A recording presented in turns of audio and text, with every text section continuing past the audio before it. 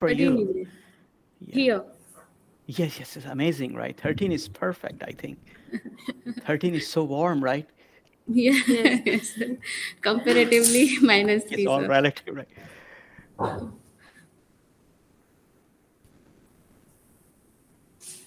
My daughters were playing and our dog outside in the snow, and it's hello, Professor Som. How are you? Yeah, fine. So your colleagues are teaching me how to use Google Meet. Correct. It's terrible. Oh my God, it's so bad. No, it is not difficult. Yesterday, Professor Roy Chaudhary of Texas, he learned Yeah, within a actually, minute. I listened to his talk and I liked it very much. Yeah. Yeah. It was I think morning here when he was speaking. Yeah. Yes. Hello, Sandhya. Who is there?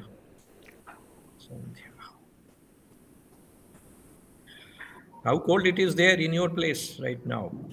I think so. When I went out this evening, that time 26 Fahrenheit, so 26. -3 or something, -3, -4. Yeah. It's Fahrenheit. very cold today. Lots of snow came. Yeah. My daughter, she's 15 and she's volunteering at the local hospital, so I had to pick her up. And roads were horrible. It was very heavy snow and Is she doing MBBS? No. She's only 15. She's volunteering there for. Okay. So that is I think 3 hours. Yeah. Yeah, initial stage. That should be the she's way of entering in medical there. Yeah, she's. I think I would like her to be a mathematician. She's very good at it. Yeah, but she likes math a lot, but she's only 15, and whatever she decides, there's not much we can do.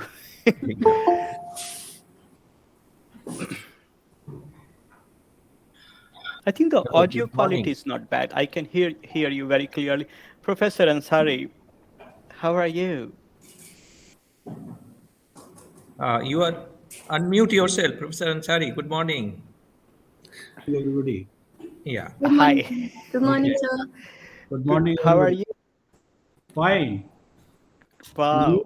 So long. Oh my God. I saw you last time, if I remember correctly, in Boston. Yes. That was, I don't know, maybe at least 10 years or a long time ago. It was 2006. 2006. Oh my God. Yeah. Time flies. Time flies.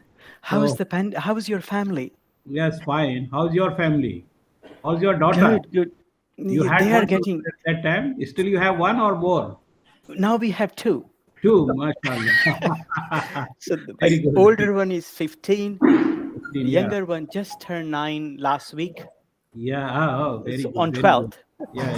Yes. So we are old. I remember the last time when I met you in Boston.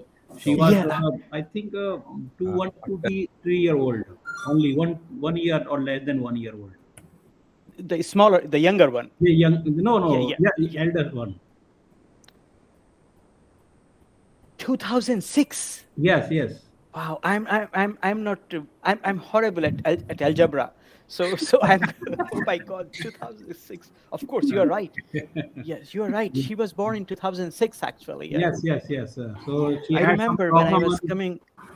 She had some when I was coming. You were very worried about her. Yeah. Yeah. Yes, and now can you imagine? Now she's 15. Yeah. Now she's turning 6. The time again, sir, time flies. Yes. Yes, and another 3 minutes are there. Say it again. Another 2-3 minutes are there. 2 minutes are there. Yes. I have still 2 minutes to talk to you guys here. 3 minutes here. Yeah. Actually, what happened? So she's turning 16 in April, and then she will get her driver's permit. Okay. And then you will be free. So we are no free. We are worried that I wish that she fails all the driver's tests It's so scary that she's driving. And Of course. Your wife is also Yeah. in the institute? yes. Okay, so you Sir, both are driving the in same US is institute, quite right? easier yeah, okay. than in India Yeah. because you Yes, don't have gear. And but just for me it's always the same. I mean, now she drives a little bit with my wife, and because I don't have the courage to sit with her and let her drive, but so she goes with my wife, and I'm always scared. Things change completely when you have kids here. So when you are coming to India, Oh, I don't know. I don't know. My I was there like 6 years ago. My uncle passed away, who raised me, like who was like my father, and then I came. I think for 2 days only to the hospital, and then and yeah, just. your mother is here? My mom is a permanent resident now, so she spends some months in India, and sometimes she comes here. Oh, then it's So she went back, I think, 2 weeks ago. She went back, and she'll be back again in 4 months. so she is living in Delhi. She's living in Muzaffarnagar. Okay, Muzaffarnagar. Okay. Yeah, so she lives few months there, few months here. Yeah, Okay, very nice. yeah. She likes. I think when she comes here, she misses her friends, and yeah, and life is very different here. So I think, but she likes coming here definitely. Yeah.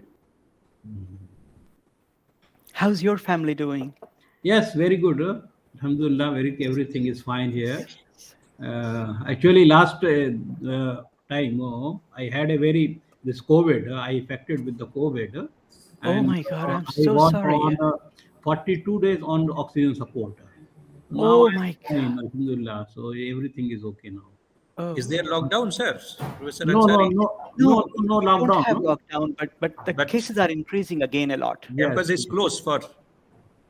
No, it's not lockdown. It's okay. No problem. Yeah. Yeah. Yes, terribly. So it's 11. Shall I start on time or? Yes.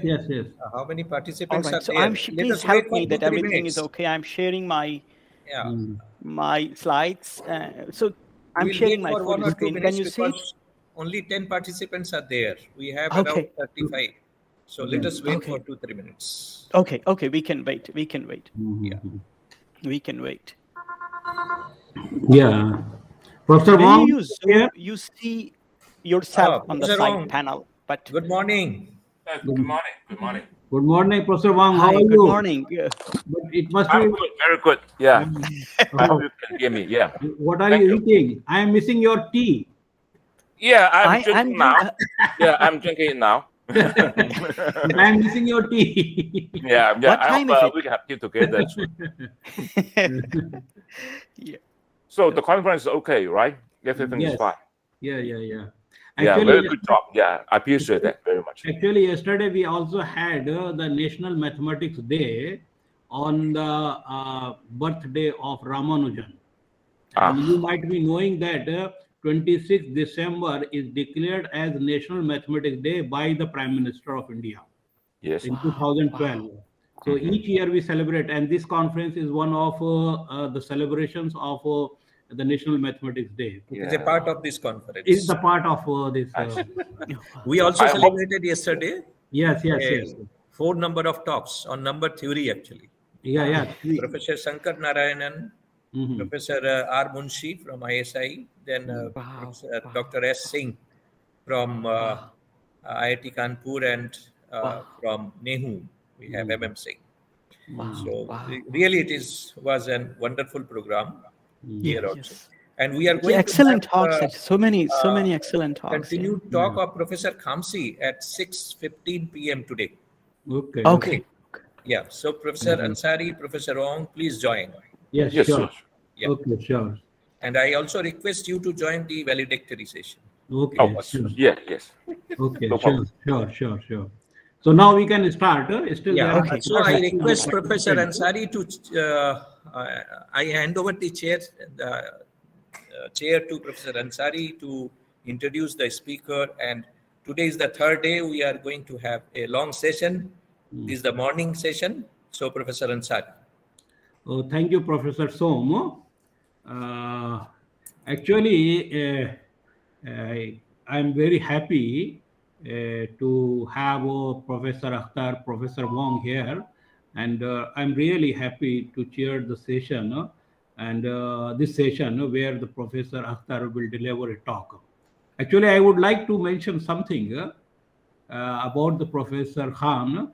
I know him from his student life when he was PhD student, Good. PhD student of Professor Khalil Ahmad, and there was a conference at Aligarh, and where Nuinzert from Germany he came, and Dr. Professor Akhtar is also was here during that conference, and they meet each other and they had some kind of interaction, and then Professor Akhtar went to Kaiserslautern, Germany, and from there he did his MS and PhD, and after that he shifted to US.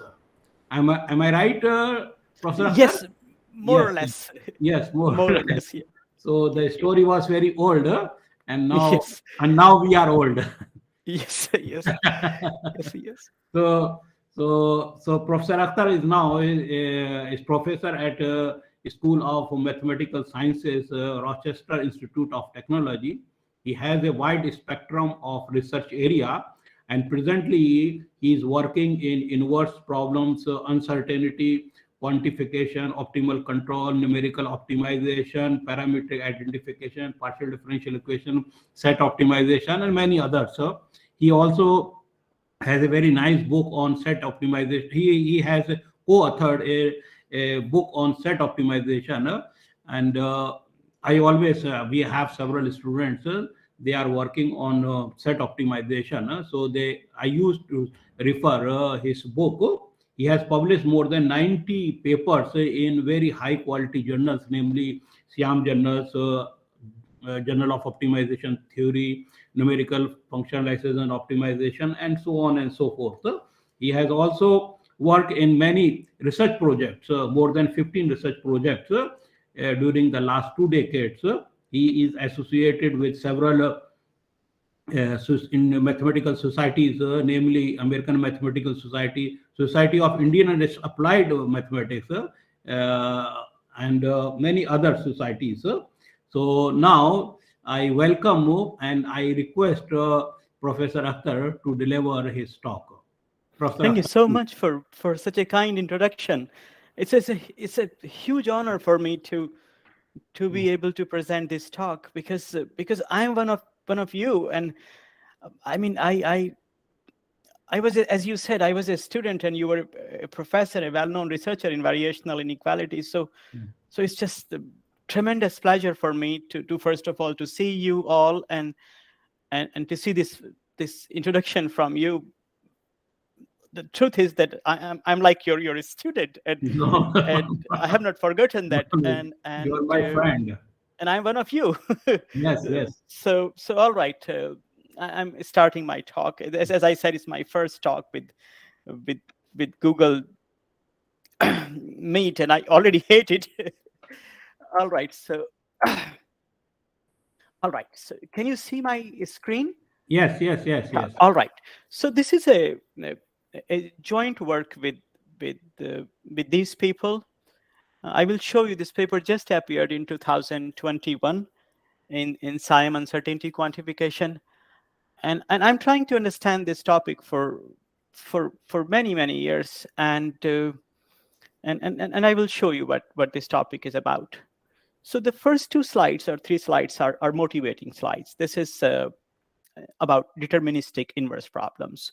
So if you take a suitable bounded domain in Rn, for instance, in R2 with a sufficiently smooth boundary, partial boundary of D as given here, then this is the simplest boundary value problem. It has many interesting applications, very thoroughly studied. One application, for instance, is that you could be your steady state temperature at a given point of a body. Then this parameter A would be the thermal conductivity coefficient and F the external heat. Another very important application that this BVP keeps coming is in the underground steady state aquifers in which the parameter is the aquifer transmissivity coefficient, U is the hydraulic head, and F is the recharge. There are many, many applications. This is the most fundamental boundary value problem.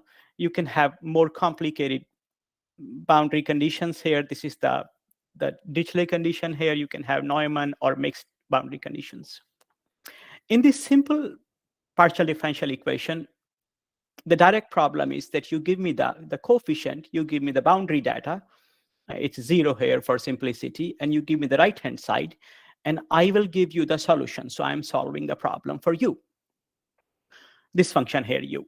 The inverse problem in this context, the inverse problem that I am interested in, is the inverse problem of parameter identification. This means you are providing me some measurement of this U, and based on that measurement, I am doing some mathematics and identifying this coefficient A coefficient, identifying in a sense that when I put the coefficient in this BVP back, the equation is satisfied in some sense. So this is the basic idea of inverse problems. There are many, many applications. There's a nice slide, I think a few minutes later. I'm mostly interested in tumor identification of inverse by using inverse problems. So there is a slide talking about that. I think that will explain what kind of applications we are expecting or seeing in inverse problems. Now, what happens that in many applied models, uncertainty is very natural. For instance, when you are talking about the parameter, you are imposing certain conditions. Those conditions are very good for doing mathematics.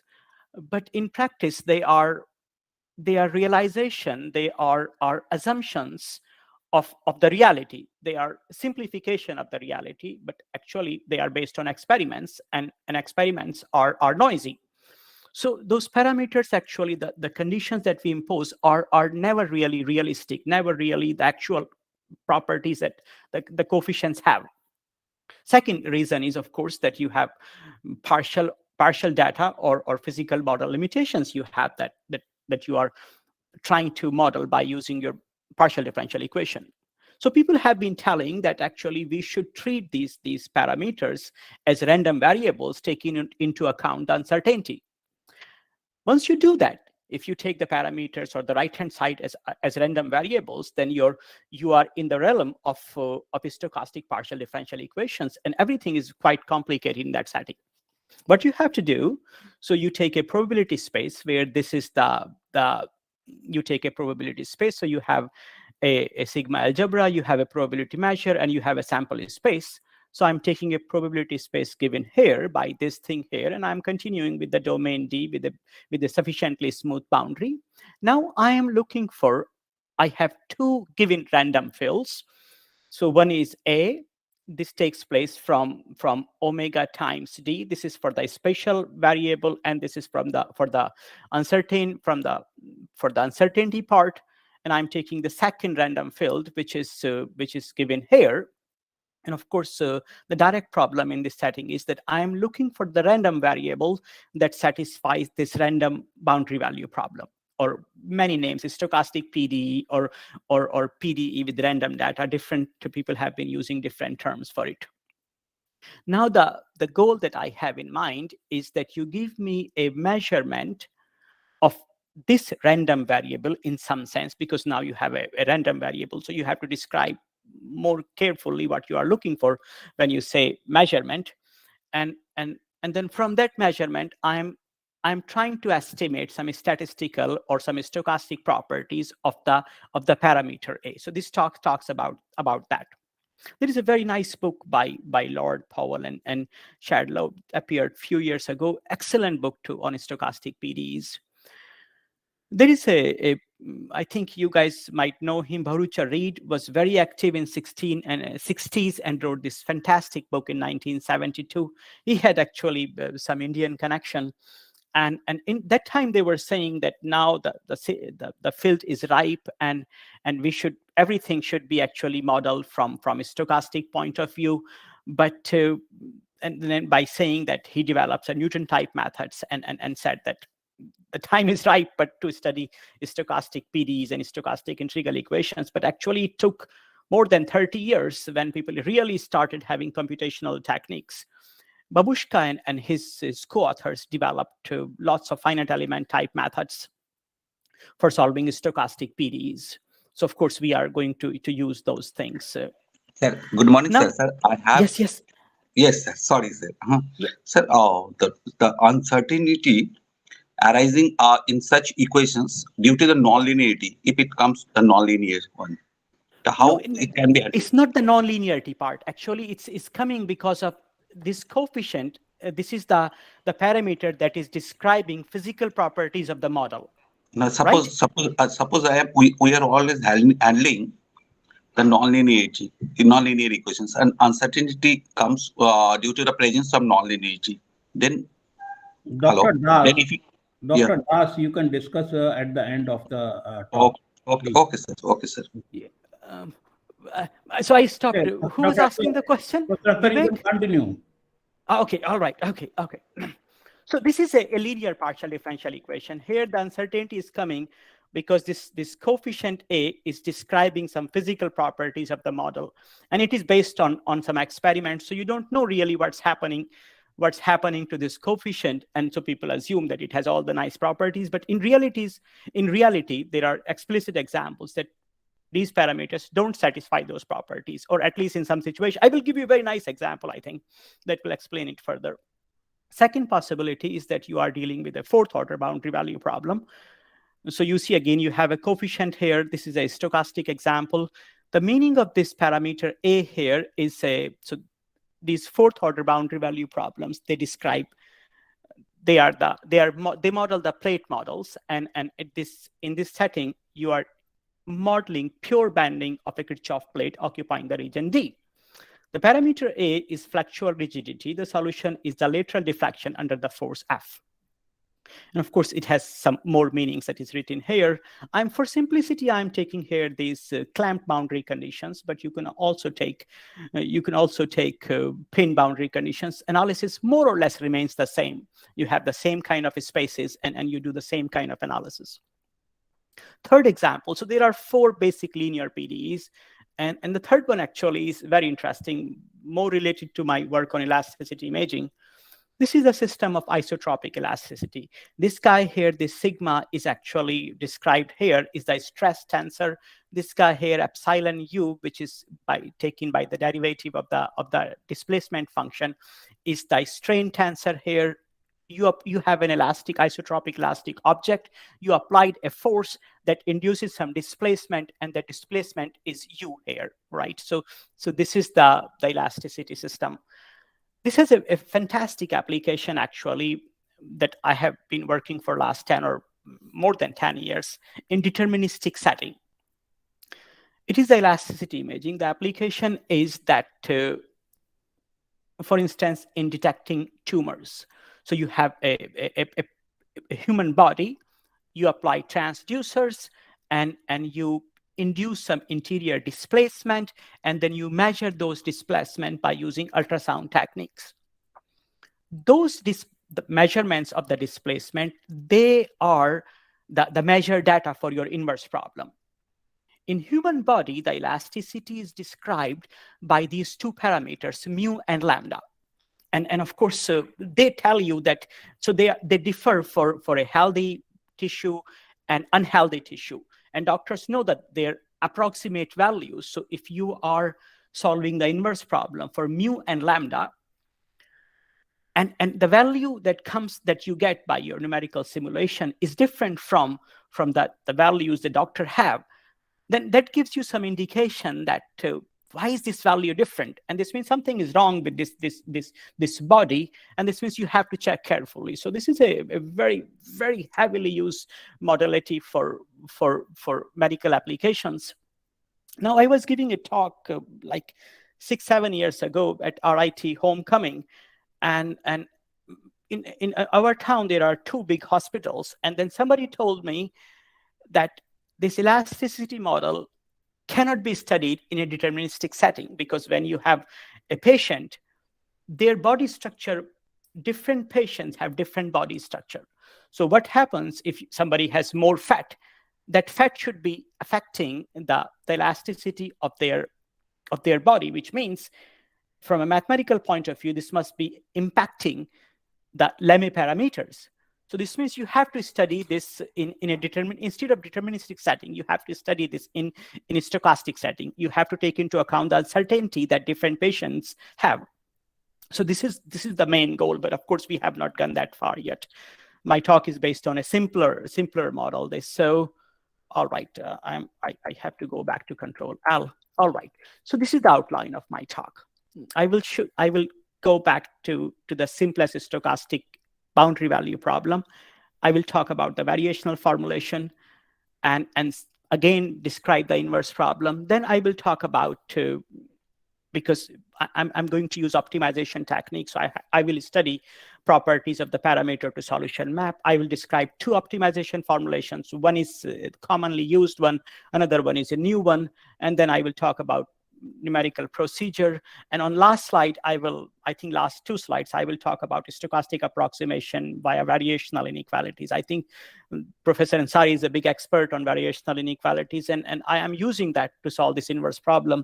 So I thought this part might be interesting for some of you. All right, this talk is based on these, essentially this red one. This is the main part of the talk is based on this paper, just appeared in 2021. This paper here, the first one, is covering the fluxual rigidity. I think it is published, or this week or last week. I finished the Galilei proof a few days ago. And this is an extension of this, but the basic ideas are from this paper published in SciAm. The approach that I am describing of stochastic approximation, in part that is taken from third paper, but actually I'm talking about extra gradient method there, and we are still working on that one. This paper has a simple projected gradient method, very simple variational inequality solver. All right, so do you have any questions for me so far? No, you can. I will continue. I'm sorry?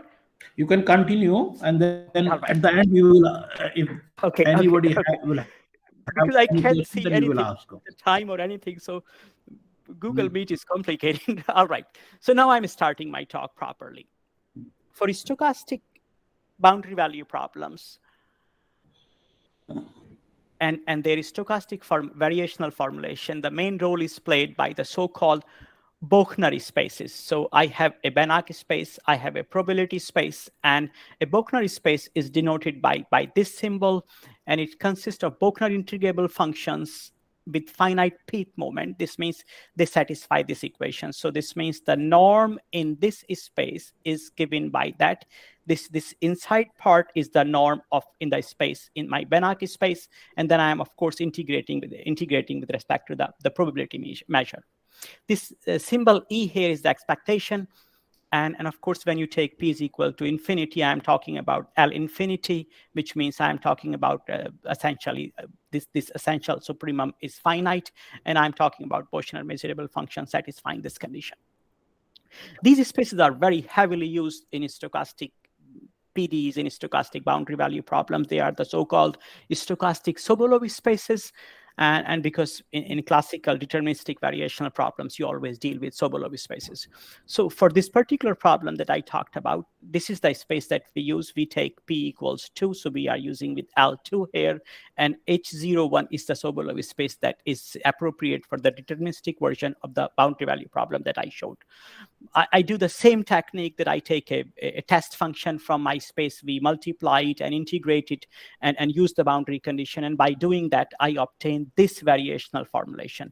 So if you remember that the boundary value problem I showed on my first slide, the inner part here is essentially the same. What is new part is that expectation operator is coming outside. So this has lots of properties transfer actually from the deterministic Sobolev spaces to stochastic Sobolev spaces in a very natural framework. I think you will start seeing that the similarity in a minute.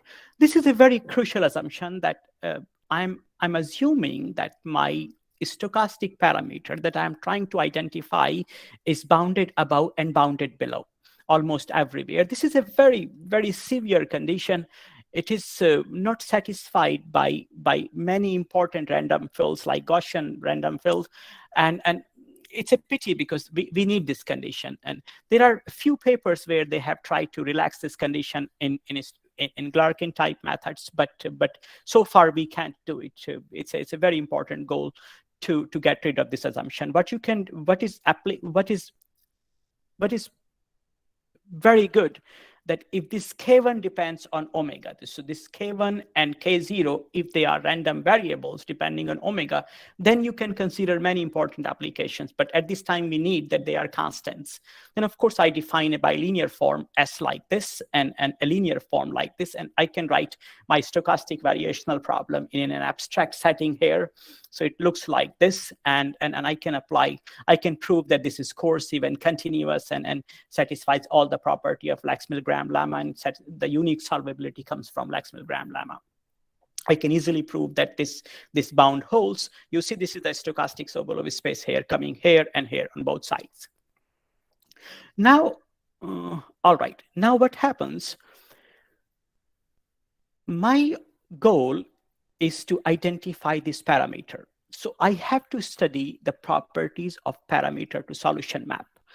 And the first basic property is, so all the continuity, the differentiability, or the second order differentiability of parameter to solution map are the most important things that we need to know about when we are solving inverse problems. For instance, just to make a remark, that when I'm doing boundary value problems like linear partial differential equations, the simplest ones, then I have very nice properties. If I replace my boundary value problem by a variational inequality, I'm trying to do inverse problem for variational inequality, then most of these properties are not satisfied. This means that the inverse problems for variation inequality are extremely challenging from numerical and from theoretical point of view. So I take this A is the set of admissible parameters. This means they must be satisfying this condition here, upper and lower bound, and parameter to solution map is the map that takes this parameter and associates to it the solution of the corresponding boundary value problem or the corresponding variational problem. So the first result is that this parameter to solution map is a Lipschitz continuous map. And the proof is very simple. I take two parameters. I define the corresponding solutions by UA and UB. And because they satisfy these two stochastic variational problems, and I combine them, do some basic simple algebraic manipulation, and I obtain that there is a constant C satisfying this condition. And hey, this is the norm of my stochastic Sobolev space V, and this is the norm of the L infinity defined on omega and D. So this is the Lipschitz continuity result. This is a simple result. This is, I think, the only result that holds if I move from boundary value problems to variational inequalities. This doesn't hold if I'm considering, instead of boundary value problems, quasi-variational inequalities. I'm making these remarks, I think people who are experts on variational inequalities like Professor Ansari and others. All right, this is a very, very, very interesting result. I think the first meaningful result, it tells me that if a parameter lives in the interior of the feasible set of feasible parameters, then the parameter to solution map is differentiable. It's differentiable in the sense of Frechet. If I take the direction by delta A, then the derivative at delta A is denoted by this symbol here, and I can compute that derivative by solving a stochastic variational problem. You see, so the derivative is characterized by a stochastic variational equation that looks very similar to my original problem. So if by chance or by efforts, I have a numerical solver for my original boundary value problem, original variational problem, stochastic one, then of course I can use the same solver to compute the derivative in a sense, because this has exactly the same kind of flavor. You see, I'm looking for but the derivative here, when I'm computing the derivative, the direction is known to me. So this part is completely known to me. Of course, I'm looking for the derivative of UA. So this appears on the right-hand side. This means the right-hand side is exactly the same type of right-hand side that was in my original variational problem. And of course, the unique solvability comes from the Lax-Milgram lemma again. So all right. So I talked about the Lipschitz continuity. I talked about the differentiability. Now comes the main idea that when we are solving inverse problem, just go back. I'm going back quickly to the first slide. Look, this is the boundary value problem. I'm looking for, I have my U, actually the measurement, and I'm looking for A. If you think you can just integrate it and then divide by whatever you have and find directly A, that is not possible. There are explicit, simple examples showing that either it is not meaningful or even the formula is not defined. So you have to come up with something else. The problem is ill-posed. Inverse problems are well known to be ill-posed. And so we have to do some sort of regularization, and regularization can be done very, very naturally in an optimization framework. So most people study inverse problems as an optimization problem. Now I can go back to the slide where I stopped. So I was here, I talked about the derivative characterization. And then of course, this is the first slide that talks about that I'm going to formulate my inverse problem as an optimization problem. You see, this is the most commonly used optimization strategy, that I minimize the difference between the computed solution, which is UA, that is coming from my boundary value problem or my stochastic variational problem, and this is the data. So I'm trying to minimize the gap between the computed solution and the measured solution. And of course, what I have here, this is the inside norm is a suitable norm. For example, you could take L2 norm, you could take H1 norm, or you can take H1 semi-norm. And of course, expectation is coming out because I'm dealing with the stochastic boundary value problem. There is a very interesting paper appeared a few years ago based on second author's PhD thesis, and he used this functional, also used semi-norm. This functional is a non-convex functional. So this means if you have if you are posing your inverse problem as an optimization problem by using a non-convex functional, you have lots of difficulties. You have you can only talk about the local minimizer, and there are lots of technical issues when you give optimality conditions. You have to be careful there. There are so many challenges. I am one thing that should be mentioned, that the data belongs to this space. This means the deterministic part is L2, which is not restrictive at all, too generous actually. The second function that we introduced is this one. It looks much more complicated. That you see the expectation is outside as such, but if you look at this function and compare it with my boundary value problem, this is actually the energy norm that is defined by my boundary value problem. So here I'm trying to minimize the energy norm associated to my equation. And this is based on actually a very old, this in 2007 paper that was based on my PhD thesis. We talked about abstract deterministic inverse problems. And what is very interesting, that if you take different boundary value problems, you give them different stochastic, different variational problems, they define different energy. So the philosophy is the same, that you have an energy functional, but for different boundary value problem, this will be looking different. So this is the one that corresponds to the simplest boundary value problem, a scalar problem. And this is the one that we introduced and published in 2021. Now, there is a drawback here. First of all, we are differentiating the data. And that is, you never want to do that, because data is very noisy. When you differentiate it, things get only worse. And that is reflected here, that I need data in this space from the deterministic component in H01, which is way stronger than L2D. This means I need a very strong condition on the data. What is the advantage? Advantage is given on this slide. This ELS function actually is a convex function in the interior of the set A. The set A is the set of visible parameters. So if it has interior, like it is in L infinity, so it has interior. So you can adjust it. You can take a closed set inside that open set and talk about optimality conditions on that. So you obtain a very nice variational inequality. The first derivative, the proof of this convexity, is based on two ideas. I use the chain rule to compute the first derivative that looks like this. And then I use the derivative characterization. I compute the second derivative, and second derivative satisfies this bound. So it is a positive functional, and hence you obtain the convexity in the interior of the visible set. Now, there is something very, very technical here that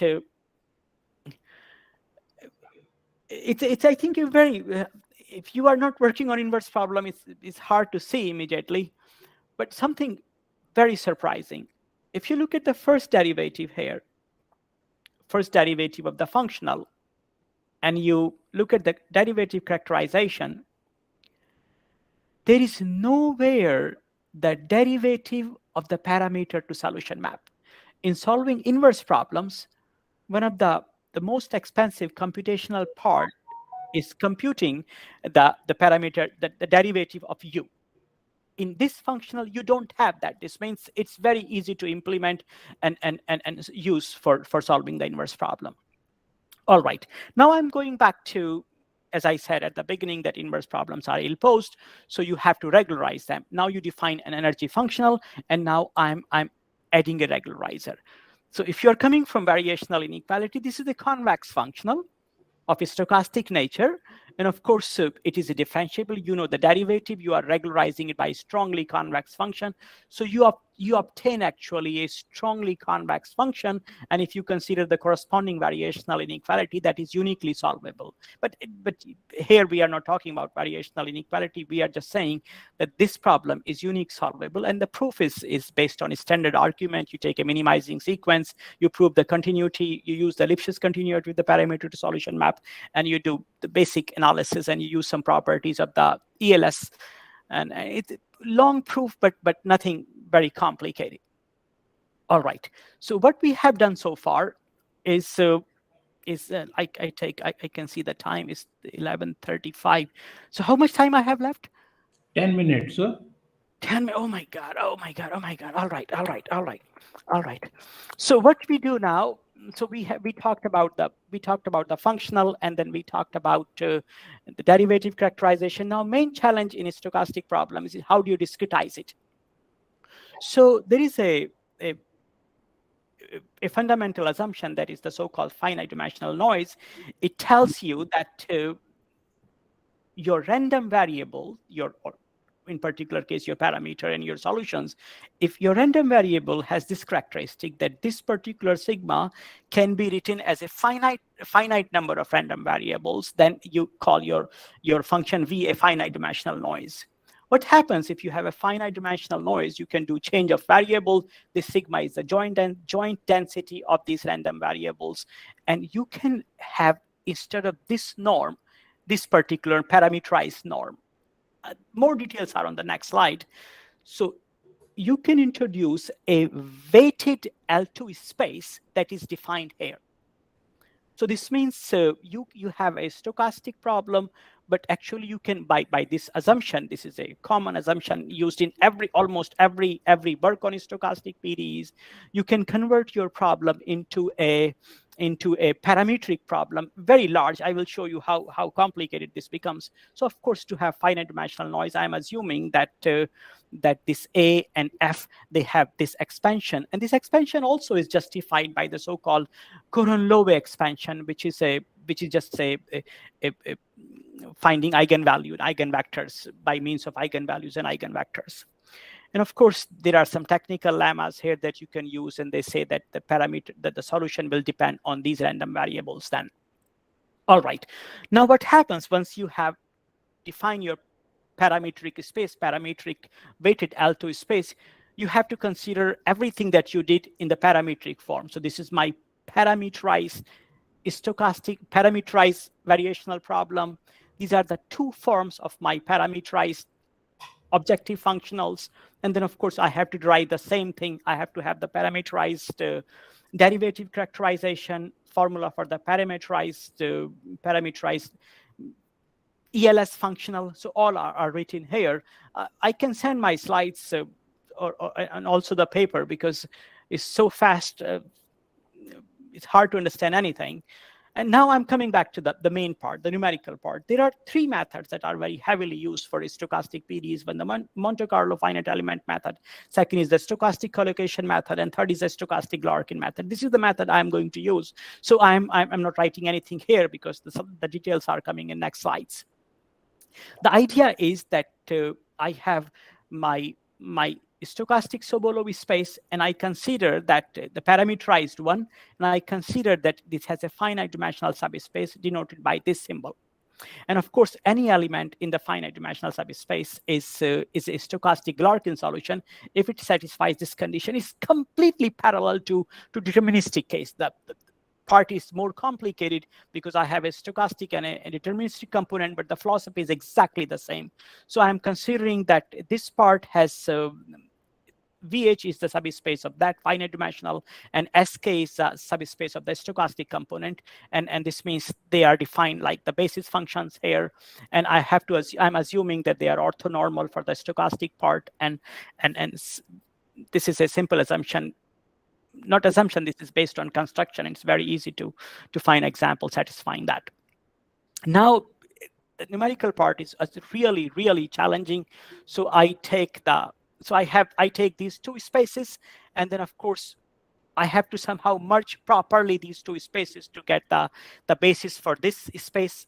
And I take tensor product here defined like that. So you see, this is the span of the product of these two bases coming from the first space and the second space. You can see the dimension is increasing very rapidly.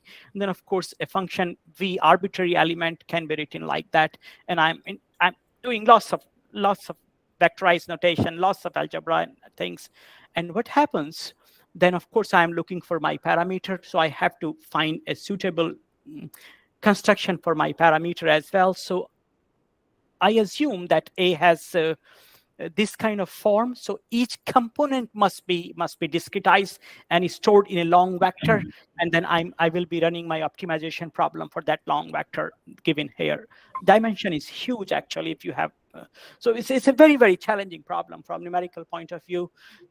I do lots of work, go back to my stochastic variational problem, parameterized variational problem, and substitute these discrete formulas there, and get stiffness matrix and all those things, and those details are here. Nearly impossible to understand with this fast pace. But what you can see that this is the matrix. So I have a stochastic variational problem. I do stochastic Larkin, and when I discretize it, I obtain a system like that. Now, to compare it with your classical case, if you are doing deterministic case, just one component corresponds to the deterministic case. And here, this dimension increases depending on the stochasticity that you have. And of course, by using Kronecker product, I can write this in a beautiful form. Now, this is the discretization of my stochastic variational problem. I have to do the same thing for my objective functional, their derivatives. And once I have done that, I can solve the system by using any optimization solver or a variational inequality solver. So I'm going back to my OLS, my ELS functional, and doing all the substitution and converting them in this discrete form that I can use on computer to compute. And of course, then I have to do the same thing because I need the derivative. So I go to the derivative formula, I make all the substitutions and obtain a clean form, for a discrete form for my ELS functional.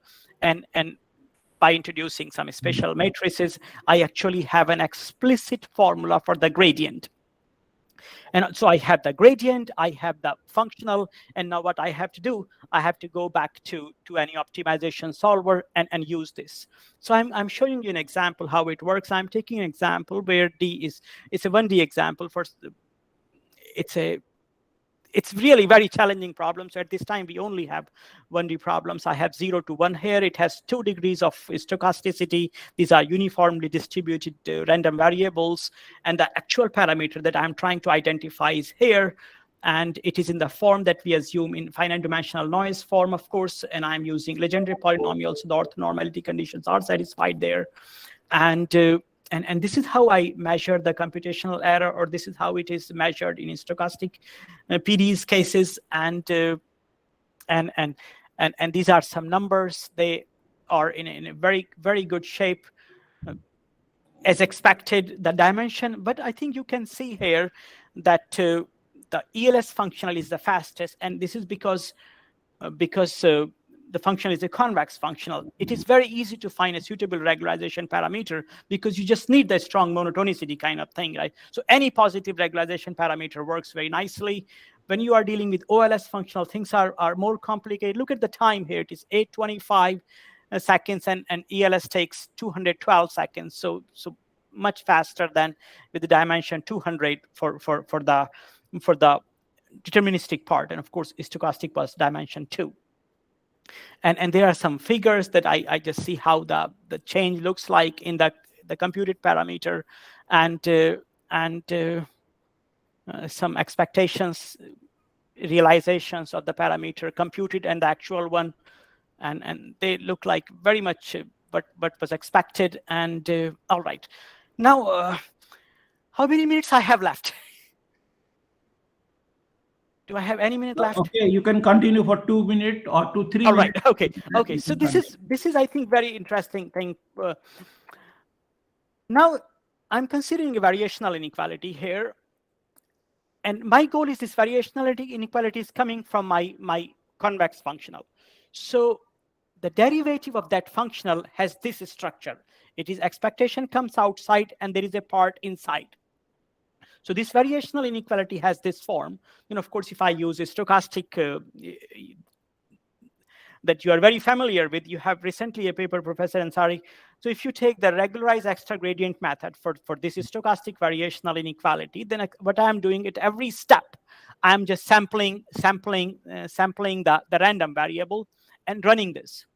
I have tested this on a 4th order PDE that I showed you. I'm identifying a deterministic parameter in a stochastic PDE, and with this there are 2 uniformly distributed random variables here. This is the 4th order PDE here, and this is the feasible set of parameters.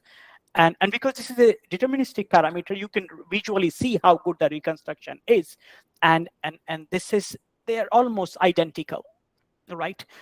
And so this is a nearly a perfect reconstruction by using a stochastic variational inequality for this inverse problem. And I think the work is this is the work, I think, a first very rigorous paper appeared in 2001, and now we are doing more with elasticity system and trying to understand what can be extended for variational inequality, and I think a stochastic gradient or a stochastic approximation has more potential, because in that case we can relax some of the conditions that are not possible for stochastic Larkin, but stochastic Larkin has some different advantages. I think I should not take more than the allotted time. I should stop here. Thank you so much.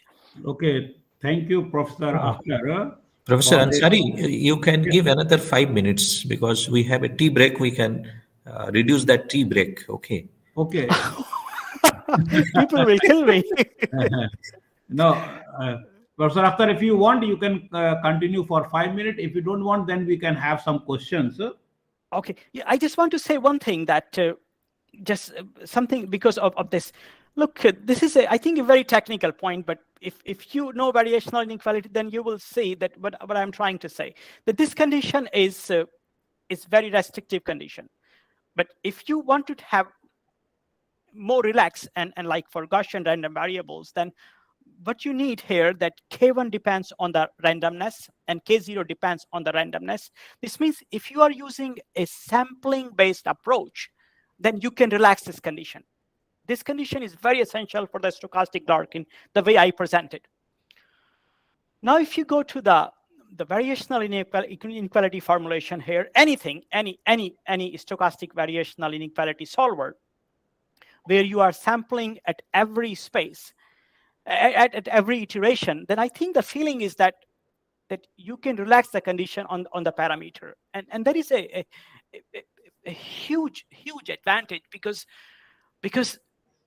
it's surprising that people who know this stochastic gradient or stochastic approximation approach, this was given in 1966. There are so many well-known Indians contributed on this topic, but its use in control theory is very new. I think one of the projection. I'm Here in the algorithm, P is projection. Yeah, P is the projection. So this is the extra gradient method. I just wanted to show that everybody is familiar with. Yeah, but this method was given in 1956, and so many people use it. But not for solving inverse problem. I did the first papers on optimal control for stochastic PDs. One appeared in 2018 based on a thesis from Germany, and another came in 2021 for optimal control. And these are the first papers that I showed you for variational inequality by using a stochastic approximation approach. But the approach is hugely developed. So if there is a collaboration or a communication between these two communities, I think this approach has tons of potential. And this is very easy to implement. And there are so many algorithms known for variational inequality, so you can pick some and the faster ones and use for solving inverse problems. So I think this is all. I should stop here so that you guys can have your tea. Okay. So thank you, Professor Akhtar, for my pleasure. Very nice talk and enjoyable talk, where you have connected the stochastic partial differential equation. So fast. Forgive me for going so fast. And yes, no. You have also connected with. You have mentioned the numerical methods, extra gradient method. I think those who are working in the variation analysis, they know the extra gradient method very well. So it was very nice talk.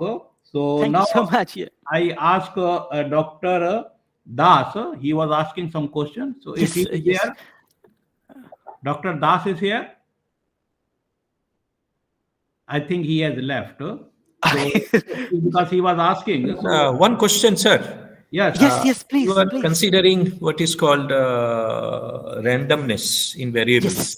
So can it be handled with fuzzy concepts? Because fuzzy also uncertainty. You are handling uncertainty. Yeah. Okay. I don't know. So I am not experienced with fuzzy approach. Fuzzy differential equation and like that modeling. I'm not familiar with it at all. So I have never worked on fuzzy differential equations. I don't know. I don't know because somehow there are so many people working different things on. So uncertainty quantification is one of the hottest topic at this time. Good. And people are using different approaches. The approach I presented is stochastic Larkin. Excuse me, Professor Pant, you have to join the other session. I have sent you a link. There is parallel session. Hello. Yes. Yeah. Please continue. Yeah, so I think stochastic Larkin is used by PDE community. Stochastic approximation is used by optimization or statistics community. So there are different groups working on different things. So maybe fuzzy approach can be used. I don't know about that. I'm so sorry. Okay. Any other question? Sir, I have one question. Yes, please. Yes. So Divya, go ahead. So he has taken F to be a function which is L infinity. If we take F to be non-linear, then can we talk about the existence of solution like he talked using the Lex-Milgram lemma? Yes. It's a very good question. So the point is, so there are two approaches. I don't know how much time I have for answer. So you can fix the random variable, right? Yeah. And define and consider the so-called pathwise solution. And this means if you have an approach for your deterministic problem, you can extend it, right? This means you can define a map that from random variable to the solution of your deterministic problem in that setting. I don't know whether I'm clear, but I'm trying to say. So if you have a theory known for the deterministic part, then you can do something. Yeah, like for the deterministic Yeah, this case, means you can do actually, and that's why the topic is very, so for very the right. deterministic Yeah. case, either we use the functional to be convex Yes. and it's lower semi-continuous and we can show the Yes, yes. existence, or we can use the minimization of our goal, or we can show the mountain path symmetry. So these kind of things we do for nonlinear case. So that's what I'm asking. Like, Yeah, so can we... exactly. So this is if you have a good theory for the for any case, and you are trying to incorporate uncertainty in that, then the first idea is to do the pathwise solutions. This means you fix the random variable and relate it to the solution of your deterministic part, depending on that fixed random variable. And then of course, then you have to prove the measurability of this, right? And this means you have to prove that this is living in the stochastic Sobolev space. But the starting point is that you look at the existing theory, define the pathwise solution, and then talk about the measurability of that. But we should be able, you should be able to do it, definitely. Okay, thank you. You're very welcome, Divya. Any other question? Hello. Yes. Very nice talk, Professor Khan. Just Thank you so much. Thanks. Just I want to know that you have nice connection with the variation equality problem and under the randomized version, and there are nice applications of the variation equality problems in the particularly image analysis, image processing. Yes. Yeah. So, do you have idea about the such kind of the application of such kind version in the image analysis? So image analysis is a kind of inverse problem, right? Yeah, you have two situations. You have a linear version, a simpler version coming from linear integral equations, right? Or you have some nonlinearity, so you have nonlinear version. You could also have moving images, so that is connected to quasi-variational inequalities. This stochastic part is, I think, so there are, I think, maybe 10 papers where people have studied stochastic variational inequalities in from PD sense, like really computing the solution by stochastic Larkin, all those things.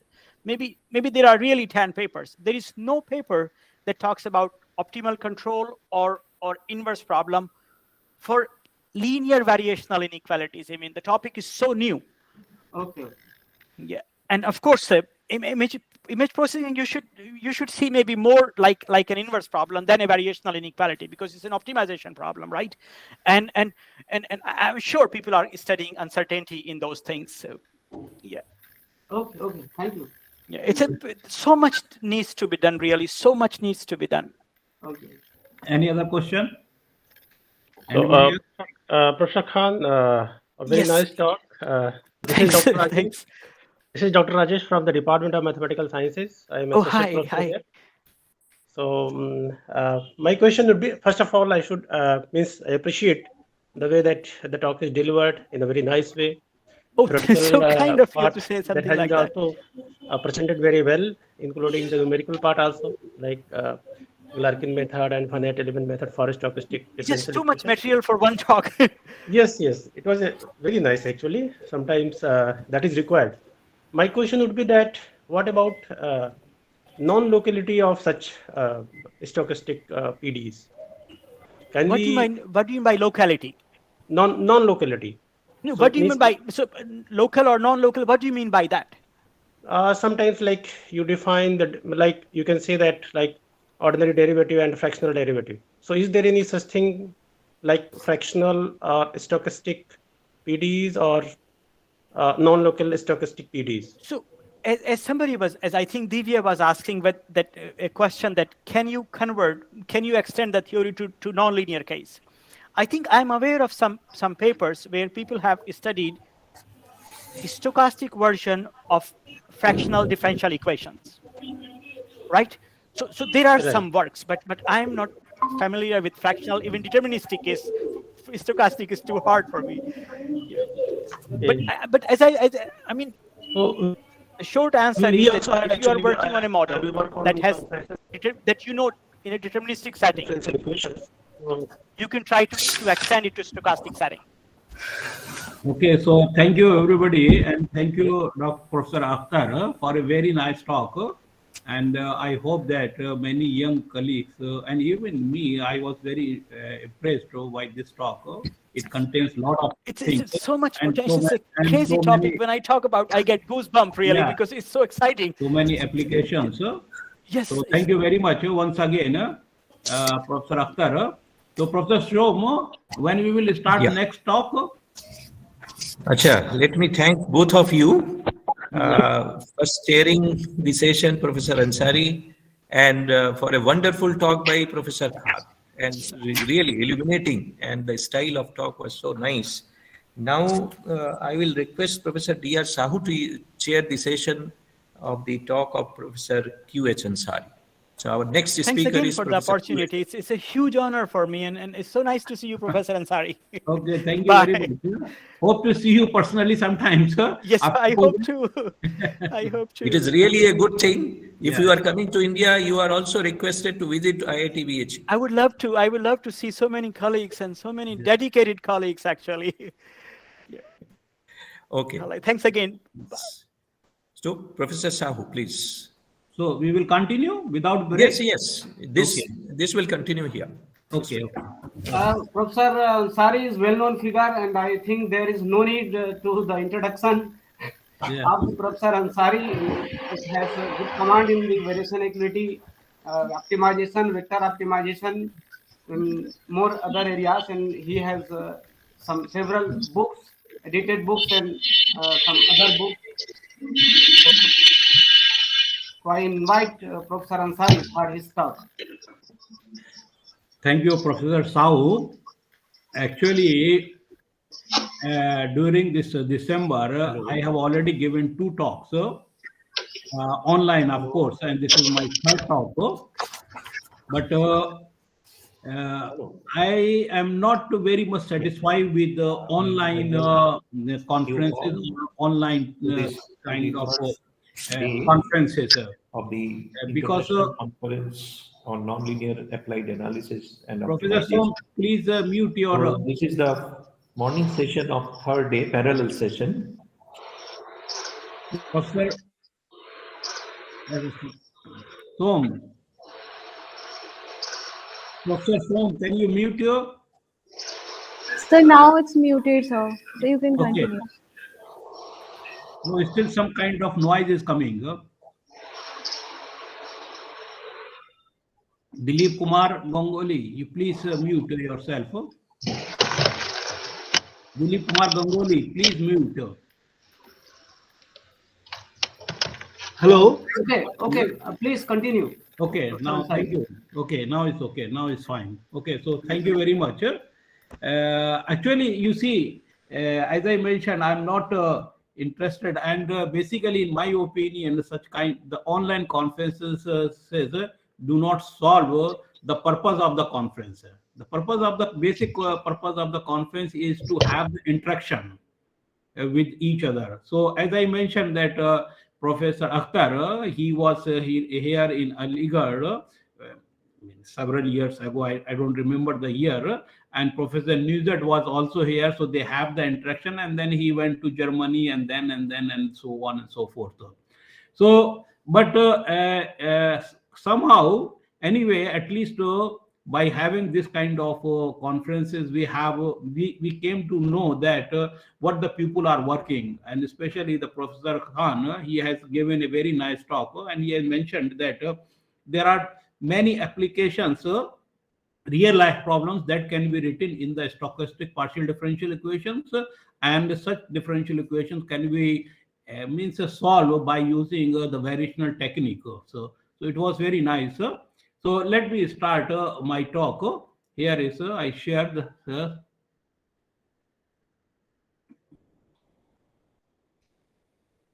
okay. So I'm not going to give the talk on the variational inclusion on Hadamard manifold. So first, as you know that the variational inclusion, so variational analysis is one of the well-established subject in nonlinear analysis, optimization, partial differential equation, and several other areas. And many problems, as you have seen, that the stochastic partial differential equation can be written in the form of stochastic variational analysis, and then you can use the variational technique, or you can use the extra gradient method to solve such problems. So here is I am going to consider the variation inclusion problem on Hadamard manifold. So that is important. There are two things. One is of course, I am considering this on the manifold, but why Hadamard manifold? So that's I am going to present here. So let us see. First is what is the manifold? So have you, do you have any idea how do we prepare, how do we write the map of the globe on a sheet of a paper? So basically here is we use the technique of the concept of manifold, which was used sorry by a cartograph sorry. So let's see, here is I just gave a manifold is used to describe spaces that may be curved. In other words, Corey, yes. Have you shared your screen? I cannot see your presentation. I'm sorry. Okay, 1 minute. I forgot to share this there. Thank you very much, Professor Wong. I was thinking just it is introduction, so there is no need to slide. Okay. Maybe you want to speak like me without Yes. Okay. Oh, thank you. Yeah, I see it. Yes. Now you can see? Yeah, no problem. I see it. Fine. Okay. I'm sorry, I forgot to share the screen. So let's see what is a manifold. Usually, a manifold is used to describe spaces that may be curved. In other words, you can say that in manifold is a topological space that is locally resemble with Euclidean space near each point. For example, if we consider a point over here, then you will see that here you have a rectangle. Similarly, if you take a point here, you will have around this point you have a rectangle. So here you can see also around here you will have a rectangle. So that is to say a manifold is a topological space such that around every point we can choose a small region that is shaped like an Euclidean space. For example, if we take a circle, okay, a circle is one-dimensional manifold embedded in two-dimensional space where each arc, you see this arc of the circle is locally resembled with a line, and same as a sphere is a two-dimensional manifold. The sphere, of course, a sphere is a three-dimensional in the Euclidean space, but it is a two-dimensional manifold embedded in three-dimensional Euclidean space where each patch, you see here is each patch of the sphere is locally resembled with a segment. You can see here is this is the plane segment. So what is the proper definition of a manifold? So let me start with the proper definition of the manifold. So an n-dimensional. So here is, look here is this n. So I will explain why we have taken this n. So n-dimensional manifold is a Hausdorff and second countable topological space that such that every point x in M has a neighborhood U and a homeomorphism phi from the open set U onto an open subset of Rn. So whatever is with this n is same as this n. So if you have the homeomorphism from a topological vector space to Rn, then it is n-dimensional manifold. And if we take the collection of the neighborhood and the homeomorphism, the pair of open neighborhood and the homeomorphism, it is called the chart on M. And the collection of all charts, it is called atlas on M. For example, let us take this yellow figure is your M, is your Hausdorff topological space, which is the second countable.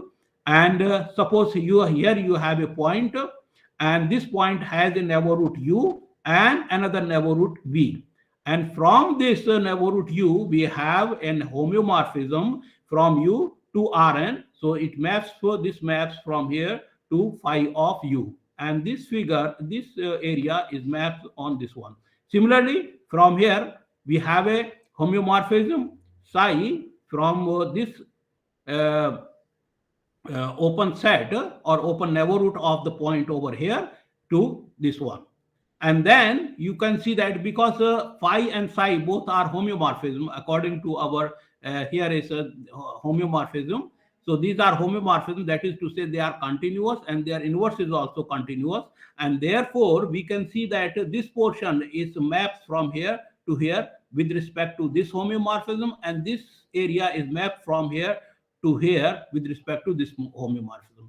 So if you would have this map from here to here or the map from here to here, if these maps are differentiable, then we say differentiable again in the sense of Frechet. If these maps are differentiable, then we say that the manifold is a differentiable manifold.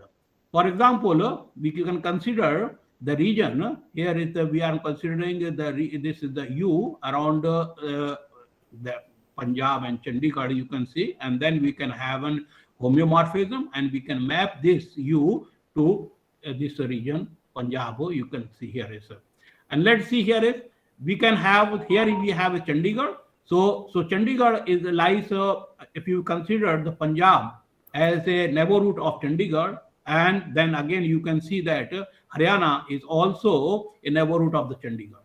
So we will have a homeomorphism. আপনি শুনতে পাচ্ছেন কিছু? Yes, শুনুন, ভুল লিংকটা চলে গেছে আপনার কাছে, ওটা অন্য লিংকে জয়েন করতে হবে। Yes, any problem? No sir, it's okay, you can continue. Okay, so we have a homeomorphism phi, and that maps from this neighborhood to the R2. Here is okay, so here is we have similarly from here we have this is your Haryana. So this is part is the Chandigarh and this part is also Chandigarh. So that is the common part. So if we have this map and this map both are differentiable, then the manifold is a differentiable manifold. So now let's see what is the proper definition of a n-dimensional differentiable manifold. So let us take here is M is the n-dimensional differentiable manifold, and for each M, Txm we denote for the tangent space of M at the point X. So basically, you see, as I mentioned, in broad sense, a manifold is a curved surface. So at each point we can have tangent spaces. So if we collect all the tangent space, or we can tangent planes. So if we collect all tangent planes, that form the tangent space. And the very important thing is that this tangent space is a vector space. And not only this, the dimension of that vector space is same as the dimension of the vector of the manifold M.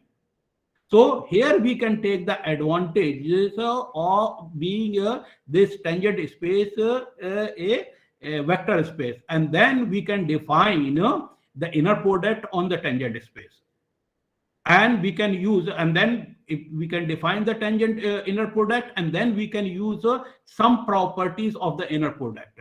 So here is the very important thing is that we are lucky that we have this space is your vector space, and we can define the inner product on the tangent space, and then some of the properties of the Hilbert space or the inner product space can be used over this space, not over the manifold, but just over the tangent space. If we take the collection of all tangent space, that is called tangent bundle.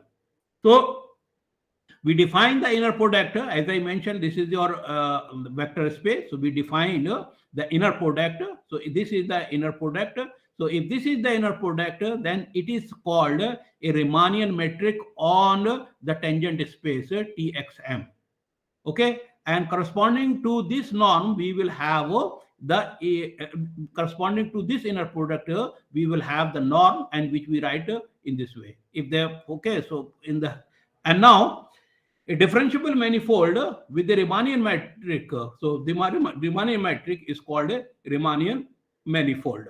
For each point x and y in M, let gamma be a piecewise smooth curve joining x to y.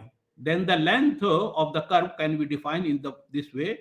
You take the integral from a to b, gamma dash with this derivative dy d gamma over dt t, and take the norm, and this is your dt.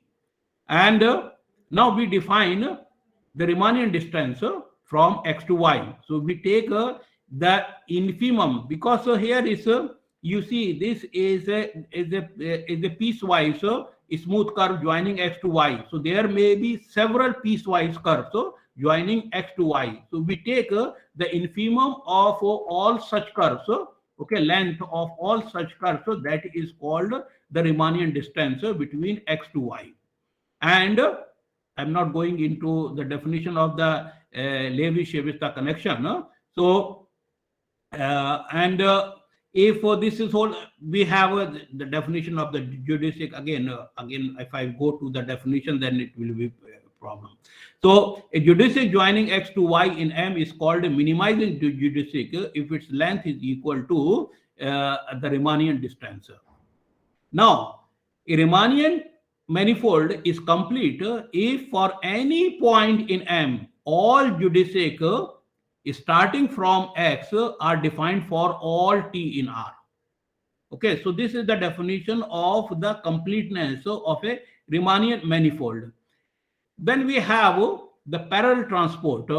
The parallel transport meaning is that actually if you have two curves or two geodesics on a manifold, then you cannot talk. So for example, here you have this is your curve, and then here at each point you have several tangents. So this is the tangent space. Now you have another geodesic. Here you will have a curve, but because this is another vector space, this is another vector space. So you cannot compare the vector space, the vector over here and the vector over here. So by using the parallel transport, what we do, we can transfer mathematically transfer a parallel vector from a one space to another tangent space. So that we will use to have the parallel transport. Now let's say here is, if suppose M is a complete Riemannian manifold and gamma is the geodesic starting. So here is this is your M is your Riemannian complete Riemannian manifold, and here this is your any geodesic starting from the point P with the velocity v. Okay, that is to say, if we take gamma at 0, so with the starting point, this means that the starting point of the geodesic is P. So starting point P and with the velocity v. So with the velocity v means that so it is a tangent at this point. Then we can define the exponential map from the tangent space, tangent space at the point P to M in the following way, that the exponential PV is equal to the value of the gamma function at the end point, because this represents the end point. In other words, you can see that if suppose this is the starting point and is going with the velocity v, so this is the tangent space, and then we can define the exponential map from here to here. So this will go to at the end point, that is the point Q. So this is the initial point, okay, because the gamma 0 is equal to P and is going with the velocity v. So this distance, so you see basically this distance from P to Q. So you take this is the Riemannian distance. Okay, so from P to Q is the Riemannian distance, and it is equal to the norm of inverse of exponential map, this one. Now this is very important result which we use and which provides the completeness of a metric space and the completeness of Riemannian the equivalence between the completeness as a metric space and the completeness as a Riemannian manifold. So, and that's why by using this theorem, we can use certain results. For example, we can use the Banach contraction theorem. because in the Banach contraction theorem we have only the completeness. So that completeness we can use, and instead of having the Riemannian distance, we can have the metric. So we can use the metric as the Riemannian distance and the completeness, and therefore the Banach contraction theorem also holds good here. The proof you can see is same. If you just so here is M is your Riemannian manifold. Then the following statements are equivalent. That is to say, exponential map is defined for all of T xm tangent space. Closed and bounded sets are compact. M is complete as a metric space, and M is complete as a judically complete. As I mentioned, judically complete, but for each point we have a judicial. Okay. Then any of these four equivalent statements implies that for any 2 point can be joined by a minimal geodesic whose length is equal to the Riemannian distance between these 2 points. And as I mentioned that the Riemannian distance between x and y is equal to the norm of exponential inverse yx. So we can calculate the distance. Now, a complete simply connected Riemannian manifold of non-positive sectional curvature is called Hadamard manifold. Here is we have the connection between the cat space, inner product space, metric space, and Riemannian manifold. I'm not going in the detail of these things. So, and this proposition is also a very important one in the sense that the exponent, the geodesic can be expressed in the form of exponential map. So suppose M is your Hadamard manifold. Keep in mind this is not true in the Riemannian manifold. This is true only in the Hadamard manifold. Then for any x, the exponential map is diffeomorphism. That is to say, the exponential map is continuous and its inverse is continuous. So we have the continuity of the exponential map, and this continuity we can use later. So this is very useful. The inverse and the exponential map and its are continuous. The second thing is that for every 2 point in the Hadamard manifold, there exists a unique normalized geodesic. There exists a unique normalized geodesic. That is to say, with the minimum distance, and if we take the norm, that is equal to 1. So it is starting from 0 and is going to 1. So we have a unique distance. And not only this, that unique normalized geodesic can be represented in the form of the exponential map.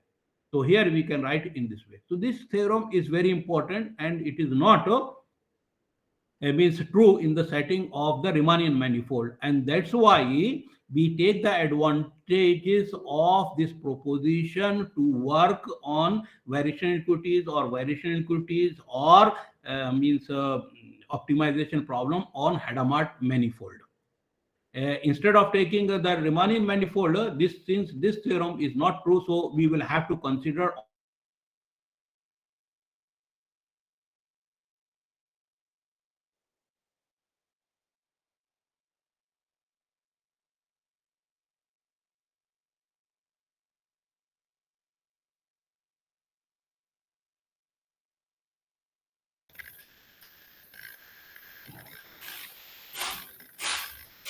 Hello, Professor Ansari. Okay. Excuse me. Actually, there was a power cut, so there was no internet. Now I connected with my this hotspot. So now, can you hear me? Yes. Fine. Okay, yes. So this is fine.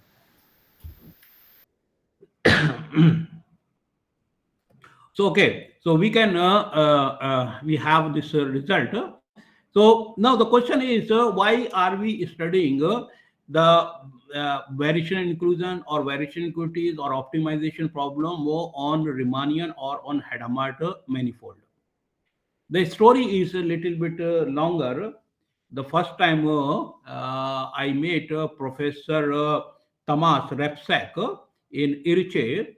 It was in 2003, and he gave a talk on optimization on Riemannian manifold. Of course, I could understand a little bit, but not too much. We have 2-3 courses in MSc on Riemannian manifold and other kind of manifolds. But it was very difficult for me to understand his whole talk. Then we invited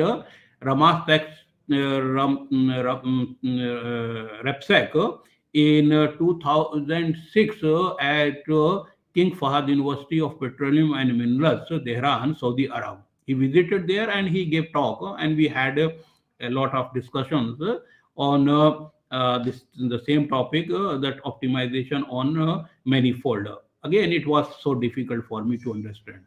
And after that, in 2012, I visited Taiwan. Professor Wong is here, his university, and there was a Professor Chung Lee. He is an expert on optimization and variational analysis on Riemannian manifold.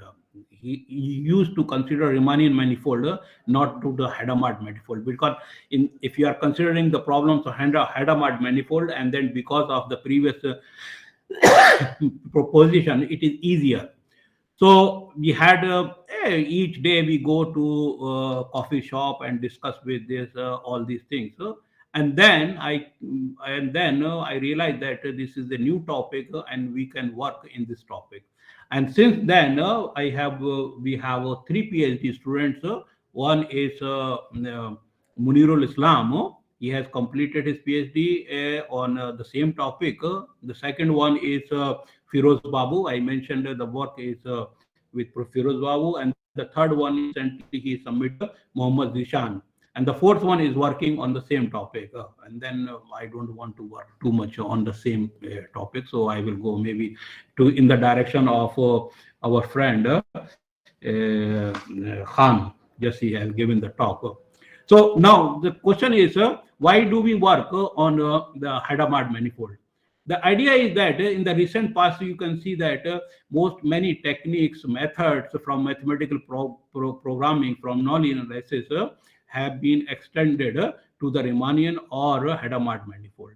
The main advantage, of course, one is advantage is we are working in another setting, but the main advantage is that a non-convex problem can be transform into a convex optimization problem.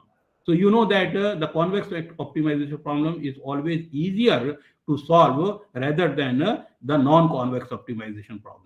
So and the second thing is also the constant optimization problem can be transferred into an unconstant optimization problem. So that is, you can see that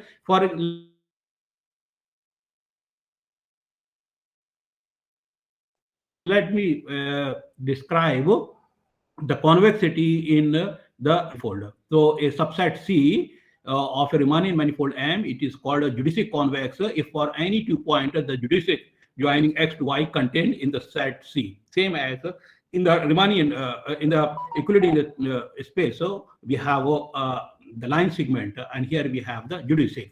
So a function f from M to R, it is called a geodesic convex function. If for any geodesic gamma, the composition map is convex in the usual sense. And now you can see here is, if I take the function f of x is ln x. Okay, so the graph of this is this one, and this is the epigraph of the function f.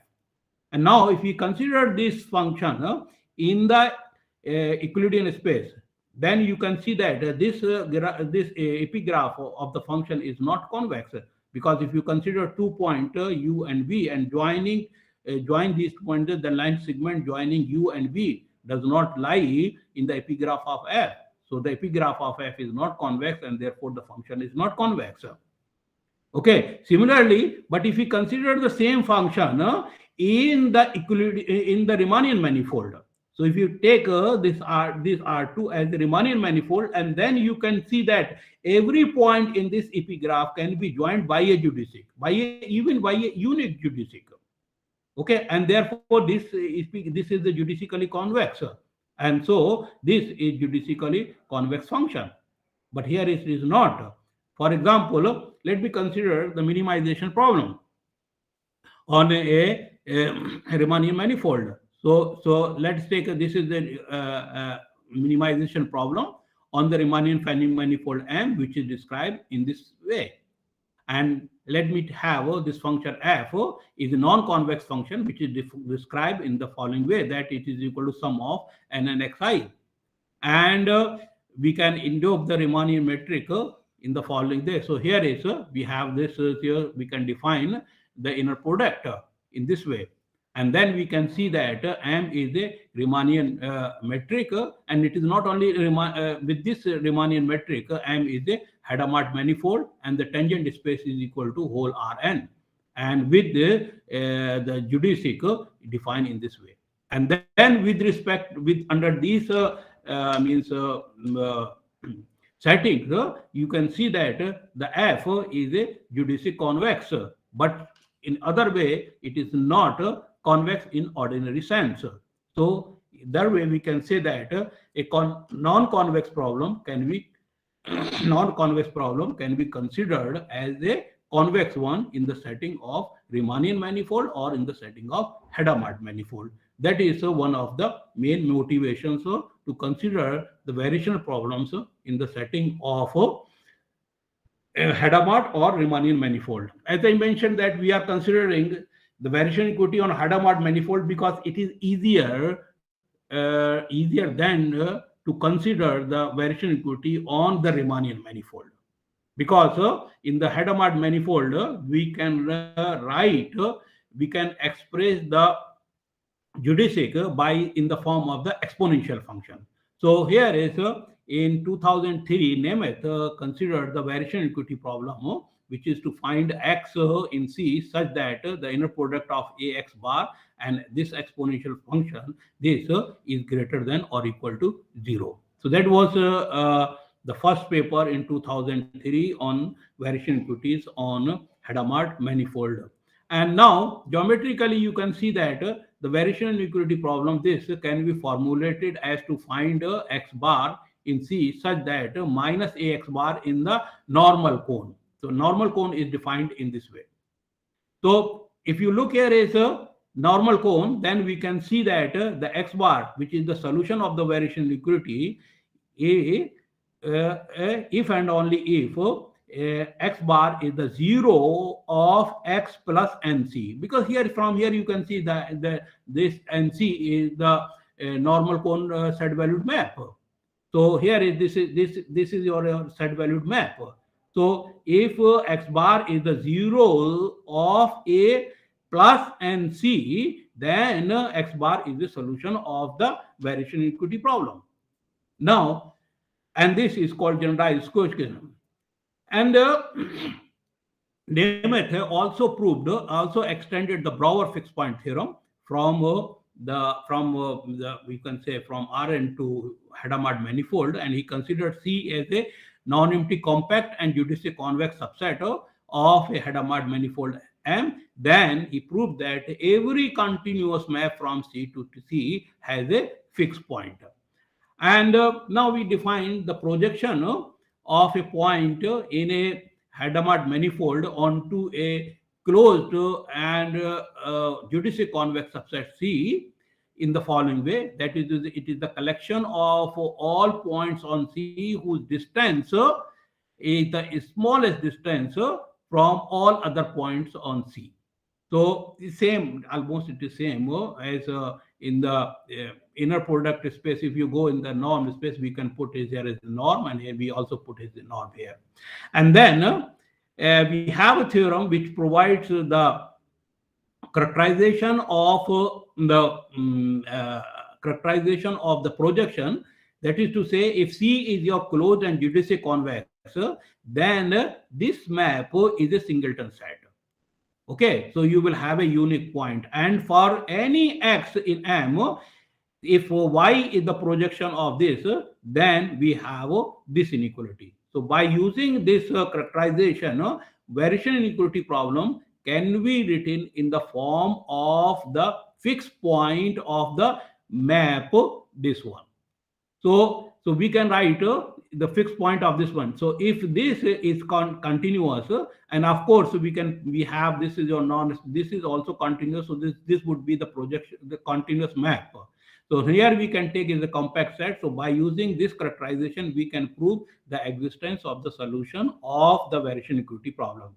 And not only this, by using this characterization, we can also propose, same as in case of the Hilbert space, we can propose the projection method in the setting of Hadamard manifold. Now let's see, as I mentioned that the zeros, if x bar is the zero of a plus nc, then it is a solution of the variation inequality problem. Now, if we consider a plus nc, because this nc is a set valued map, so if we can consider a plus nc as a general set valued map T, then this generalized equation can be written in the form of a variational inclusion problem, which is to find x bar such that 0 lies in Tx bar. So that is the main goal. So main goal, how to find the solution of this problem. So this problem you see here is we can see that if we define the subdifferential of a lower semi-continuous and geodesic convex function from M to R or extended real line, then the subdifferential of the function f at x is the collection of all vectors in the tangent space such that this inequality holds good. And we can see that very easily that the minimization problem, this minimization problem, if we consider this minimization problem, then we can see that is a solution of this minimization problem if and only if 0 lies in the subdifferential of f at the point x. So here we have the characterization in terms of the subdifferential of the solution of the minimization problem.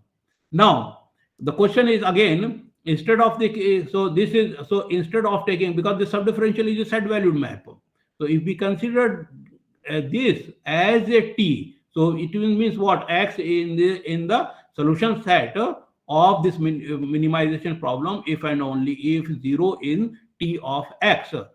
So for this problem, Rockefeller in 1976 introduced the proximal point method in the setting of Hilbert spaces to find the solution of the problem, this problem 7. Okay, so that is the means 0 is in lambda n txn plus xn plus 1 minus xn, and of course there are certain assumptions on lambda n.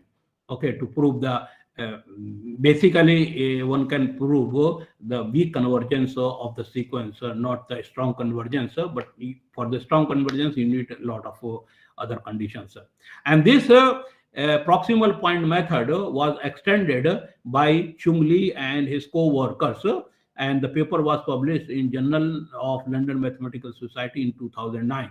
So he extended this proximal point algorithm of Rockefeller in the setting of Hilbert spaces, and this proximal point method takes this form in the Hadamard manifold. So here you can see that is the lambda n txn, so it is same as that, and but this term, these two terms are replaced by this term. And then of course they have developed the whole theory, the convergence of the sequences, and then provided several things. And then we have another form of the proximal point method is the inexact proximal point method, and it was also given by the Rockefeller, which is this one in the setting of Hilbert spaces. And this inexact proximal point method was extended by Tang and Huang in 2013. Okay, from Hilbert space setting to Hadamard manifold in this way. And of course, under certain conditions, they prove the convergence result. So here is the important thing is this is the error. This term is the error error of the sequence which is satisfying this condition. Now, before going to, I'm going to give the regularization of the proximal point method. So before going to the regularization of the proximal method, I would like to mention some notions for a set-valued vector field. For example, let us take this is the collection of all set-valued vector field, okay, such that T, so for each x, Tx is a subset of the vector space, this one, and the domain of T is the set of all points x such that this is non-empty. So a vector field T is said to be monotone if this inequality holds good, maximal monotone if it is monotone and satisfying this implication. Okay, then we have the Kuratowski, upper Kuratowski semi-continuity of the set-valued map T from M to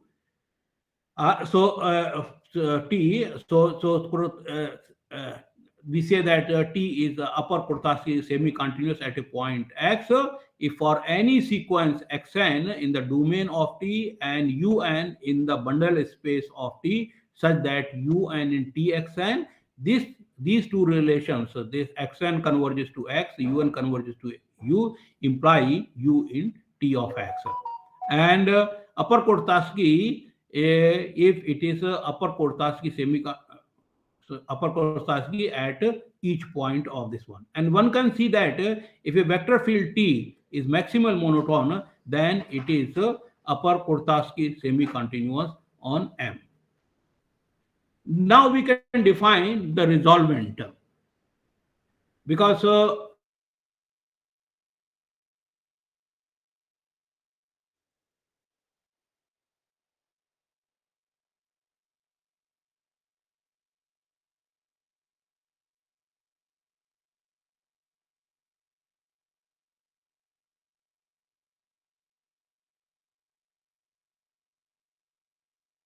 resolvent operator, the resolvent of the vector field T of order lambda is a set-valued map, this one, which is defined in this way. And one can see that to find the solution of the problem, that is to say, to find the zeros of the set-valued vector field T is same as to find the fixed point of the resolvent of T. So this here is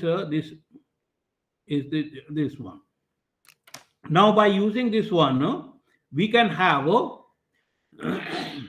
we study the regularization method for the proximal point method, which we have mentioned. Since Hadamard manifold M is a complete metric space with the Riemannian distance D, we have the following fixed point result. That is to say, we can fix U any fixed point in M as lies between 0 and 1 and lambda is greater than 0. Then we can then the map psi of x, which is defined in this way, is a contraction map. And by using, because this is the contraction map and therefore this would have a unique fixed point. So we proved this, this result. And then by using this result, because this has a unique fixed point, so we can have, suppose US is the fixed point of this one, so we can write in this way. And so by using the previous lemma, we established the convergence result of the net generated by this one to a solution of the inclusion problem as approaches to 0. So that is to see if U is any fixed point in M and lambda is greater than 0, S lies between 0 and 1, and T is your set valued vector field, which is a maximal monotone, and the domain of T is equal to M, and of course the inclusion problem, this has a solution, then the net generated by this converges to this point. That is to say, here we have a fixed point on M, and let us take the projection of that fixed point on the solution set of the a solution set of the solution set of this solution set of the variation equation problem. So then, so the net will converge to this point. So we proved this result.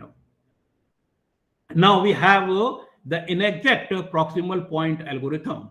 Okay, has so let's take here is T is your set valued vector field, and we can initialize, we can choose any initial point u0, and we can fix u, and then we start n is equal to 0. Let us define un in this way. V is equal to this one and un plus 1 in this one.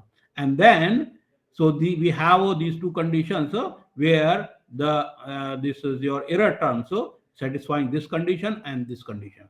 And then, of course, we can see that if we take m is equal to Rn, then the previous algorithm reduces to this one, which is considered by Xu. Here is the in 2006, and Hong and Yang, it is 2009, is this one. And then, of course, if again we can take m is equal to Rn, v is equal to un, then the previous algorithm reduces to this one, which is considered in the paper of this one, Han and he. It was published in Journal of Mathematical Analysis in 2001. Of course, we can have some particular cases of our result. So if we take Vn is equal to un, then we get then the algorithm 2.1 becomes the algorithm presented by Tang and Huang, as I mentioned in the setting of Hadamard manifold. And if we take Vn is equal to un, psi n is equal to 0, then again our algorithm reduces to the exact proximal point method studied by Chungli and his others. Then we proved the following result, following convergence results. If T is your maximal monotone vector field and U and Vn are the sequences generated by our algorithm, then the UN converges to a solution of the inclusion problem. So this we proved, and then we gave the application of our result to the minimization problem. As we have mentioned, this is always holds good. So we take the advantages of this, and now you can see that this vector, this here you can see that we will have basically to use the previous result, we need to have this lemma, which says that if M is your proper lower semi-continuous geodesic convex, then the subdifferential is a monotone vector field.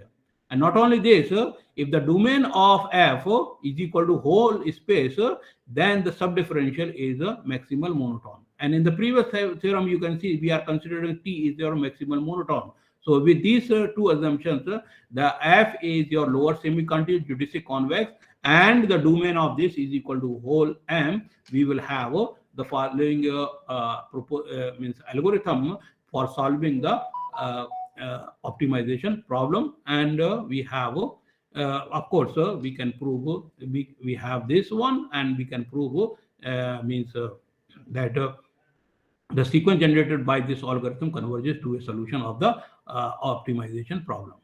Now we have finally we have this numerical result where we consider M is equal to this space, and M this is your Riemannian metric, which is defined in this way. And then we can see that the Riemannian distance D can be is equal to this one. With these settings, M is your Hadamard manifold. Okay, the details is given in the book of Urdiste. Okay, this in this book, and then we can take gamma is the geodesic starting from X with the velocity V defined in this way. And with this, then let us take T is your vector field. Is of course is the set valued vector field. We can define in this way, and then we can see that the solution of the inclusion problem, the 0 in T of X is equal to this set. And we can see also that T is our maximal monotone vector field.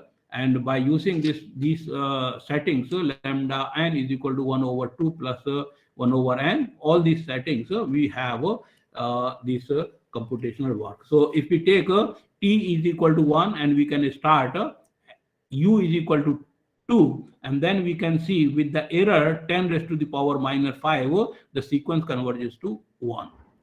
And sorry, the sequence converges to with the error. If we take u is equal, we fix u is equal to 4, and then we see that with the error at 10 raised to the power minus 5, the sequence converges to this at the 11th iterator. Similarly, for here, yes, we can take t is equal to 2 and u is equal to 2. Then with error 10 raised to the power 5, the sequence converges to 1, because 1 is the solution only. So it converges to the solution at iterator 8. So here is we can have this graph for all these things. And basically this talk was based on these 3 papers. One was published in 2019 in Journal of Fixed Point Theory and Application with Babu and Yao. Professor Wang is here, Yao is his colleague. And another paper, it was published in 2020, Journal of Nonlinear and Convex Analysis. And the last one is, this paper is basically the survey article on variation equities on Hadamard manifold. It is published on in Indian Journal of Industrial and Applied Mathematics. This volume 11-2, it was in the memory of Professor Abul Hassan Siddiqui. He was my guide and my mentor. And we have this paper in that issue of Indian Journal of Industrial and Applied Mathematics. So thank you very much. If you have any question, please.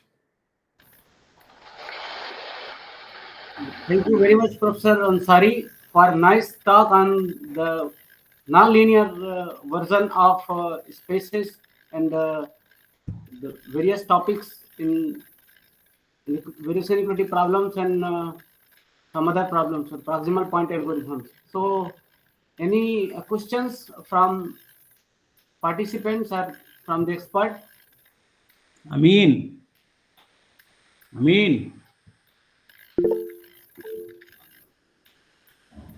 you are here? Hello. Amin. Yes, somebody is asking. Okay, nobody asking. Okay, no, I'm just asking. I'm here. No, I'm here. Come on, let someone ask. I will ask you something. I have a question for you. I did not ask you any questions, so you cannot ask me any question. Hello, sir. Yes. Sir, I have a question. Yes, please. Sir, actually, you say that if the space is actually you say that there is any continuous function in the space. Hadamard, sorry, I forget this space. Any continuous has a fixed one. My question is, there is no another condition imposed? Any continuous function defined on a compact convex subset of a Hadamard space. Okay. Compact and convex is must. Yes. Okay. It is an extension of the Brouwer fixed point theorem. Thank you, sir. Any other question? I have a question, sir. Yes, please. Is there any work of optimization on fractal domain? On fractal domain, I did not see.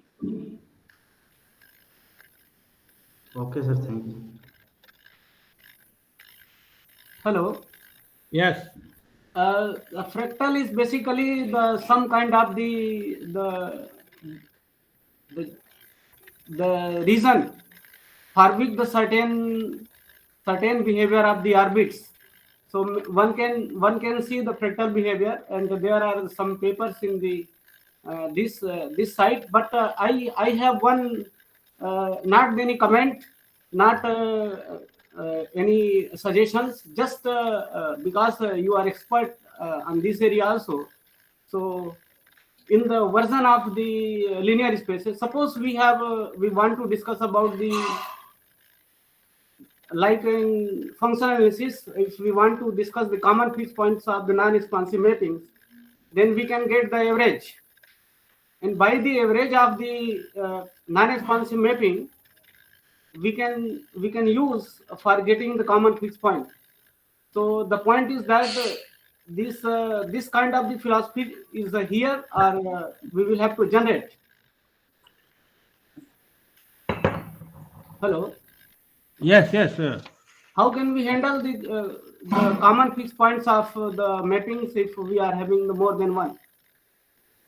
Well, you see that the important thing is that most of the result, as I mentioned, which are required only the completeness, they can be extended and can be derived very easily, as you can treat the metric space same as the Riemannian distance. Okay.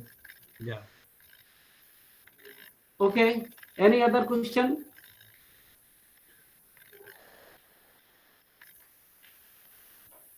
Okay, I have a question. Okay. You cannot ask. Okay, welcome. No problem. This is the platform for the discussion. No, I'm just joking. Okay, Hamar, Yes. let me, first of all, thank you very much for this talk. I heard it before. I don't know why. I like this one more because maybe you put it into an introductory level. Before it was too technical and I didn't follow it, but I really got my interest now. A quick question. Just for the people who are not familiar with this, is that the fixed point theory. Now I'm looking at fixed point theory, the variational problem. Okay, fixed point problem, the metric fixed point problem, not even the Brouwer and topological fixed point problem. Okay. The metric fixed point, the origin of the metric fixed point problem on manifold and specifically on cat-zero spaces goes back to the work of a Polish group. There were people working with Goebel, and there is a beautiful book by Goebel and Shimon Reich on hyperbolic geometry and so on and so forth. It's beautiful. Okay, now. What happened is that these people, what they showed is that using that convexity, the convexity, the geodesic convexity, okay? And it has some behavior that is similar to the Hilbert, okay? Similar. I didn't say, we have to be extremely careful about what I'm saying and take it with a grain of salt, okay? Be careful about what I'm saying.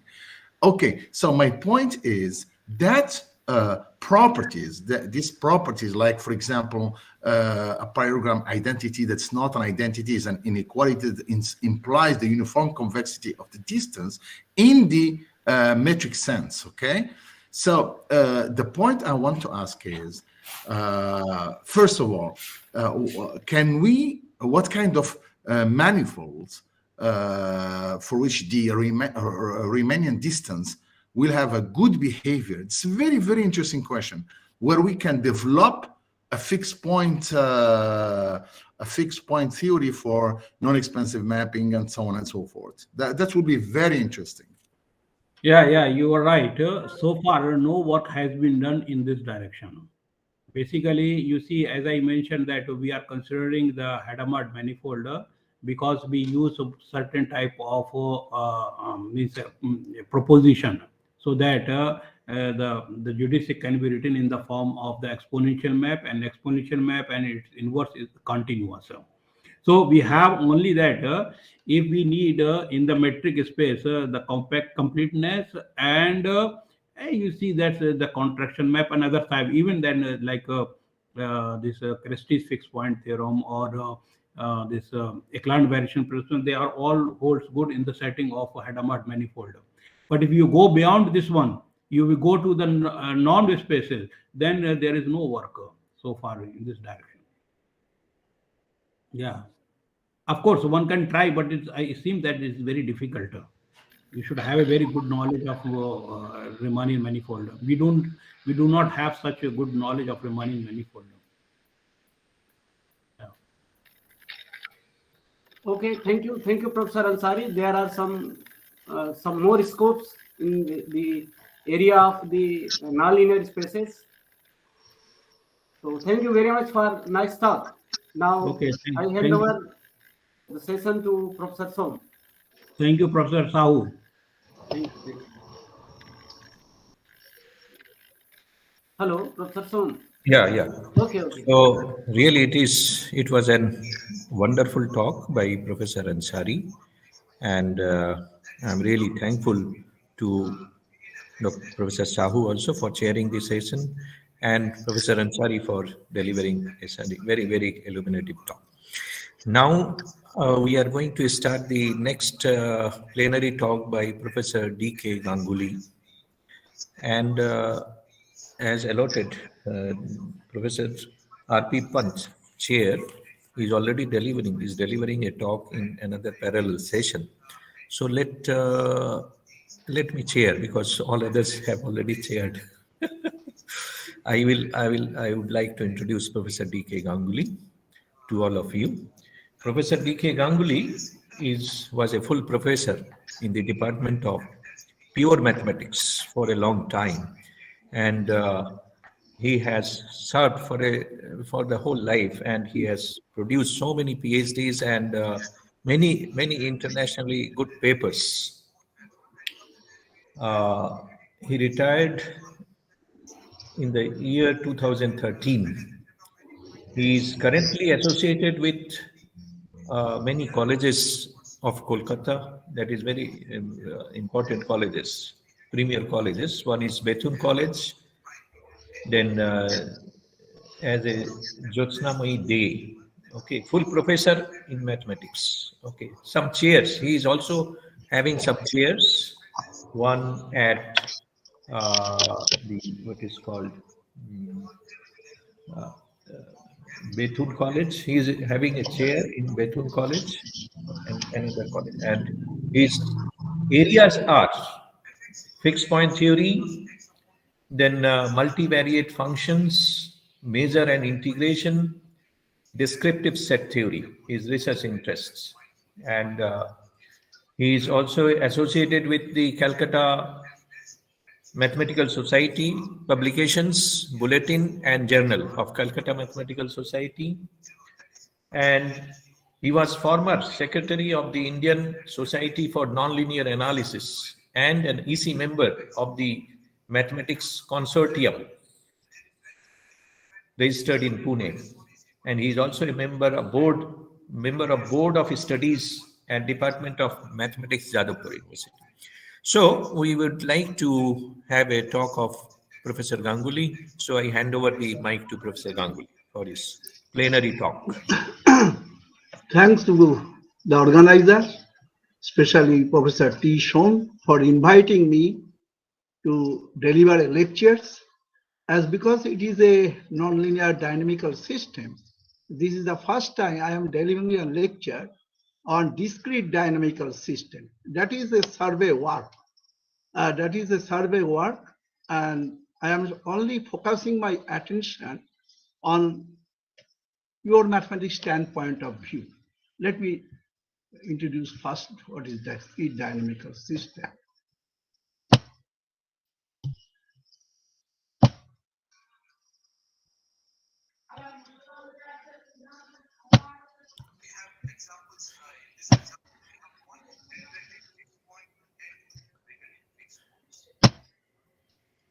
Okay, it is visible?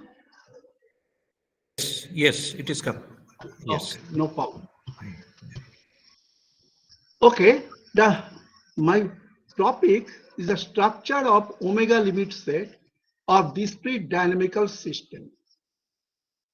This is a very interesting topic because the omega limit set plays a very important role in discrete dynamical system.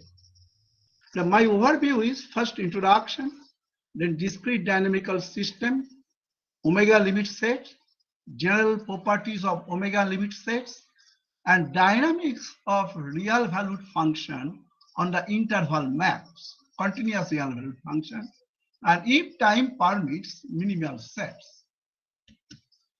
The introduction, dynamical system allow to modeling various physical phenomena as well as natural phenomena by only describing their local behavior.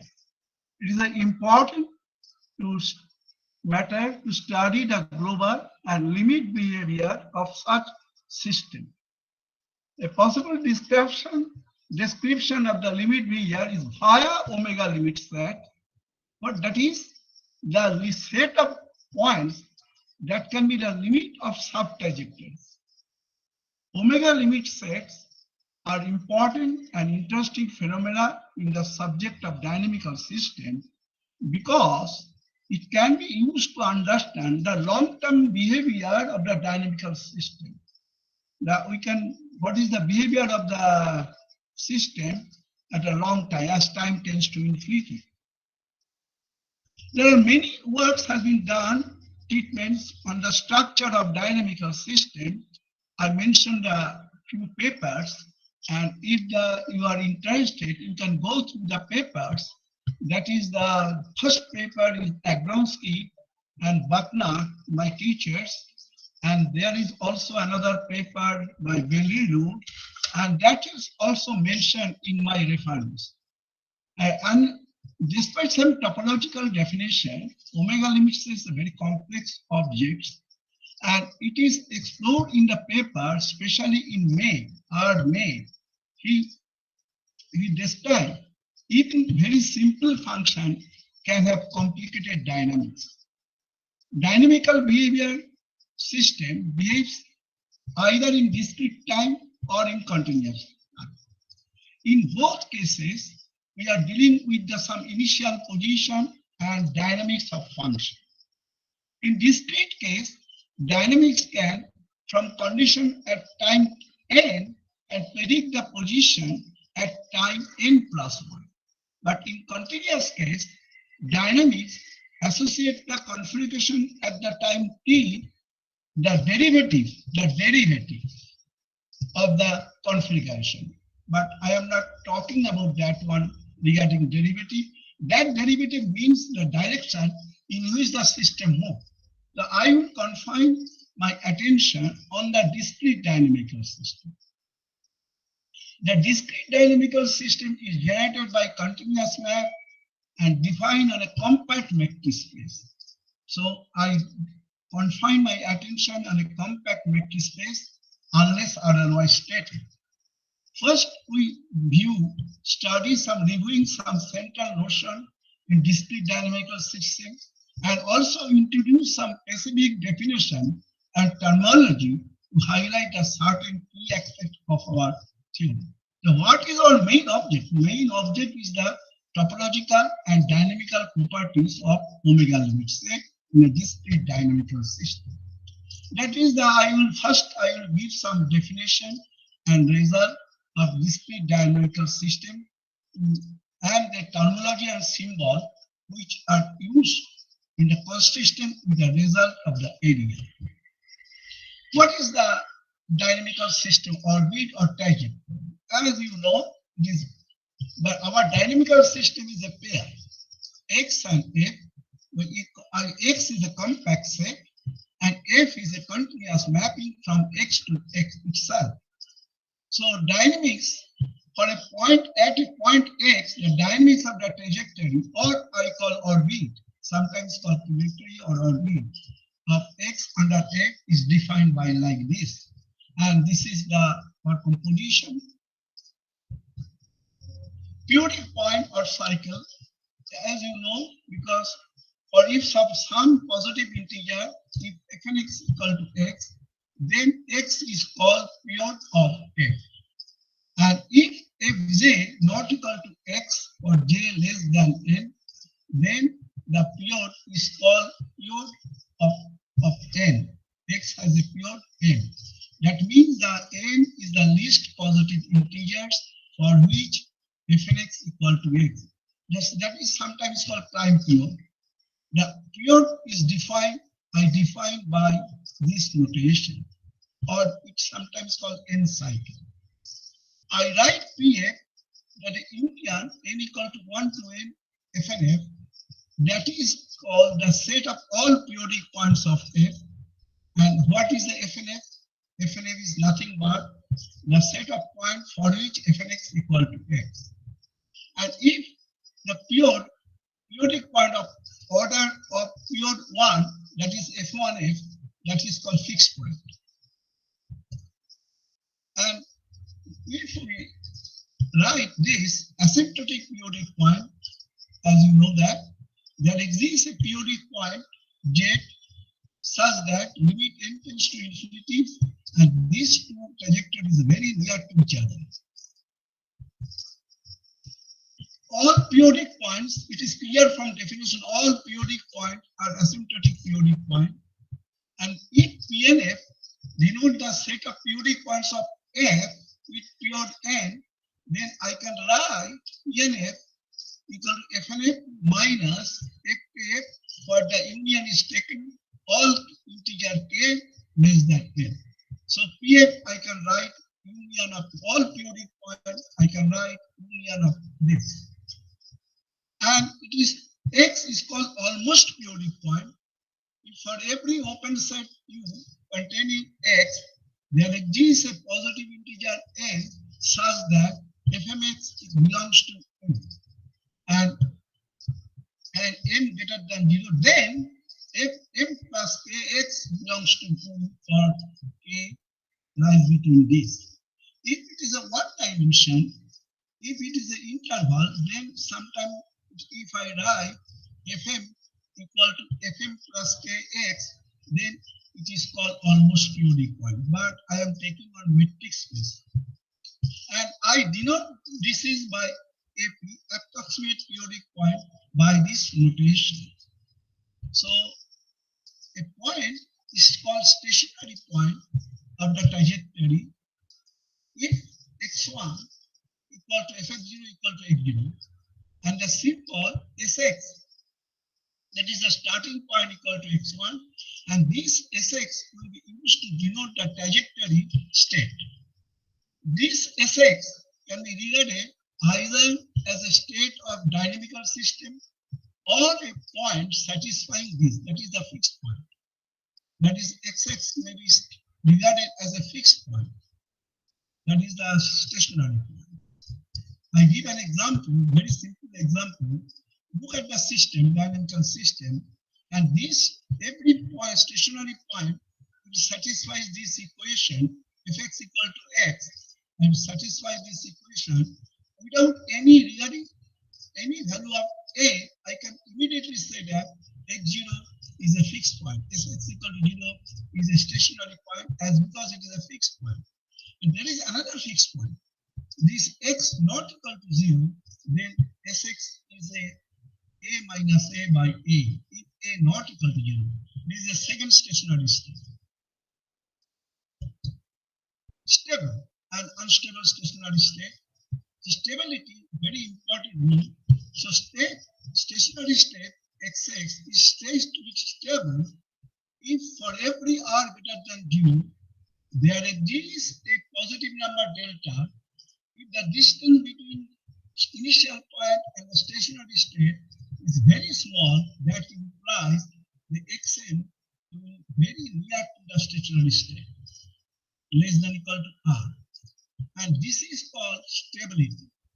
And otherwise, that means that we have chosen how close we want to remain to Sx in future, that is choice of r. How close we remain to Sx in future, that is the choice of r. We can find how close we must start at the beginning, that is the existence of delta. Non-stationary point or unstable is there. So I can find a r greater than 0 such that for every delta greater than 0, we can find x0 for which this property holds.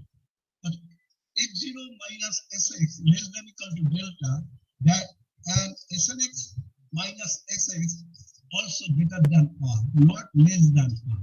That is, it is far away. So it is all unstationary or unstable. Look at the example. Look at the example. I am taking the simple function fx equal to 1 minus x.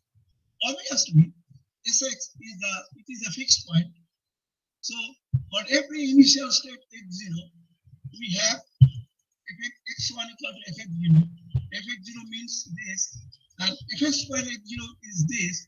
So we have seen that this xn minus fixed point xx, that is 0.5, is same as, because in the two state we get x0, x0.5. Same. So this is true for all n. So this fixed point is a stable. Very easy. Now I am giving another example. Now look at the example. If x equal to point x, if x is negative, less than equal to 0, and 2x, x greater than 0. So 0 is a fixed point, and that is the 0 is a stationary point. Now when you move the orbit starting to the left of x0, then this function will converge to 0. So when the orbit starting from the right of x0, then power will be increasing, so it goes to infinity. Yeah, so that is 0 is not a stable point. If you move left of 0, it will converge to 0. If you move from right of 0, it is infinity. So 0 is not a stable. It is unstable. So this is the condition. Now a topological behavior, a topological transitive map. What's that? A map F x to x is topological transitive for any non-empty open set, pair of open set Q and V.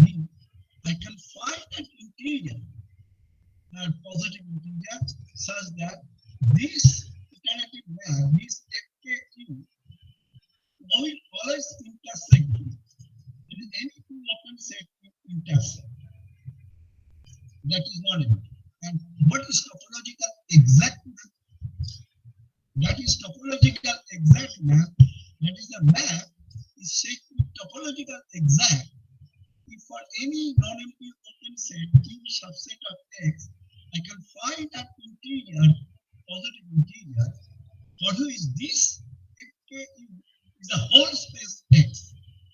And it is evident from the definition, any topological exact map is transitive map. But topological exact map is a transitive map, so but not converse is not true. That is, for example, consider the rotation of the circle, irrational rotation of the circle. You can see that any open set will certainly meet another open set. That is, it is transitive, but it is not topological exact map. Now, sensitive dependence to initial condition. This is a very important thing. In short, I write it SDIC, sensitive dependence to initial condition. A map is called sensitive dependence to initial condition if there exists a delta positive such that for every x belongs to x and every neighborhood n of x, I can find a point in this neighborhood and a positive integer n such that these trajectories, very near point trajectories, are deviated greater than that. That is, if this happens, then I say that there is a sensitive independence to initial condition. F is SDIC, and that will lead to the canvas. So, the following definition used by Divine, very important, very important. And if you go to that book and define the function which is unpredictable by discrete regularity. And this is a chaotic map. I give the function is chaotic map. A map is called chaotic if it is topological transitive, having then set of body points and SDIC. Sensitive dependence initial condition. But I take this example from Divine, and if you go through the example, which is a doubling point, I take I denote the theta a point like cos theta sin theta on the circle, given less than theta less than 1, I consider the mass of unit circle to unit circle by the definition like this: g theta equal to 2 theta mod 2 pi. Then this is a doubling angle. That means g simply doubles the angle at a point S in a positive axis. That is doubling method. And it can be shown that G is a chaotic. G is a chaotic map because the periodic points is a density. And you can easily calculate the periodic points, and that the periodic points is nothing but the 2 power 8 minus 1 root of unity. And this is the picture. This is the picture of the doubling map. And this all the arcs are equal. And then it has so many periodic points. N minus periodic point. So these periodic points are dense, but if you go further and further, there is a large number of periodic points, and so the periodic point can be proved that it is a dense. So, but there is a result. Continuous transitive map on a metric space have a dense set of periodic points and chaotic. I use the result to conclude that doubling map is a chaotic. And you are already known about the 10 map. You know the 10 map. 10 map is very important. What is the 10 map? I have not drawn the picture, but I can only read out. If I is an interval 0, 1, and if the parameter small x taken from the interval 1 to 2, then the 10 map from I to I is defined by f parameter xx equal to xx if x belongs to 0 to half, and x into 1 minus x if x belongs to half 1. Then this is for a 10 map, and you can show that that 10 map is very familiar and very well known, and that 10 map is also a chaotic nature.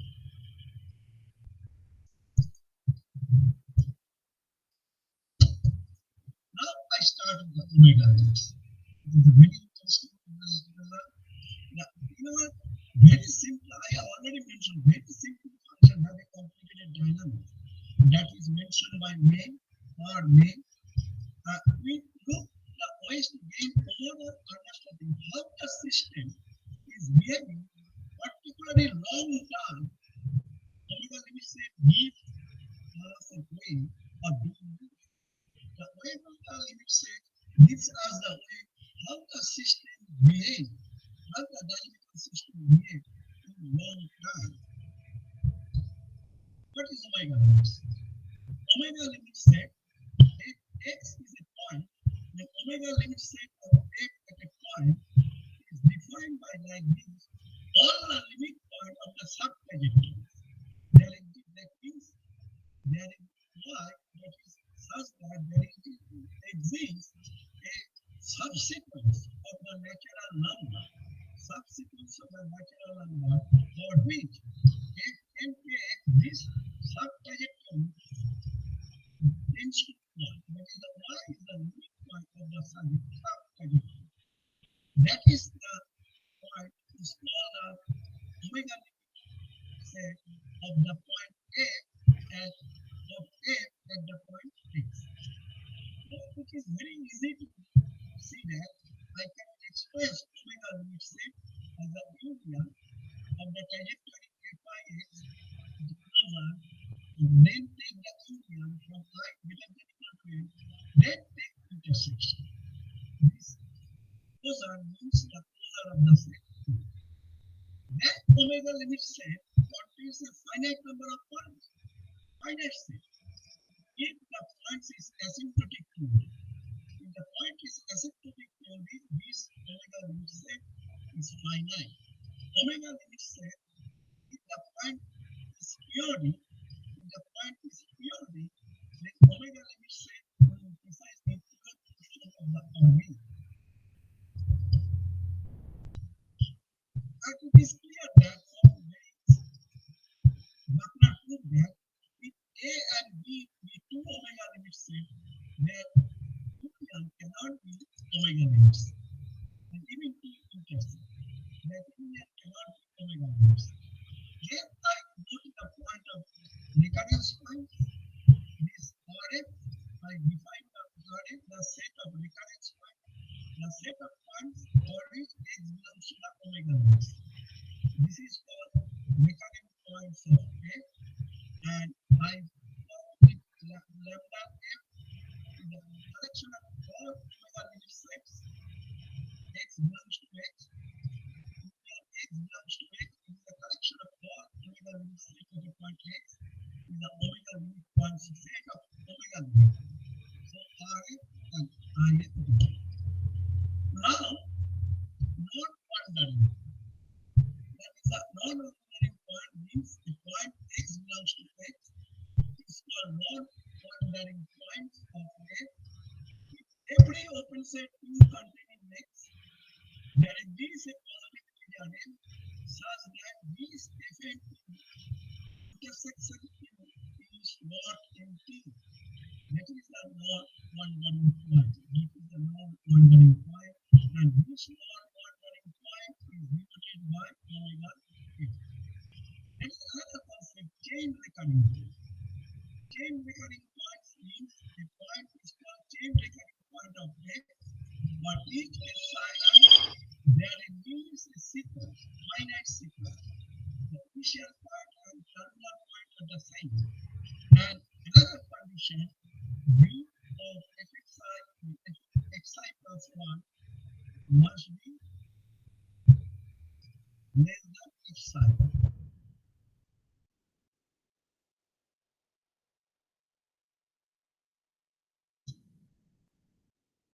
Non-recurring chain recurring point I denote by C. And there is a very interesting relation, very easy to do that. If xb is a compact vector space and f is a continuous function, a dynamical system has a like that, the periodic point, the fixed point is a subset of periodic point subset of approximate periodic point. This is a chain relation. Rf is a set of omega limit point, and this is the non-one. This is a relation. Now, how the structure of f, fixed point of a? I will not this information. What is the structure of the fixed point of a periodic point of a? This is an f sigma set. This is a topological f sigma set. And what is a recurring set? What is the structure? This is nothing but d delta set. And this relation immediately follows. And there is a non-wandering point. Gamma it is also the set. And the set of all chain recurring points is also equal. These are the topological properties of the set. Now I go to the general properties of omega limits. This is very interesting. What is the general topological property of omega limits? Now, omega limit set definition. I put a metric space X. This is a dynamical system. X is a compact. F is a continuous map from X to X. Now, I define the equivariance. A set F, subset of X, is called F equivalent for some type of equivalent if this is. Again, A of N contains N. If the image of N is below N is equal to N, this is called strong invariant or sometimes called S invariant. Now, simple idea of omega limit set is a very active. What is active? This definition is taken from its the subset A of X is said to be factor of X. X is nothing but X to X, I already mentioned. If X is non-empty, compact, strongly invariant, and there is an open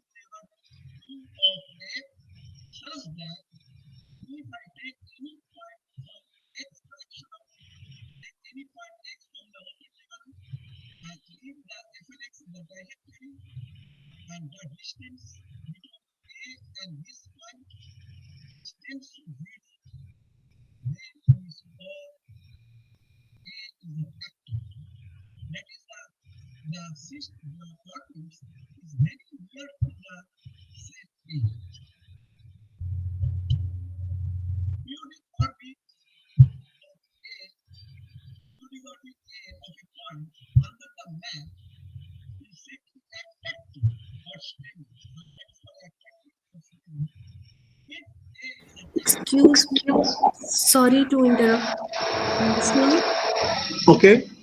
Sir, your voice is very low actually. Voice is low. Yes, sir. I cannot. So now it's okay, I think. Now, sometimes due to net problem, I think so. Okay. Now it is okay? Yes, sir, perfectly Yes, sir. fine. Yes, sir. Okay, sorry. Yes. Okay, sir. So, if A is an attractor, then periodic orbit, that is the orbit of that is the trajectory, I call the attracting. Now, omega limit set is the attractor of F. Very interesting result. Our omega limit set is an attractor of F when F is restricted on the orbit, this orbit of F, but not the whole space. If F is restricted when F is restricted on X, then it is not an attractor. But if you restricted F on the orbit of X, then this omega limit set is an attractor, but may not attractor for whole space. That example is given. If you see the May paper I have mentioned, and he also give an example of a function from interval 0,1 to 0,1 for attractor. Now, invariantly connected set. A closed invariant subset A of X is said to be invariantly connected if it cannot be represented as a union of two non-empty disjoint closed invariant set. I already mentioned the definition of invariant set. If the set cannot be expressed as a union of two disjoint invariant set, then it is said to be invariantly connected. Then there is a very good result. Suppose xf is a dynamical system. Here x is a compact set, f is a continuous function, and x belongs to x. If the orbit closure is compact, then the orbit closure is compact. It can be proved that. And then omega xf is, then what is the omega limit set? The nature of the omega limit set is non-empty, closed, I already mentioned, strongly invariant, and invariantly connected. This omega limit set, that is the structure of omega limit set, that is the closed, it is very easy, strongly invariant and invariantly connected. Following is the corollary of the above theorem. When X is compact, each non-empty closed subset is compact. It is very easy, we know that. And X be a dynamical system, X, then this omega xf is a perfect set. Do you know the perfect set is a closed and dense in itself? That is called perfect set. That is, a perfect set is a closed set having no isolated point. That is called perfect set. So that is a very interesting result. X is a dynamical system with X compact, then omega limit set will become a perfect set for any point X belongs to the recurring point minus periodic point. For not for all X, but when X belongs to this set. There is another concept of dynamical system that is called weak incompressibility. That is weak incompressibility. A subset of X is said to be weakly incompressible, or sometimes X has weakly incompressibility. Our set is weakly incompressible if for any non-empty closed set, if M is a closed set, then any non-empty closed subset of A, then M intersection and the complement of M with respect to A, that closure is non-empty. If this happens, then A set is said to be incompressible. And otherwise, we can state the result in different way, alternative way with respect to open set. If U is an open subset of A, so I write if this happens, F U closure, because it is an open set, I write it U and put M instead of A minus U. So from this result, I can easily deduce that one. So it is an alternative definition in terms of open set. That if this happens, if the set is non-empty, then I say the set subset of A is weakly incompressible. And for dynamical system,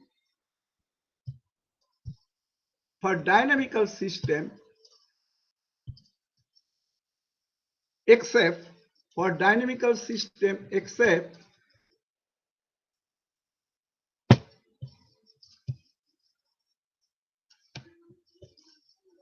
for dynamical system, except that is a result, very interesting result, that is proved by Stochastic. He proved that dynamical system except with X compact, X belongs to X, the omega limit set is has weakly incompressibility. That is weakly incompressible. It is now another concept, that is the epsilon pseudo orbit. Epsilon pseudo orbit is a very important concept. Sir, we are running out of time, late of time. So can you conclude another 5 minutes so that we can have the next talk 5 minutes by Sanyasiraju? Okay, let me. Okay. So, okay. Let X is a dynamical system. I call it ICT. ICT is a very important concept. So except is a dynamical system. A set, a subset of X is called ICT, that is internally chain transitive. If every pair of points XY belongs to A, epsilon greater than 0, and I take 2 points, and I take any 2 points, between any 2 points, I take finite number of points like this, and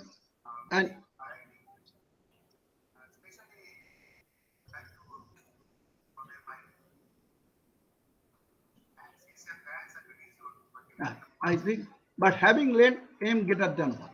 If this happens, that is the first point is x0 and last point is y, and in between x and y, I put the finite number of points and number of length of the interval greater than 1.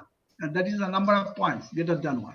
If A equal to x, then we say F is chain transitive. That is called chain transitive. Okay? Then that is a proposition. X be a compact metric space. X is continuous.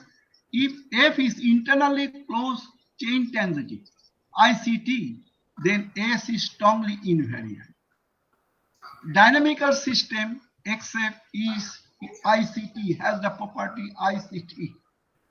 Okay, and this transitive, that is strongly invariant, and dynamical system has an ICT property. That's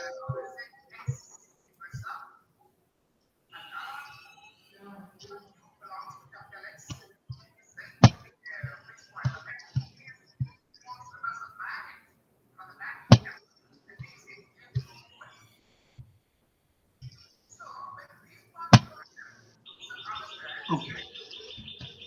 Then there is a connection between internally chain transitive and weakly chain transitive.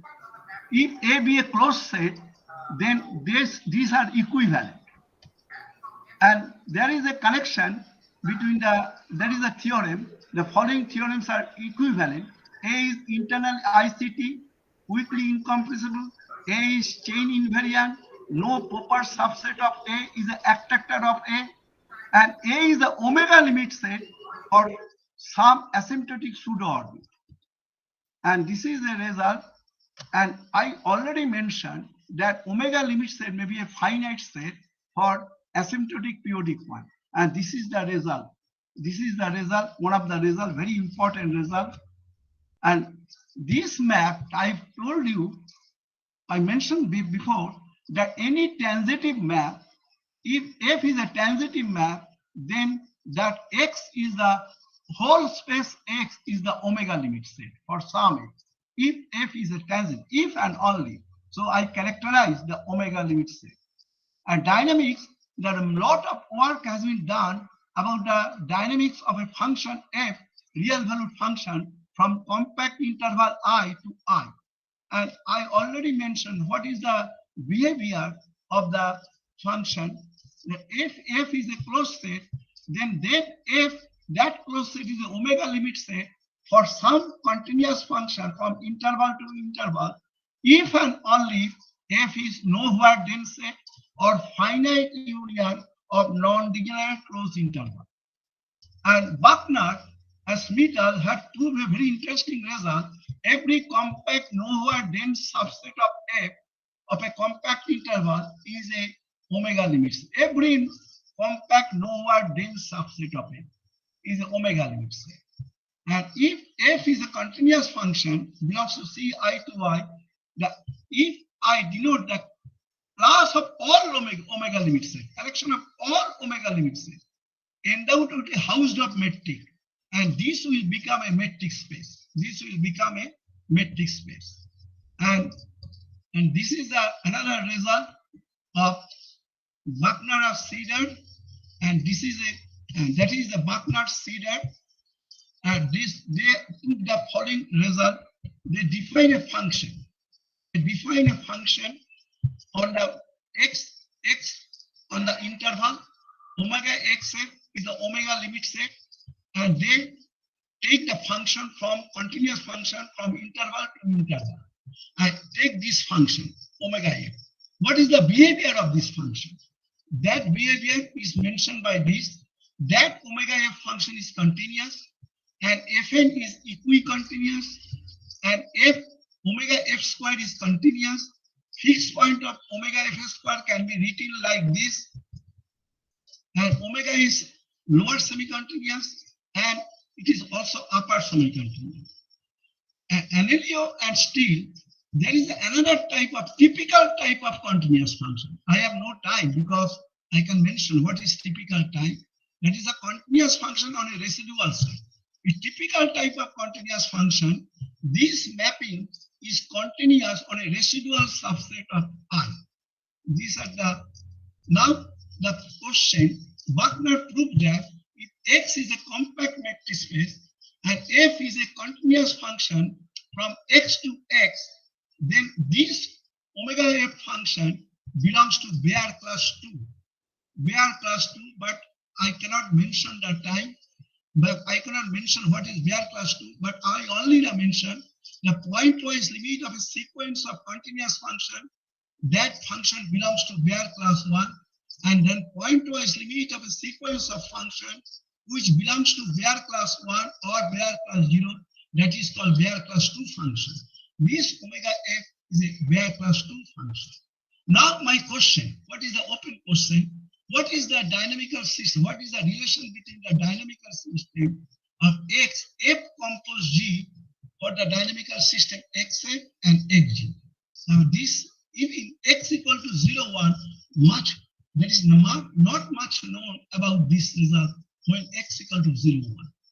So I can stop here. That is, I step it. This is scenario. Should I stop? Yeah. So let me, so one or two questions. Okay. If there are. Because time is short, so I am so hurried, Professor. Yes. I know So we good. are running out of time, and therefore we had to go in it is an hurry. interesting thing. Yeah. Yes, good afternoon, sir. Yeah, Sir, my please. question is that we had studied that dynamical system is a system consisting of differential equation in which time is the dependent variable. And here you have considered the dynamical system in which it is a pair of where first tuple is the set and second tuple is the continuous function. So, sir, Right. how these two dynamical systems are related to each other? Now, because I already mentioned that the dynamical system is two parts. That the discrete dynamical system, that is the dealing with the iteration of continuous function, right? Another dynamical system that is also a continuous dynamical system that is dealing with the differential equation. I am not dealing with the differential equation. In the differential equation, you can iterate and also you can, that is another way. But Lyapunov function, stability, that is another way. But I am talking about the discrete dynamical system is behavior regarding the pure mathematics standpoint of view. That is the continuity and compactness, stability, that is. This is the intention. I am not going to go discuss about the continuous dynamical system that involves the derivative, that is a change of direction. I am not dealing with that. That is another way. But sir, in discrete dynamical system, when we take the codomain, the set of integers or natural numbers, then we can also define the discrete dynamical system by using the differential equations also. Yeah, but yeah, I am not dealing with that part. But if you use the difference, suppose if you use the Newton-Raphson method, it is one kind of dynamical system, right? You have iteration, you have a function, right? And you can get the fixed point, then you get a result. So this is another way. And if you take that, so if the derivative, in case of derivative is positive and a mod f dash x less than 1, that is a stable. In this way, the dynamical system can be studied by many authors in one dimension, 2 dimension, 3 dimension. That is, I am dealing with the only topological behavior. Topological Okay, behavior. sir. Okay, sir. Thank you. So let me thank to Professor Ganguly for a very illuminative and very nice talk on discrete dynamical systems and on omega limit sets. Okay. And now we are going to go to the next talk of this session by Professor Sanyasiraju of IIT Madras. And I request Professor Subir Das to chair this session.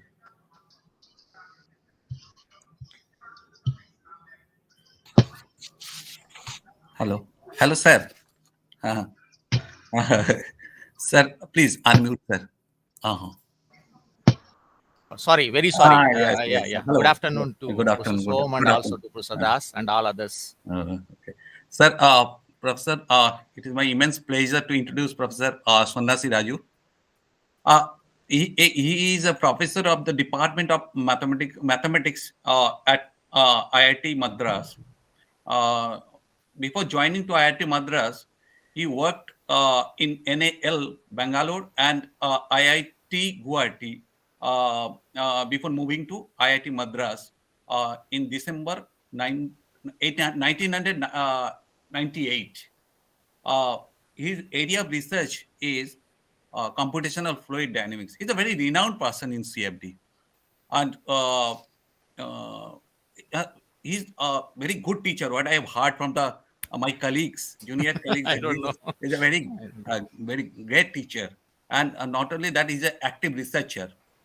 Today I was going through his CV and I have seen his recent publications, Applied Mathematics and Computation, International Journal of Heat and Mass Transfer, International Journal of Numerical Methods for Fluid, Communication in Computation and Physics.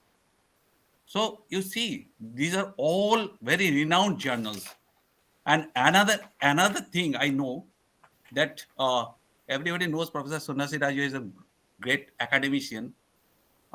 He's also a great administrator because he was the chairman of GATE for 2 years. I also worked under him. So now I hand over the mic to Professor Sanyasiraju. Thank you, Professor Das. I mean, very, very kind words. I mean, much more than what I deserve. Thank you very much for that. I hope my voice is clear. Can somebody? Yes, sir. Yes, sir. Yes, sir. Yeah. Thank you. Okay, straight away. So how much time I have? So right now it is 12:15. Yeah, you can take, sir, up to 45 minutes, I think. Okay. Half an hour. That means half an hour, sir. Maybe 12:40 like that. I'll try. Yeah. Okay. So that I don't want to eat up the participants' lunchtime. So I'll try my best. Okay. So I'll go to the sharing my screen. Yeah, I'll go with the entire screen.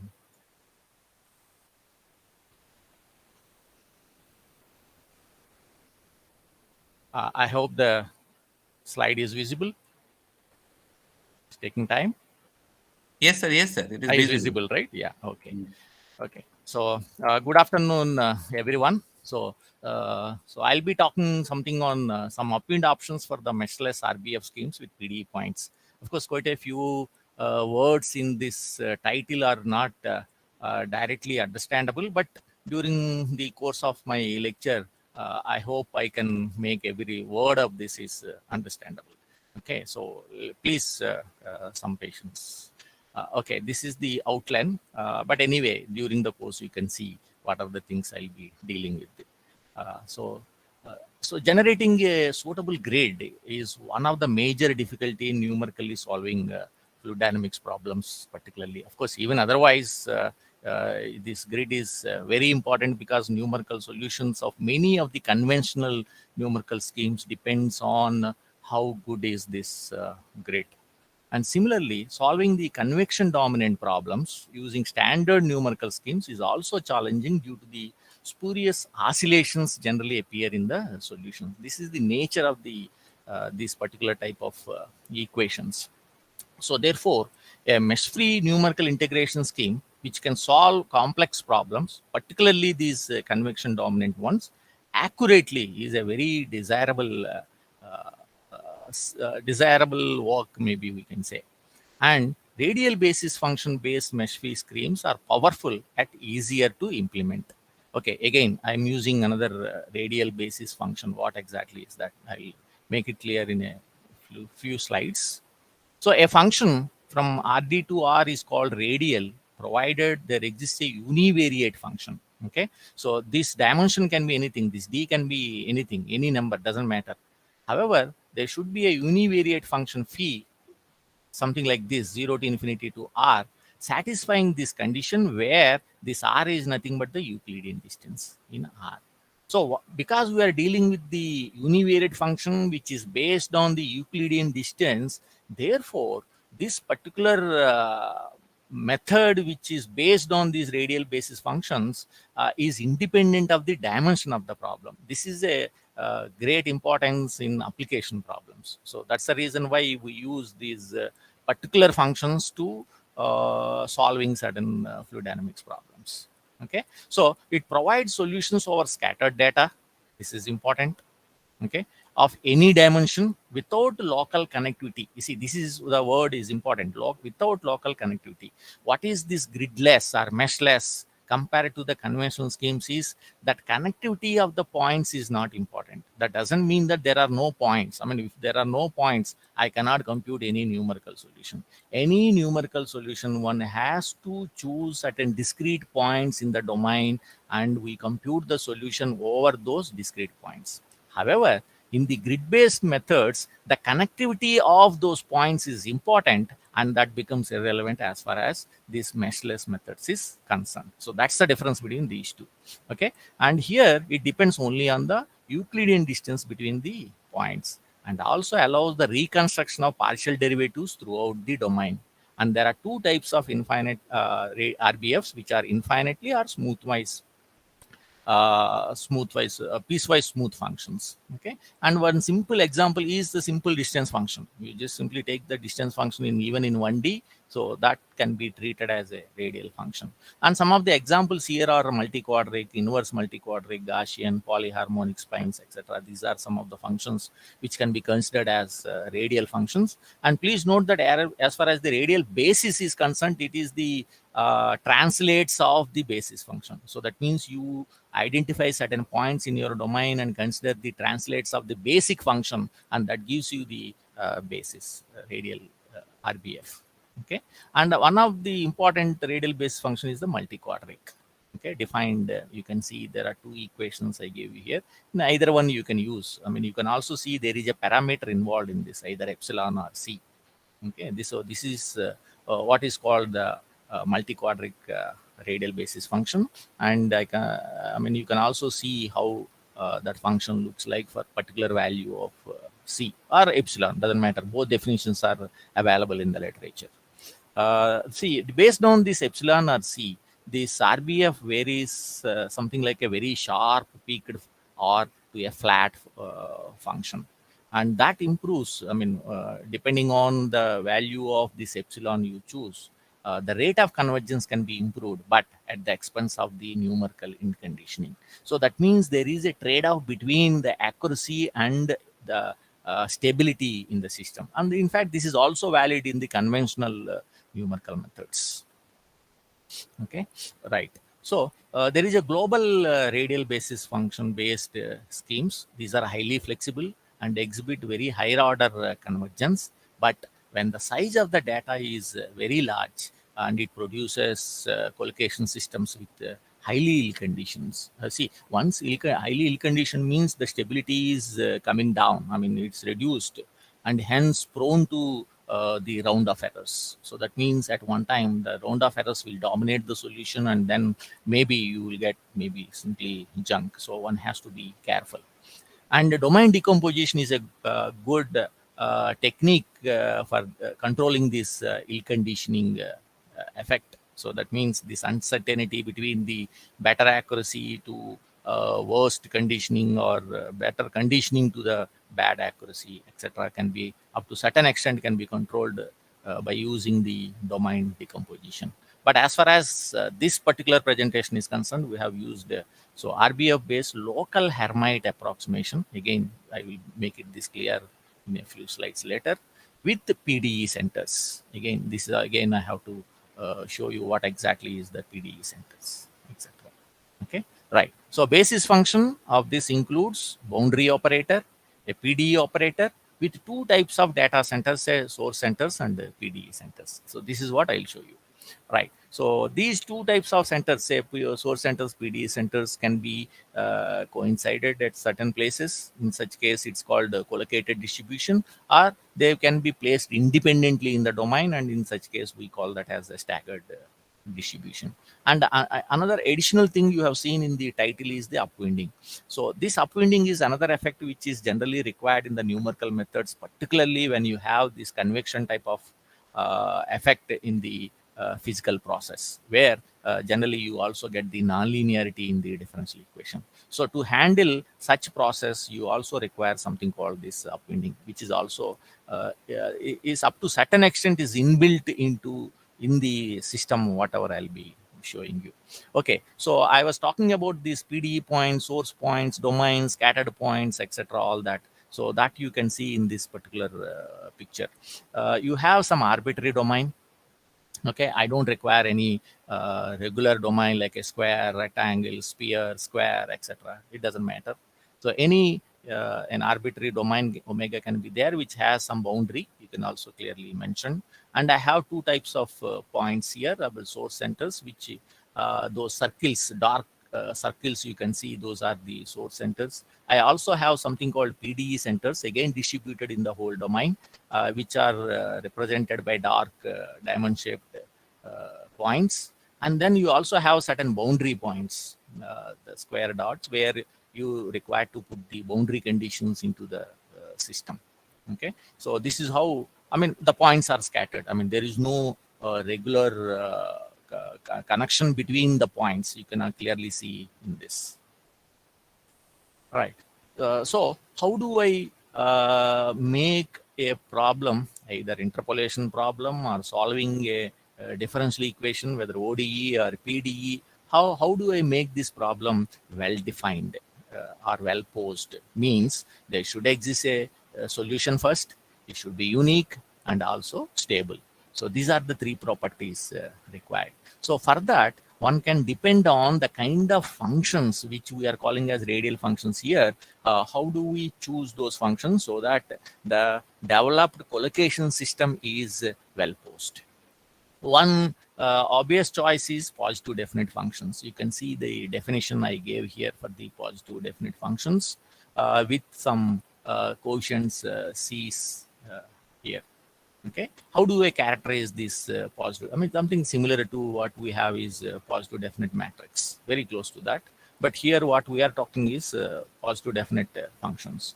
So how do I characterize this? The characterization depends on some Fourier transform.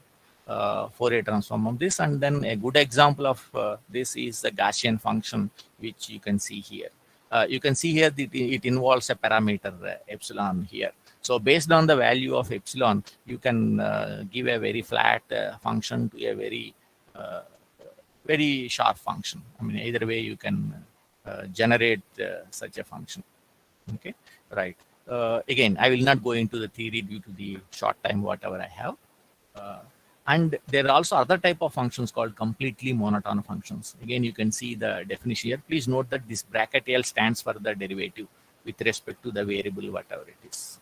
Okay, so this definition gives the complete monotone functions. And again, characterization now, it depends on the Laplace transform instead of the earlier one, Fourier transform. Again, there are certain examples here for this kind of functions. I mean, why I'm giving these characterizations, etc., is how to decide whether such a function is completely monotone or not. On the other side, why I'm looking at these functions is so that my collocation system, whatever I generate using these functions as my basis function in the radial basis functions, are well posed. Okay, that is how these are connected. And this is what is called the inverse multi-quadric, because beta is less than 1. But I am not looking at this particular function as far as today's discussion is concerned. I am taking multi-quadric in which the beta is greater than 0. That's where not the positive definite nor the monotone functions, but there is something called the conditionally positive definite functions. Here again, the positive definite function, the definition satisfies with respect to some condition here, this conditional.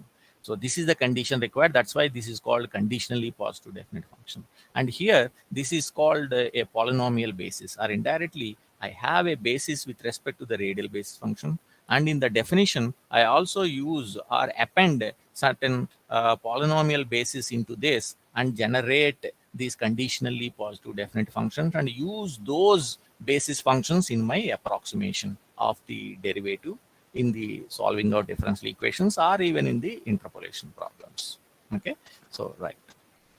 Here, I have one important theorem here for the multi-quadric functions, particularly for beta is equal to 1 by 2. This is called Hardy's multi-quadric. For beta is equal to 1 by 2, the condition required is only 1, or we have to add a constant term, that's all. That means 0th degree polynomial precision. Please note that when I say polynomial, it's not polynomial of one variable, because our dimension of the problem is d. The d can be anything, d greater than 1, right? So depending, accordingly, we have to choose. Or for example, if you take thin plate planes, another RBF, here you can see in 2D, you have this x and y, and there are 3 conditions to be satisfied, etc. However, in the... Are these conditions flexible? These conditions depend on what kind of RBF you are using and the degree of that RBF. So depending on the degree, one has to choose this basis, the dimension of this basis. How it will be ensured that the problem can be handled with these conditions, sir? Okay, because once I have this additional, for example, here you see, if I have this additional basis other than this multi-quadric, I have additional variable or additional coefficients are there. So here, for example, if I'm solving the interpolation problem, the interpolation conditions ensure that many equations I'll have depending on this n. but these additional unknowns still have to be computed. And for that, I require these additional constraints. Three parameters are there. That's why you are considering. That's why I have these additional constraints. It's okay, sir. So that in the end, the problem is well posed. I mean, the number of unknowns are what I call is closed system. The number of unknowns and number of equations will become equal. Right? However, for beta is equal to 1 by 2, okay, there is a very interesting theorem which says that once you do the collocation with beta is equal to 1 by 2, even if you don't add this additional polynomial basis, you will see that the corresponding collocation system has exactly one negative eigenvalue and n minus 1 positive eigenvalues. That means the zero eigenvalue is not there, guarantees the non-singularity of the coefficient matrix. That means the well-posedness is, or existence and uniqueness of the solution is guaranteed once beta is equal to 1 by 2. However, in the literature and whatever the work we have done, we have still used this additional constant, whatever I have, because I can have some additional constraint like this, and which gives me a nicely structured quotient matrix. I mean, I will control my quotient matrix using this additional condition, though it is not required, right? So, right. So with this theory, that means the existence of a well-posed problem with the radial basis functions under certain conditions, whatever we have seen until now. Right, now let us go to solving those problems of in general, any boundary value problem doesn't matter, but as far as my discussion is concerned, I am more interested in this convection dominant problems. In fact, I can also tell you the reason why I am choosing these convection dominant problems is, for such problems, there can be severe oscillations in the solution if you use the conventional methods.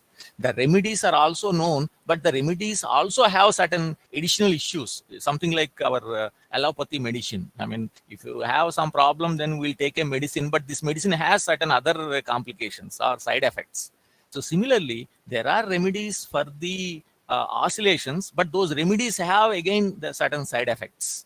So those are the things I want to avoid in the computations, right? So that's what we want to highlight here, right?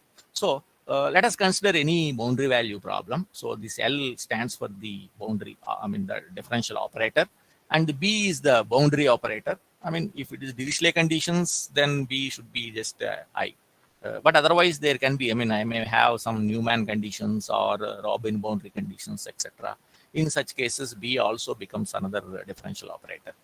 Okay, and then as we already seen, so any arbitrary domain with scatterly distributed points like this, and also I have highlighted two circles here, which states that since I'm talking about a local scheme here, I'm not worried about the global scheme which I have talked about in the beginning, because that has issues of ill conditioning, which I want to avoid completely. So therefore, and after all, these differentials are the local property, and so why should I bother about the entire domain for the approximation of a derivative at a particular point? So therefore, I choose a local domain for a point, say xk. So this k stands for that local point. Similarly, the j stands for local point here. So as far as this point is concerned, I take some neighborhood and then worry about the approximation of the operator within those points, right? And those points may have source points, and some of them may be PDE points. Again, I have not made it clear, but I'll come to that point a little while later. Or it may also have some boundary points. That means the operator will change whenever there is a boundary point here, right? Now, let me come to the approximation now. See, I want to approximate the unknown function u at the point xk. That's the meaning of this, okay? Which is a combination of quite a few points. What are they? These are the source points. That's where I take my radial basis function, right? This is something similar to the conventional numerical schemes, whether it is finite difference, finite volume, finite element, all those schemes. This is similar to that. And then we add the boundary points also into the picture here along with the boundary operator. And not only that, this is where the PDE points comes to the picture. Along with this, at the PDE points, I'll also use the operator on the my radial functions, something similar to Hermite interpolation, if at all you have gone through that. This is similar to that. And then this is my polynomial basis for the well-posedness of the problem.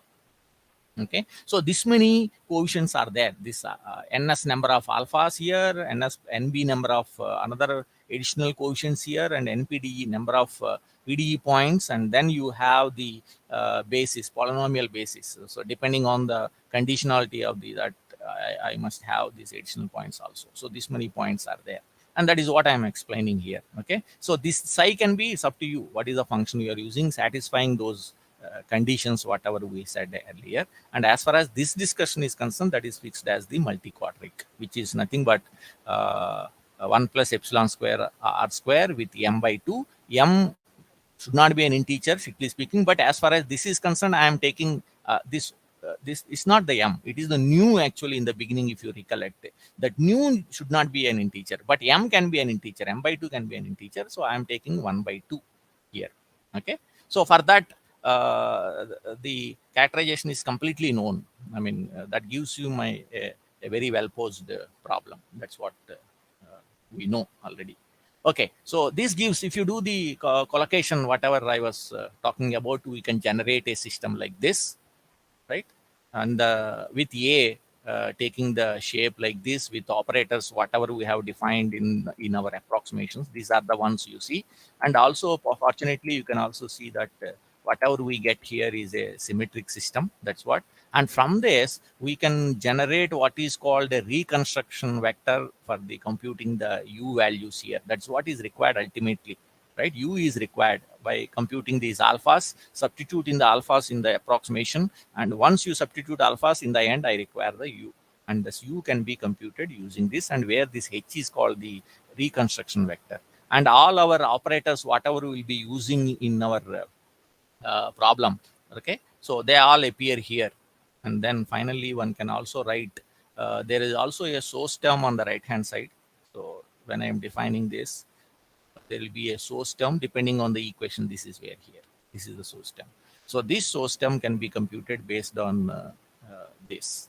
Okay, right. So I will not go into the details because of the constraint whatever we have, but ultimately we can generate a linear algebraic system like this by doing these approximations whatever I have talked.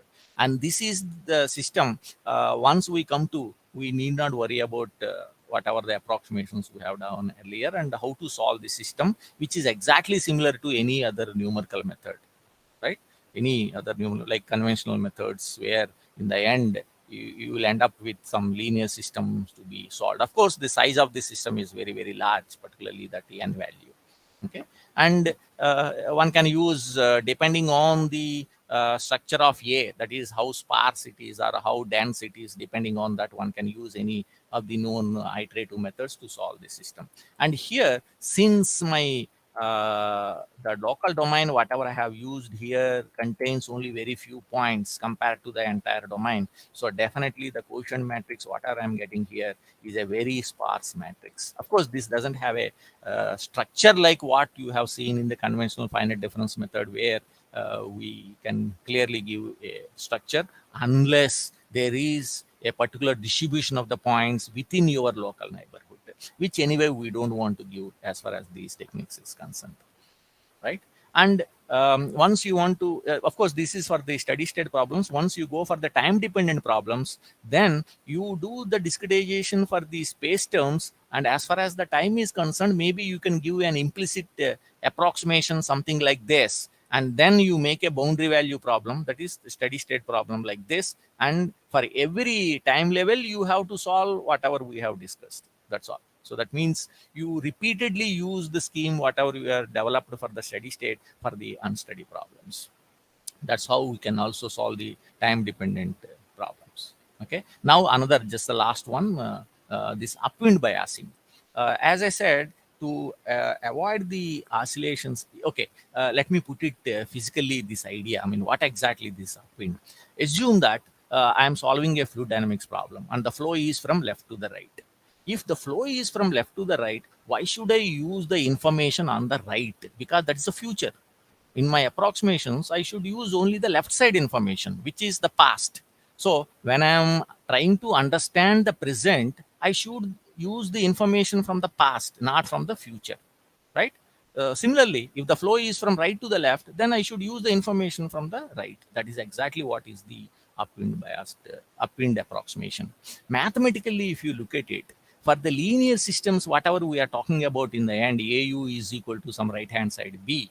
If this quotient matrix is diagonally dominant, then for any initial approximation, okay, any iterative method, those conventional iterative methods, if you use, it is going to converge to the solution of the system. That is a sufficient condition. It's not a necessary condition, but it's a sufficient condition. And once you have that sufficient condition satisfied, then you can, without any hesitation, you can use any iterative method without bothering about what is the initial approximation, and then you can still get the converged solution. Of course, here I'm not talking about how fast and how slow. No, I'm not talking about that. But at least my convergence of my numerical method is guaranteed. And that is where mathematically, if you look at these upwind bias schemes, particularly these convection diffusion equations, mathematically I can prove that the ultimate numerical approximation, the discretized system, whatever I got, it is diagonally dominant. So therefore, the iterative methods I'll use to solve those algebraic systems are going to converge. That's the advantage I'll get. So this upwinding now, what I'm saying is, for conventional methods, is very easy. If I have points in a line and then I'm approximating at the center point, say I, then upwind means I minus 1, I minus 2, I minus 3 if the flow is from left to the right.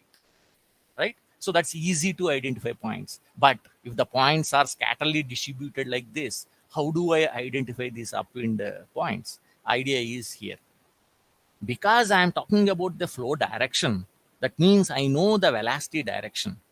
Once I know the velocity direction, I'll draw a normal to that velocity direction at that point where I am approximating the derivative. And then all the points which are on the left side of that, the flow direction, opposite to the flow direction, whatever the points are there, those are the points I'll call them as upwind points, right? That's what this figure shows you.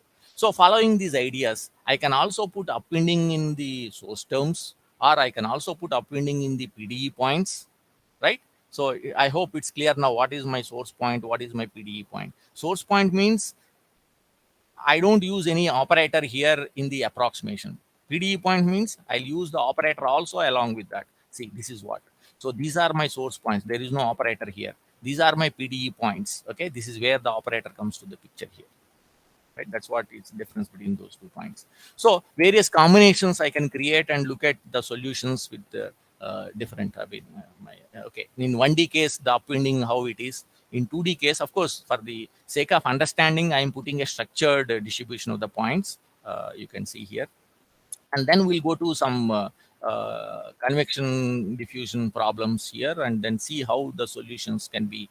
You can see a second order rate of convergence here for this, and then here you have another problem, convection diffusion equation. Here there is a parameter k here. Based on the parameter, maybe 80, 120, 160, this is what is in the literature is available. The problem here is, as you increase the value of k, you can see that the solution, this is supposed to be the solution. If I increase the value of k, this curve, whatever you're saying, it comes closer and closer to the boundary. Similarly, here also closer and closer to the boundary. So that means what is happening in most of the region, the solution is a smooth solution.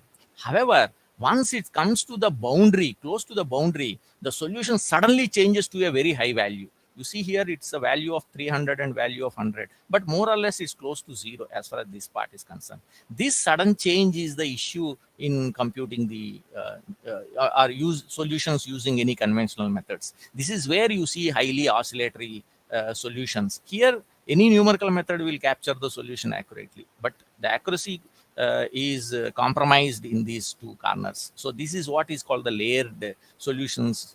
And this gradient, whatever you see, will drastically change in narrowed regions once you increase the value of k. That is what I mean.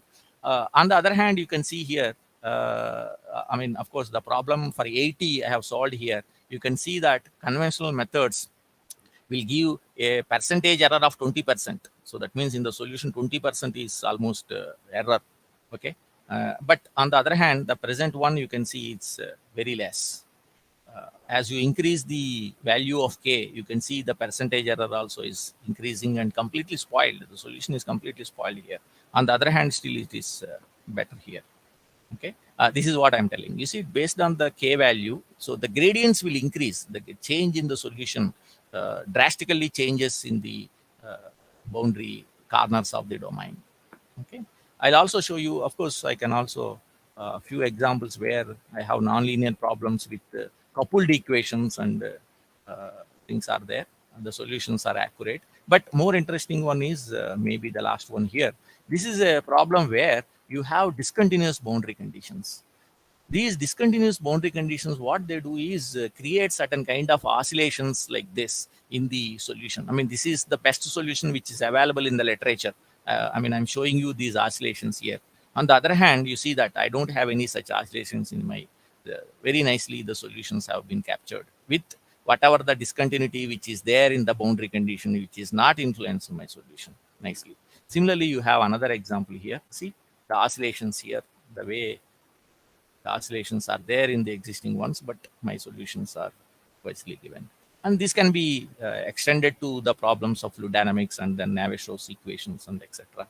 This is the time dependent problem because I have already reached the time. So I'll stop here. So if you have any questions, maybe I'll be happy to answer. So thank you for your patience. Oh, sir. Great lecture, sir. Very good. Thank sir. you. Thank you, sir. Very informative. Sir, any questions from the audience? Hello? Hello. Sir, I have some yeah, please, sir. In the second problem, first example and second example, you have considered the semi-linear. Reaction also is there. K, because of the K. For quasi-linear or highly non-linear, how it will be effective, sir? Okay. You mean the quasi and highly non-linear means the highest derivative is the non-linear. Yeah. Because I'm more from the fluid dynamics. That means I must have my convection and diffusion processes very clearly. So once I say convection, so I should not have a non-linearity in the diffusion. I may have my coefficients of the diffusion can be non-continuous because my fluid domain may be of different fluids and then corresponding viscous coefficients can be different and hence there can be discontinuity in those values. So that is that. You know, I am working on one of my areas is porous media, and you have just examined the thesis of Kushal. In porous media, non-linearity comes in the diffusion terms actually. That's why whether we can apply this method to that kind of problem. Strictly speaking, the application of this doesn't stop you using the non-linearity in the diffusion. I mean, it doesn't come to the picture. But only thing is, I have not tried any of those examples because my interest is always these incompressible fluids. So we have not tried. But as far as the method is concerned, there is no restriction on using those equations. Yeah, those equations. And sir, you have defined conditionally positive definite. Yeah. What type of conditions? Yeah, that's what is the basis. See, those conditions I have shown you, sigma of some lambda coefficients into either the based on the basis of the polynomial which we are adding. For example, I am adding a first degree polynomial in two-dimensional domain. Then the basis is 1, x and y. So conditions are something like sigma of some add the additional coefficients lambdas, lambda dash, lambda double dash along with this 1, x, y, etc. And then sigma of that has to be 0. Basically, what I am trying to do is these lambdas are nothing but the coefficients I have used in the usual approximation, and they have to be orthogonal to these additional bases whatever I am giving, because if I am putting additional basis, the orthogonality is the obvious one is required. I mean, without that I cannot solve the problem. So that's why I require that orthogonality. CSC में कौन आता था, क्या नाम है उसको, phone करो विशाल जी को पता है ना? तारीफ it is very interesting. We'll try, sir. Thank you. Crack our problems with your numerical method. Yeah. Okay. I mean, there are other, which appeared in JCP, Journal of Computational Physics. I mean, that's what we JCP, look for yes. any fluid dynamics person, particularly the computational methods. That's the best journal. And where we have applied these two, there is one paper in 2008 where we have applied these to the basic fluid dynamics problems. The benchmark problems have been solved. One can see the method there. I mean, because in this presentation, I cannot go into all the details in a short time. So one can also look at those papers and can get the details of the method to know the details of how to implement, etc. So those are anyway. So Professor Som, hello. Yeah, I think he's on a call, I think.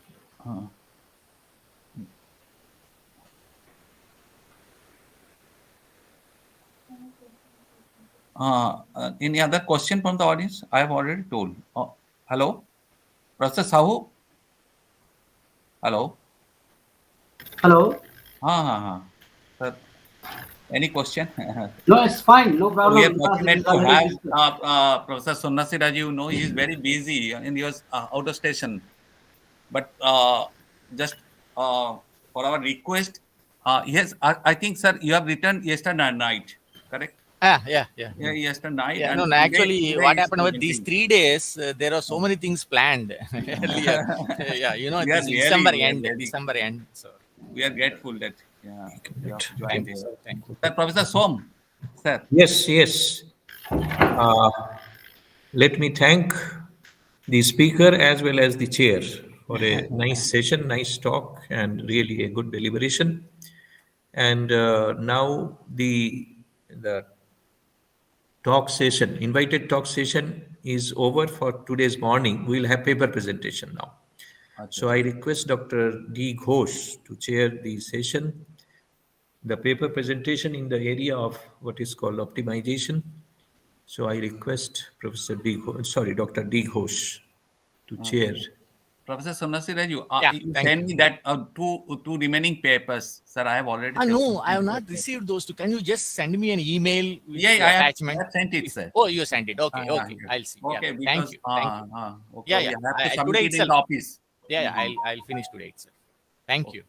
Thank you, sir. Thank you, everyone. Sir. Hello.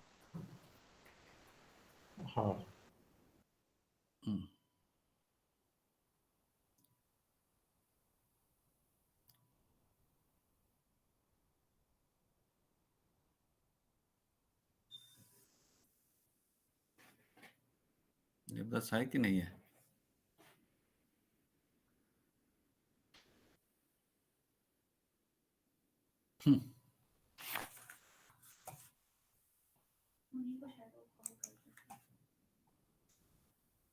एक दिन देखना हमारा बात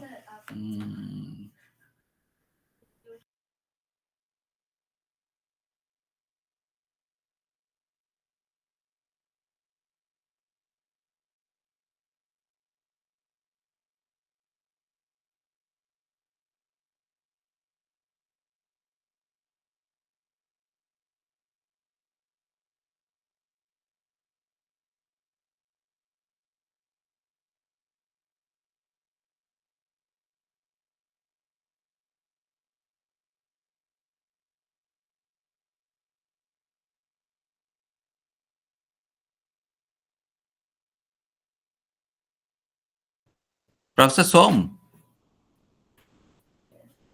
Hello, sir. Professor Som. Yeah, Dr. Ghosh is joining. Okay. Sir. At Pope the Mola Manaji, I will not be able to be a chair because at that time there is a PhD presentation of Professor S.K. Gupta student. Oh, I see. So I have to be there actually. So who can chair? Can you just suggest? Professor Mukhopadhyay, Santanu Mukhopadhyay, बोल दीजिए ना. Okay. Santanu Mukhopadhyay, or you can because it should be from. I'll join, but afterward. Okay. I will ask. Or Dr. Sahu is there. Okay, let me see. Professor Mukhopadhyay, you ask Professor Mukhopadhyay. Let me send this list to Devdas.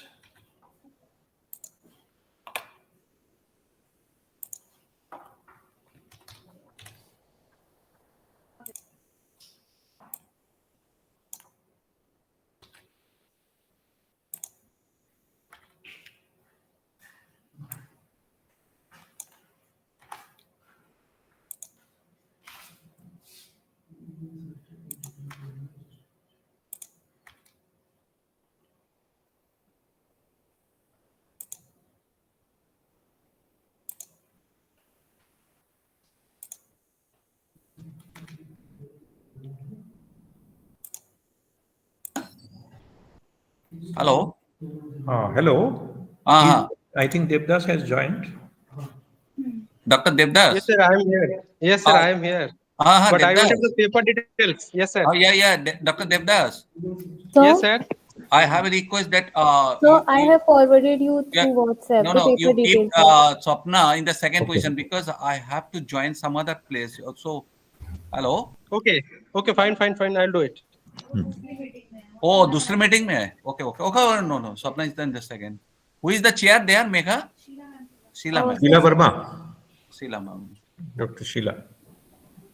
And Dr. Devdas, you can continue. I am joining the there. list is sent to you, mailed to you. Sir, I am joining there. Okay. Dr. I have not yet received. Okay, let me check. So I have forwarded you through WhatsApp. So did that, sir? Check your WhatsApp.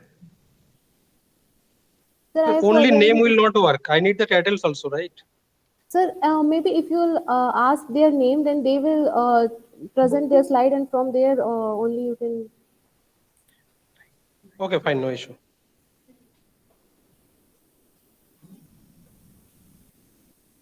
Well, a very good afternoon to everyone.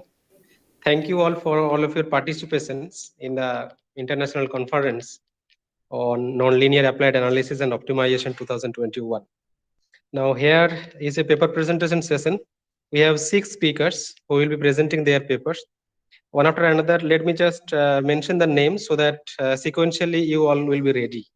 The first person is Dr. Vivek Laha. Then next, Johnny will present his paper.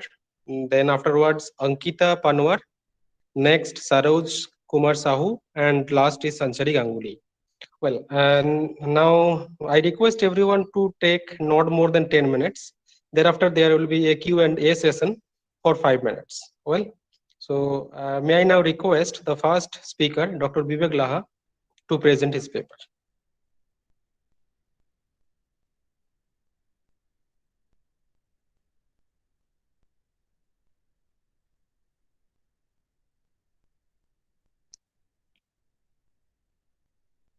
Vivek sir, your mic is muted. Can you please unmute?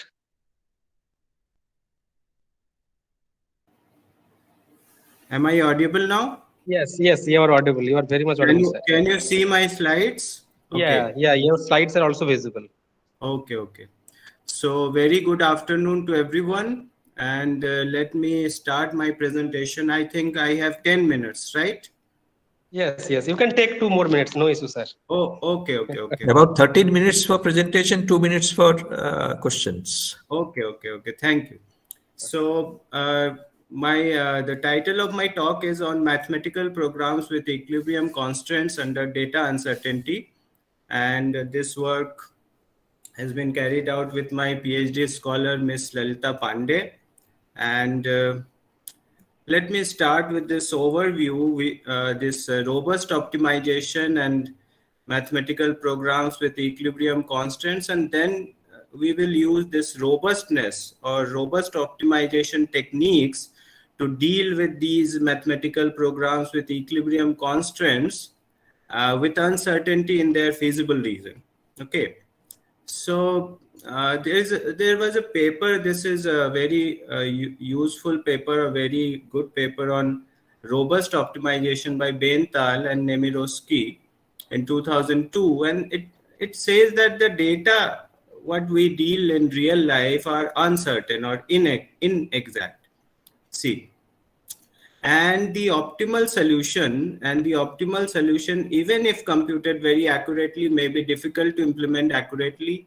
The constants must remain feasible for all meaningful realizations of the data, and the problems are large scale.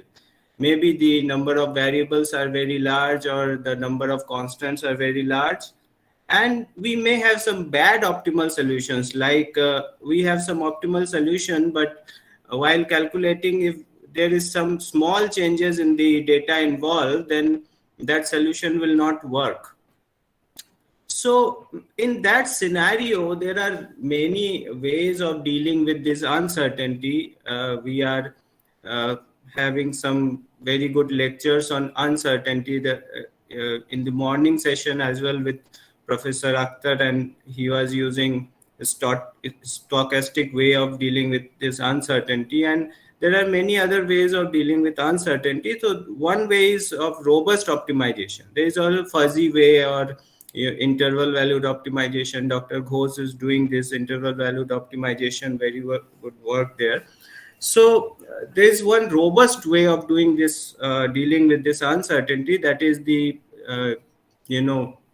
worst case, to deal with the worst case scenario. So robust optimization is a modeling methodology combined with computational tools to process optimization problems in which the data are uncertain and is only known to belong to some uncertainty set. Okay. So see, this computationally tractable robust counterparts of uncertain problems, what we try to do, we try to change the problem into a tractable problem, non-linear programming problem. It may be some linear, conic, quadratic, semi-definite, any type of problem which can be handled by known methods. Okay. So speaking more mathematically, suppose we have this inequality constant. This is a minimization problem, and this is a deterministic minimization problem with inequalities, and these inequalities, the data associated with these inequalities are certain. Now, what we can do, suppose we have uncertainty in the feasible region. So the parameters involved are a bit uncertain. And suppose we have a linear function ax plus by plus c equal to d, and this a, b, c, the parameters are uncertain. We don't know what the range of the parameters will be. So this ui, this parameter is belongs to some convex complex set, which is uncertainty set. And this uncertainty set, on the basis of observations or whatever data we have, we can define this uncertainty set. Now, how to formulate this problem as a robust optimization problem? So we have this minimization of fx subject to gix ui less than equal to 0 for every ui in the uncertainty set and for every p. So we have this feasible region f of the robust counterpart of the problem in hand, and then we have this solution concept of either robust global minimizer and robust local minimizers. So now how to deal with. So yesterday we had a talk of Professor Jaydeep Datta, and he told about the importance of this Karush-Kantakar conditions in optimization theory. So we are always trying to find out Karush-Kantakar conditions for a optimization problem, which then leads us to the optimal solution, or gives a necessary or sufficient condition for the optimal solution to exist. So for that Karush-Kantakar condition, even we have some theorems of alternative, and he also told about Gordon's theorem of alternative, which is very important in optimization theory. So in 2012, but this Gordon theorem cannot be used for this robust case. So what Jayakumar Lee and Lee in 2012, they developed or extended this Gordon's theorem for the robust case, and we have this result, that is either one will exist or two will exist. Both cannot exist. That is a type of separation theorem. And see, this robustness, if we have this robust Gordon's theorem can be used to find out. And another thing, this constant qualification, because to find out Karush-Kantakar conditions, we need constant qualifications, and otherwise the scalars associated may be zero. That is the Fridtjof necessary optimality condition we will have. So these two things, that is the theorems of alternative and these constant qualifications, are very important for this KKT conditions to exist. So they also extended the Mangasarian-Fromovich constant qualification way back in 1967. So see here we have this uncertainty. UI is in this uncertainty set, and suppose this uncertainty set is a singleton set, then this will reduce into the original Mangasarian-Fromovich constant qualification.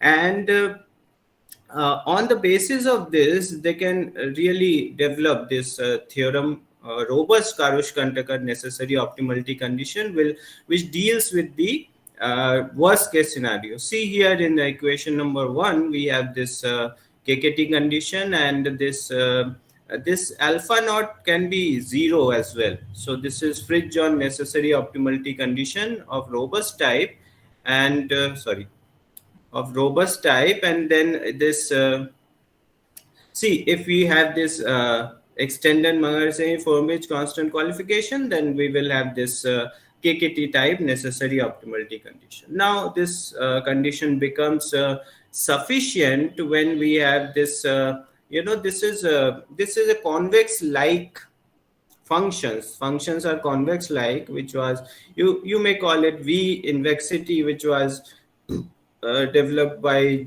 Jay Kumar way back in 2005. So a large number of functions like pseudo-linear fractional programming problems satisfy these conditions. So if we have these conditions, then this point X star will be a robust global minimizer of the optimization problem. Now now we have this mathematical programs with equilibrium constant. Actually, we were going through the literature of robust optimization. At the same time, we were going through the literature of this mathematical programs with equilibrium constraints. And you can see this problem here. You have this inequality constants and equality constants. Along with, we have this capital G and capital H. This is greater than equal to 0. This is H is also greater than equal to 0, and their product is equal to 0. Okay. So this is a type of complementary constant. So sometimes we also call it complementary constant. So due to this capital G and capital H, this problem is known as mathematical programs with equilibrium constants. And there's a book on this mathematical programs with equilibrium constants. And you can see this book has more than 2,000 to 3,000 citations. So a lot of work has been done, and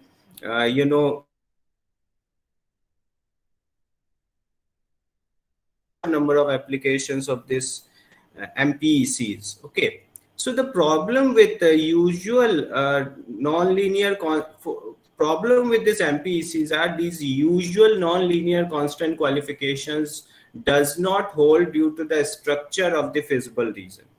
And there are different stationary concepts. That is, if we can, reformulate these MPECs in different ways, and due to which we have different stationary concepts stationary concepts arising from the reformulations of the MPECs. So, Ye in 2005 gave this relation among different types of stationary points as MPECs, S stationary, M stationary. I'm not going into the details of these definitions, but they depend on the reformulation of the MPECs as a non-linear programming problem. And there is also various constant qualifications in MPECs, and you can see that these relations are there. This MPEC Abedi constant qualification, or this no non-negative abnormal multiplier constant qualifications are the weakest among all these constant qualifications. So we can have this reformulation. Now from here onwards, what we have this, our idea was to deal with mathematical programs with equilibrium constants with data uncertainty in the feasible reason. And we were going through the literature, and we could not find any work which really used this robust optimization techniques to deal with such problems. And now so what we did, and the work already in literature cannot be used directly to these problems due to the spatial structure of the MPECs. So we need some spatial types of structures and constant qualifications to prove our results. So this is C, due to this uncertainty in the feasible reason. So now what we planned, the plan was to use some non-linear programming problems, reformulation of the MPECs with the uncertainty in the feasible region using this non-linear programming problems, and then find out our results. So I think I have how much time I have right now? So see, this is the robust counterpart of this problem, this non-linear programming problem, and this robust counterpart can be used to reformulate the MPECs with the uncertainty in the feasible region. And these index sets are very important, plays a very important role in reformulating these MPECs. You see these I is in P such that there exists some parameters in the uncertainty set so that this will be equal to 0. So robust Fridtjohn necessary optimality condition. Now we can find out this. We could find out this result by using a generalized Fridtjohn necessary optimality condition, which was given by Mangaseni and Frobich in 1967, and a very recent result by Lee and Son in 2014 regarding this robust optimization problem. So what we could do, we could use these results to find out our Fridtjohn type necessary optimality condition due to this alpha naught is greater than equal to 0. Now this Fridtjohn type necessary optimality condition can be converted into Karush-Kantaka type necessary optimality condition if this alpha naught is never 0. And we use this extended non-linear abnormal multiplier constant qualification defined like this. So if this condition, this equality and these inequalities scalars hold, then it implies that these scalars are actually 0. So if this condition holds at any point, so we have extended this constant qualification for our case with robustness in the feasible region. Now what we can do on the basis of that constant qualification and the Fridtjohn necessary optimality condition, we could develop this result, which is the KKT necessary optimality condition. And this Dr. Vivekji. Yes, sir. Yes, sorry sir. to interrupt you, sir. Yes. As many people are there in the board, if possible, can you please finish in another minute? Okay. I will just take 1 minute. So, okay, sir. Yeah, so this result will be used to find out a necessary and sufficient optimality condition for this mathematical program with equilibrium constant with uncertainty in the feasible region. So see, this is the uncertainty, and this uncertainty can be carried out by using, see, this is the non-linear programming problem which has been used to reformulate the mathematical program with equilibrium constant with robustness in the feasible region. And this is the constant qualification that we have used. See, you can see so many parameters here, but all these parameters will be useful to reformulate this. So this is the main result that gives you the necessary optimality condition under the concept of robust MPEC extended linear abnormal multiplier constant qualification. And see, and this is actually the weak stationary condition for the MPECs with the robustness in the feasible region. And this weak stationary condition is the weakest among all the stationary concepts present in the literature of MPECs. So now we have this indices for sufficient optimality conditions. See, you can just see that these functions are convex, and these are actually gives you the active constants at the at any point or at any feasible point. And if this set is empty, then we will have a robust global minimizer. If this set is empty, then we will have a robust local minimizer. And if this interior point relative, then we will have local minimizer. So either we are getting a local minimizer or the global minimizer. So we have illustrated with this example. So we don't have time to explain this now. So the conclusion is that we could actually deal this robustness present in the mathematical programs with equilibrium constant and the spatial structure of this problem, and we could find some important KKT type necessary and sufficient optimality conditions.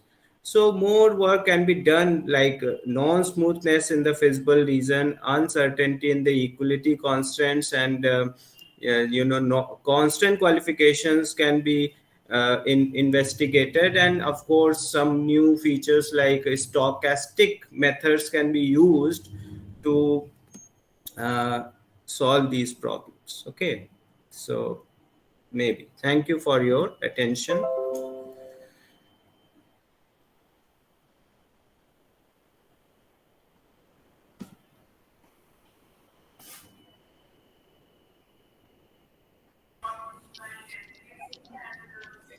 Hello, sir. Yes.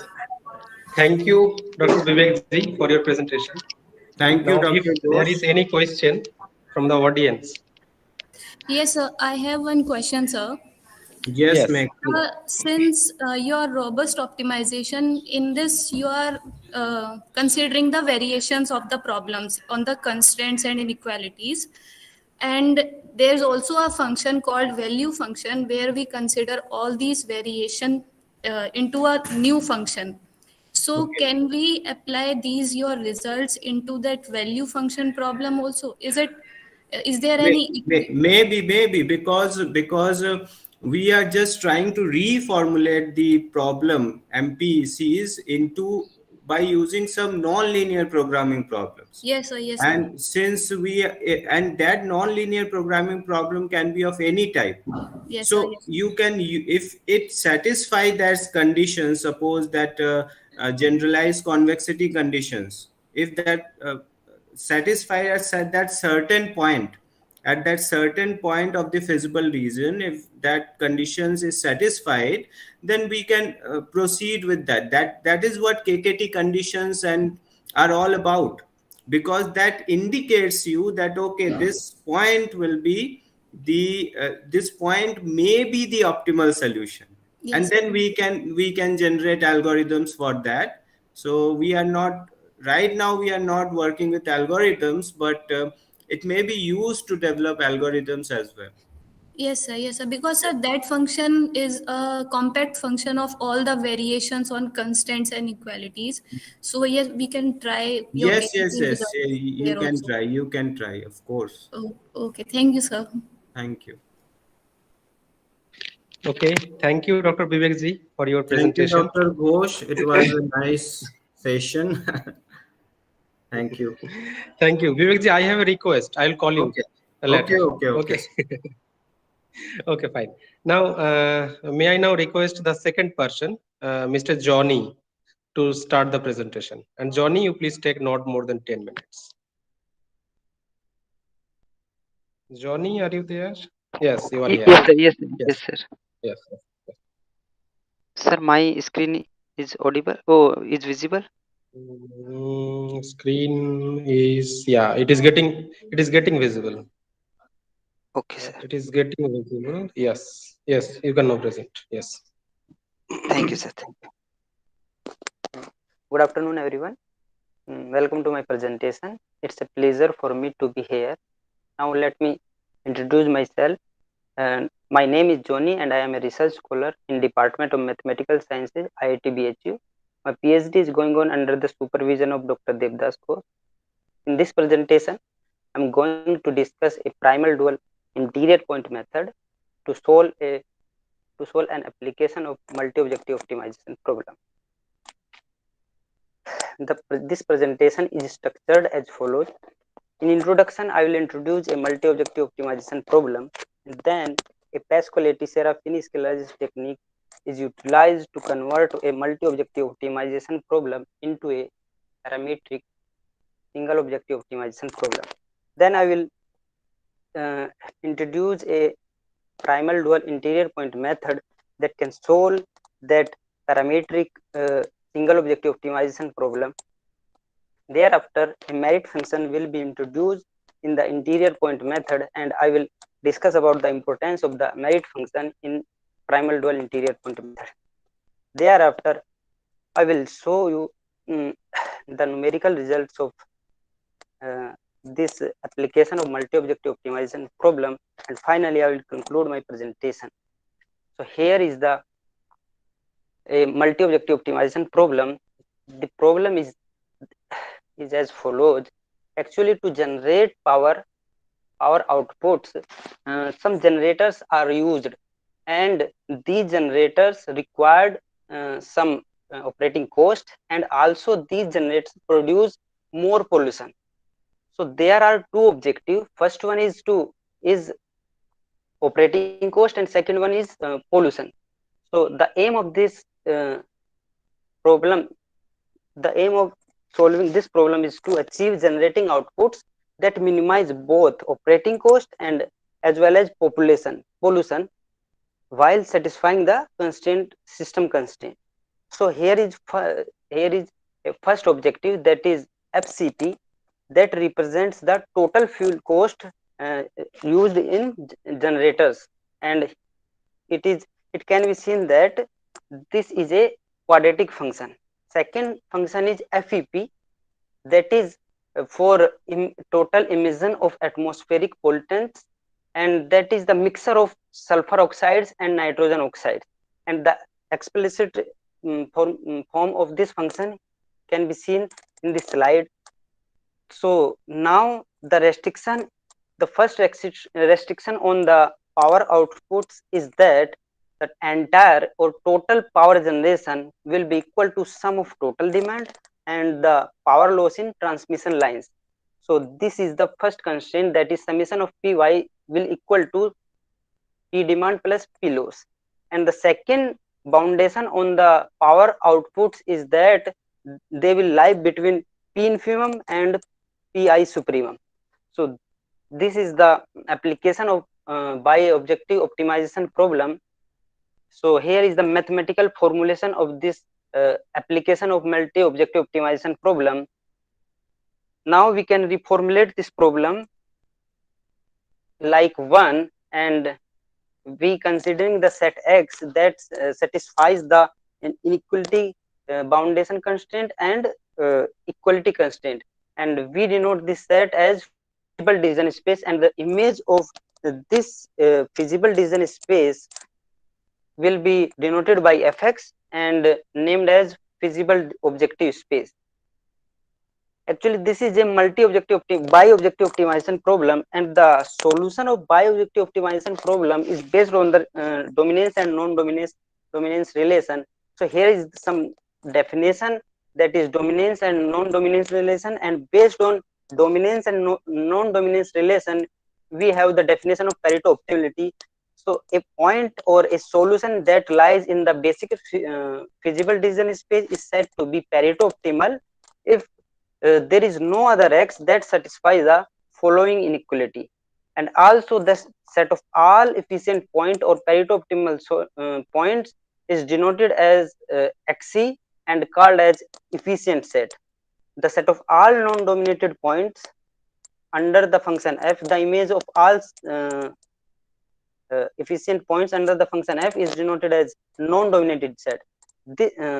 In this figure we can see that the left side figure is decision feasible space, and the right figure represents the feasible decision space. The red strip in the right side represent the set of all non-dominated points, or we can say that Pareto front.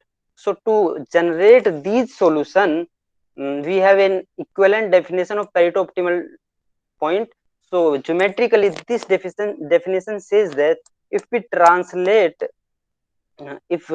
when we translate the non-positive octane to the feasible decision space and take the intersection with the objective space, if the intersection is the singleton point Fx, then that point is non-dominated point, otherwise that is not a non-dominated point. In left figure, the intersection is not singleton point. So therefore, the point Fx1 is not a non-dominated point. In right side figure, we can see that the intersection is the only point, that is Fx cap, and hence that point is non-dominated point. So to generate these non-dominated point, we have an scalarization technique, that is Pascoletti-Serafini scalarization technique. And geometrically, how can we see that?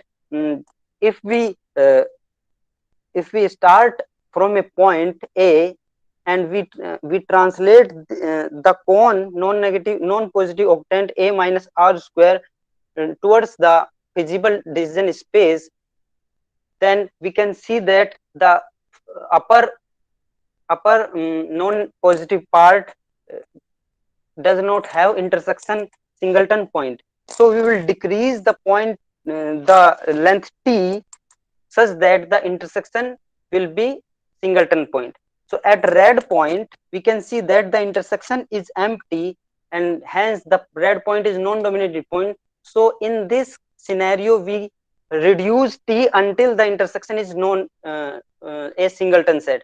So mathematically, this Pascoletti-Serafini scalarization optimization look like second. So we can reformulate this problem by introducing some variable, and we can see after reformulating this problem, we comes up with problem number 3.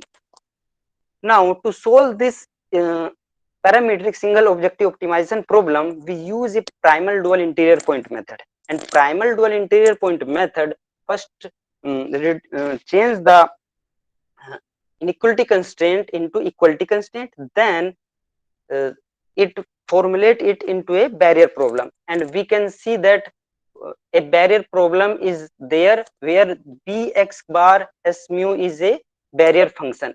So corresponding to this barrier problem, we have KKT condition, and here KKT condition are represented by 4. So interior point method actually solve these KKT condition by taking decreasing value of barrier parameter mu. So to solve this problem, interior point methods utilize Newton method. So to solve this KKT condition, we apply here Newton method, and the system you are seeing here is a Newton system. So by solving this Newton system, we can obtain the direction in which we have to move. Actually, primal dual interior point method is a line search technique in which we first find the direction and then thereafter we calculate the step length. So this direction, by solving this Newton system, we can calculate the direction and then we go for the step length. But while calculating the step length, we keep it in our mind that the slack variable and the Lagrange multiplier z should be positive. So to keep these two variables positive at every iteration, we use the rule 6. So here we have, after calculating the step length, then we follow the iterative sequence 5. So we will calculate direction by solving Newton system and then calculate step length by 6. But it is not sufficient to calculate the step length by using 6. So here it may be possible if we are going towards, at next iteration, the effectiveness of the step length may not be effective for the optimal solution.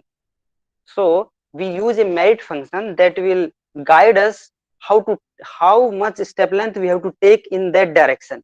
So we use a merit function that is the sum of barrier function and some penalty terms. So that this merit function will help us to take the step along the direction. So if the next step is not decreasing this merit function, then we will not accept that step, or we will decrease the step length until this merit function does not decrease. Actually, we use here Armijo rule to decrease the step length. I have also provided a technique 7 through which we can update our penalty parameter penalty parameter mu. Mr. Johnny. Ji sir. Johnny, sorry to interrupt you. If you don't mind, I have a request. Can you please finish it by another minute? Because many other people are in the board. Okay. Okay. Try to finish in a minute, please. Okay. here is the technique. Here is a pseudocode of the complete algorithm, stepwise process of the complete algorithm, and this is the data used in this application: fuel cost coefficient and emission cost coefficient.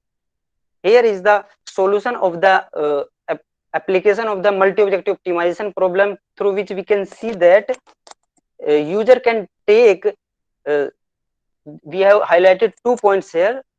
First one is the minimum emission with maximum cost, and second one is minimum cost with maximum emission. So user can take any according to your compatibility.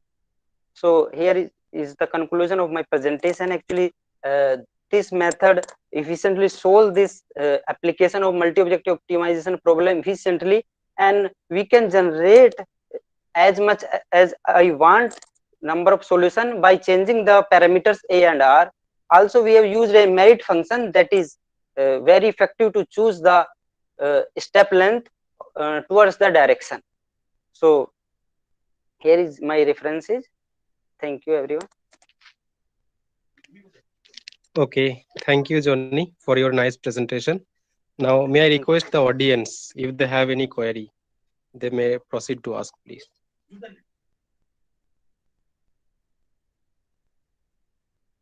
Is there any query, any question, any comment from the audience side for Johnny's presentation? Okay, if there is none, let me then request the next speaker, Ms. Ankita Panwar, to start the presentation. Okay. I again request Ankita also, please don't take nod more than, let's say, 11 minutes, okay? Okay, thank you, sir. It is visible, sir? Screen visible, sir? Yeah, it is visible. You may start now. Okay, thank you, sir. Hello, everyone. Today I'm discussing my paper with the title Qualitative and Quantitative Assessment of the Hostel and Mess Facility. These are the content we discuss all these topics. First, the objective. To measure the first objective of the paper is to measure the performance of the hostel and mess by the MCDM technique, which is a data envelopment analysis. Second is the assessment of the qualitative and quantitative data measurement by the data envelopment analysis and analytic hierarchical process respectively. And the third is the factor of the facilities of the hostel and mess is identify the HP and the sensitivity analysis DA model. Now next, we took the number of decision-making unit is taken is 13, and the second is define the input and output variables. In this study, we take the 3 input variables and 10 output variables. These are the mentioned in this table. And next is we discuss the model that are used in this study. We use the analytic hierarchical process and data envelopment analysis model. First, AHP. AHP is a structural hierarchical technique that analyzes the complex decision. It was developed by the Sathe in 1970s. It was applied in the group decision-making problem. The next model is data envelopment analysis. In short term is DA. DA is a technique that can be used to measure the performance of the decision-making unit. And the model is first introduced by Chance, Cooper, and Rhodes in 1978. And after almost 6 years later, 1984, Banker, Chance, and Cooper introduced the extended CCR model, and it's called a BCC model. Next, we discuss the step of the AHP that are used in our problem. Firstly, we define the decision problem and developing the conceptual framework. In second step, collection of the data through the student's opinion. And in third step is estimated the relative weights of the criteria, and finally on the basis of these weights to find the relevant factors or criteria. Next is discuss the data envelopment analysis. Here we discuss the mathematical model of the DA and also discuss the used model. Actually, through the DA model, we determine the relative efficiency, and the efficiency is equal to the ratio of weighted sum of the output variable into the input variable. Actually, we used in this study the CCR model, BCC model, and scale efficiency model. Firstly, we discuss the CCR model. CCR model actually is the objective of the model is maximum to find the maximum efficiency of the decision-making unit, and it is equal to the weighted sum of the output variable, and the constraint are weighted sum of difference of the weighted sum of output variable and input variable is less than equal to 0, and in second constraint is sum of the input variables equal to the 1. In second model, we discuss the BCC. BCC model is slightly different to the CCR model. Here in this model, we in objective function, we add the sum. We add one convexity constraint variable, which is an arbitrary in the objective function, and in the constraint, these constraints are the remaining same as the CCR model, but in second constraint, we add is convexity constraint. Third is the scale efficiency model. This is the this model is equal to the ratio of the CCR value and BCC value. Next, our aim is methodology of the DA model. Firstly, define the problem, and according to the problem, we set the decision-making units. In second step, selection of the input and output variable. Next, we use the CCR, BCC, and scale efficiency model and determine the problem of the hostels. And finally, we conclude the results.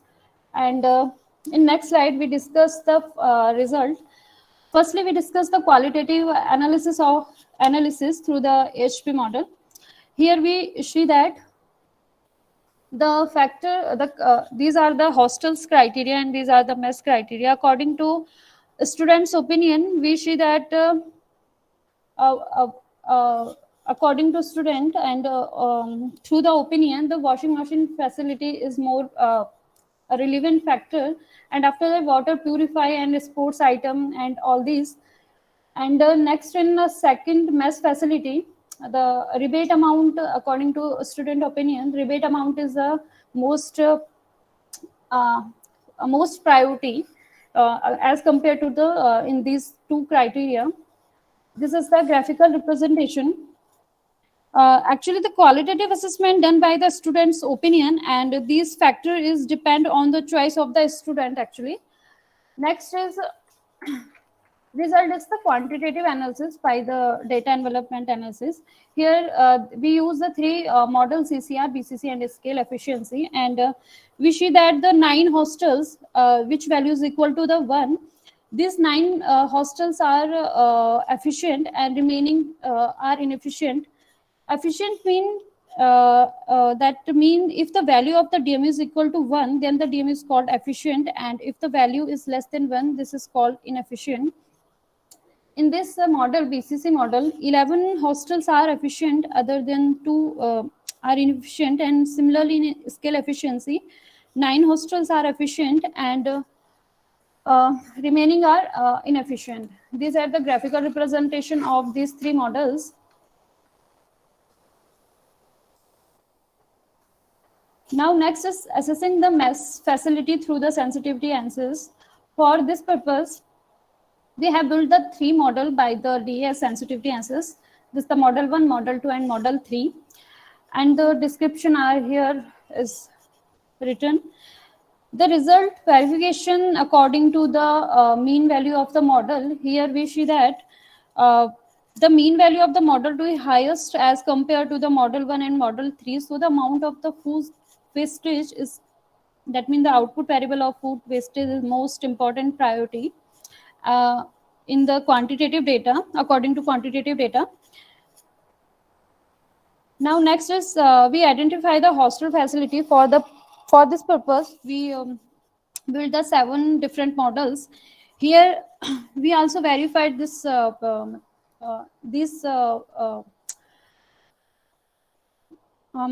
we identify the hostel facility. For this purpose, we construct the 7 models, and here also results verified by the mean value of the models. In this model, we show that model 3C is highest mean value as compared to other. So Next is comparison between the AHP and DA sensitivity analysis model, and we see that according to qualitative assessment, rebate amount is the highest priority factor, but according to the quantitative assessment, the amount of food wastage is most priority. This is the graphical representation according the factors rank. Next, comparison between the AHP and DA sensitivity assess model in the hostel facility. Here, according to quantitative analysis, we see that the washing machine facility is more priority according to qualitative data, that means students' opinion, and according to sensitivity analysis, that means the quantitative data, water cooler facility is highest priority as compared to other criteria. This is the graphical representation of the these two models. Now conclusion. The conclusion is based on the previous complete study, and we see that the mess facility is best in the hostel H8 and H11.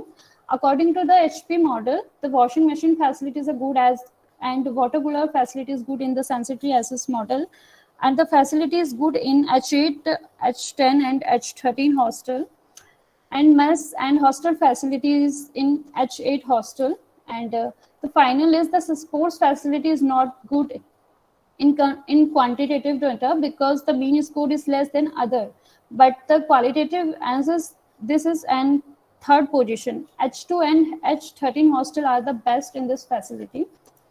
These are the reference which is used in my paper, and thank you, sir. Have you any question? Thank you. Thank you for your nice presentation and showing us on application of DEA based models.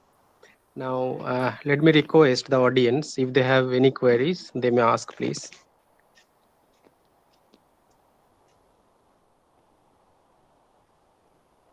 Is there any query from the audience side? Audience side? Okay. If there is none, let me go ahead to the next presentation. Next speaker is Mr. Saroj Kumar Sahu. May I now request Mr. Saroj Kumar Sahu to start the presentation. And again, as earlier, I request Mr. Saroj also to finish the presentation in 11 to 12 minutes, please. Is it visible? Yes, it is visible. You may go ahead, please. Good afternoon to everyone. First of all, thank to IIT organizing committee that gave me an opportunity to present our research work.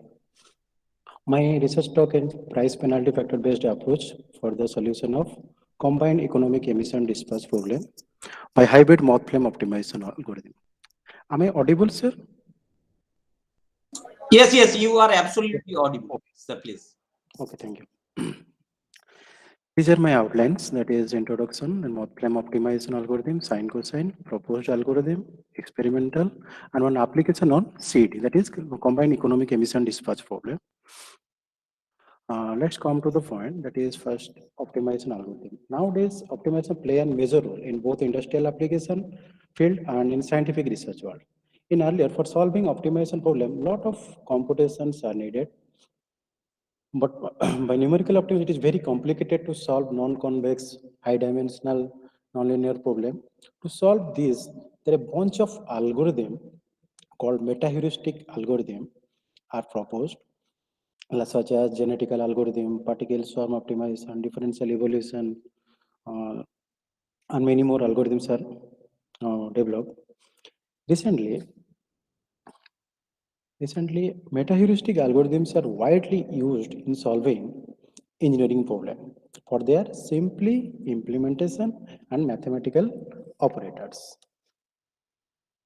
Meta-heuristic means that is a high-level procedure which generates a good solution to an optimization problem with a limited computation of capacity.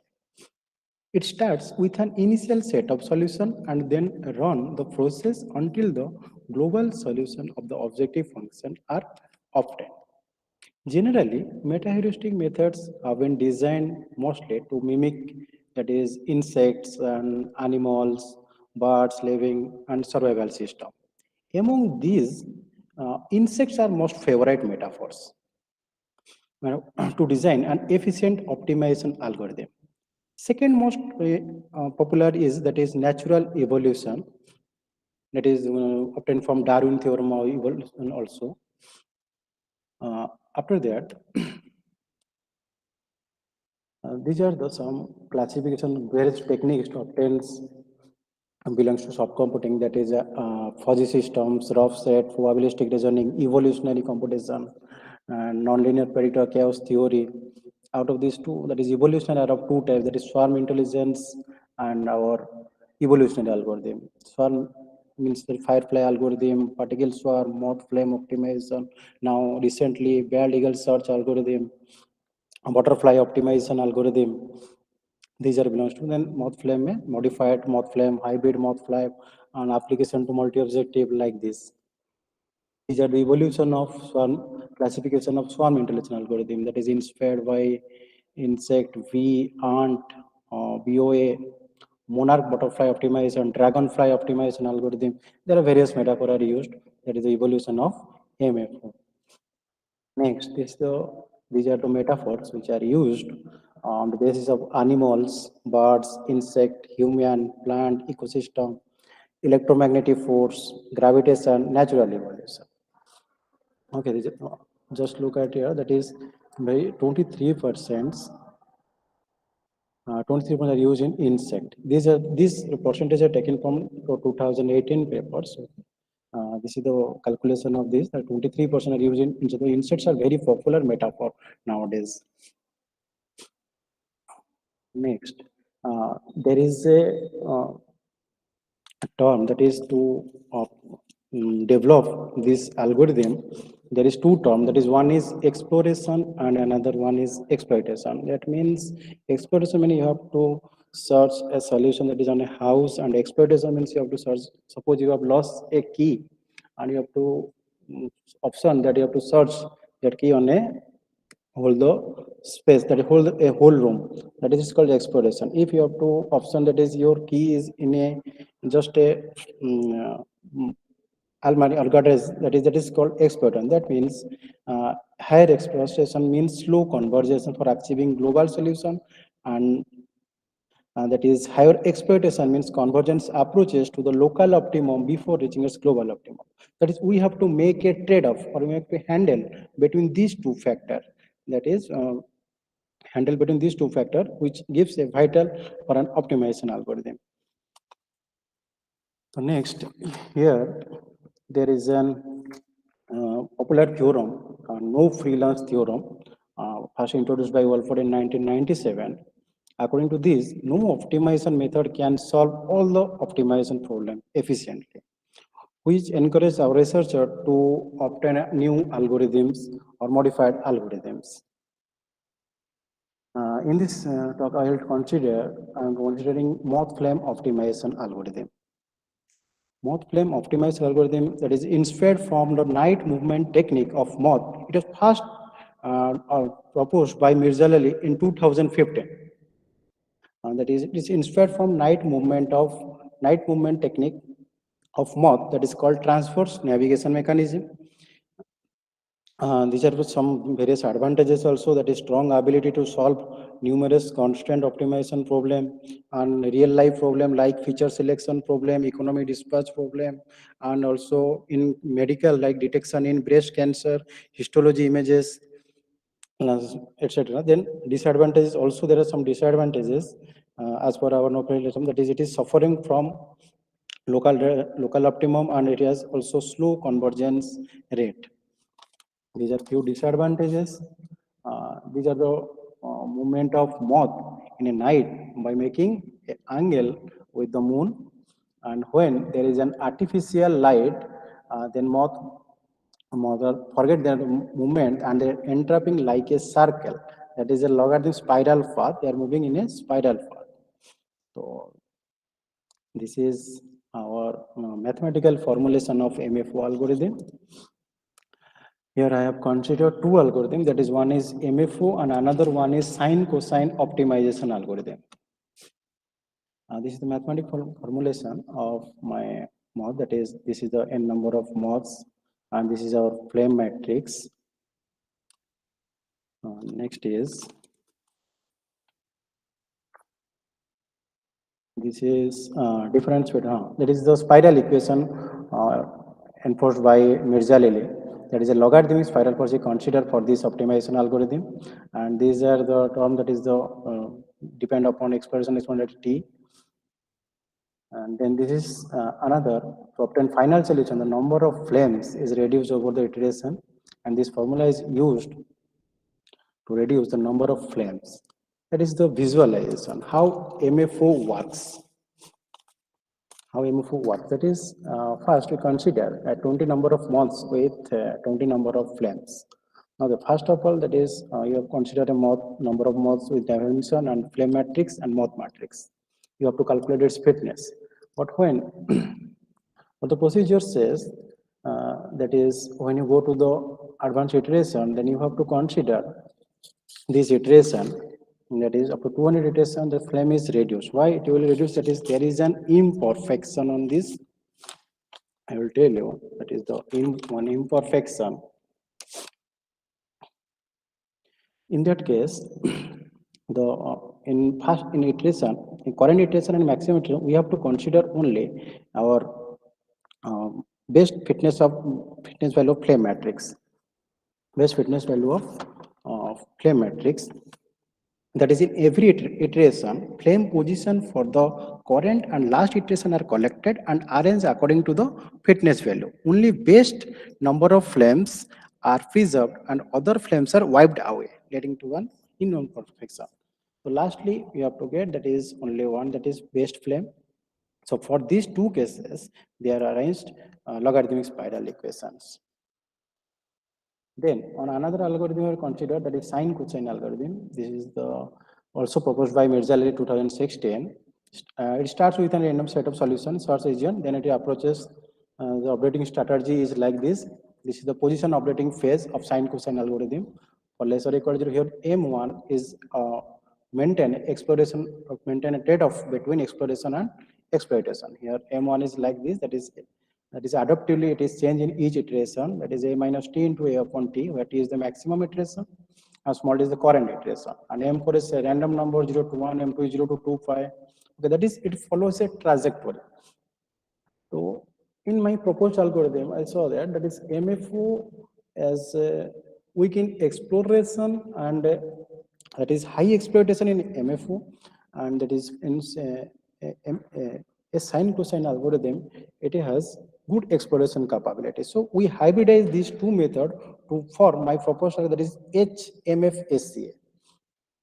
So that is, it starts with like MFO algorithm, then we apply the cosine phase in this proposed method. That is, we apply cosine phase of sine cosine algorithm to the position update phase of moth with respect to corresponding plane, and then sine phase of sine cosine algorithm to the position update phase of with respect to one plane. So this is my proposed pseudocode of this HMFSCA. This is my okay. This is my pseudocode. Next,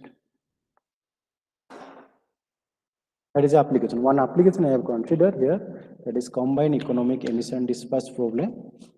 That is, we know nowadays generation of electricity from fossil fuel that is released nitrogen oxide, carbon dioxide, sulfur oxide into the atmosphere. That is the atmospheric population increases. Not only it affects human, but also it affects animals, birds, fish, etc. Okay, also it is damage to our vegetation and acid rain that leads to a global warming type condition. So there are several strategies have been proposed to reduce the atmospheric pollutions, like installation of post-combustion cleaning and cleaning equipments, switching to low emission fuels, etc. Okay, and then here, but this is just highly nonlinear problem and multi-objective. So multi-objective means here it is multi-objective. The objectives are conflicting in nature. So here in CED, there is two objective, cost and emission, which both are conflicting in nature. they both have to be considered simultaneously to find overall optimal dispatch. So first, in this case, we have to first, that is, these are the objective function of economic load dispatch problem. This is the objective we consider with a sinusoidal wave also. Then emission dispatch, this is the my emission functions. You have two objectives we consider and some constant. Here there are two constraints. That is, one is power balance constraint and another one is power generation constant. Here power balance constant depend upon power demand and power loss represent total power demand and loss in the network. Okay. Then this is my also second constraints. Then this is the objective. Objective value of CD, that is minimum of CD, that is F plus, that is here we convert a multi-objective into a single objective by using penalty factor. Why I using penalty factor? If there are also other methods, they're like a linear combination of different objective, weighted sum method, but it has some demerits weighted sum, that is it is not applicable for non-convex solution. So here we used a penalty factor based, which is very time consuming also. So in penalty factor, what is penalty factor? Penalty factor means ratio between maximum fuel cost and maximum emission corresponding to the all generators. You can also use, that is minimum fuel cost and maximum emission of corresponding, that is min max formula. So I have solved it in MATLAB, using MATLAB with 1,000 number of iteration, and after 30 number of run, we'll see that is our proposed algorithm achieves a minimum cost of this 3.24865 and compared it with other algorithm like LO, BWO, cross search algorithm, sine cosine, flower pollination algorithm, particle swarm optimization, and whale optimization algorithm. So from this we conclude that our proposed method is achieving a lower cost.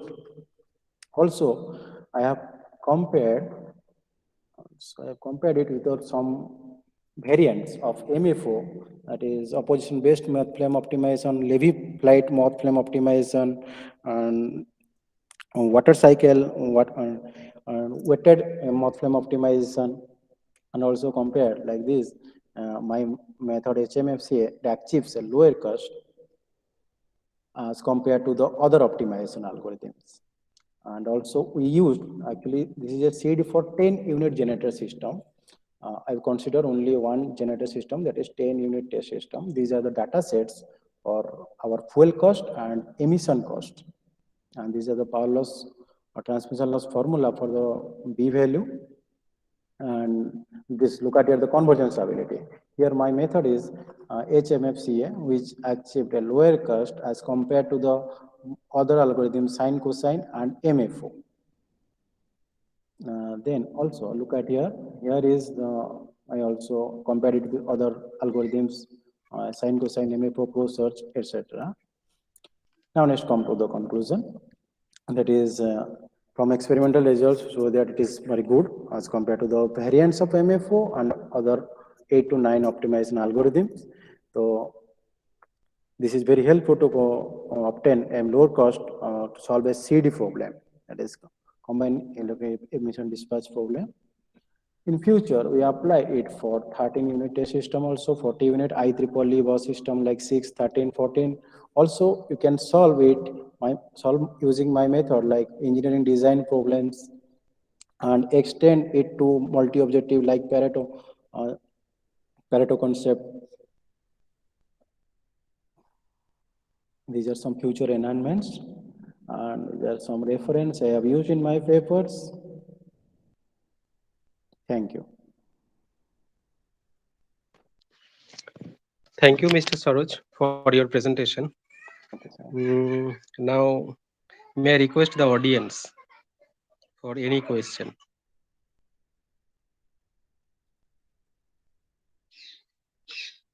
Okay, I have a question, Mr. Saroj.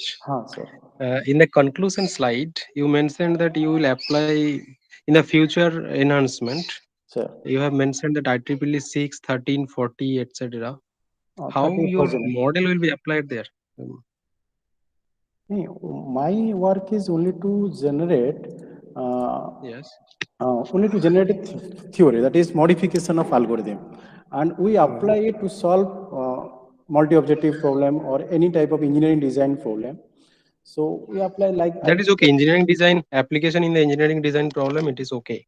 But how this IEEE 61340 or 13 unit test system, 40 unit, yes, weighted system, weighted sum method, then also it solve like this type of system. okay, fine. Okay, thank you, sir. Okay, fine. Thank you for your presentation. Is there any query from the audience side? Okay, if there is none, now I request the next presentee, that is Miss Ansari Ganguly. Can you please start your presentation and finish in 10 to 12 minutes, please?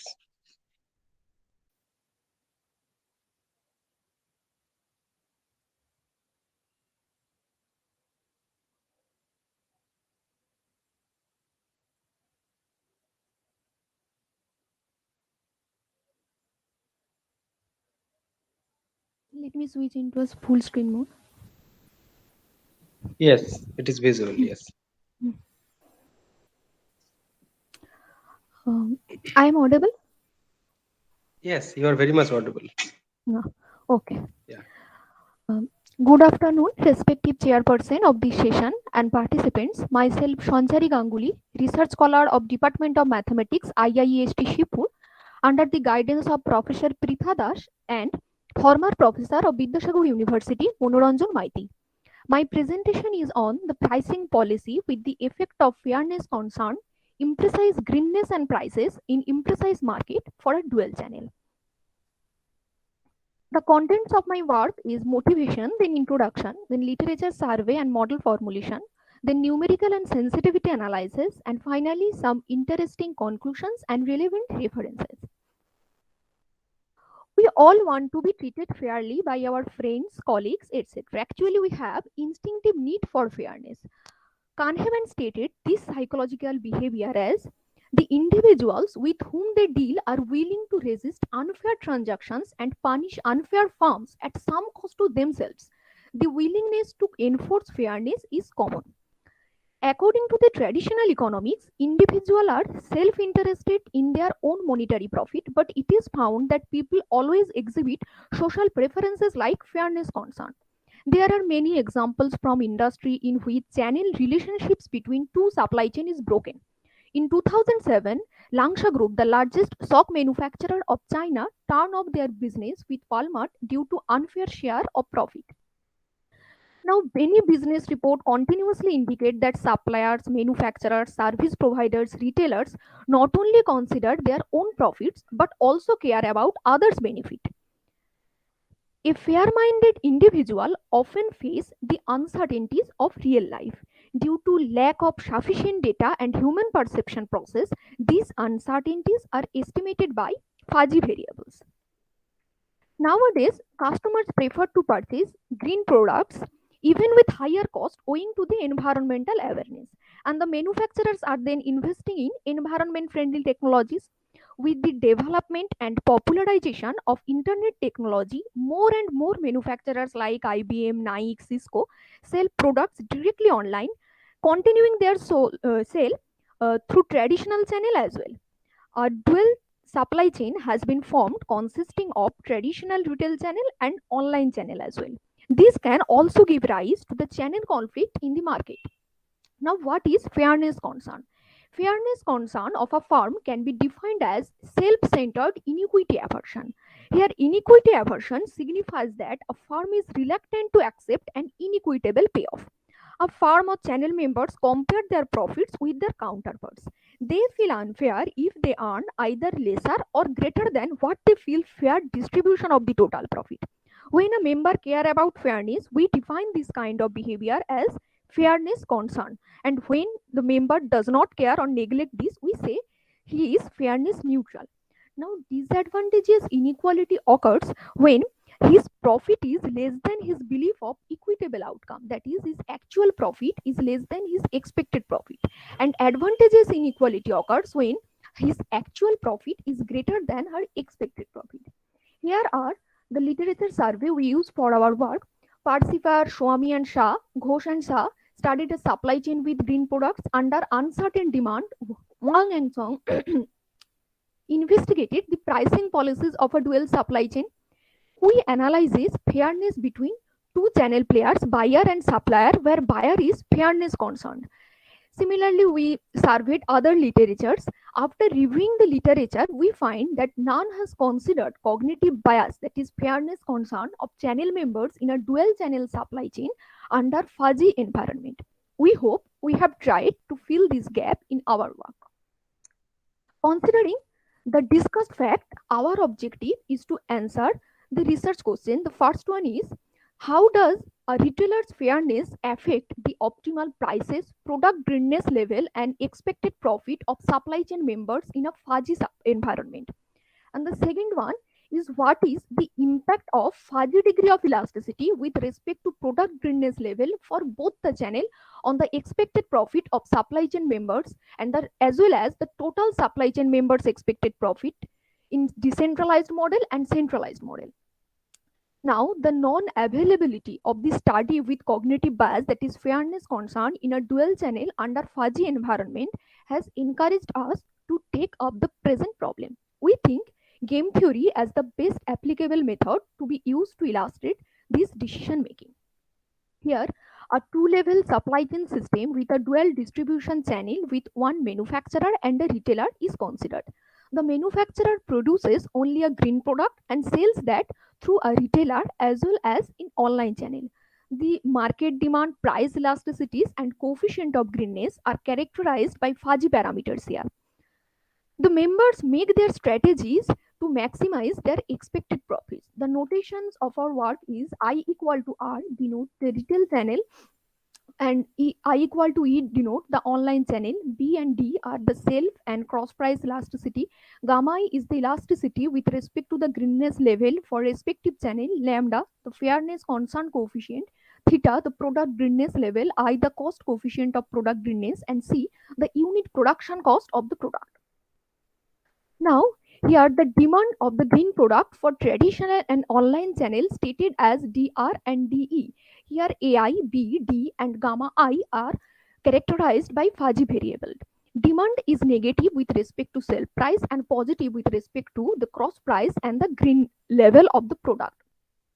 The fuzzy parameters are taken here are independent and non-negative. Moreover, the expected value of the sell price is greater than the expected value of the cross price. To avoid the channel conflict, we take PR equal to PE equal to P and the demand function takes the form this. We first discuss a centralized model without any cognitive bias. Here, the manufacturer and retailer act as a single central planner to maximize the total expected supply chain profit. The profit of manufacturer and retailer are expressed in equation 1 and 2 respectively, and the total supply chain profit is expressed in equation 3. The optimization problem for the centralized model is that maximization of the expected total supply chain profit, that is pi c, is expressed in equation 4 subject to the possibility condition. Now the possibility condition are derived from the non-negativity condition of the demand, and possibility of A defines the occurrence of the event A. If A and B are two positive triangular fuzzy numbers, then possibility of B fuzzy greater than A fuzzy greater equals to alpha holds if the condition holds. Next, we consider a decentralized model. It is a leader-follower game structure where manufacturer is the leader and retailer is follower. Manufacturer announces her wholesale price at green level first. Then, based upon this decision, retailer rationally decides his retail price. We incorporate the fairness concern in this model. As manufacturer is in the dominant position to fix the wholesale price, so the retailer will fair-minded. Now, retailer's objective is to maximize his utility function rather than his monetary profit. A disutility occurs if his profit differs from her belief of equitable treatment. Now, FR is the disutility due to the fairness concern, and mathematically, the disutility function can be defined as minus lambda pi mr minus pi r. When manufacturer is the Stackelberg leader, disadvantageous inequality is more significant than advantageous inequality. Now, retailer will pay more attention to the profit of the manufacturer in indirect channel. The utility of the fair-minded retailer will become pi RF, where pi MR and pi R are the monetary profit of manufacturer and retailer from the indirect channel. Here, the fairness concern intensity is positive, and higher the value of lambda refers the retailer is more fair-minded. The profit of manufacturer become pi MF. Formulating as a Stackelberg game model, the optimization problem for decentralized model is maximization of the expected profit of manufacturer subject to the possibility condition 5, and the optimal price is obtained from solving the retailer's problem, maximization of the expected profit of the retailer subject to the respective possibility condition. Now, solving by backward induction method, the optimal decisions of centralized and decentralized models are obtained and presented in the table. If we put lambda equal to 0, the decentralized model reduces to a model where the channel members does not have any of cognitive biases, that is rational members. Against the same data, numerical results of centralized and decentralized models are solved.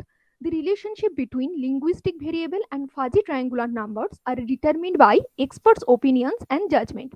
Let the market demand can be Miss expressed Ansari? as... Yes, sir. Sorry to interrupt you. Yes, sir. Yes, sir. I have a request.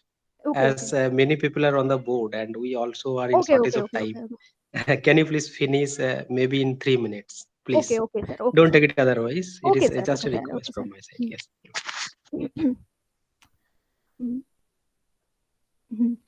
The market demand can be expressed as small 1200, medium 1500, and big 1700 to estimate roughly. Similarly, the other parameters are considered. A triangular fuzzy variable xi has its expected value xi equal x1 plus 2x2 plus x3 by 4. Thus, the expected values of fuzzy parameters are calculated. Though the different environments, deterministic and fuzzy, cannot be compared, we take the expected value of fuzzy parameters near about the deterministic values. The highest difference in centralized scenario, decentralized model with and without retailer fairness is in product greenness level. The difference is calculated in percentage here. Now we discuss the effect of retailer's fairness on optimal prices and greenness level. The numerical values are taken hypothetically which maintain all feasibility conditions. When retailer exhibits more and more fairness with respect to manufacturer, the wholesale price of the product decreases. Consequently, the retail price for both the channel decreases. The reason behind this, we say that the power of bargaining increases when retailer's fairness intensifies. So, for the sake of fairness, manufacturers sacrifice some of his wholesale price so that their profit is not compromised and fairness is maintained. And again, with the increment of retailer's fairness, the greening level of the product also decreases. When the retailer's fairness with respect to manufacturer increases, the expected profit of manufacturer descends, but retailer's own revenue increases. Due to fairness, retailer will force manufacturer to reduce the wholesale price, so the expected profit declined. Now, when the fuzzy degree of elasticity with respect to product greenness level in retail channel intensifies, the expected profit of retailer as well as the total supply chain expected profit increases. But for manufacturer, the profit increases up to a certain limit and then decreases. Similarly, with the increment of fuzzy degree of elasticity with respect to product greenness in online channel increases, the total expected supply chain profit increases as well as the total expected profit of the channel members increases. Here are some interesting findings of our work. The first one says when retailer is focused on her fairness, both channel members' optimal price descend. And the second is fairness of retailer is harmful for environmental performance of a supply chain. And the third is retailer's fairness concern with respect to manufacturer is favorable for his own profit but detrimental for the manufacturer. So we can say that manufacturer cannot be too aggressive while choosing her strategy when retailer is fair-minded. And when the elasticity with respect to product greening for the retail channel increases, it is beneficial for the total expected profit of the supply chain in the centralized model and the expected profit for retailer as well. But for manufacturer, it is helpful for a certain limit, then it is harmful. For future study, we can take a larger SC and some uncertain and we take the uncertain nature of the cognitive biases, and many different cognitive bias we can consider in many different environments. These are the references which help to prepare my work. Thanks to the organizer for giving the opportunity for present my work here. Thank you, Sanjari, for keeping my request. Okay, let me request now the audience. If they have any query, they may ask, please. So, Sanjari, I have a question to you. Yes, am I audible? Yes, sir. Yes, you are audible. Okay. Sorry. Yes. I have a simple Professor question. Deepak Kumar, yes, please ask. So, you are considering some parameter as fuzzy. Yes, sir. Yes. Is it? Yes, sir. So again, you are applying the closed form solution. So how you differentiate the fuzzy variable? This is first question. And second question is, if you consider a value of a particular variable, suppose A, B, C, there are so many parameters in profit function. So as you know, each model is valid in a particular limit or range. Yes, sir. Yes, so yes. How you calculate the range of that particular variable?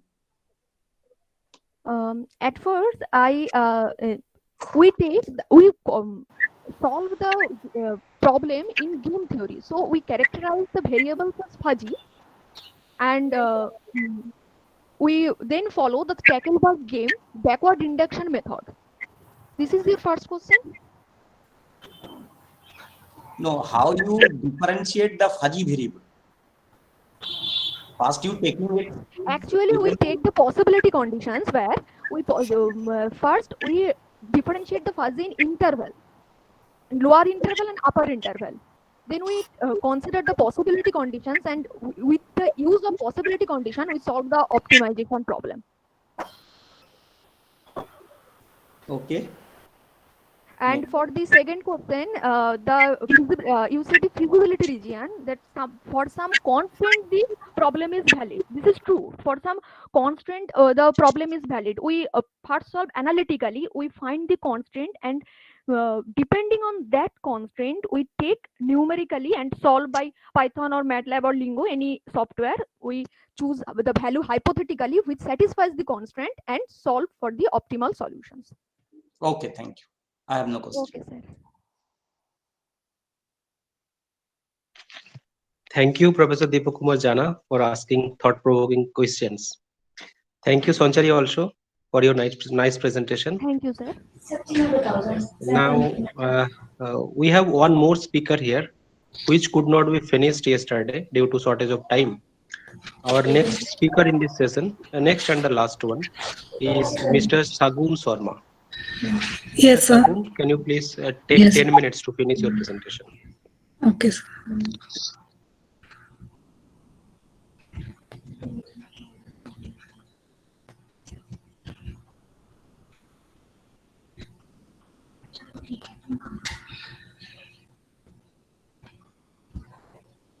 Sir, screen visible? Yes, it is visible. Can you make it full screen? Yes. Good afternoon, yes, sir. it is Myself good now. Shagun Sharma. I'm doing PhD under the supervision of Dr. Sumit Chandok School of Mathematics, Upper Institute of Engineering and Technology. And today's my topic of presentation is existence of best proximity point with an application to nonlinear integral equation. These are outline of my presentation: introduction, privileges, main result, example, consequences, and related result, application to integral equation.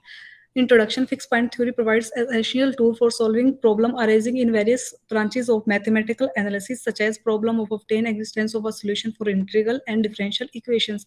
On the other hand, the study of fixed point for non-self mapping is also fascinating. More precisely, for two given non-empty subset A and B of a complete metric space, a non-self mapping T A to B does not necessarily have a fixed point. Under this circumstance, it is meaningful to find a point x belongs to A such that T of x comma Tx is minimum.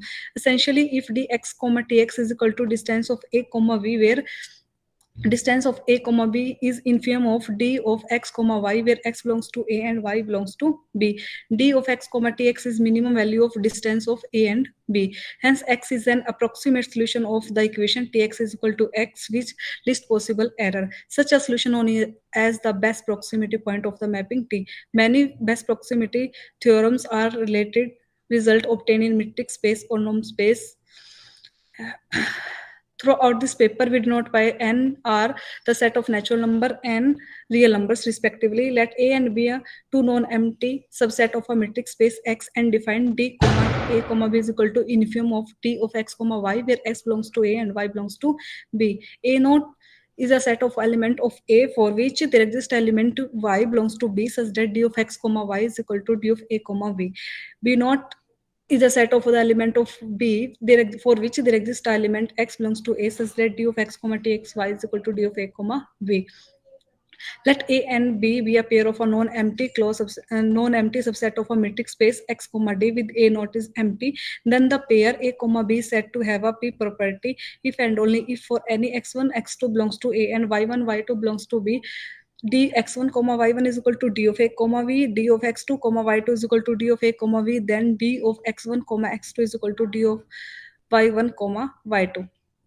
Let A and B are two non-empty subset of a metric space. A mapping T A to B is called a modified alpha proximal admissible if there exists a mapping alpha on A such that alpha T of x naught comma T of x1 greater than equal to 1, D of x1 comma T of x naught is equal to D of A comma B, D of x2 comma T of x1 is equal to D of A comma B. Then alpha of T of x1 comma T of x2 is greater than equal to 1. Kutbi and Shituna Varan introduced a new class of contractive mappings known as a alpha lambda contraction. The purpose of this paper is to find the best proximity point result for this contraction mapping in metric space using the concept of modified alpha proximal admissible mappings. We also obtained some fixed point result for such class of mapping. As an application of our obtained result, we find a solution of non-linear integral equation. To start, we have the following definition. Let XD be a metric space. A mapping F A to B is a alpha lambda contraction mapping if there exists a two function alpha n on B and lambda on X for which lambda of X is less than equal to lambda of X, such that limit supreme of lambda X is strictly less than 1 for all X belongs to X, such that alpha of f of x comma f of y d of f of x comma f of y is equal to lambda of f of x d of xy for all x y belongs to X. Let A and B two non-empty closed subset of a complete metric space X such that A naught is empty and alpha is a mapping on A and T is A to B via continuous mapping satisfying the following assertion. T is a alpha lambda contraction. T of A naught is subset of a B naught and A and B satisfies the P property. T is a modified alpha proximal admissible. Then there exists a point x naught, x1 belongs to A naught and T of x naught belongs to B naught such that D of x1 comma T of x naught is equal to D of A comma B and alpha of T of x naught comma T of x1 greater than equal to 1. Then mapping T has a best proximity point.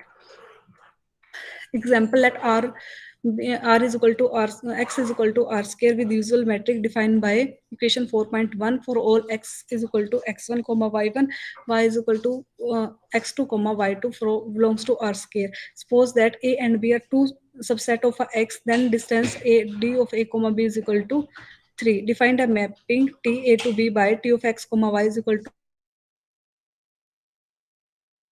Y belongs to A and define a mapping alpha on X by alpha of x1 comma y1 is x2 comma y2 is equal to 2 for all x1 comma y1 x2 comma y2 belongs to X. Then T has a best proximity point 4 comma 0. In this section, we give the consequences of previous fixed point result in space which exist in literature. If we take A is equal to B is equal to X in theorem 1, we have obtained the following result. Let X be a complete metric space and alpha is a mapping on X and T X to X be a continuous mapping satisfying the following assertions. Let T is a alpha lambda contraction, alpha T is a alpha admissible and there exists a point X naught belongs to X such that alpha of X naught comma T of X naught is greater than equal to 1, then T has a fixed point. Consider alpha comma x comma y is equal to 1 for all x1 comma y1 belongs to X and alpha of X is equal to K where K belongs to close 0 comma 1 4 in theorem 1, then we get the Banach contraction theorem. Let X be a complete metric space and T X to be a continuous mapping satisfying the following assertion: D of T comma X comma Y is Ty is less than equal to KD of X comma Y for all X1 X comma Y belongs to X, then the mapping T has a fixed point. In next section, we will discuss about the application of our main result related to integral equation. If we take A is equal to B in theorem 1, we return the solution of non-linear integral equation. Let C be a set of all continuous function on closed interval A comma B with metric defined by D of U comma V is equal to supremum of ut minus Pt mod T belongs to A comma V. For all U comma V belongs to C, A, B. Consider the nonlinear integral equation ut is equal to g of t plus integration a to b k of t of x ux comma dx, where t belongs to a comma b and g is a function on closed interval a comma b and k is a function on a cross b, a comma b cross to a comma b cross u a comma b to r for each u belongs to C, A, comma B. Suppose that following statement hold. These are continuous on A, comma B and K, T, X, comma Ux is an integral with respect to X on A, comma B.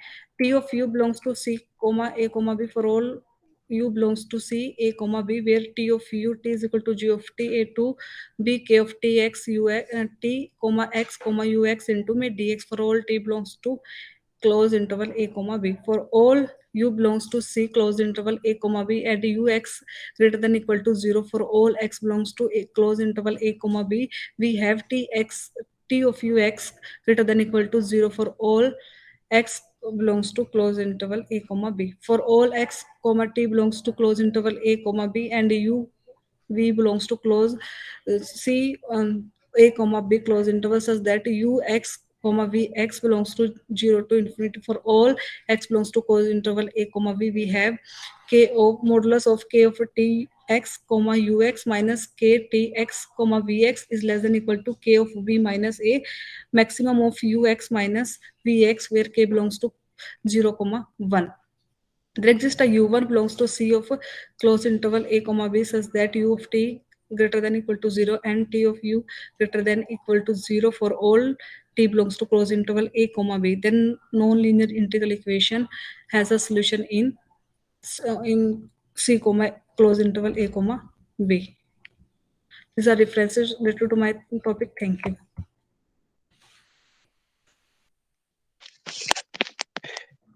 Thank you, Mr. Puneet, for your nice presentation. Now I request the audience for any queries. Any question, please, from the audience?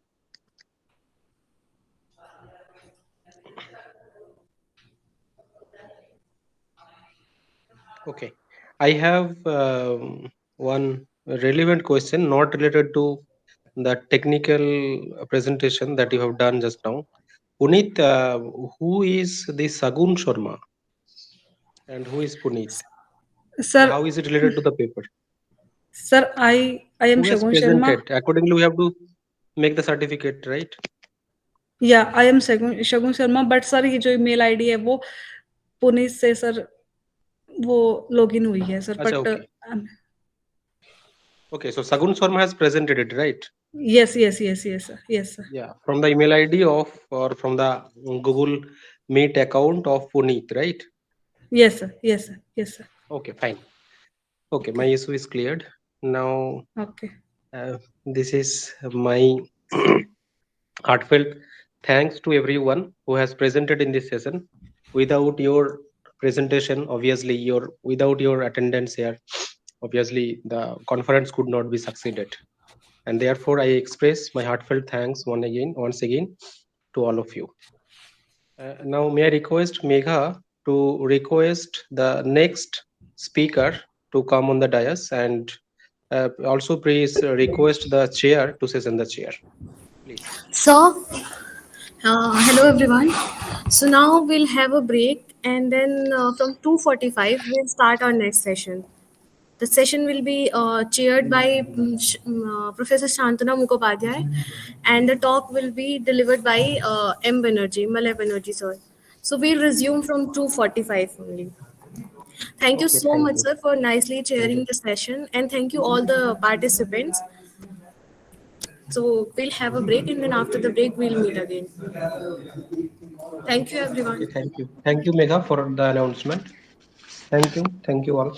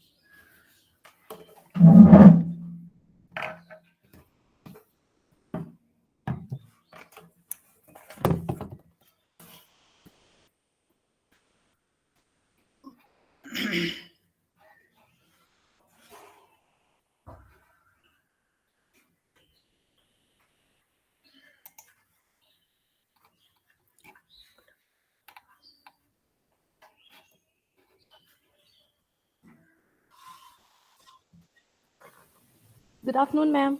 Good afternoon, Megha. So next session is Professor Maloy Banerjee's talk, right? Yes, ma'am. From 2:45. Yes, I know. Good afternoon, sir. Good afternoon. And welcome, sir. Yes, very good afternoon, Professor Banerjee. So your mic is mute actually. Yeah. Good afternoon. Good afternoon. Namaskar. Good Namaskar. afternoon. Yes. So very nice to see you through online. So we are going to have our session soon. Is Professor Somsar available, Megha? Yes, ma'am. He'll be available in a few minutes. Okay. So we'll start after that, right? Just for a second, can I check my slide whether it is Yes, Sure, sir. Sure, sir.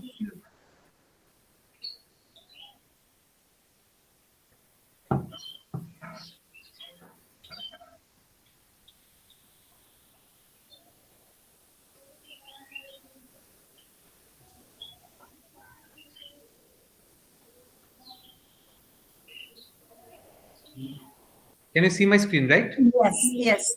Okay.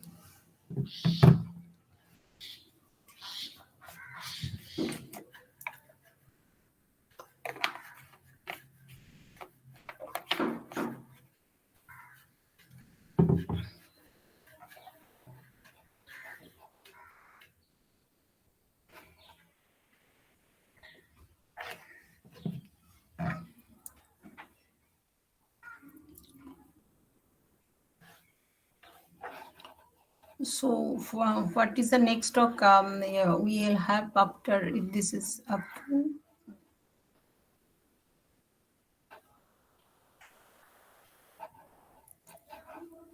Yeah, okay.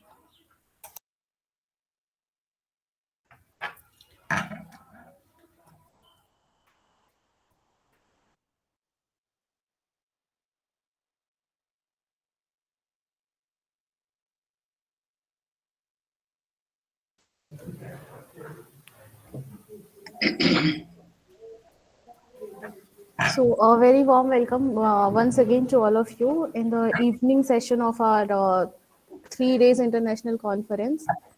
And actually this is the last day and this will be the evening session A actually. So now Professor Somsar will join in a few minutes, but since it is time, so I would like to call Santana ma'am to chair the next speaker, and the next talk will be delivered by Maloy Banerjee sir. So please ma'am, the stage is all yours. Okay, thank you, Megha. So good afternoon to everyone. It's my great pleasure that today we are going to have the next session by Professor Maloy Banerjee, and it is my great pleasure to introduce Professor Banerjee. Professor Maloy Banerjee received his PhD from the University of Calcutta in Applied Mathematics under the guidance of Professor C.G. Chakraborty. Dr. Banerjee joined the Department of Mathematics and Statistics, IIT Kanpur, in 2008, and currently he is working as a professor in the same department. Before joining to IIT Kanpur, he served as at Presidency College, Kolkata, and Scottish Church College, Kolkata. So his research interests include nonlinear dynamics, mathematical ecology, epidemiology, and he is serving as associate editor for various journals like very prestigious and very reputed international journal like Applied Mathematics and Computation, International Journal of Bifurcation and Chaos, and Mathematical Modeling of National Phenomena. He is also the editor for the Ecological Complexity, Theoretical and Mathematical Ecology section of the journal Mathematics. So it's really very much pleasure for all of us and a good opportunity to listen to Professor Maloy Banerjee. So now I request Professor Banerjee to deliver his talk. Thank you, Professor Mukhopadhyay, for your kind introduction, and also I was thankful to the organizer for inviting me to deliver this talk. So let me share my screen, and you can see my screen, right? Yes, Professor Banerjee, you can see. And so can I plan for the talk for 40 minutes? Yes, I think Megha. When is our next talk, Megha? I think 3:30. Yeah. So you can have. So I will finish by 3:25. So if there is some question, I can answer. Yes, thank you so much. Okay. Yeah.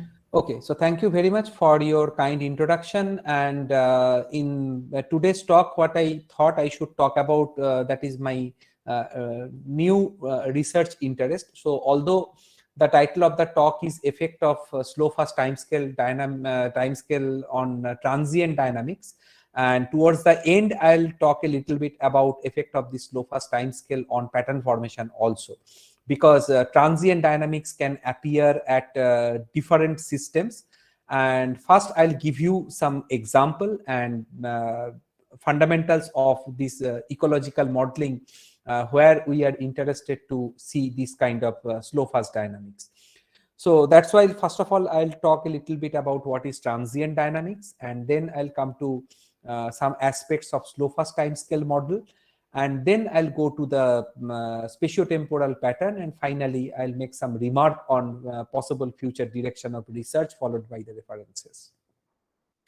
Okay, so this is the just a pictorial representation for different kind of interaction between interacting species, mainly between herbivores and their predators. So the point is that once we are considering some ordinary differential equation models for ecology, and in various journals we have gone through some examples that, okay, this model follows this particular species, etc., etc. But one point I want to make it clear, that mostly we are actually interested to model or capable to model the interaction between the trophic level, not between the particular species under consideration. And the idea is that in this picture, you can see that 4 different prey-predator type interaction, which consist of one as a prey species and another as a predator species. But it is very much clear that either lion or tiger, they are not restricted to predate only zebra and deer respectively. So as a result, if we consider the interaction between zebra and lion is a prey-predator interaction, so then the next question arises whether this lion have only one food choice or not. If not, then one may think about that multiple prey single predator model, but we have to keep in mind this biomass is not huge for any particular forest or any particular region. Maybe over the entire globe, the total zebra population can be considered as a continuum, but they are distributed at different disjoint locations. So better to think about the interaction between 2 trophic levels.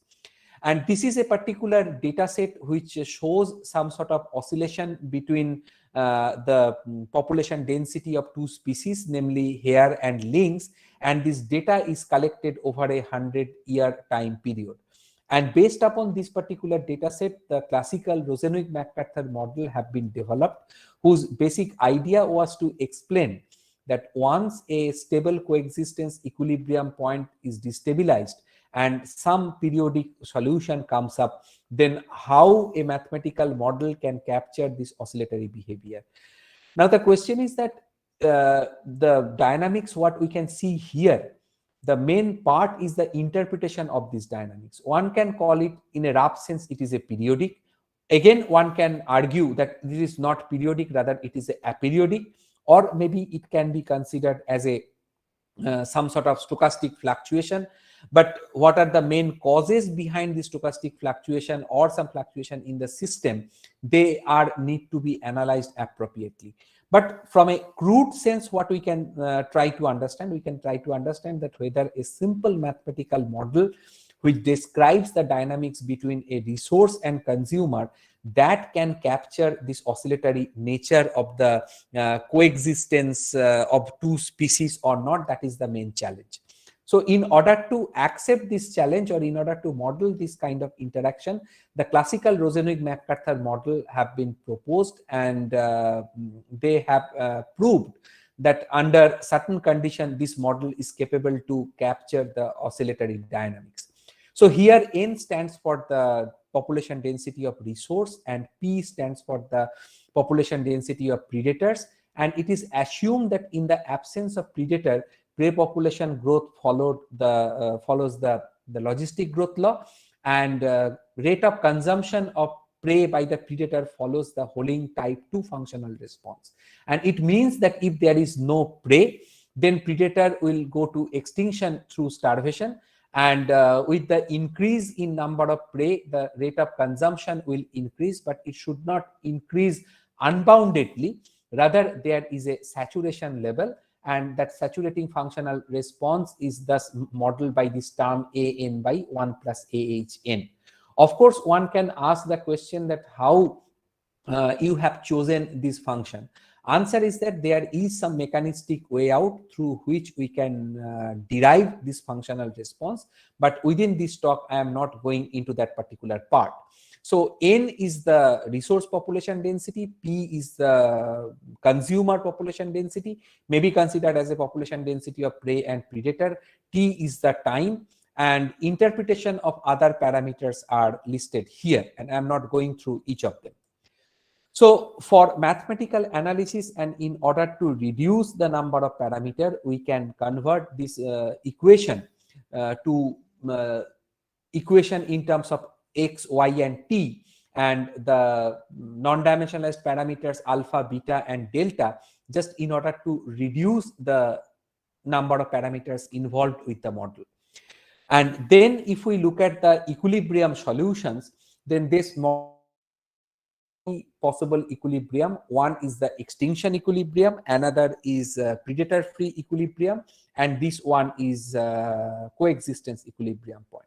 So using standard stability theory, one can determine their stability properties, and it is clear that once this predator-free equilibrium point is stable, then this condition is satisfied, and once it is unstable, then coexistence equilibrium point bifurcate from it through a transcritical bifurcation, and this transcritical bifurcation threshold is alpha equal to 1 plus beta into delta. And this is an important point to note, that the threshold value at which coexistence equilibrium point loses its stability, that is also the threshold for the transcritical bifurcation, and this particular coexistence equilibrium point bifurcate from extinction predator-free equilibrium point through a transcritical bifurcation. And this coexistence equilibrium point destabilizes through a supercritical Hopf bifurcation, and that supercritical Hopf bifurcation threshold in terms of alpha is given by beta delta times beta plus 1 by beta minus 1. So in summary, this model system shows three different types of dynamics. One is that predator-free equilibrium point is globally asymptotically stable. Second, the coexistence equilibrium point is globally asymptotically stable. And third one, that is the two pictures in the lower panel. These corresponds to stable oscillatory coexistence, and these stable limit cycles are actually shown in green color. These are closed curve into these two panel. And one important aspect is that in this case, what happens, that size of the limit cycle is quite large, and it shows that the attractor is pretty close to the horizontal and vertical axis. So that means the population remains at a low concentration for a significantly longer time period. So from the deterministic point of view, or if we ignore the environmental fluctuation and etc., then in this kind of situation we can say that population persists at all future time, but keep in mind that conclusion is mathematical. In reality, what can happen due to small environmental fluctuation or other demographic variability, one species or both the species may go to extinction. Why I'm talking about one or both the species? If it happens the prey goes to extinction due to environmental forcing, then as the predator is specialist in nature, that means it don't have any other food source. So automatically it will go to extinction. But if predator population goes to extinction, then what will happen? Prey will survive at its carrying capacity. Now the point is that in this kind of situation, from where this concept of transient dynamics comes into the picture. Now I'll go through that particular topic. So this is a typical time evolution of population density of prey and predator population. So initially they are started from these two values. One is from 0.3 for predator, and this is from 1.5 for the prey population, and we see that is a periodic oscillation that is observed over the time window 0 to 100.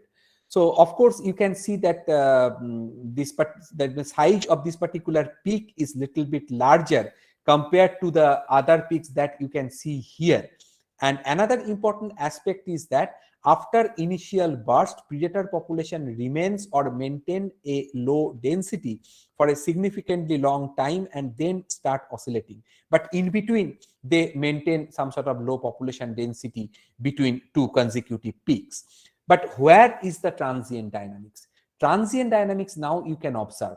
If we just choose different initial conditions, that is y0 equal to 0.25, blue color curve, y0 equal to 0.5, this is red color curve, and y0 equal to 0.75 for this yellow color curve. And you can see if we start from this initial density, then from this point to this point, so that means around 12 units of time, that predator population more or less maintain very low population density.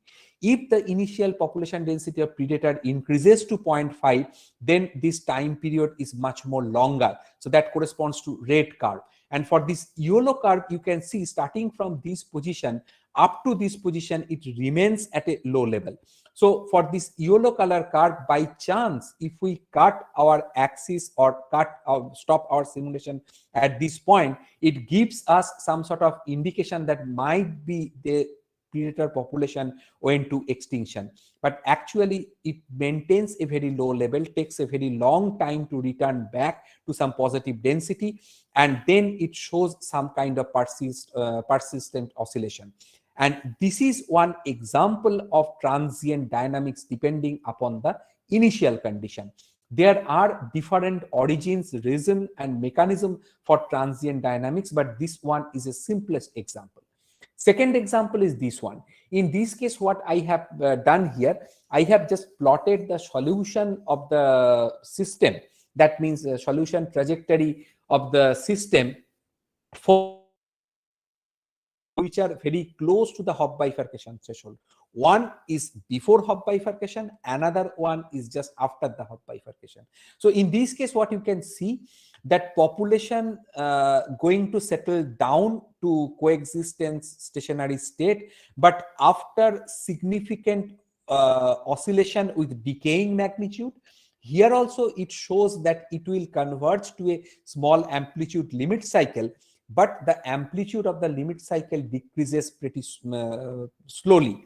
And these are some mechanistic example, that means close to some bifurcation value. That bifurcation may be local, may be global, and depending upon the particular classification of the bifurcation, we can expect some kind of long transient in the system dynamics. So these are examples from simple Rosenwig-McArthur model, which is deterministic in nature.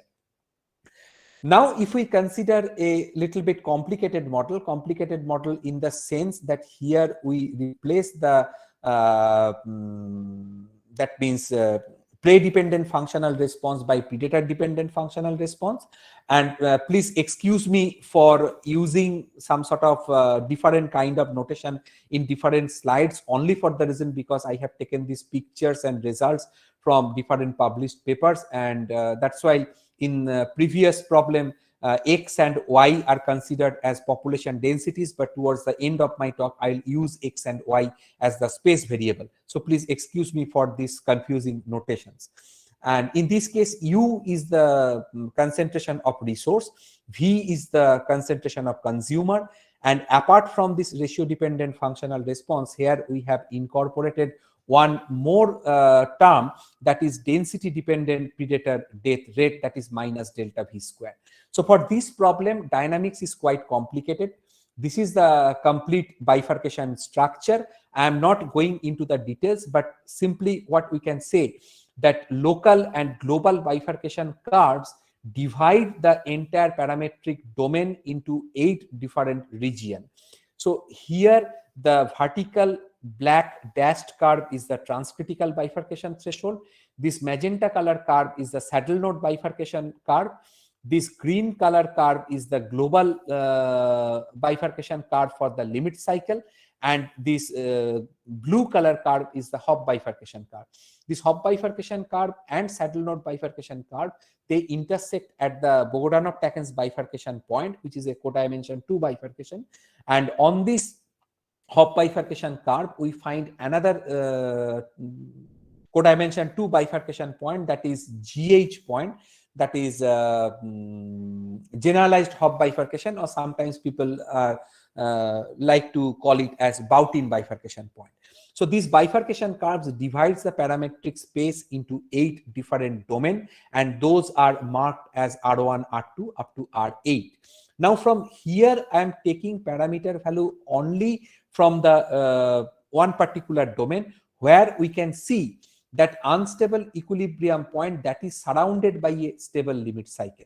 So this is another example that in previously I have mentioned that you can see long transients in case of value very close to the Hopf bifurcation, that means onset of the Hopf bifurcation. In this case, this parameter value is far away from the Hopf bifurcation threshold, but still we have some sort of transient dynamics. What is the transient dynamics here? Because if we start from some point here that is very close to the unstable equilibrium point, it shows a long transient oscillatory dynamics before settling down to the stable limit cycle, and that you can see from here. So with respect to time, you can see that if we stop our simulation at t equal to 1000, it will give us a erroneous indication that it is stable. But if you perform the simulation over a longer time period, that is t equal to 5000, and you can see that it takes almost t equal to 4300 in order to settle down to the desired stable limit cycle. And this is another example of transient dynamics. So mostly people are interested to construct a mathematical model for ecology with some appropriate ecological justification, then finding out the equilibrium points, proving its stability, determining the bifurcation threshold, bifurcation condition, bifurcation curve, normal form of the bifurcation. But apart from that, there is something more with which researchers are nowadays very much interested, and these are such examples that is called the transient dynamics. Now we consider a delay differential equation model. This is a single species delay differential equation model. It actually models the growth of a predator species with which is actually subjected to alley effect. And this equation is also capable to show a wide variety of transient dynamics. I am not going into the mathematical detail of this particular problem. If you are interested, you can have a look at this work. And idea is that in this case, you can see that if we start from some initial condition, it shows a persistent oscillation for a quite significantly long time period before settling down to stable steady state. So this is one example of transient oscillation before settling down to stable coexistence steady state. And why this is called transient? This is called transient only for the reason because if you look at the some part of the dynamics which you observe at this range, this will not persist at large future time, and actual destination of the solution trajectory is a stable coexistence steady state, and that cannot be predicted from the dynamics what you can observe here. So by mistake, if we stop our simulation at t equal to 2000 or t equal to 3000, then we will have a erroneous indication that dynamics is oscillatory. Rather, it is actually a transient dynamics, and it's ultimately settled down to a stable steady state. And the point is that depending upon this transient dynamics, we cannot predict anything about the final destination of the solution trajectory, and also what is the shape and dimension of the final attractor. Because in the next picture, you can see that it actually settled down to the coexistence steady state, that means non-zero steady state. But here you can see after long transient oscillation, it actually settled down to zero steady state. So this corresponds to system collapse after a long time period. And also with another kind of parameter value, you can see after some persistent oscillation, it shows a different kind of oscillatory behavior at large time. And there are other complexity also, like this, what you can see that initially it shows some kind of irregular oscillation, and ultimately it settled down to a chaotic oscillation. So these are several examples of different kind of transient dynamics. Now, there is another kind of problem which is very much important to consider in the context of ecology, that is dynamics of a system with slow first time scale. So in general, now question arises that why we are interested to consider the slow first time scale dynamics, and is it possible to observe such kind of dynamics in nature? Answer is yes. This is an example of the population density of spruce birdworm, and which is actually collected over a 30 years time period. And you can see that this spruce birdworm remains at a very low population density for a significantly longer time period before showing some sort of oscillatory behavior. And this kind of solution trajectory we have observed earlier in case of Rosenwick-McArthur model also. And one particular explanation of this kind of solution trajectory is that sometimes it may happen that resource and consumer, they have significant amount of growth over to different time scale. So if we measure the growth of resource and consumer over the same time scale, then it may happen that growth rate of one species is much more faster compared to the growth rate of the other. And as a result, we need to consider the dynamics with slow first time scale. Now, how it can be done? Just for example, in case of Rosenwick-McArthur model, we can rescale the parameter for predator growth, assuming that growth of the predator is slower compared to the growth rate of the prey. And that's why we can have this modified Rosenwick-McArthur model with slow first time scale, where epsilon is the measure, and it actually the ratio between the growth rate of predator over prey measured over the same time scale t. And in general, epsilon is lies between 0 and 1, And people who are working in the area of mathematical ecology or nonlinear dynamics, they are quite interested in the system dynamics in case epsilon is much less than 1. So keep in mind there are two aspects. Number one, mathematically it is interesting to understand the dynamics when epsilon is much less than 1. But on the other hand, question may arise that in reality, is it possible that epsilon is much less than 0 or not? Answer is actually it is not pretty close to the 0, but there is a significant difference in the time scale in the growth rate of two species. Now, if we look at the solution trajectory, that means how this parameter epsilon affect the system dynamics. So this is one example. On the left panel, you can see the dynamics with epsilon equal to 1, and without changing any other parameter value, if we just change epsilon from 1 to 0.1, then we can see this kind of dynamics. And if you just try to understand that how this dynamics looks like, so one trajectory starting from this point, it moves more or less in a horizontal direction. Then there is a small bend through which trajectory transfer from horizontal line to this vertical trajectory.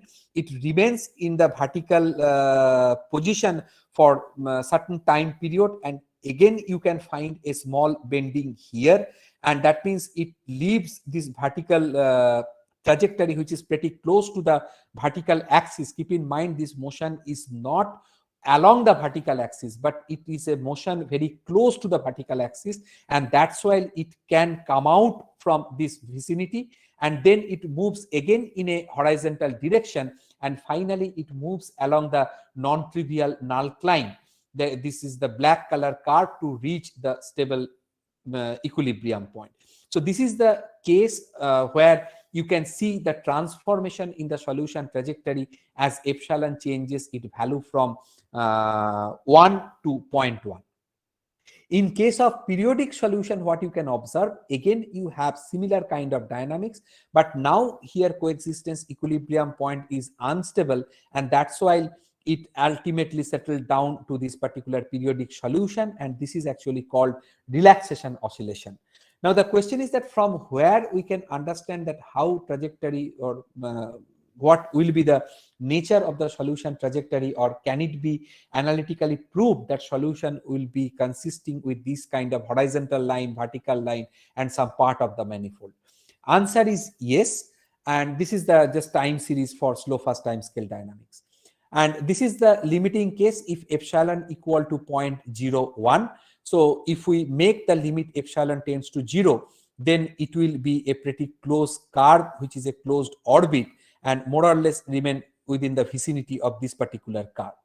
Now, from where we can understand the dynamics, we can actually consider the first system that is governed by this equation, where with respect to first time, we have chosen epsilon equal to 0. And dynamics of the system can be understood quite easily, because from here you can find Vt equal to V0, and in terms of V0 as a parameter, you can understand the dynamics of this system. And of course, you can find out the equilibrium points of this system with V0 as a parameter, and also determine its stability. The main concept is that for this layer system or fast subsystem, predator population remains, density remains constant for significant time period, and the trajectories are more or less horizontal lines. On the other hand, if we write down the equation in terms of slow time scale, then we will have the dynamics of the system in terms of slow time tau, and the reduced system, that means with epsilon equal to 0, its governing equation is an algebraic differential equation. And these consist with a vertical straight line and a parabolic arc, which determines the nature of the solution. And here is the summary of the result, that what are the different terminology, what is critical manifold, what is critical fold point, and dynamics is slow, fast, so many things. These are summarized here. The main point, what I just want to draw your attention, this is the solution corresponding to fast system, and this is the solution corresponding to the slow system.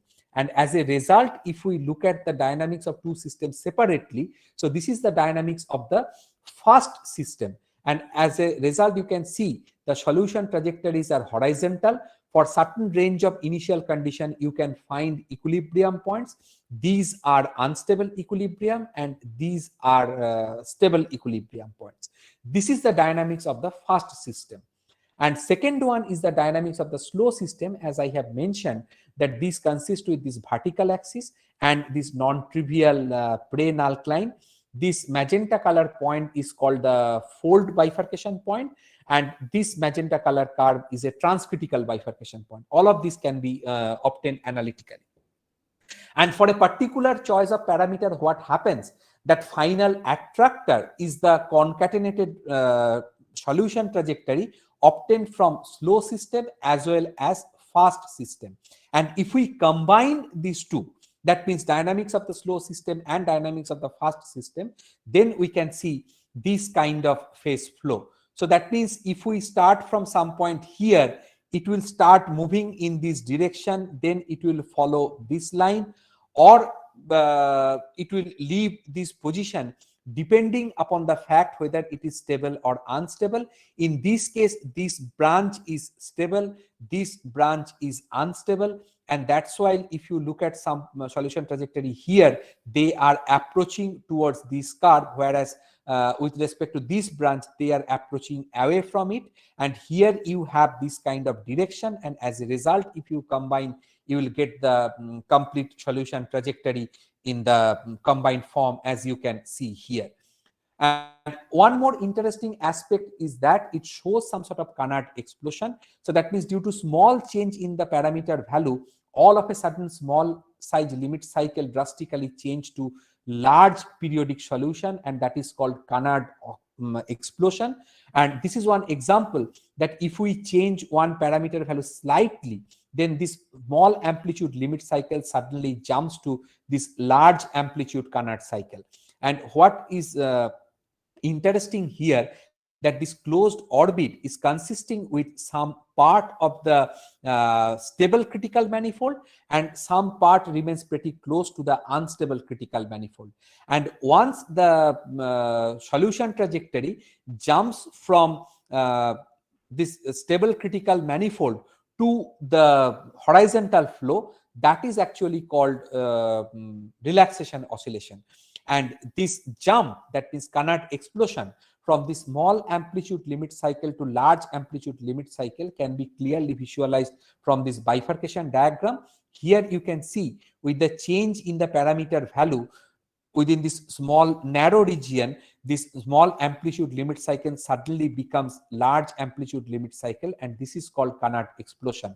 And Canard explosion that takes place within this small interval, which is marked in red color here. And also, depending upon the complexity of the model, you can have different structure of this Canard oscillation and also relaxation oscillation. This is our another work where we have shown that Hopf bifurcation threshold that can be shifted with the variation in magnitude of the slow fast time scale parameter, that is epsilon. In earlier case, Hopf bifurcation threshold is independent of epsilon. Here it is depending upon epsilon. And as a result, you can see this null line is a oblique straight line. In previous case, it was a vertical straight line. And this is the consolidated diagram for the slow fast dynamics. This double arrow corresponds to fast dynamics, and single arrow corresponds to slow dynamics. And here also we have shown some other kind of result, that what is the entry point and exit point.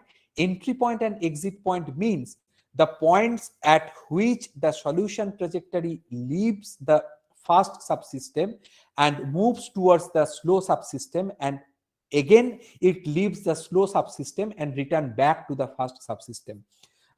Some time ago I have mentioned that although you can see that solution trajectory is pretty close to the vertical axis, but it is not exactly following the vertical axis, and actually a zoom version of that solution trajectory, you can see here that this line seems to be more or less along the y-axis in earlier picture, but there is an infinitesimal distance between these two. As a result, it can return back from this vertical position to this horizontal position and again enters the first flow and move in the horizontal direction towards right.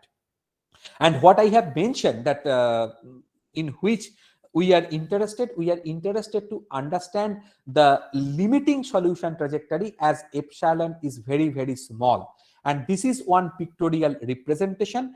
Red color curve is the solution trajectory, that means relaxation oscillation for a small value of epsilon, but not very close to 0. And limiting relaxation oscillation, that is shown here in the blue color. So in this case, this blue color curve is a part of the vertical axis, and this relaxation oscillation is the concatenated version of the slow and fast flows, that is two horizontal lines from this point to this point, and another horizontal line from this point to this point, and two part of the slow flow that is starting from this point along the parabolic arc up to this red point, and also starting from this red point to up to this point. These are actually corresponds to the slow flow. So this is all about slow fast timescale dynamics in the context of temporal model. Now quickly I show you that some of our recent result on spatiotemporal pattern formation, and why I'm talking about these things within this talk, because it also shows significant amount of alteration in the transient dynamics.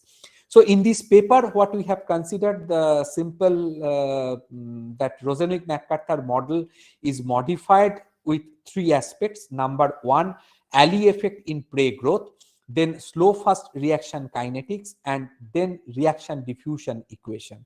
So far as our knowledge goes, there is very few work in this direction, that is effect of slow fast timescale on spatiotemporal pattern formation. And in this work, we have proved several results, but here I am just talking about briefly about the change in the traveling wave solution for the system as epsilon changes. So this is an example of a monotone traveling wave joining coexistence steady state with the predator free steady state. This is a non-monotonic traveling wave joining the coexistence steady state with the predator free steady state, because this red curve corresponds to predator population, blue curve corresponds to prey population. It is 1, this is 0. So it clearly joins the coexistence steady state with 1, 0. And after certain bifurcation, this non-monotonic traveling wave changes to periodic traveling wave. But here you can see some kind of transient non-monotonic fluctuation. And this is a particular plateau, and where this plateau comes from, and how long it will remain on this particular steady state, that completely depends upon the background parameter. And as you can see here, that if we change the initial condition, instead of perturbing from 1, 0, if we give perturbation from 0, 0, so then first it will move towards 1, 0, and then it will enter to this periodic oscillation. And in this case, what you can observe, that before going to this periodic traveling wave kind of motion, it shows a transient dynamics that remains at this level for significantly longer time period before converging to this periodic motion, which is actually periodic traveling wave. And these are some other examples, that means how transient nature is changes. That here you can see the nature of oscillation, that means amplitude of oscillation is quite large because wave number is quite small here. And here you have prominent oscillatory transient dynamics before it settled down to this final destination. And this is also, you can see that transient dynamics in magnitude, in periodicity, in amplitude, they change significantly with parameter values. Just for limited time period, I am not mentioning each and every parameter values, but if you are interested, you can have a look at our work to get all the details, what initial condition, what boundary condition we have used, what are the parameter values, what are the effect of initial condition on the system dynamics. But finally, what I just try to summarize here, this is the traveling wave for epsilon equal to 1. This is the traveling wave for epsilon equal to 0.1, and this is the traveling wave for epsilon equal to 0.01, if I recall correctly. It might be this is for 0.5 and this is for 0.1. But the point is that if we move from this picture to this picture, so it is from epsilon equal to 1 to some small values of epsilon 1. And here you can see that the transient dynamics, that is before showing some sort of oscillation, system remains at the value 1, 0 for a significant time period. That means the time required for the population to move from this position to this position before starting oscillation, it is significantly increased with the presence of slow fast time scale. And this is another example of effect of slow fast time scale on pattern formation in 2 dimension. So what you can see, that interacting spiral pattern can change to just a tip of the single rotating spiral with the decreasing magnitude of epsilon. And not only it will change the pattern, it also alter the overall fluctuation in the population level, that you can see here.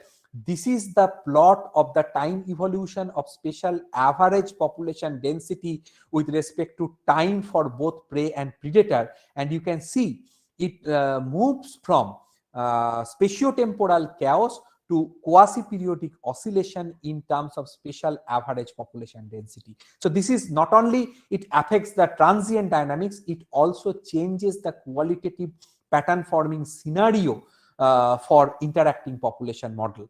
And I must stop at here without saying anything more. So future direction is that these are some listed here. So apart from that, what we are trying to do, we are just trying to extend this result to some other kind of dynamics of the system, which shows some sort of catastrophic shift or regime shift, and also the dynamics of the system for delay diffusion model. And we are interested to study the effect of slow fast time scale. So these are some future direction or challenging question, whatever maybe you can consider it. And these are some references where you can see some sort of details about the transient dynamics and other things. And these are some of our work. If you are interested, you can have a look at it. And I must thank my collaborator, that is Tapon Shaha in the Presidency College, Kolkata, Pallab Jyoti Pal, he is also my collaborator, 3 foreign collaborators, Sergei Petrovsky, Vitaly Volpart, Andrew Morozov, and this is my current PhD student, Pronali. She actually did most of the part of the work that I have presented at the end for Bulletin of Mathematical Biology paper, and other works are carried out by these co-authors. Thank you very much for your kind attention. So thank you, Professor Banerjee. It was a wonderful talk and lots of information. The audience could get it. So it's really, really very useful talk and wonderful lecture. So, we can have some question, few minutes we can spend on question answering. Is there any question from audience?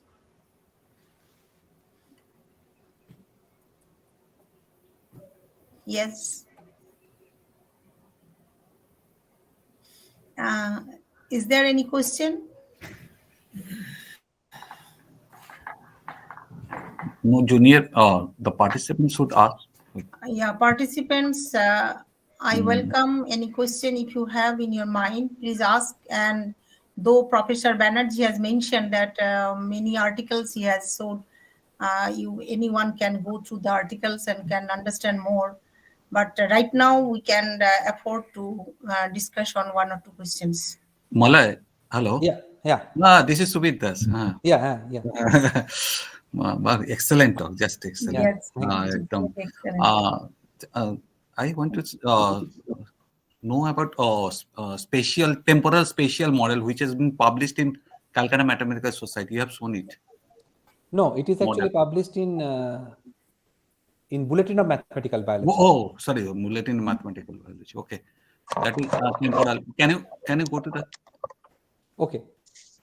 So I have to share. It is actually merging up to diffusion equation, reaction diffusion equation. What I am saying. Yes. Now, how you are correlating with the? Yes, this one. I can't see actually. It is very interesting model. for transient model. Can you see my screen now? No, I can't see actually. I already shared my screen. Yes. Now I think. Now it is coming. Yes. You can This see one. now. You see, this is the actually reaction diffusion equation. The first one, Yes. but the addition of uv by 1 plus alpha u. Yeah. How you are connecting this one, these two? Hello. I'm not getting your point. No. How you what is the motivation of using uv by 1 plus alpha u minus 1? And you are merging to diffusion equation, correct? Na? Reaction diffusion. Yes, equation. yes. Because this is the temporal part. Actually, takes care of the interaction between the individuals, and this diffusion actually takes care of the random movement of the individual over their habitat. So this is the idea. So it can be derived in a way that population at a particular location and at a particular time point can change due to two different type of phenomena.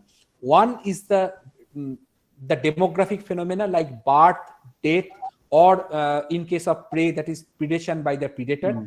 So with respect to time, it can change.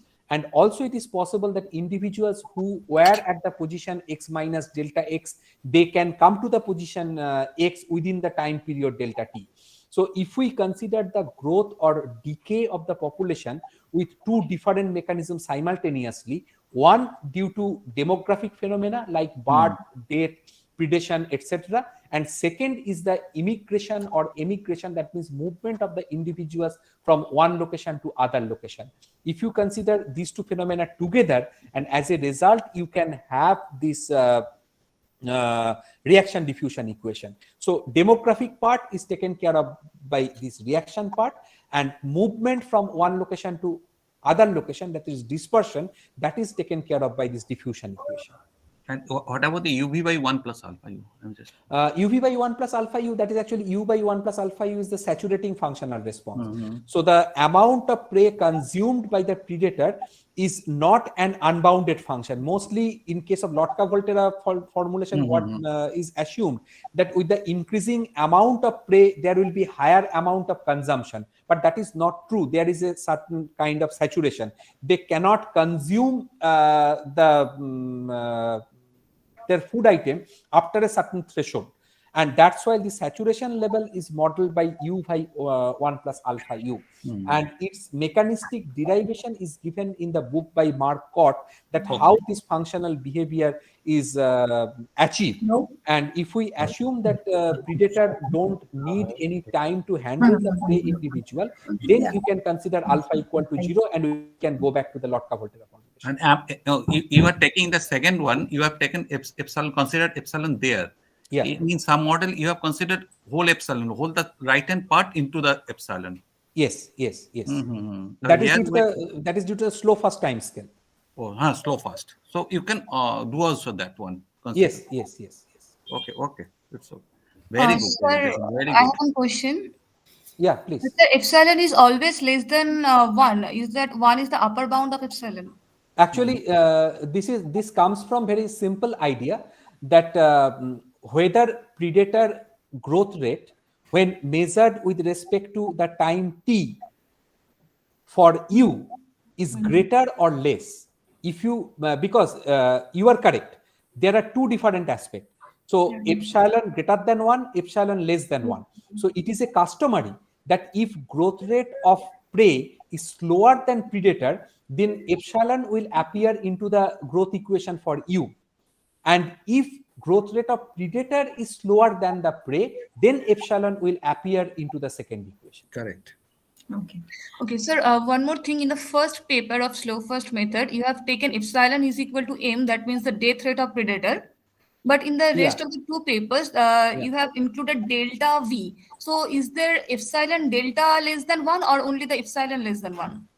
Actually, it completely depends upon how you are non-dimensionalizing the model and how you are scaling the parameter. So you can do two different things. First, you can non-dimensionalize your model system, and then you can estimate the parameter value.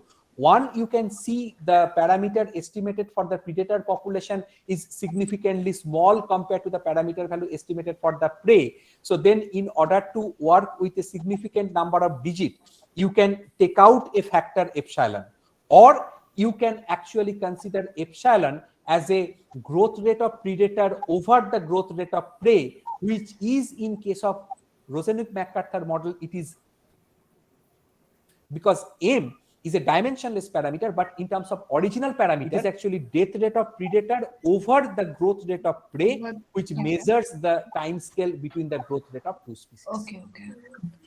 Okay, so thank you. It was wonderful discussion also.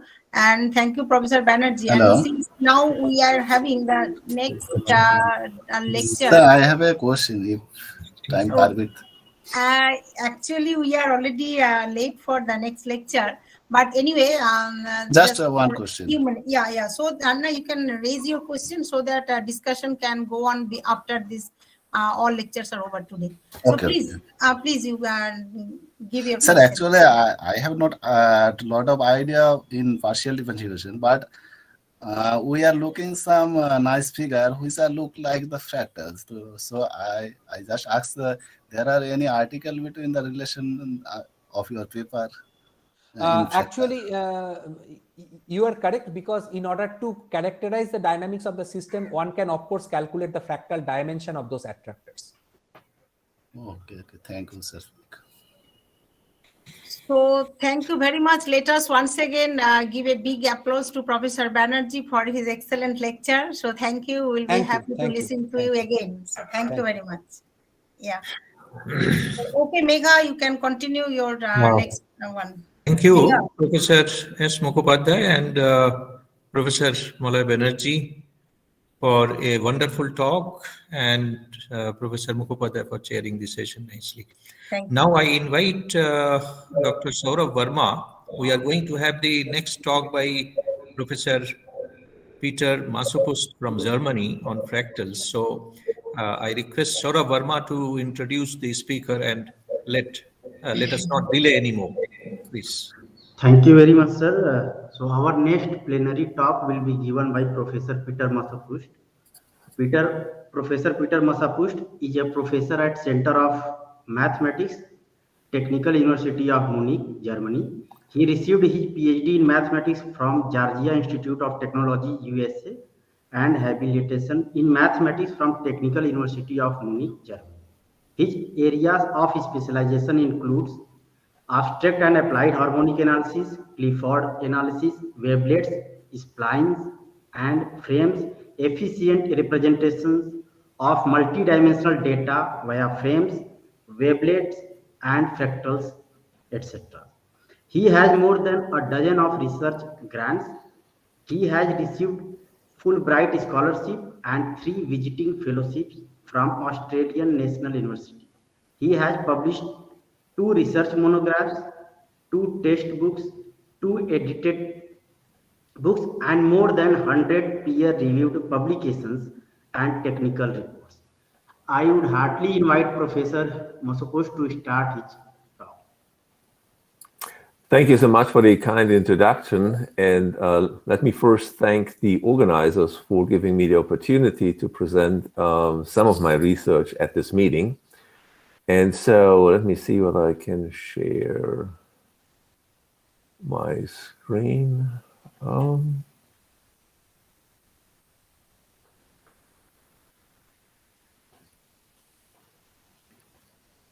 Okay, and I hope you see most of it. Yes, sir, it is visible. Okay, wonderful. Okay, my presentation will focus on basically fractal geometry and fractal interpolation theory, but it's a hybrid of 2 methods. First, we'll look at fractals, and then we'll look at what are called Clifford algebras and analyses. Okay, here's the outline of my presentation, and as I wasn't sure how many of you do know iterated function systems and fractals or some concepts from Clifford analysis, I'm going to start with a brief review of quaternions and some related topics. Then I will go over and very briefly tell you what an iterated function system is and what fractals are and how you can use iterated function systems to construct fractals. Then we'll take an extension to the quaternionic setting, and we develop what are called systems of quaternionic function systems. There's an S missing. And then finally, we extend the previous results to what are called paravector valued and Clifford valued, to the Clifford valued setting. Okay, what's the purpose of actually trying to merge these two areas of mathematics? Well, if you work in, or if you know something about fractal geometry, one method of constructing fractals is given by so-called iterated function systems. And the attractors of these iterated function systems are the fixed points. They're fractal sets in the sense of Mandelbrots. Now, fractals that are generated by IFSs, iterated function systems, have a very important approximation property, which is expressed by the so-called collage theorem. And the latter theorem has tremendous applications in image compression, in the image analysis, and also, of course, in the description of natural phenomena, for which it is more important to use fractal methods rather than using classical approximation techniques. Now, the area of Clifford algebra and analysis grew out of Hamilton's endeavor basically to extend the complex plane to a higher dimensional setting, preserving the underlying algebraic structure. And that was the birth of quaternions. And since then, one has gone beyond quaternions to get so-called hypercomplex systems. And they all share the property of being non-commutative, and also some of them are non-associative. But lately, people in digital image signal processing have discovered these hypercomplex algebras and try to provide a holistic approach to modeling multi-channel data or multi-channel signals. Okay, so here is a very brief introduction to quaternions, and basically what you do is you look at R4, Euclidean space R4, and its canonical basis, and you introduce a multiplication between the four elements in the canonical basis in this fashion here. So there is one element singled out, E sub 0, which commutes with all the other basis vectors in that fashion. Then we have a non-commutative operation among E1, E2, and E3 given by this formula here. Basically, that implies that EI, EJ is minus EJ, EI. And then you have this relation between all three of them. Okay, so if you then use this multiplication to find an algebra or define an algebra, you define what's called a real quaternion. I denote those by Q in this form here. It's basically a real number A times E0 plus this part of real number VI times the EIs. And this first part here in the quaternion is called the scalar part, because pretty soon we'll set E0 equal to 1. And the second part here is called the vector part. So you can think of these E sub i's, E1, E2, E3, as being generalized imaginary units. Okay. And similar to complex analysis or complex numbers, you define a conjugate, there's several of quaternions, by simply changing the sign in front of the vector part. And then this conjugation allows it to define a norm on the quaternions given by this expression here, because it turns out that Q times Q bar is a non-negative real number. And likewise, you can show that there is an inverse to each quaternion given by this expression.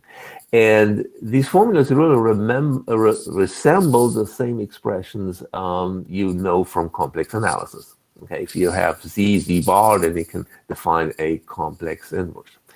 Now, the collection of all these quaternions for real numbers A, V1, V2, V3 is can be shown, or is a four-dimensional associative non-commutative norm division algebra over R. So we extended the complex plane or the complex line into a higher dimensional setting, but we paid a price. We have non-commutative structures. Okay, so it's important whether you multiply from the right or from the left.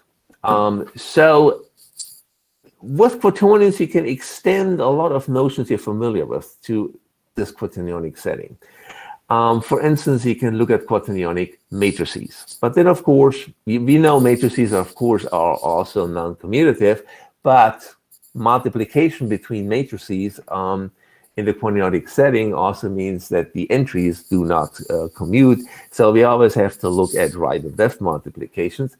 And so for the purpose of this talk, everything will be right multiplication. So we first look at the right module of K by K matrices over H. So it means we multiply everything from the right. And every such matrix, capital H, defines a linear transformation from HK to HK. Now, what is HK? Well, this is simply the k-fold Cartesian product of the quaternions defined the same way you would define R to the k. Okay, and we know that every matrix, of course, induces a linear transformation. So the linear transformation, capital L, would be in the quaternionic setting be written like this. So we multiply from the right. And what is important to us are functions on H, the quaternions. And these functions have the following form. They have a, and here I'm setting E sub 0 equal to 1. There is a scalar part, and then there is the vector part. The vector part of a quaternionic function is given by or denoted by these f sub i's.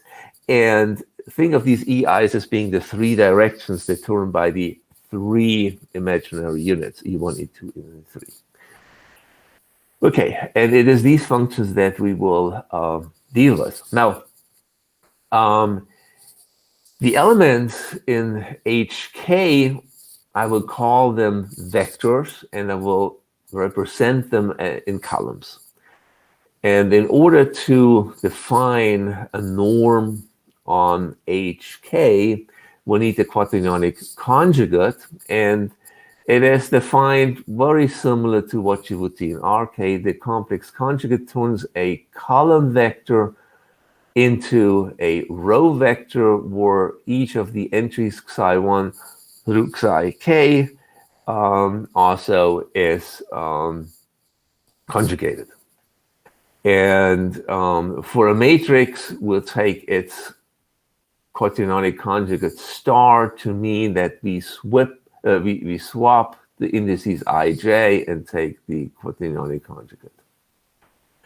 Okay, and the norm is defined in the usual way. You take the square root of xi star xi, and if you write that out, you get this expression here. So everything looks like in the, well, almost ordinary RK case, but from a point set viewpoint, there's no distinction between HK and RK, but from an algebraic point of view, there's a tremendous difference. Now, you can also, once you have a norm, define a metric, and by construction, it's not very easy, not very difficult to show that HK together with this metric given here is a complete metrizable space. Okay, so And for later purposes, we'll also need to define a norm on this K module, or this right module of K by K quaternion matrices, and you do it the same way you would define it in general for linear operators. Okay, so this is basically a short, very terse introduction to quaternions. And now for the second part of the introduction, I need to tell you what an iterated function system is. Iterated function systems are very simple objects. You start out with a complete metrizable space with some metric d. Then first we'll define the Lipschitz constant of a mapping that goes from x into x, and it's defined in the usual way. If the supremum is finite, then we call the map f Lipschitz. And if it is even less than 1, then we call it a contraction. And suppose I'll have a finite set of contractions on x, and I put them in a family of functions called this script f. Then I call the pair x script f an iterated function system. So an iterated function system is nothing but a finite family of contractions on a complete metrizable space. Okay, so how do I get from this iterated function system to fractals? Fractals are sets, so I need operations on sets. Right now, I just have operation on points. So what I do is, with every finite set of contractions on x, I associate a set-valued operator. And we denote it again by script f. And this set-valued operator operates on the non-empty compact subsets of x. Okay, and this is usually called the hyperspace of non-empty compact subsets, h of x. Okay, and for this hyperspace, I need to also introduce a metric, which we will do in a second. So what is the action of this set-valued mapping onto non-empty compact subsets of x? Well, you just take the union, that's a finite union, of the images of one of these non-empty compact subsets under the contractions I have, or the mappings I have in my iterated function system. Okay, so this is an operation that maps compact subsets or compact sets into compact sets. Now, what I would like to do is I would like to endow this collection, or the space h of x, with a metric. And that is the so-called Hausdorff-Pompeo metric, and it's defined down here. It's basically taking what you want is two sets are equal if they completely overlap. Okay, so this is given by this definition here. So I started out with a complete metric space xd. I defined an iterated function system on that, and now I constructed this hyperspace endowed with the Hausdorff-Pompeo metrics. Okay, now it turns out that the realm of fractal sets is actually this h of x. And one can show that if that, remember, xd was a complete metric space, the completeness of xd implies the completeness of hxdh.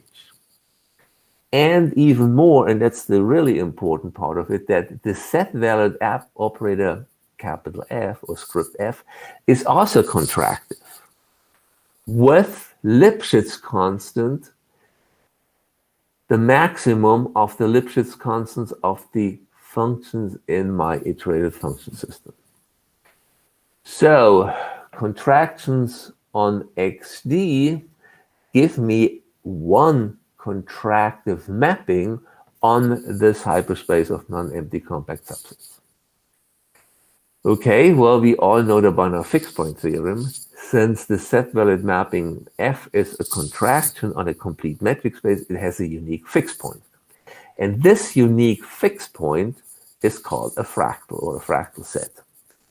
And as this set-valued operator f was created or constructed via an iterated function system, we also say that the fractal generated by IF of S.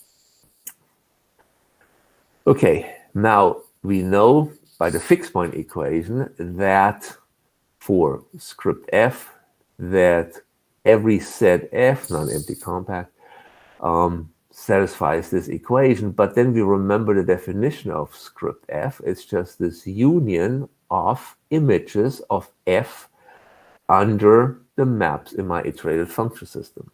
So this is called a self-referential equation. Why? Because the fractal, or the attractor capital F, is a finite union of copies of itself under the maps in my iterated function system. Of course, each of these here, these f's in the argument of the little f, again is a copy of images of itself, is a copy of images of itself. So you see, the self-referential equation basically represents the fractal features or the fractal nature of the attractor. So it's an object that in general does not simplify if you keep on magnifying parts of it or the entire image. Okay, now how do you construct fractals? Right now, this is just a existence statement. Well, the proof of the Banach fixed point theorem also shows how you construct the fixed point. And what does it tell you? It tells you that you can start with an arbitrary, non-empty compact subset of X, and you define a sequence from this F sub 0 in this way here. You just simply look at the images of F0 under script F. And then the fixed point is the limit in the Hausdorff-Pompeo matrix of these F sub n's. Now, of course, in practice, you cannot construct the fixed point. Well, you cannot display the fixed point. You display, of course, the F sub n's for a large n. Okay, so let me give you a couple of examples. One on the left is a fractal, and the one is a very special one. I'll say something about this in a second. So the object on the left is a fractal set in the complete metric space 0, 1 cross R, endowed with the normal metric. And it's generated by these three mappings here, F1, F2, and F3. And if you look at this image here more closely, you see the three copies it's made up of. So the whole image here appears here, here, and here. And of course, each of these appears in each of those, each of which appears in three other images. So you see that fractal nature of the object. On the right here is also a fractal set. It turns out it's a fractal set, which is the graph of a function. And such functions are called fractal functions. And this particular fractal function is constructed on the rectangle 0, 1 cross 0, 3, and is generated again by, well, in this case, by two mappings. And if you look at this picture here, you see the two images appearing in the graph, and then images of these images and so forth. And it's actually these fractal functions we'll have to talk about a little bit more later on. Okay, now here's the famous collage theorem, and in words it tells you the following. Give me any non-empty compact subset in a complete metric space. Then this non-empty compact subset can always be approximated arbitrarily close by a fractal or the attractor of an iterated function system. This is what it says. So what you do is there exists an iterated function system consisting of n mappings such that if you can approximate the original given k by this finite union here to within some epsilon, then the attractor of this iterated function system approximates k to within epsilon over 1 minus s. Now, what's the purpose of doing this? Well, this collage theorem was used to compress images. It was used to compress data. And it allows you to model naturally occurring objects, okay, clouds, landscapes, trees, leaves, using fractals. Now, the collage theorem doesn't say that every non-empty complex subset is, well, it is actually a fractal in a very trivial case, a setting, but you can approximate these complex naturally occurring objects better by fractals than by means of classical approximation theory, splines, polynomials, etc. Okay, good. Now, okay, so I hope now you all know what an iterated function system is and what fractals are. And now what we're going to do is we want to construct specific fractals or specific iterated function systems where we use as our complete metric space X the space HK, so the kth power of the quaternions. We have seen, together with the metric I defined a few slides ago, that I have a complete metric space, so I define quaternionic functions. I suppose that they're contractive, so the pair HKF is in a quaternionic IFS, okay, for a very specific complete metric space. And now, if there is for your quaternionic IFS a quaternionic attractor in the sense defined before, then you call this fixed point a quaternionic fractal or a quaternionic fractal set. And of course, it is unique by the fixed point theorem. Okay, so how do you construct these guys? Well, it goes back to what I mentioned before. As point sets, HK and R 4 to the K isomorphic. Remember, H is a four-dimensional vector space or division algebra. And so there is point sets isomorphic, but the interesting part is that in the algebraic structure, they differ tremendously. You cannot multiply two vectors to give you an algebra. That makes no sense. There is no such thing as 1 over a vector. If you use quaternions, you are able to do that. So the algebraic structure here plays a very important role. And what are simple quaternionic functions? Well, right linear maps, as we discussed them before, they all have, or right linear affine maps, oh, right affine maps, I should say, they all have this particular form, linear part plus a translation. And introducing or using the norm on these matrices we defined earlier, if we can define H to be the maximum of these norms of those matrices, if that happens to be a number less than 1, then you can look at these AIs as being functions in my iterated function system, my quaternionic iterated function system, and therefore you have a unique fixed point which satisfies this fixed point equation or self-referential equation. Okay, and so you might say, all right, what do those things look like?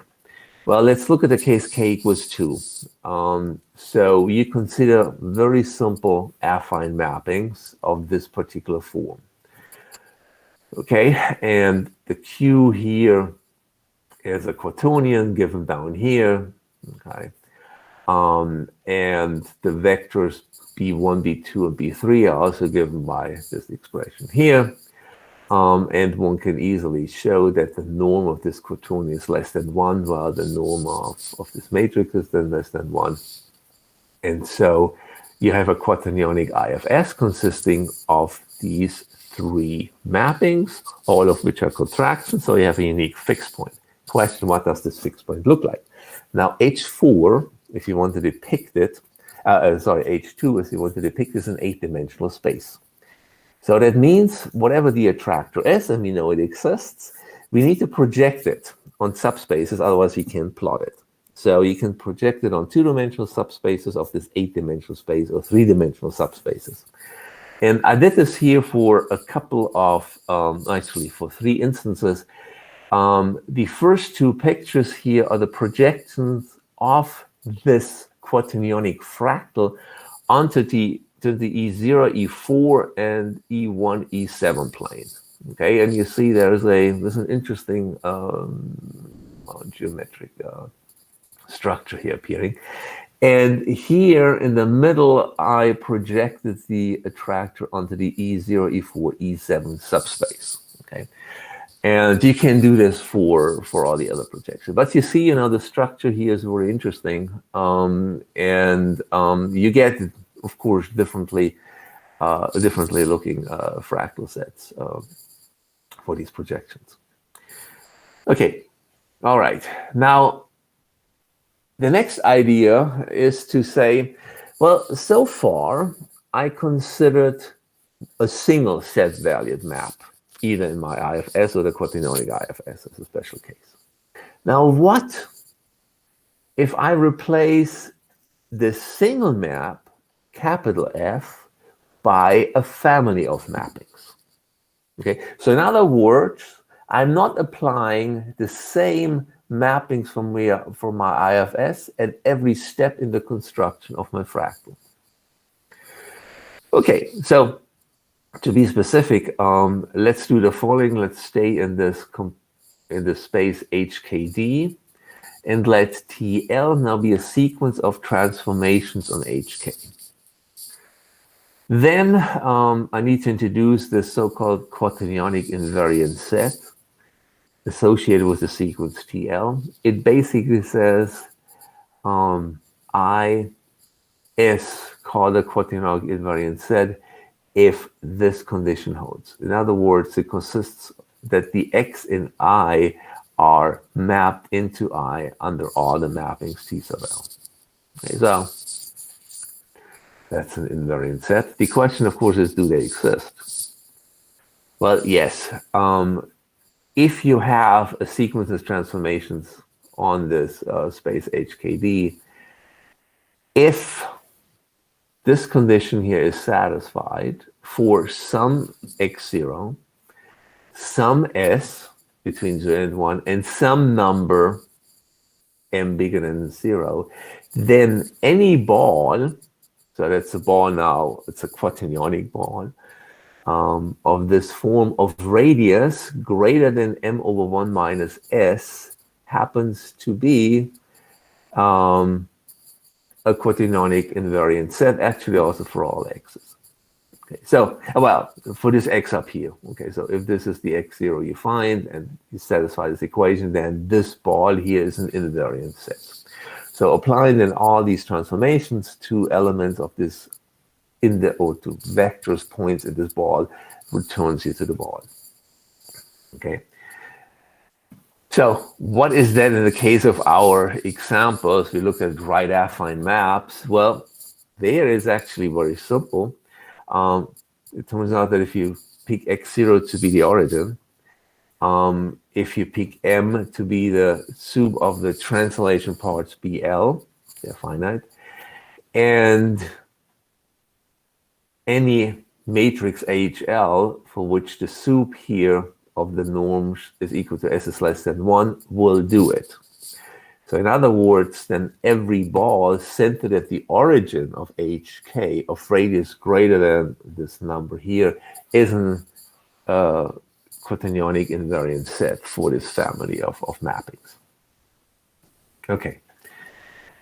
Good. Now, when you do these things, by things, I mean, if you look at these transformations, then of course it's always important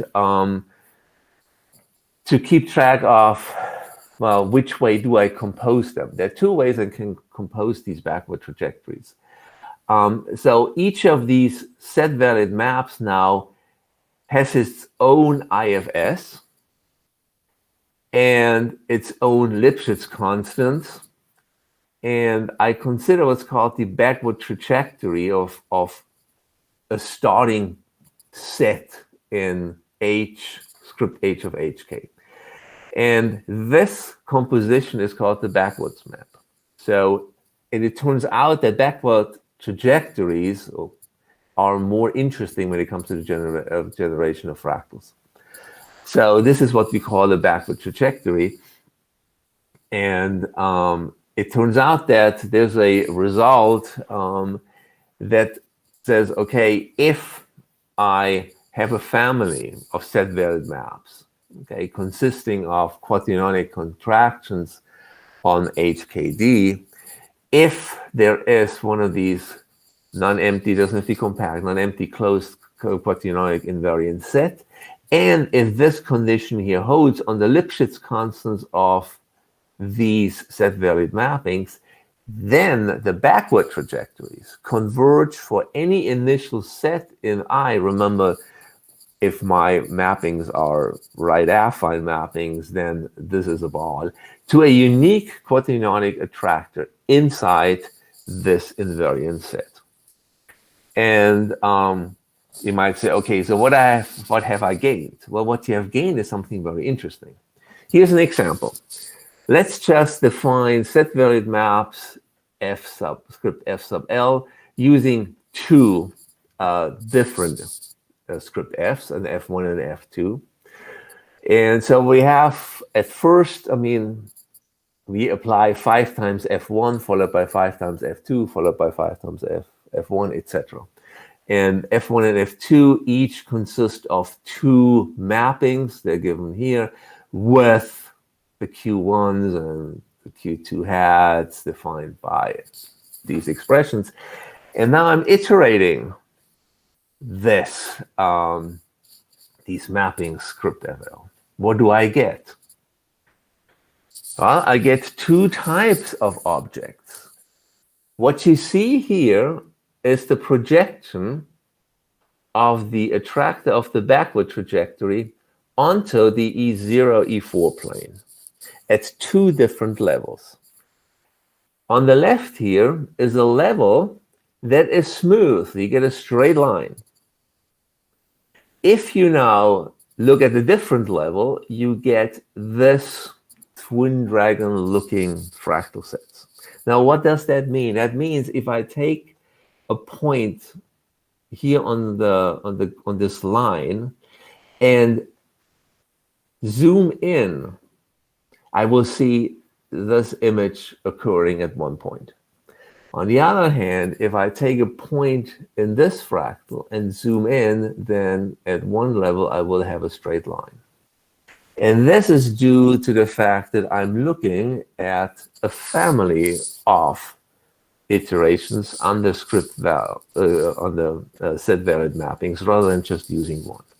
So there you get a lot of much more flexibility in constructing fractals which behave differently at different levels of resolution. Okay, now very quickly, since I'm running out of time, going back to fractal functions. Now, fractal interpolation theory simply says, okay, you want to construct a function that looks, well, you want to use fractal functions for interpolation approximation purposes. And the way you do this is by starting with a finite family of contractions, mapping X into itself, generating a partition in this way. And the purpose of fractal interpolation is you can control the subsets Xi, okay? And what you want to do is you want to find a unique global function that maps this partition into R, where this global function belongs to some prescribed Banach space of functions and satisfies these n-functional equations, okay, where the maps Qi's and Si's are given and defined. Now, fixed point equations or functional equations of this type can be solved essentially by turning them into a fixed point equation for an operator. And there's an operator in the background, which is called a Reed-Bayaktarevich operator, which is given by this expression here. So the existence of this function psi is equivalent to showing that this operator has a unique fixed point. And then if you write out what that means, well, then you get exactly these n fixed point equations. Okay, and the existence of such a fixed point, i.e. a unique global psi, is guaranteed again by the binary fixed point theorem, provided this operator T is contractive.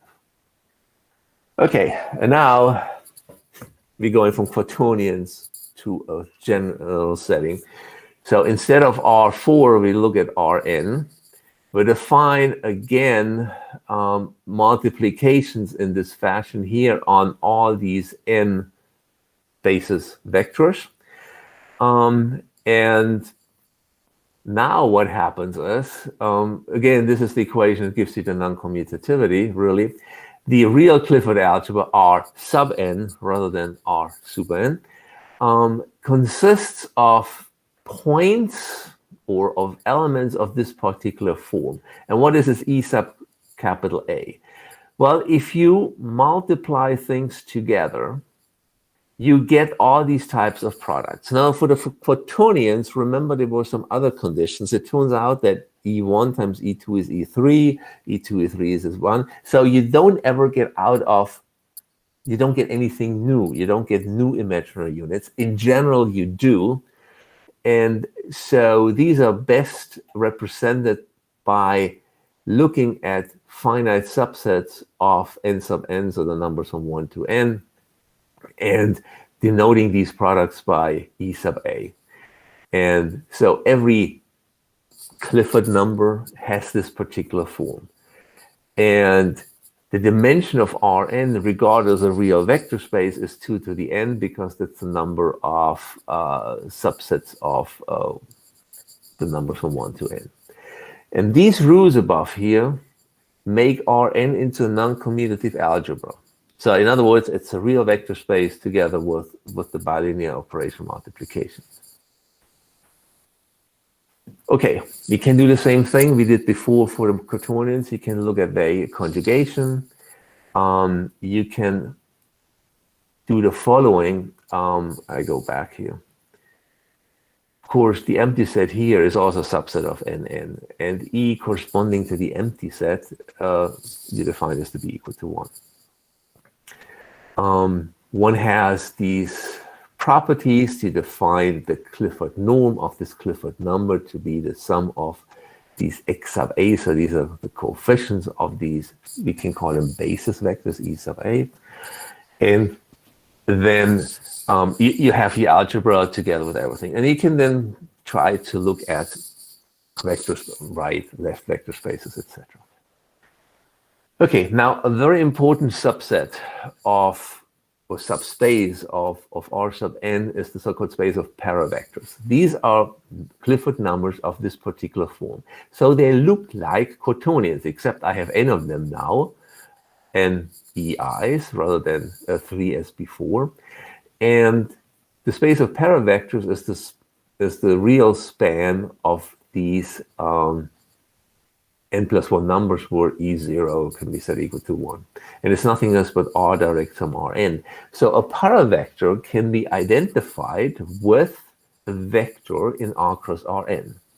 And for many, many applications, this is exactly what you do. Now you might say, what have I gained? Why don't I just use vectors in R cross Rn? Well, remember, I have an algebraic structure, an underlying algebraic structure, which I do not have for vectors. And that is the big advantage of looking at these paravectors. Now, unfortunately, a sub n plus 1 is not necessarily closed under multiplication. Or if you multiply two of these guys together, you may not get back a number of this form here. So you need to introduce multiplication tables. By simply saying what is EI times EJ in terms of all the other EKs. If you do this, and there are many, many different ways you can construct these multiplication tables, you in general get a non-associative, non-commutative algebra. And non-associative is really pretty, it's not very nice, let's put it this way. But engineers working in digital signal processing have discovered these non-associative, non-commutative algebras, they call them hypercomplex algebras, to describe multi-channel signals. Okay, and well, for us, of course, you will see where we're going. We go to functions. So we need to say, what is a paravector valued function? Well, it's an object that looks like this. So remember, looks like a quaternionic function for n equals 3. But for the paravectors, paravector valued functions, it's more useful to rewrite them slightly and separate out the scalar and the vector part. So you can write any of these functions in this form here. It resembles really a complex function, because here is the real part, this is the imaginary part, and this is your, well, generalized I, which is this vector here. And prominent examples of paravector valued functions are, for instance, the exponential function sine, and you can do all kinds of things. Okay, and again, one special type of paravector valued function is given by right linear transformations or by affine mappings. And important is you need to map this, if you look at an plus 1 to the kth power, so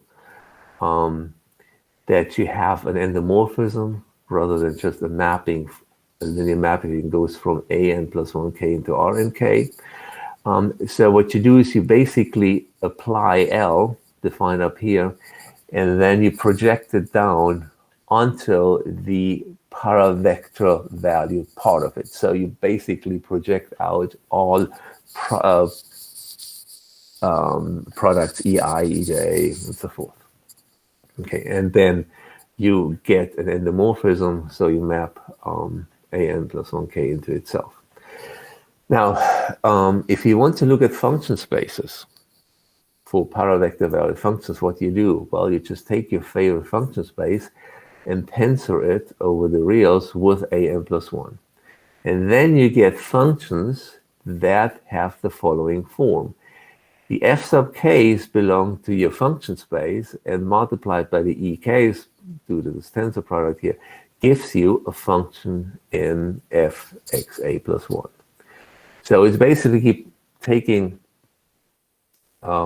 ordinary functions along the different directions determined by the e sub k's. And then you can do paravector valued fractal interpolation, so same idea. Remember, the RB operator was important to show there's a fixed point for these, or there exists a global fractal function. And the same thing here happens if you define an RB operator on this function space of paravector valued functions.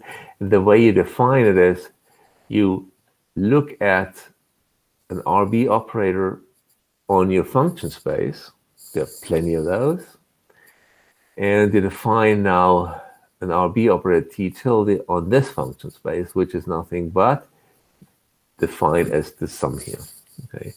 And then you can show that if the T acting on your favorite function space is contractive with some Lipschitz constant, then this tilde is contractive on its function space with the same Lipschitz constant. So you can then construct a unique fixed point in this function space here that satisfies a paravector valued self-referential equation. So here is your global solution, which is now paravector valued.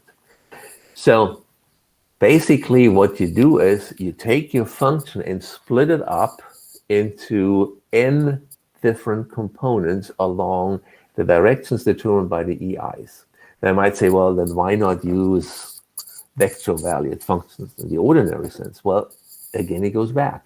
I cannot manipulate fractal valued functions. I cannot multiply a vector, well, an n vector by an n vector so that I get an algebra. I can do this for the paravector valued functions. So I get a holistic approach or methodology to describe multi-valued data and images. And if this one is done, once what you can do for paravector value functions, you can do for Clifford value functions. You define the whole thing accordingly, and here's a little diagram of how that would do. So you can then construct Clifford valued fractal functions and so forth. And with that, I thank you for your attention and apologize for the additional minutes I had to listen to me. Thank you so much. Thank you very much, sir, for giving a nice talk and informative for this fractal geometry field. Any questions from the audience? Manu? Hello. Yes, you are audible, please. Sir, can you say about something dimension of quaternionic attractor? These quaternionic fractal attractors are very new. We haven't looked at that at all, or actually I haven't looked at it at all. Of course, you can, from a point set of view, it's the same as, just looking at the fractal. But the trick will be you can try to take the methods that are known from the classical phases and then create them. But the non-commutativity will play a big role.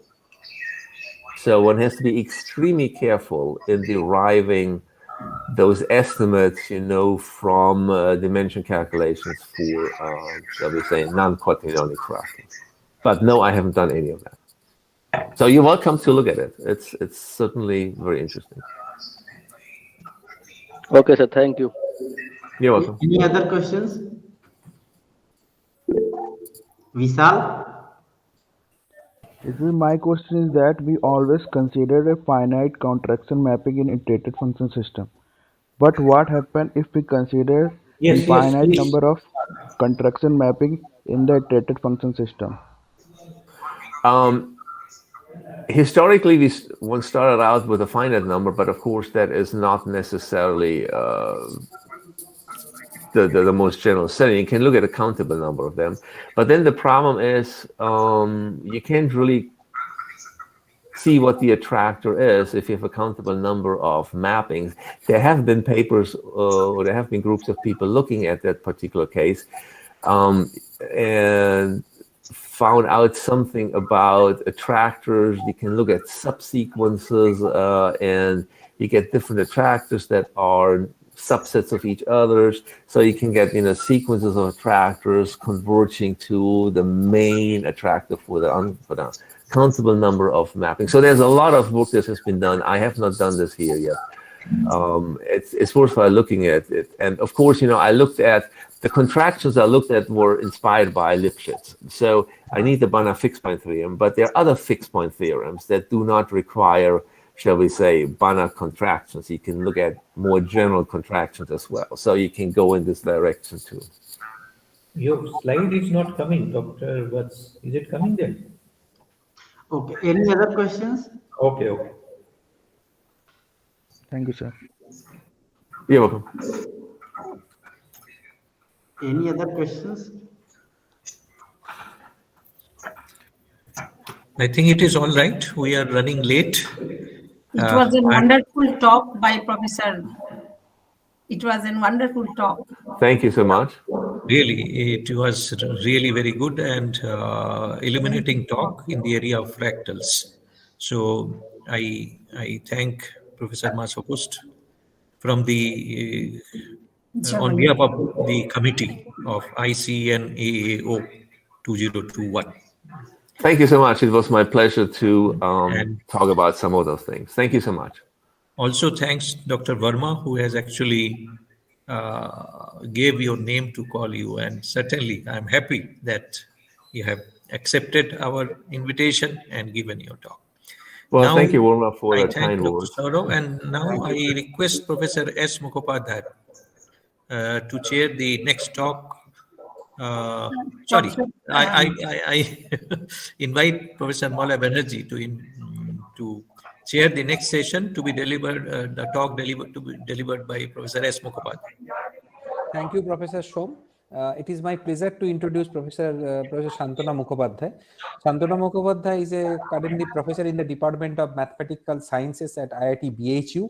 She has 30 years of research experience and 15 years of teaching experience. Her research interest mainly focused on mathematical modeling on coupled thermomechanical problems, non-Fourier heat conduction, fractional order thermoelasticity.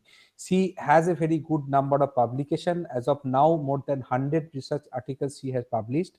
Professor Mukhopadhyay has guided more than 8 PhD students.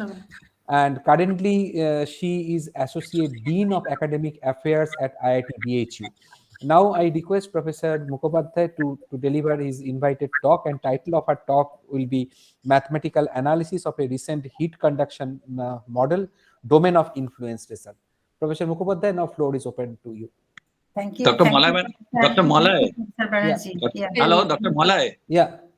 Madam is our institute में asset. She is an asset. Yeah, I know. Actually, I heard about her from Professor Godai in our department. Yeah, Yes. once he visited to as an external expert of one of my Yeah, I know. Yeah. Certainly, yeah. Okay, so thank you, Professor Banerjee, for nice introduction, and I'm really happy that you are sharing the session when I deliver my lecture. So first, let me try whether my presentation of my slides is in order or not. 1 minute, please.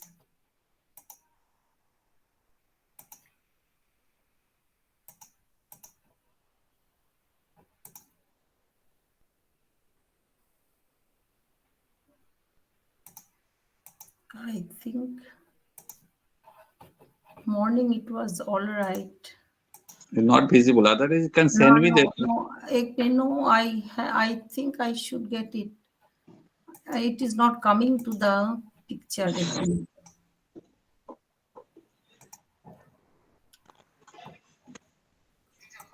If the network is slow, it may not come. Network is all right, but that window I am not getting. 1 minute. Otherwise, you can send it to Okay, no, it is there now. Okay, sorry. I think now. I think now it is fine. Is it all right now? Yes, it is coming. Yes, it is coming. Okay, it is coming. Okay. And please go to full screen. Yeah, please. Yeah. Yes, so it is fine, I think. Yes, please. Okay. So thank you very much. I am also thankful to Professor Som, who has kindly given me invitation and giving me the scope to present my talk. So this talk is actually, my plan is today to introduce a particular topic, which is a very useful and interesting topic in today's time. That is the mathematical analysis of a particular heat conduction model and through the domain of influence results by applying it to that. So as we all agree that in today's time, mathematics is being used as a tool rather than a subject in the interdisciplinary research work. And it has allowed many advances, as we are seeing also through this conference, that it has allowed many advances in tackling several real-world problems. Even modern technologies in medicine, recent developments in computer science and communication, the fast growing of engineering, all are owed to mathematics to a great extent, as we can understand. My purpose here is to show that how mathematical analysis can be helpful to understand a real-world coupled thermomechanical problem. So the plan of my talk is like this, that we all are familiar about the Fourier law of introduction, heat conduction, and I will show that maybe many of you are aware about the drawbacks which are undergone, which has been realized by extensive research work in last few decades, the drawbacks in the Fourier law. And therefore, obviously that researchers have developed certain non-classical heat conduction models. So I would like to give some of the models, at least I will introduce, and I'll talk about those models. And then I have my purpose today that about a particular recent particular model which has been very recently proposed, that is the Murray-Gibson-Thompson heat conduction model. And now we will apply this model to a particular coupled thermomechanical problem. And we will show that how mathematical analysis can be helpful to understand the state of the status of this model as a modified model of this Fourier's law of heat conduction. And also we'll also show some more things through this analysis so that we can address some of the future issues which are really thought-provoking. So as we all know that a very familiar and well-established law, that is the Fourier law, which states that for a homogeneous and isotropic medium, if we consider, then it will be that QRT is equal to minus K grad of T. So this implies that if there is a temperature gradient at a point R at time T, then there will be heat flow, and that will satisfy this law, that is Q equal to minus K grad T, or we can say in index notation that Qy equal to minus K T comma I, where Q is the heat flux vector, grad T is the temperature gradient, and T is the temperature, of course, and K is the thermal conductivity, which is a material property of the medium. And we also have the energy equation, that is divergence Q plus capital Q, where Q is the heat source, is equal to rho C T dot, where rho and C are the specific density and specific heat at constant strain of the medium. Here we are considering the homogeneous and isotropic, and if we consider the non-homogeneous or not isotropic, like anisotropic medium, then equation can be changed accordingly. Now, if we have this equation, then if we apply it, if we combine these two equations, then of course we are getting the most familiar equation, that is called the diffusion equation or heat conduction equation in the form 3. That is K del square T equal to rho C T dot plus minus Q, where dot operator dot is used here to denote that the time derivative. Now, this Fourier law of heat conduction equation, which is also familiarly called as the diffusion equation, have been widely and successfully applied to the conventional engineering heat conduction problems. However, by several experimental as well as theoretical studies during last few decades, it has been realized that Fourier law is applicable to the problems that involve large spatial dimension and long time response. However, it yields unacceptable results in the situation that involve extreme thermal gradients, high heat flux condition, and also short time behavior, such as laser material interactions. And also in recent time, that heat conduction of many nanoscale devices, because the technology has been advanced to a great level, so that time we are also observing, and it is available in the literature, that heat conduction of many nanoscale devices demonstrates certain distinct phenomena like size effects, etc., like in thin film structure, which are not captured by the conventional Fourier's law. And these are lots of review articles and books are available, and research papers. We can see all these points are mentioned. Now, before I go to that, this is the drawback we are observing, means the prediction, with respect to the prediction. But before that, it is very interesting to note that as we can see here, this equation 1, that is the Fourier's law, says that Q equal to minus K grad T.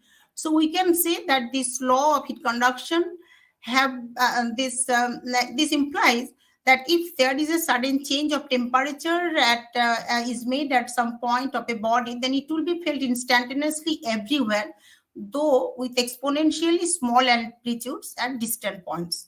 In a loose manner, we can say that diffusion gives rise to infinite speed of propagation. Now, it is also interesting to note at this point that Maxwell, in long back in 1867, while doing his experiment for kinetic gases, that he has postulated for the first time the occurrence of wave-type heat flow. And he suggested that the thermal disturbance is a wave-like phenomena rather than diffusion phenomena. And he only indicated the modification of Fourier law for the first time that we can find out in literature if we go through.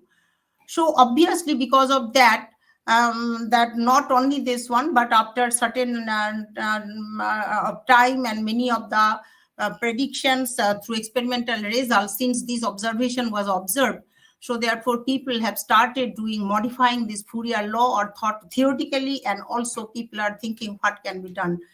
So we can understand this is the first non-Fourier heat conduction law has been proposed, though it was completely theoretically, that a generalized model of heat conduction where he has written for a homogeneous and isotopic material, that is just a modification of equation 1 in the model in the form that Q plus tau del Q del T equal to minus K grad T. Here the purpose is that, here the meaning, we can understand this, that 1 plus tau del L T of Q equal to minus K grad T. So we can understand that an additional parameter tau, which is of course a non-negative parameter assumed by them, that and also termed as a thermal relaxation time parameter. And it can be assumed that it is the time lag needed to establish the steady state of heat conduction in a material element when a temperature gradient is suddenly imposed on that element. So this tau is a new parameter here, and this is called as a CV equation, because Catenio and Varnot, though both of them have given independently, not a joint work, but independently both of them have thought of modifying the Fourier law in this particular way. And this is also called as a Maxwell-Catenio law, because this modification has been made as per the prediction made by the Maxwell. So, and it admits the fact that heat flux is not instantaneous effect of temperature gradient. And it, of course, whenever we put that tau equal to 0, then we are going back to the Fourier law. So that's why we can say that it carries the combined diffusion and wave-like behavior of heat transport. And this tau after that, and not only that, but because of this equation, this modification in the Fourier law, we can say that the corresponding heat conduction equation, what we have observed in earlier, that is equation 3, that what we call as the diffusion equation. So that has taken a different form. That is because of this additional parameter tau, we are getting it in the form additional term rho she tau del L T or the rho she v tau del 2T del T2. That is the second order time derivative is here. And of course, we can see that easily that this is a hyperbolic type equation, and it is not a so-called diffusion equation. So it is like a wave-like equation, and that's why it is called a wave-like thermal signal. And we can understand that the propagation speed also p equal to minus root over of k by rho c tau, where tau, if I consider tau to be greater than 0, then of course we are getting that all material parameters are involved in the speed, and that is finite. But whenever we put tau equal to 0, then of course the speed is becoming to be infinite. So theoretically, that drawback of Fourier law we can understand from here also, and this first modification was made. And we can see that, later on, after this modification was given, experimentally also people have observed that there is a great difference in the results when we apply this equation 5 as compared to equation earlier diffusion heat conduction equation. And experimental method of evaluating tau is also available, and many values of tau is there. So for many materials, the value of tau has been predicted. And in that literature, that review articles I mentioned, one can go and see that the value of tau, it has been observed, is to be very small for the material, for metals. And it ranges from 10 to the power minus 11 to 10 to the minus 14. Whereas for processed meat or for many material, it can be even in the order of second. So therefore, tau can vary from the value 1 or 10 or more than one value 1 to 10 to the power minus 15 for the metals. And also for many other material, it can go beyond that. So now after that, gradually it has further been observed that both the diffusion model, that is the Fourier model, and CV model cannot describe even the first transient process of heat conduction, heat transfer in the thin film-like structure. And because there we have observed that both the equations are, the result do not match with this prediction by the CV model as well as for the Fourier model. And that's why people thought of introducing the microstructural effects in the heat conduction process, and that also we can see lots of papers available research works made by the several pioneering research work, that in recent times, it has been observed that in high rate heating, when the response time becomes even shorter, like it's say in the range of femtosecond, then the non-equilibrium thermodynamic transition and the microscopic effects, that these microscopic effects are basically due to the phonon interaction, electron interaction, phonon scattering, etc., to the energy exchange during the heat transport process. These microscopic effects becomes pronounced. So therefore, this formulation therefore becomes microscopic in nature, and even more generalization of heat conduction therefore came into existence because of this understanding.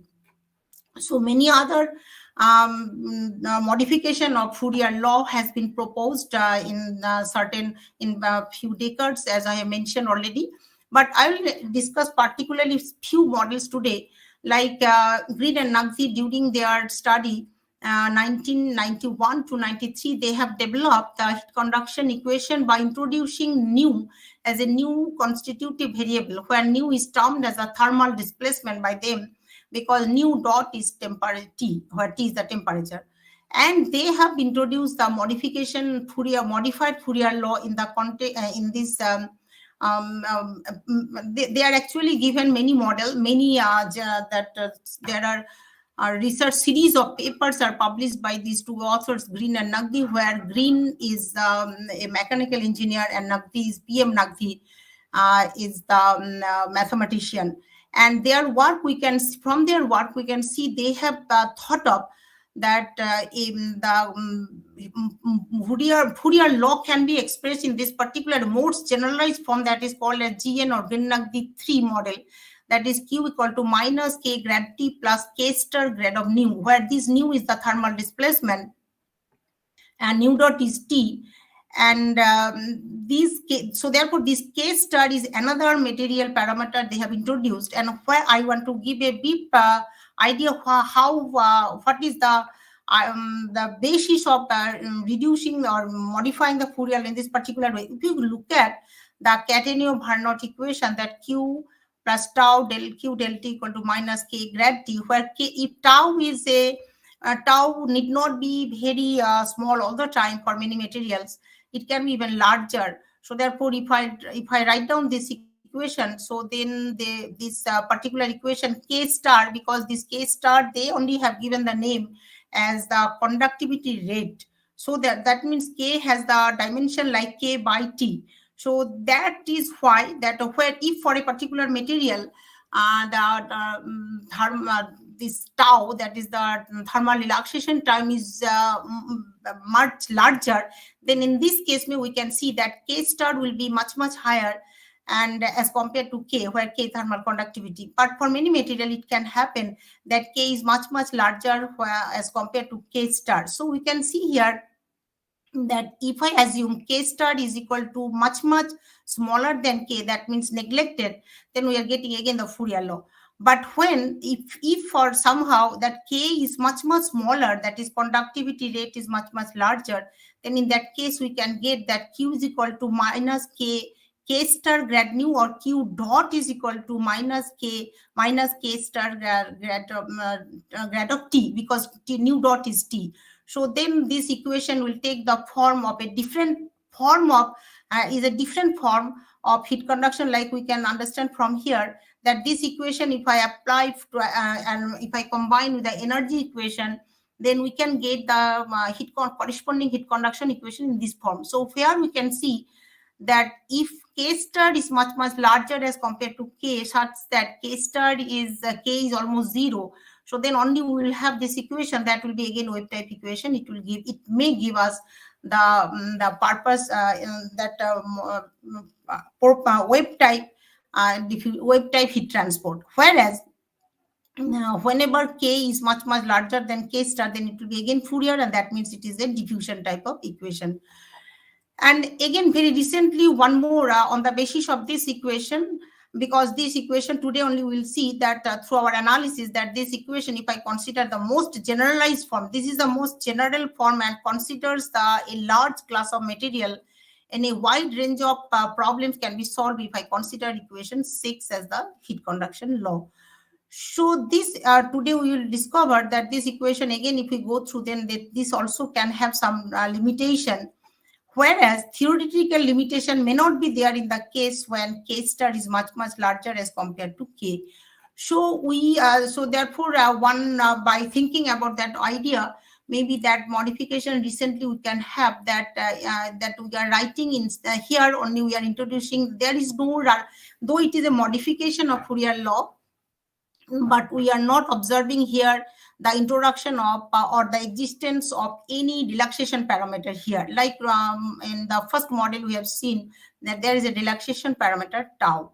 So here, if I introduce the relaxation parameter, which is also termed as a phase lag, so then we can understand that modification by Murray, Gibson, and Thomson has been given in this way, that 1 plus tau q del T of that heat flux q is equal to minus k grad T plus k star of grad of nu. So this we can see, understand that this modification may be on the basis of the modification of the Green-Nagdi model of heat conduction. So here is the K star is the same material parameter. It is termed as a thermal conductivity rate. So this this modification. So now my purpose today is that we can apply this type of this modification of so many modifications are proposed. So how mathematically we can analyze and what is the status of this equation in terms of the modification. So that is the purpose. So this Murray, Gibson, Thomson particularly has been analyzed by in a detailed way, and qualitative analysis for this particular model has been given by one great mathematician, that is Quintanilla. And he has applied this to coupled thermomechanical problem, and also he has analyzed this even this equation itself, heat conduction model, and he has shown that this equation can be stable or unstable in when this K star and tau q, where tau q is the phase lag or thermal relaxation parameter, whatever the name we will give, and K is the conductivity and K star is the conductivity rate. So they have shown in a paper that if these material parameters are satisfying this particular form, that K is greater than or equal to K star tau, or tau q satisfies this rule, that tau q is less than equal to K by K star, then only it is a meaningful equation, mathematically consistent equation, and gives stable solution. Otherwise, it is unstable. So this mathematical analysis has been given for this heat conduction model, which is termed as a Murray, Gibson, Thomson equation.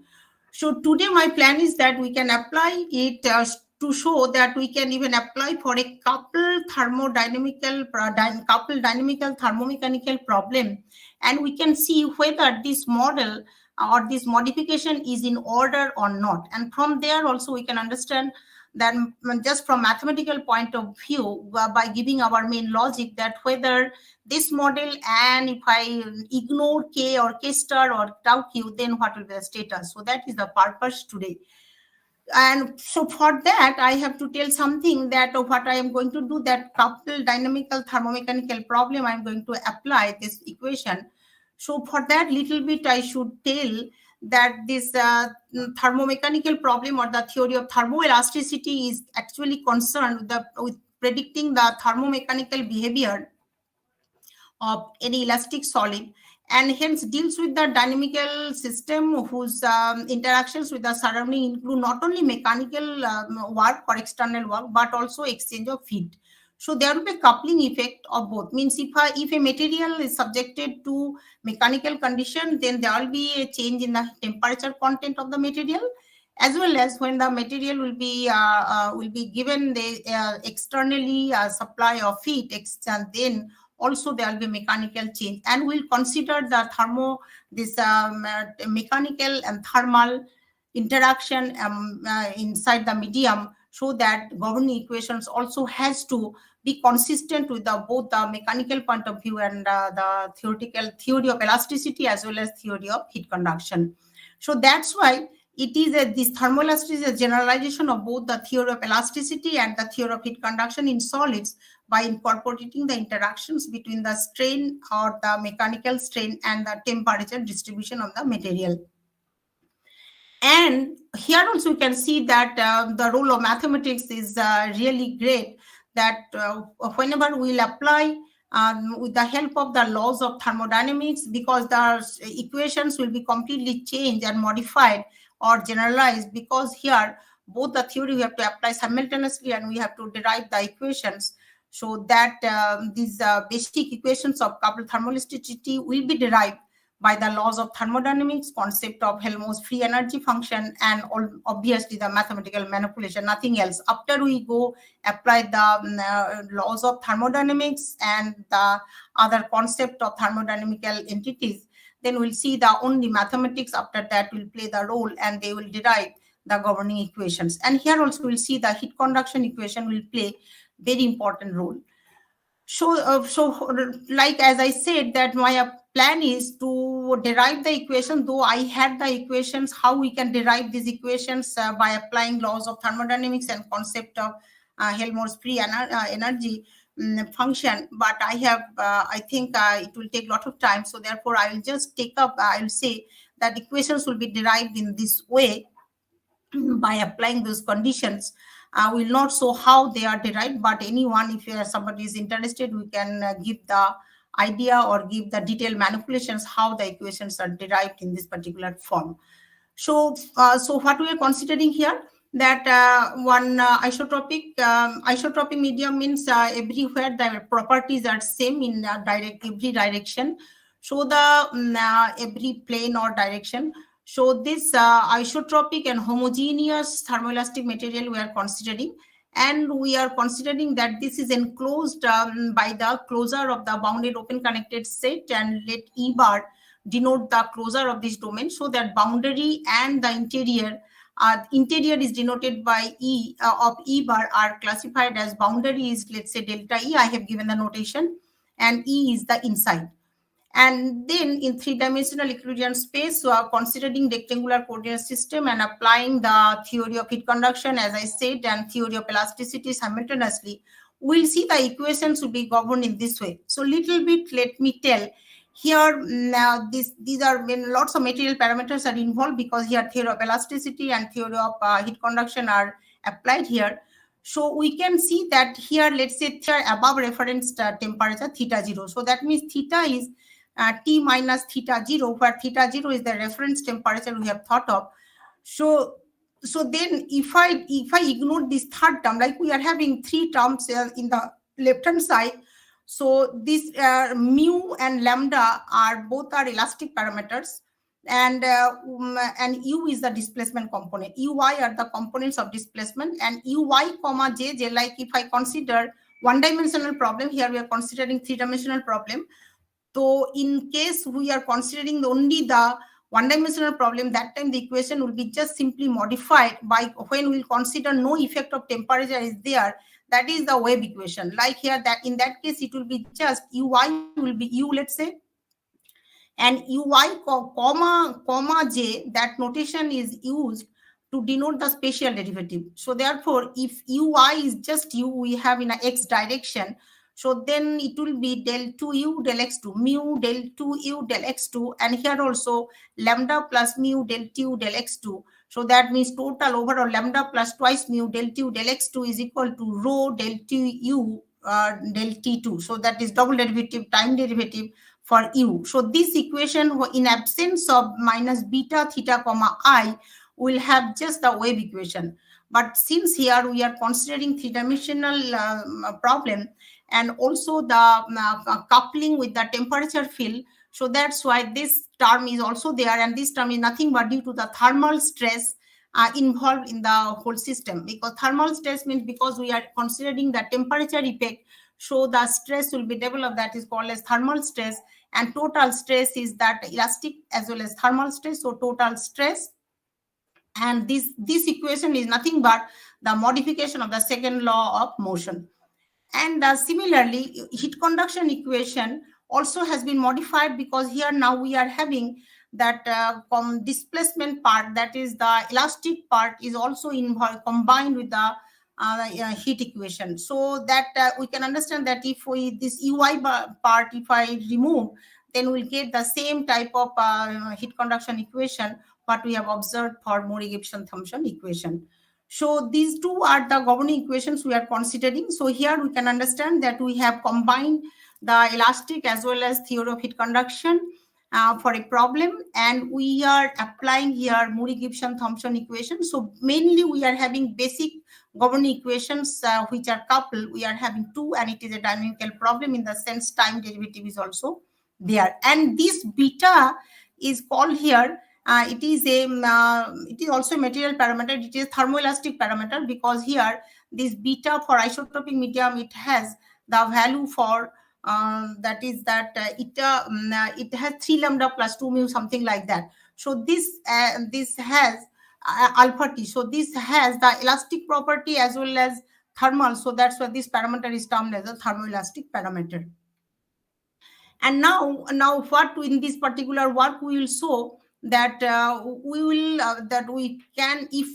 derive that for a finite time t greater than 0 and a bounded support of thermomechanical loading, means we will apply some thermal as well as mechanical loading to this system what we have considered, and we'll see that due to this support of thermomechanical loading, if we give a bounded support of this loading, then the thermoelastic disturbance that will be generated by the pair of temperature and a potential, though here we are having displacement component, but we will later on, for our mathematical simplicity, we'll transfer it to we'll see that existence of potential function. So therefore, by this disturbance, because of this thermoelastic loading, the disturbance what we will get, that disturbance generated by this temperature as well as displacement or potential, whatever you say, in a body will vanish outside a bounded domain. And that domain and this domain, so it will vanish outside a bounded domain. So after that, there is no existence of the effect of this thermomechanical loading will not be there. This means this domain where in which we are having this existence, that is, we can say as the domain of influence, and this domain of influence is finite only for MGT model. So that only we can show mathematically that here this modification of this equation has been considered, as well as this coupling has been considered. And in this case, we will see only if I consider this full form of equation 11 and equation 10, then only we'll see this domain of influence will be finite. But it is not finite for the classical model or GN3 model. So GN3 means Green-Nagdi model. When it will be? Because that time tau q will be 0.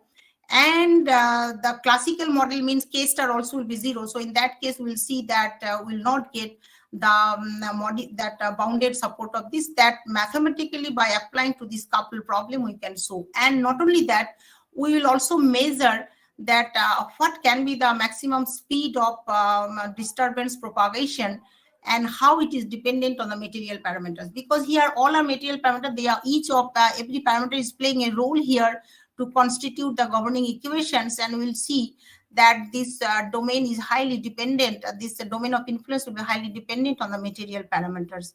And also we can of course say that though we have considered a couple problem, means this overall governing equation, the system of governing equations, we can prove this implies that hyperbolicity of this heat conduction MGT theory by indicating the finite speed of propagation of thermal waves. So what it says, that also little bit of that we'll see, and this is the main idea here. Since we are having so many material parameters and all these things, and a bit from the realistic point of view, these material constants, we can assume that they are all positive and nothing wrong in that. That is always happen in most of the material. So these material parameters we are considering that they are having this property that they are positive. And also, as I said, that we will consider that Ty equal to phi comma I, where phi is considered as a scalar field, that is the potential for the displacement field. So then these equations will be modified to this instead of u, what we are here, it will be transferred to the phi and theta. Theta is of course the temperature. So this those equations are transferred to phi and theta. And they are of course that this in this domain that t, here cross t means for time to time, and E is the interior part of this body we have considered. And also because of so many parameters are involved here, we have considered this non-dimensionality. If I use, then this equation will be bit simpler, and this simpler form has been taken. So here we can see so many parameters.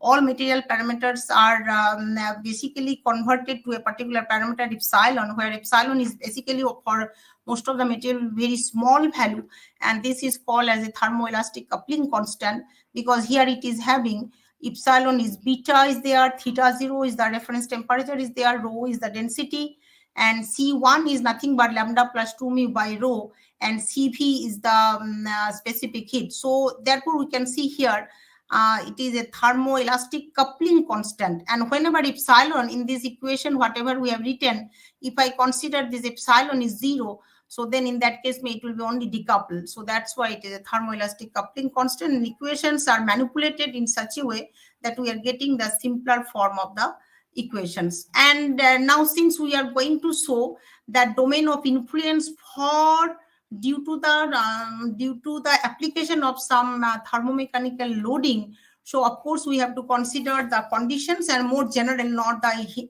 homogeneous initial conditions we have considered, but we have considered the general initial conditions, that theta. Here the main that effect here we can see the equations are having the effect, means due to the disturbance are a pair of theta and phi. So the conditions we are prescribing in this particular way. So initially we are having some values are that functions are there, and also the boundary we are considering some such type of boundary condition with respect to theta and with respect to phi. We have considered on the boundary that some temperature is prescribed, and some the function that is in terms of displacement or stress, whatever we want, we can give the boundary condition in terms of mechanical. So we have given both the thermal as well as mechanical boundary conditions and initial conditions. We can consider 0, but here we have considered the general type of condition. Now, what do we mean by what is the purpose of this study, and what do we mean by this domain of influence? A little bit more we can understand if I go through the two definitions. That let us consider that at a finite time t, we are considering the set d0t.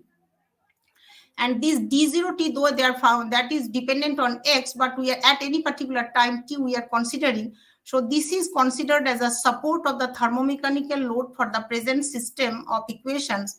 Like we are considering if x belongs to E bar. So when it is 1, when x is interior point, that time at least one of these initial conditions are non-zero. That means some condition is there. And similarly, when the point is in boundary, so at least some conditions are there, that is either theta dash or g dash is non-zero. So that means some disturbance we are creating through these conditions inside the body. So that's why it is called the support of the thermomechanical load. What we are thinking that is there means the material is subjected to temperature and boundary mechanical condition, or vice versa, or and both. So in this case, we are considering some disturbance has been created. So the material, this disturbance will propagate through the body. Now, on this d0t is the support of the load, that is the cause of the disturbance, and we are having definition 2. It can be called as a domain of influence, means we are considering an open ball omega, which is centered at x, and with centered at x and radius nu t, where nu is any real parameter. And from that, for the above thermomechanical load d0t, what we have considered, we are considering this set dt is equal to x belonging to this closure of E, such that this one in the intersection of d0t is not equal to phi. So that means in language we can say this is the domain of influence. This implies that dt defines the set of all points of E bar which can be accessed by this thermomechanical disturbance what we have created through d0t, accessed by this thermomechanical disturbance propagating from d0t with the speed not greater than nu. So if you can say that we can set an optimality from the nu, that nu is having some maximum value, so that this disturbance will not propagate, will propagate with the speed that is not greater than nu, but it has the maximum speed nu. So then dt is that particular set of points up to which the disturbance will reach. So that's why it is called the domain of influence. So now here, just at least statement is more useful here. What we are telling that before going to the main result, we are main theorem, we are getting that one theoretical analysis we have done, that is called the main result. On the basis of the equation. Here the governing equations are very important. We are having 15 and 16 after applying the potential. So what we say here, that let theta and phi is the phi. Sorry, Professor Mukhopadhyay. Yeah. I think we are running late. Could you please conclude within 5 minutes? Okay, so maybe I will just say about what has been observed here, so because that is an important, and maybe very quickly I will say, because main point is the important here, that what we say that if theta and phi and theta is the solution of the mixed problem, then we are having this one identity we have created here. This is a mathematically we have established, but where L0 lots of terms are there. These terms are defined mathematically in this way. That is basically we can say that we have manipulated these because they are coupled equation. These two equations are coupled equations, and we have to write down. And we have gone to a particular identity by mathematical manipulation. If we go to, then the terms, basically we have rearranged the terms, and we have got a particular identity in this way. So this implies that if theta phi is a solution of the mixed problem, and Lx is the scalar field, then such that this particular set F0 is bounded, then we are having this particular identity. And because of this identity, now we can have our main theorem. This proof is not at all needed here. So this is the domain of influence theorem. It says that if phi and theta is a solution of the problem, and if dt is the set what we have defined by equation 20 just now I have told, then the domain of influence at time t for thermomechanical load d0t given by equation 19, which has defined this d0t, then theta and phi will be 0 outside dt. So that means theta and phi will be 0 beyond dt. So that means E bar, which one is the main closure of this particular area what we have considered. So E bar minus d0t minus dt, that will be 0. So there is no effect of this cause of the thermomechanical disturbance outside the region dt. This mathematically we can show. But interestingly, that while dt we have given the speed we are talking about, so that is the nu is the speed. If we say that nu should be would be greater than equal to maximum of 1 plus epsilon 2 b0 and 1 by tau q. So that means through this manipulation we are able to obtain this value of nu, because nu should be, if nu is only just greater than maximum of these two. So this maximum means epsilon, as I said, is a very small value. So 1 plus epsilon 2, and b0 is also material parameter, and 1 by tau q. But this if also the case when b0 is less than 1 by tau q, or tau q is less than 1 by b0, so this condition is also required, and nu is greater than, if nu is greater than that, then nu is the maximum speed of the disturbance, and that is dependent on this material parameter. So if I analyze again the value of nu, that maximum 1 plus epsilon 2 b0 and 1 plus tau q. So b0 is actually dependent on k star. It is obviously somewhere it is there, that b0 here.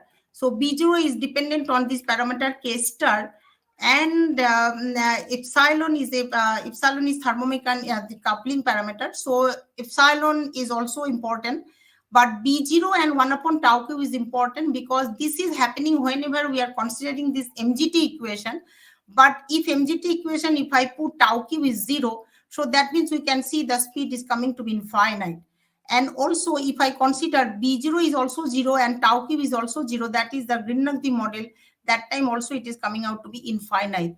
So this is purely mathematics, whatever we have seen, because whatever we have done here, just by mathematically analyzing the equations and mathematical theories, it is a lot of mathematical manipulations are there. Through that manipulation, we are able to show that this heat conduction equation in the form of MGT, if we apply for thermomechanical problem, then also we can see that it cannot have any effect of any sort of disturbance if the disturbance of course is bounded. If I give, then there will not be any effect beyond a particular domain, because everywhere that all the variables or the effect will be zero.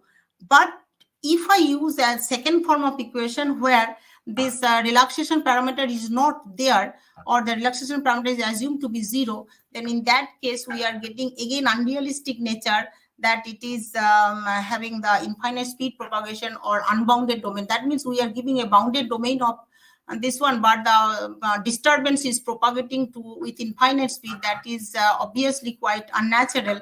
So that this was the purpose. Like that we can also give, since we do not have much more time, so but we can also give more mathematical analysis by analyzing in a various way the forms of equation, and we can show that the modification of Fourier law has given some sort of this, that modification of this Fourier law has been is being proposed by various researchers, but it's not that all modifications are having realistic or all modifications are there. So like we have seen that if I and that is also completely highly like Quintanilla has showed that if this parameter do not satisfy this particular relation, then we cannot have mathematical consistency or stability in the solution speed. So like that we can also show that domain of influence cannot be finite in many cases, but however in some cases it will be finite. So that is the future issues. We can say that Fourier law has limitations, we can understand, but although it is being widely applicable to settle lots of engineering problems, but it is not applicable to some situations, of course. But modifications also has to be in this way, and we can analyze, even we have the scope to analyze Fourier law also, that whether mathematically it is mathematically it is highly consistent, but whether it is having any drawback in the sense of that. Similarly, the other models whichever have been proposed in recent times and also long back, those models are of course not free from all the limitations. The limitations are there, so that more research and more analysis is needed. Like lots of research papers are already available which has analyzed several models and showed that mathematically inconsistencies there or not, and means mathematics has a lot of scope to contribute in this direction, and to show to understand whether this or to mathematics can play a role to understand that how we can analyze the problem or investigate in such a way that in the interdisciplinary research activity what is going on, whether we can give some contribution or not. So that was the purpose here, as we have seen that these equations or the modifications are always not up to the mark. And experimentally, though we don't have any scope, that experimentally which model is giving better as compared to Fourier law, but mathematically or theoretically we can always analyze. So thank you very much. Thank you very much, Professor Mukhopadhyay, and let us thank the speaker first. And as we are running late, sorry, I am really sorry. If there is any one quick question we can take, otherwise, so any quick question? Anyone wanted to ask? Can I ask one question? Yes, please. Since it is a thermoelasticity, yeah. Can I do the unstructured boundary conditions for this kind of problem? Unstructured boundary, yes, of course you can try. You can you can apply and you can see, but you have to be conditions. It has to be part of the system of equations. Yes, always it is a system of equations. And actually, I am telling that the practical example when the flight is going to the heavy cloud, it faces the thermoelasticity problem in the wing. So in that case, the shear stress took place, and that it is an unstructured boundary condition. It plays that, and many of the times we have seen that the pilot is required to be reduce the height immediately when it is going to the cloud, and that's why you are getting the jerk if you are playing in that particular. Yes, This yes. is a practical example of the MGT condition. In the Yeah. that's why I'm asking that it is a hydrothermal elasticity.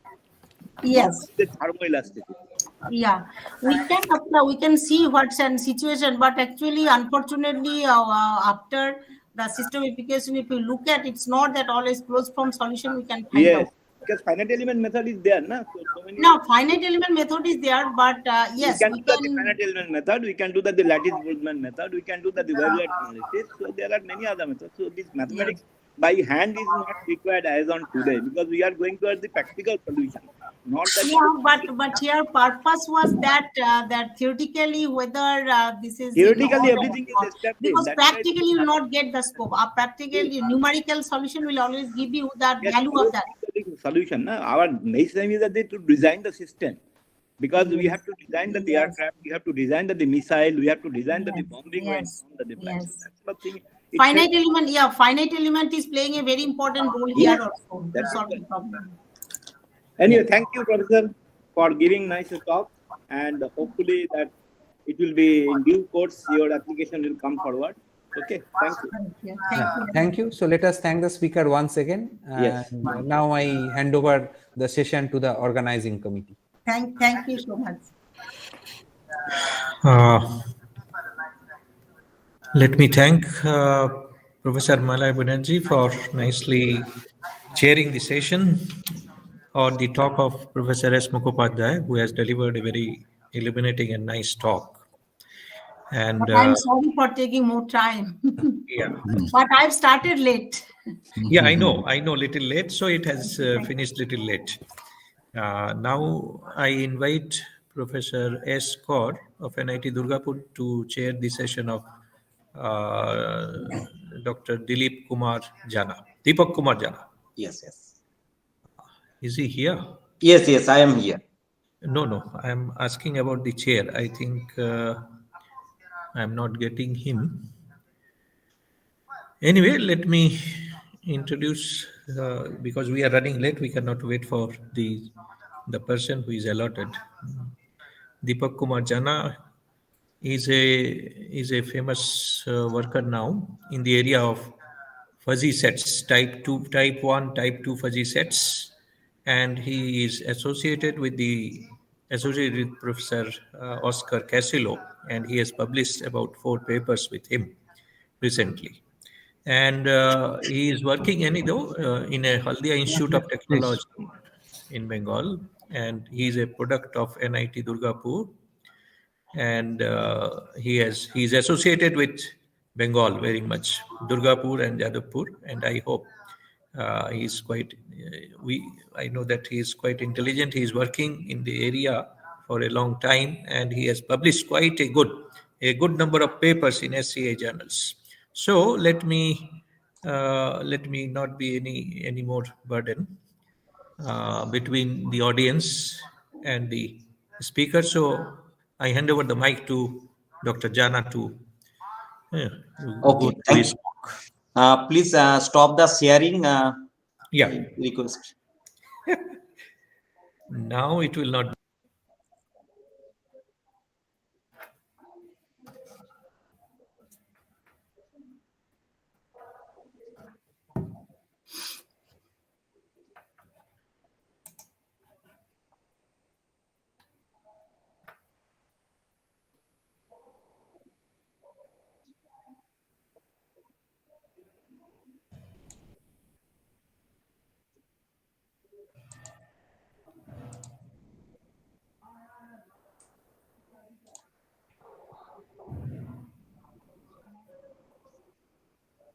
Sir, please confirm me my screen is visible or not, please.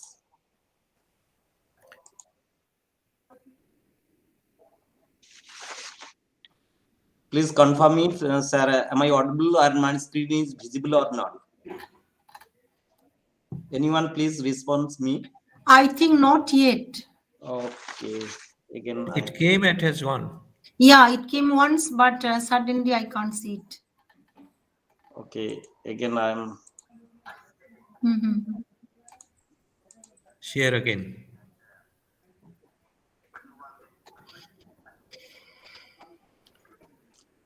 Yes, it is coming. Yeah. Yeah, now it is fine. You can make it full screen. Yes. Actually, in Google Meet, there are few problems. So it's give me immutable pleasure to thank you, Professor Som, for invite me in this prestigious international conference on nonlinear applied analysis and optimization. So I am very thankful as my Professor Oscar Castillo has given the talk on type 2 fuzzy set and fuzzy logic. So that's why I have changed my new topic, as we are new in this field, but I want to share our research work in this eminent professor and new research scholar, so that they can help us and our group to enrich game theory. So today I choose the topic game theoretical perspective on manufacturer and retailer Stackelberg. Myself, Deepak Jana, I am working as a head of the department in the School of Applied Science and Humanities at Haldia Institute of Technology. Basically, we are from Haldia. Each and every year, we have organized 4 international big events, and I am thankful to my college authority for giving me this chance to organize this type of international event. So, first, I want to share one thing, why I select this topic.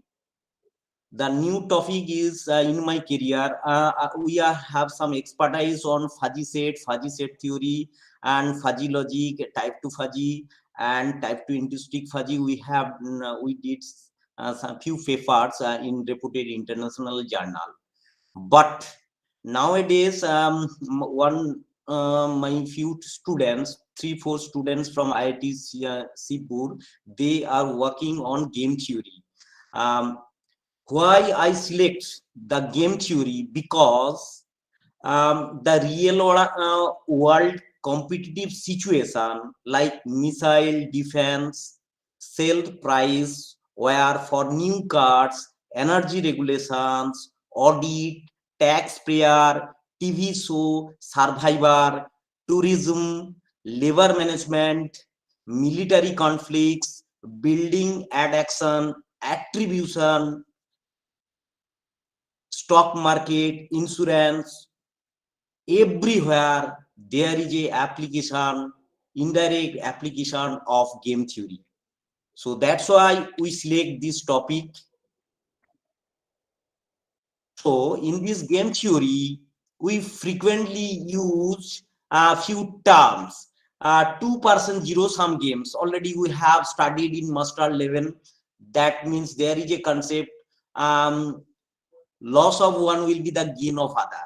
So ultimate, there is a sum is 0. But now we are using the new game theory, evolutionary game theory, EGT, basically coming from the population in biology. Now we are going to start the Stackelberg game theory. Stackelberg means competition, means the Heinrich Ferrier von Stackelberg just invent this idea.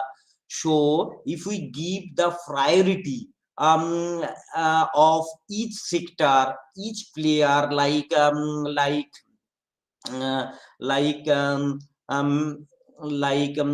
all players, then it is called the Stackelberg, means competitions. So actually, most of the researchers in 1950 and 1970s, they have their own interest to develop these things.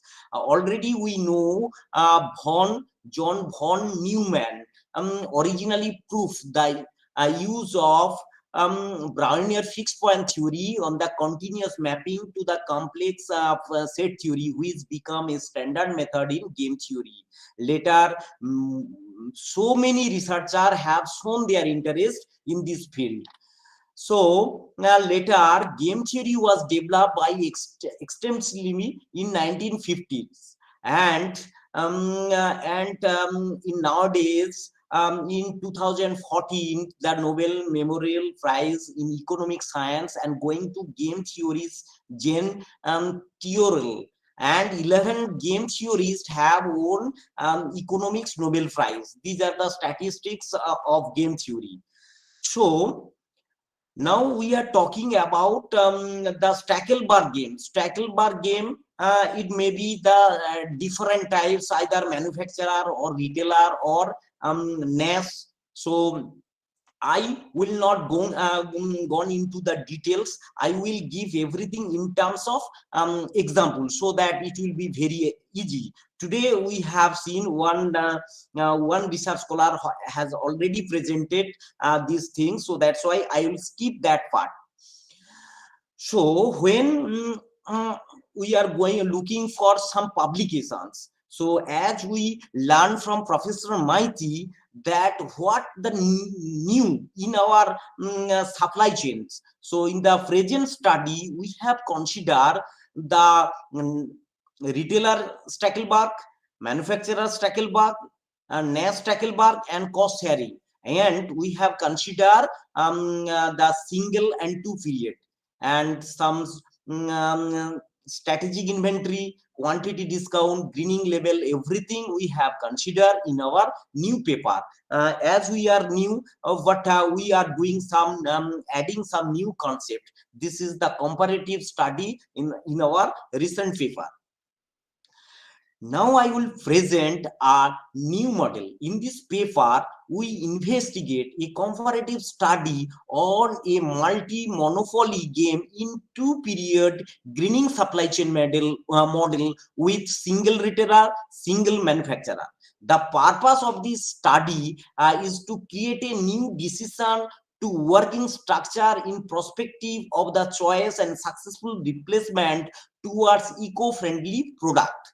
For this purpose, we have considered total 4 Stackelberg, like manufacturer Stackelberg, it is briefly called MS, retailer Stackelberg, NAS, and cost sharing. These 4 Stackelberg means 4 competitions we have incorporated in our current paper.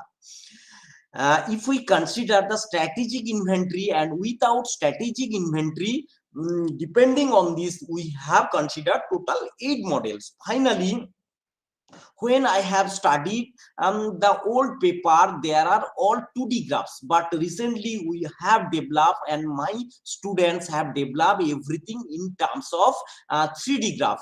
Finally, we have presented in our research work. You see, this is the graphical representation of the total 8 models. Again, I repeating, NAS equilibrium, manufacturer, MS for manufacturer Stackelberg, RS for retailer Stackelberg, NAS and costs.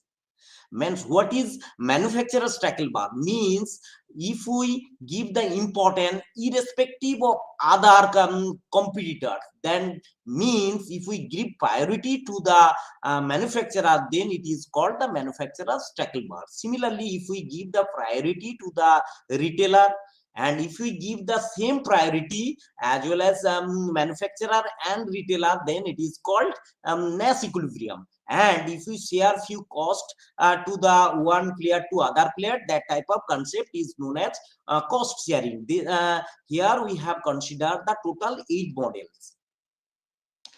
So before constructing our model, we have considered the parameters. A, treat as the total market potential of the demand.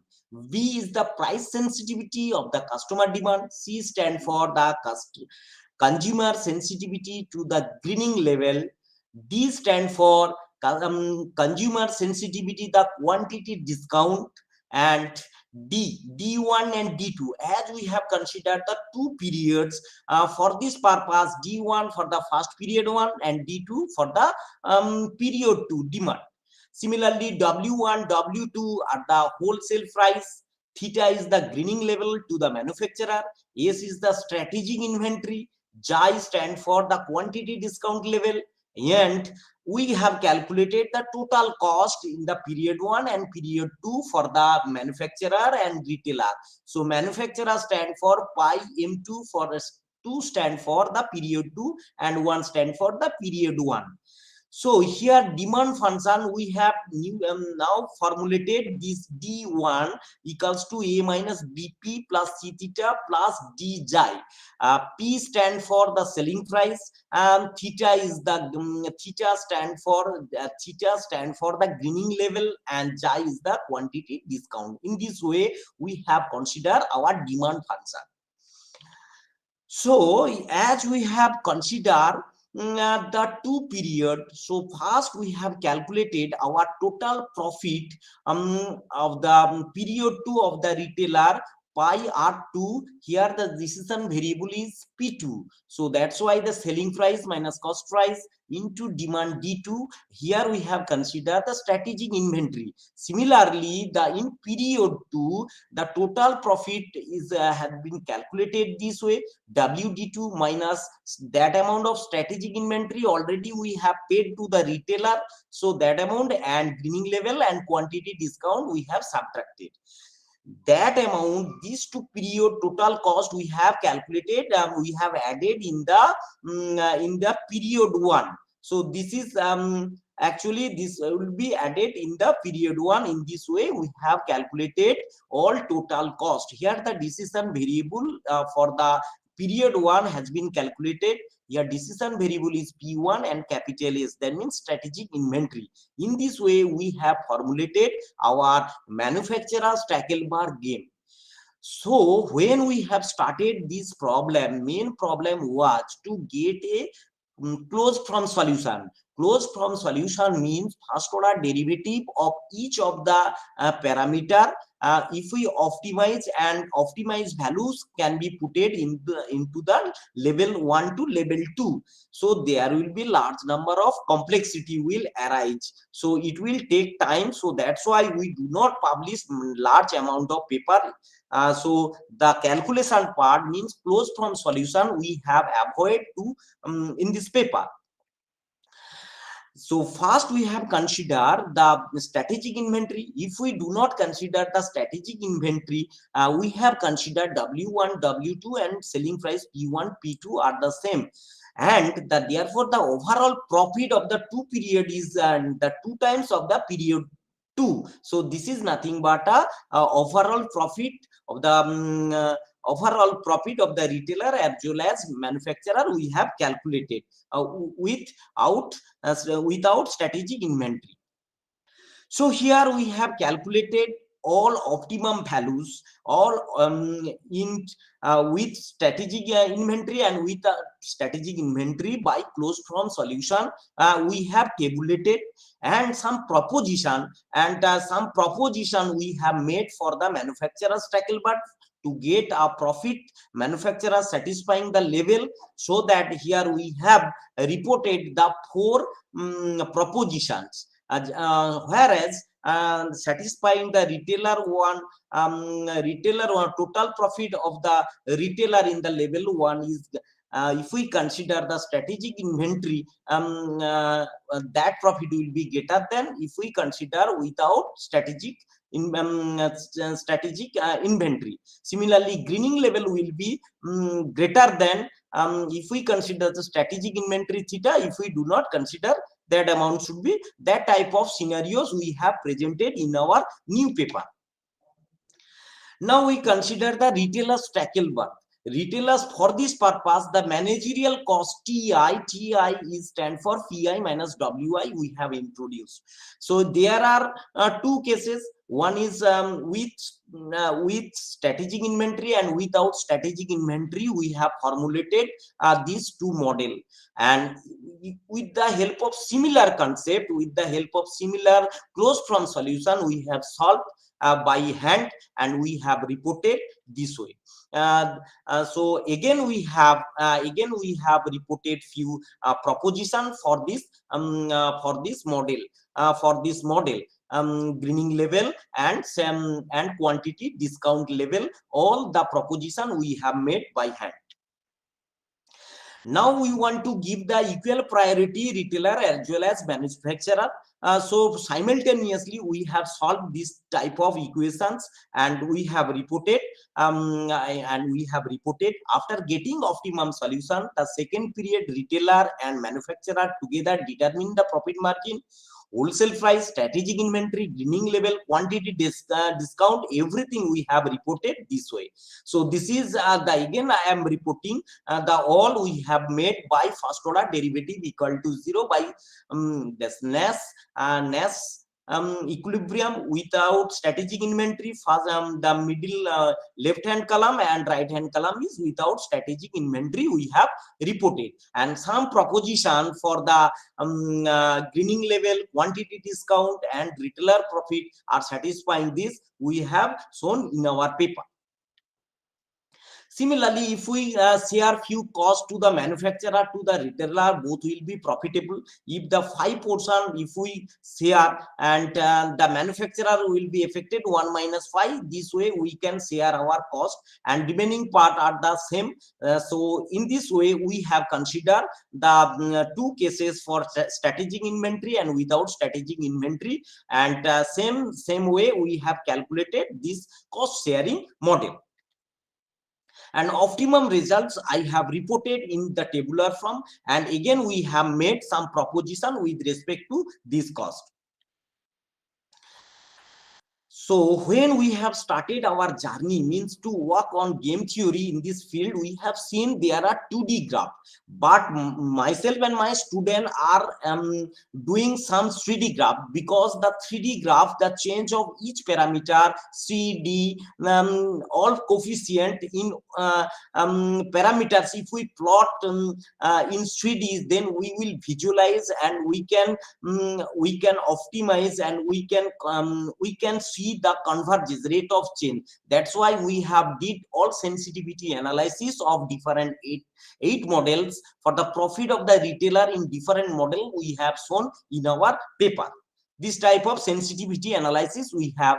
Again, there are 8 models. So profit function of the manufacturer in different game theory, as we have taken the 4, initially 4 with and without strategy, the 4 to total all changes we have depicted in our paper.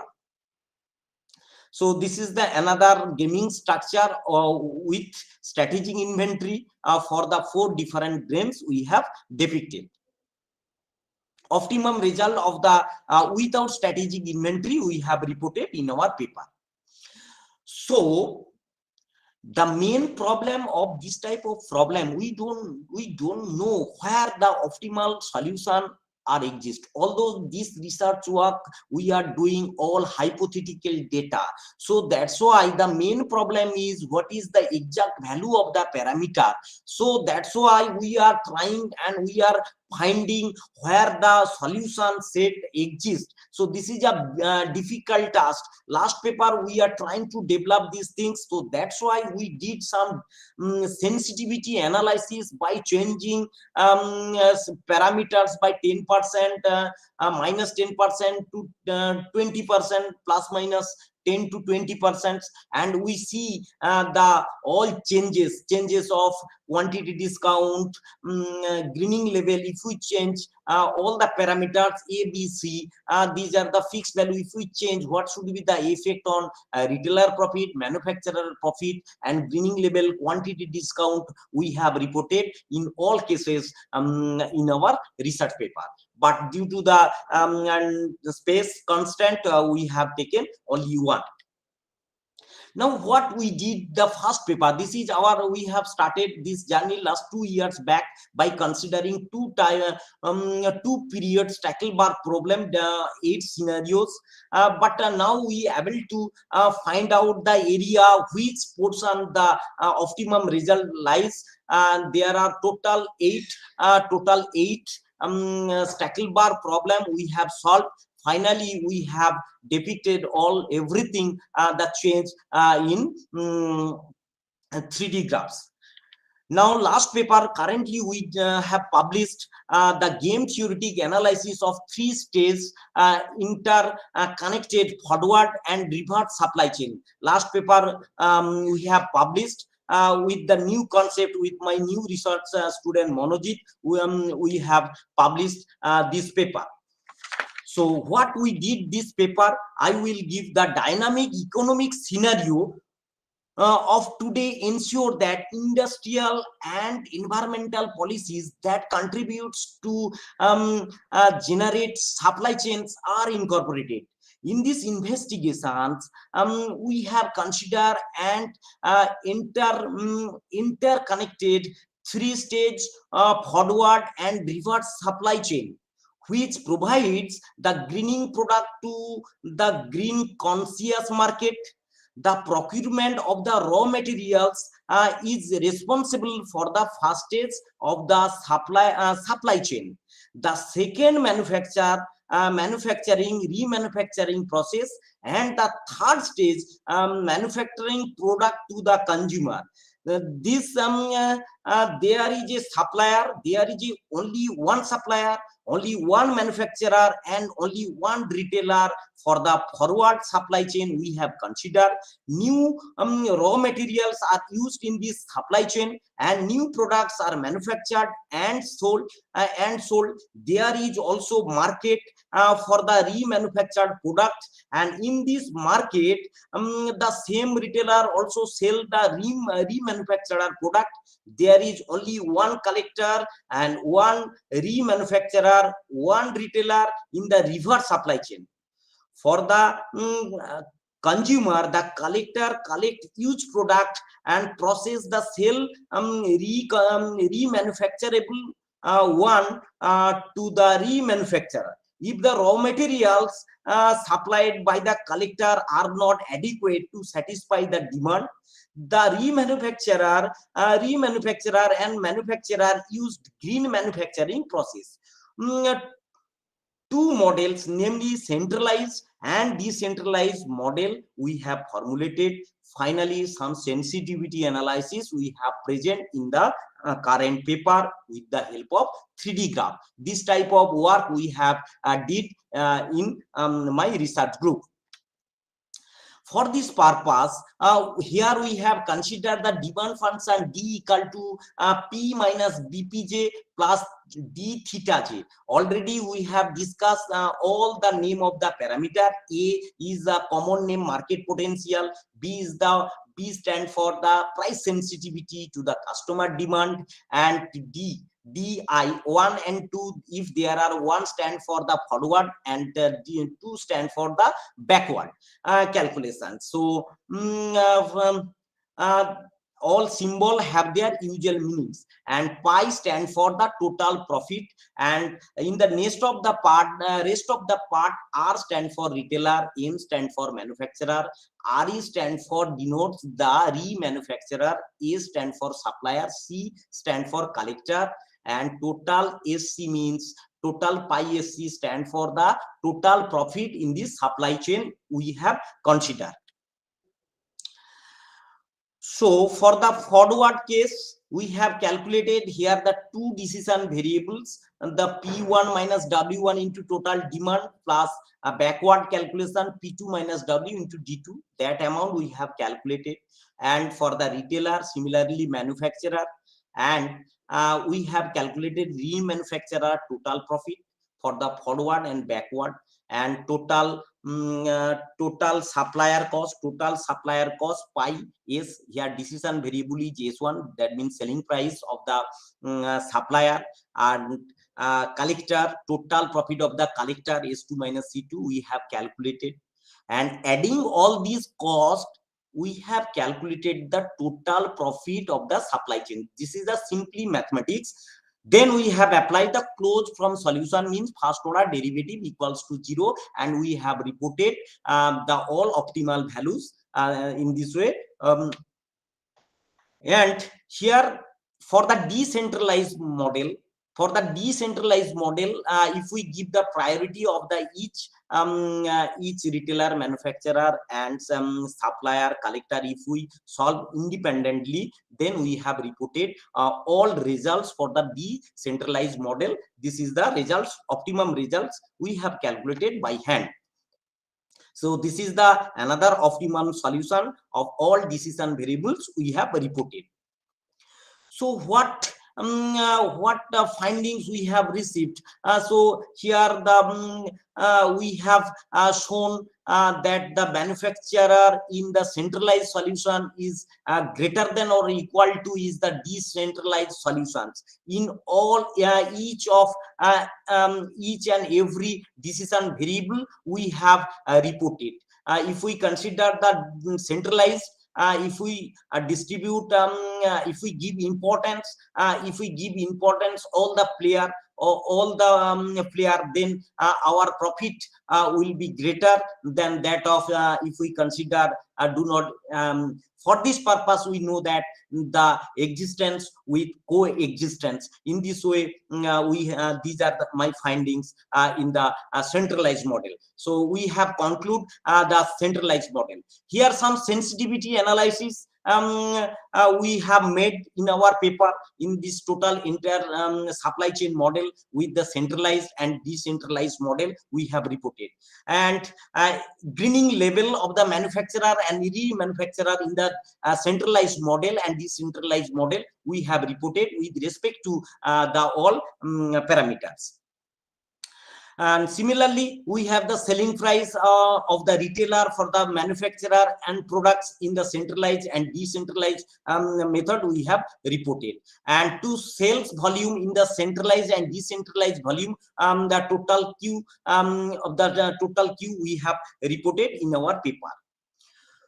So finally, what is our purpose in this model? Actually, we have considered the forward and backward supply chain model, and considering the new study has been important practical application in all supply chain decision problems. Supply chain decisions should be utilized in this research outcome.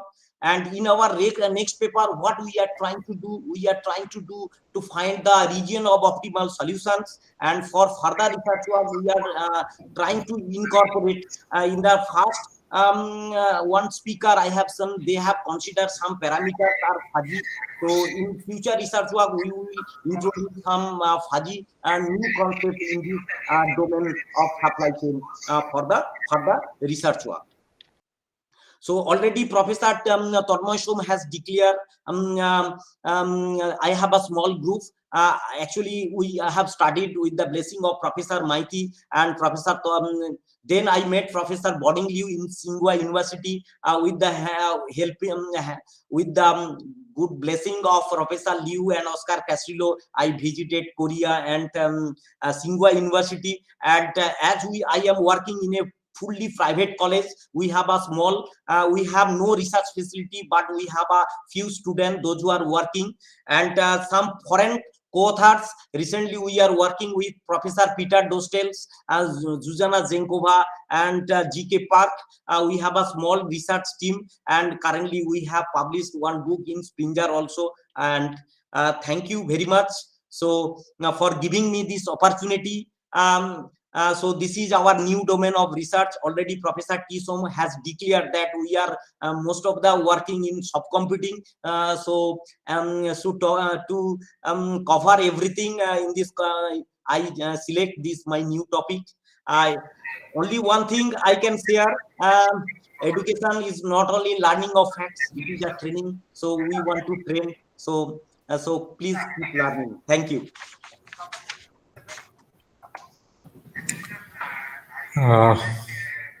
Thank you, Dr. Jana. Just one question, maybe. We cannot allow one more anymore because we are running short of time.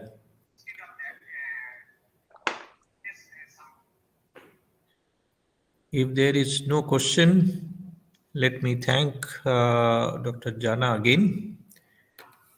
And certainly he is doing some work, good work in the area of decision theory or decision making. Actually, Professor Castillo already talked type 2, type 3, so that's why I escaped from fuzzy. This is our new domain. We are trying to publish few papers, but it will take much time. Good. It is good. So let me invite our next chairperson. We will not be able to allow more than one paper or maximum 2 papers, and others papers will go to the other slot. So Dr. Vivek Laha, okay, can you? Yes, sir. Yeah. Can we quickly start the paper presentation? 10 minutes for only 2 or maximum only 2 papers? Others will go to the other session, parallel session. Okay. Yeah. Because we have another talk at 6:15 by Professor M.A. Khamsi. Okay. So, good evening, everyone. So the paper presentation session is about to begin now. We are very late. So the first speaker is Dr. Anita. Is she here? Okay, Anita? Yes, sir. I'm here. So, Ms. Anita, please start your presentation, and you will have only 10 minutes. Okay. Not Sir. more than 10 minutes, please. Okay, sir. Is my screen visible, sir? Yes, it is coming. Okay. Yeah. Yes, it is visible now. Okay, sir. Good evening to one and all present here. My title of today's topic is Fuzzy Rough Optimization Technique for Breast Cancer Classification. One of the most common life-threatening disease among the women is breast cancer.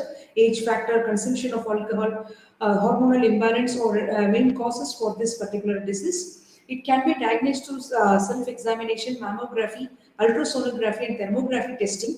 As per the information from World Health Organization, 27 million new cases will be expected in the year 2030. Nowadays, medical scientists are showing interest on thermographic image study to detect breast cancer. In Indian cities, especially metropolitan cities like Bangalore, Chennai and Delhi encountered more cases than other places. 10% of breast cancers due to hereditary, whereas 90% are based on lifestyle. In the year 2018, India catalogued 1,62,468 new breast cancer cases and 87,090 listed deaths due to a detection in higher stages. Early detection of breast cancer can reduce the mortality rate. Thermographic analysis play a lead role in early detection of breast cancer. In this paper, we are going to analyze the mathematical model for early detection of breast cancer by selecting the important features.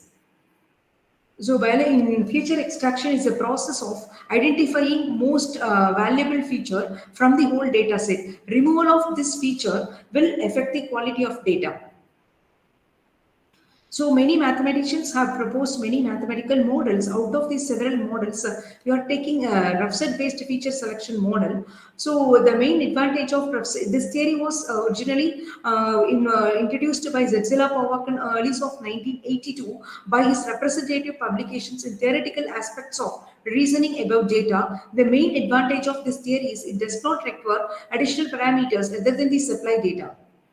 So these are the basic terminologies of rough set: information system, indiscernibility, set approximation, reduct core, rough membership function, and dependency of attributes. Data analysis for rough set is by using the decision system. So here we are having three variables: age, length, and walk. Here age and length are conditional attributes, walk is the decision attribute. So based on these conditional attributes, we can identify whether the particular patient is being able to walk or not. So indiscernibility relation is the equivalence relation in which two objects are identified by its equal attribute values. So if x comma x dash belongs to the indiscernibility relation set, then objects x and x dash are indiscernible from each other by attributes from B. Set approximation. We can give the set approximation by using indiscernibility relation. Equivalent classes contained in the target set form lower approximation. Equivalent class along with it contained in target set along with its border form upper approximation, or else equal non-empty intersection of equivalent classes with the target set forms upper approximation.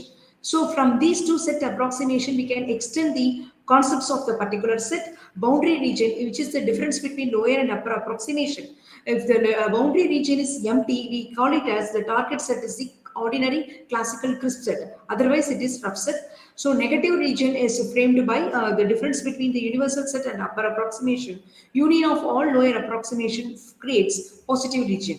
So reduct is the main concept of set theory. It is often it is necessary to maintain the concise form of original representation system.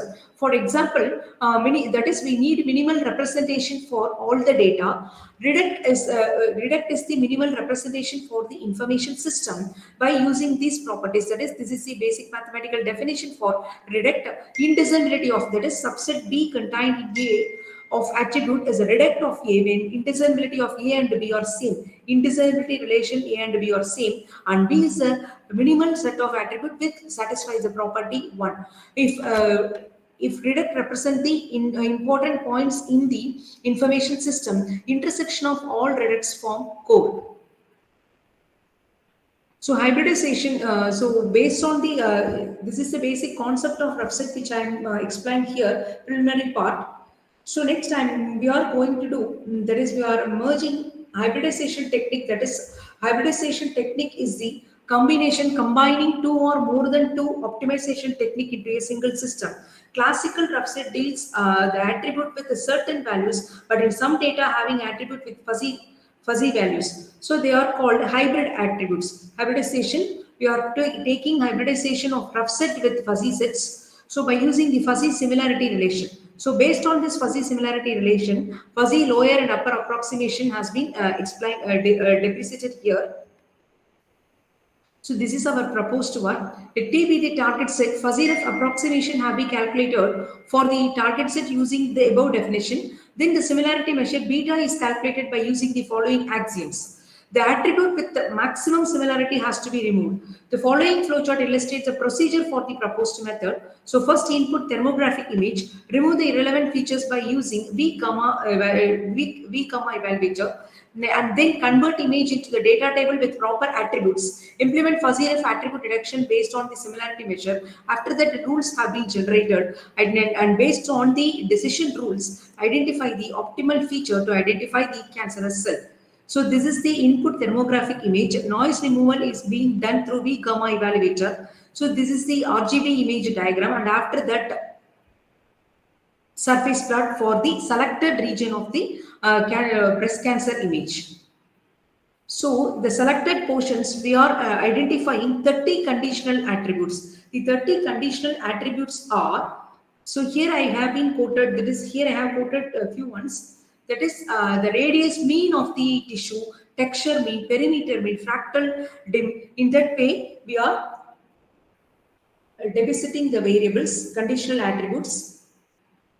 The mean, standard error, and worst or largest mean of the 3 largest values of these features were computed for each image, resulting in 30 features. For instance, field 3 is mean radius, field 13 is the radius standard error, field 23 is the worst radius. So class distribution, 357 benign non-cancerous and non-cancer items, and 212 malignant, that is cancerous, with 569 instances. So for implementing, so this is the graphical representation for each conditional attribute.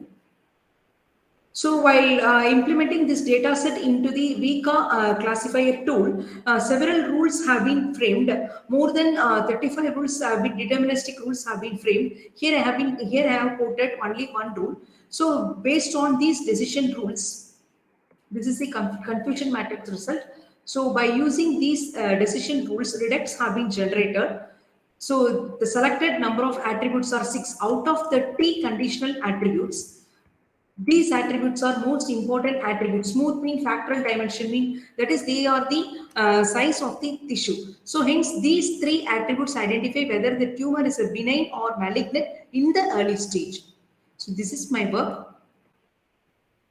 The main objective of the work is to identify the features from the given image, whether the tumor is cancerous or non-cancerous in early stage.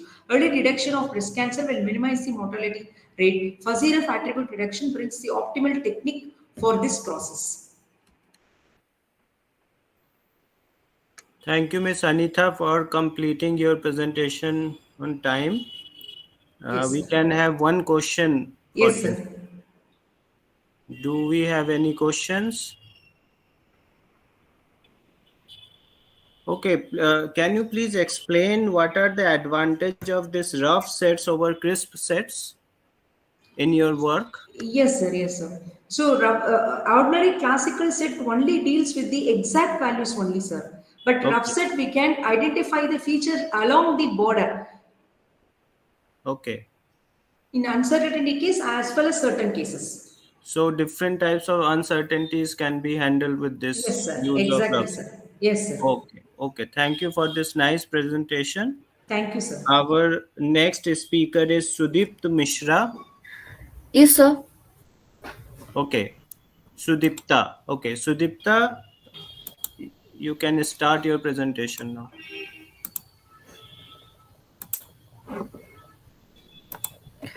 So good evening, everyone. I am Sudipta Mishra. Today my talk is on modeling and optimization of multi-objective signomial programming problems. Those are the outlines of my topic. Objective introduction, signomial programming problem, multi-objective signomial programming problem, dual form of signomial geometric programming problem, weighted sum method for multi-objective optimization problem, numerical example, conclusion, and then references.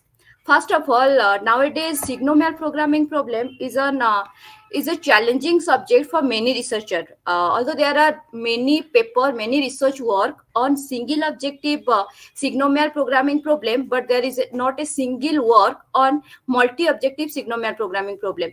So the main objective of this paper is to find an alternative way to deal with multi-objective signomial programming problem by using a classical method of multi-objective programming problem, that is weighted sum method with geometric programming technique.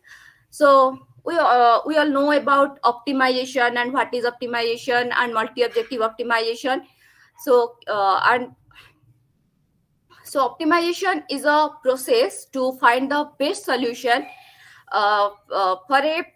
for a specific benchmark for the available alternatives. Mathematically, in optimization, some real valued function, that is objective functions, are maximized or minimized under certain constraint. But in our real life, the objective of our real life is not necessarily only one. So most real life issues have a few classing objectives to be considered at the same time, and they might be nonlinear depending upon variables. So multi-objective nonlinear programming problem is now a fascinating topic for many researchers.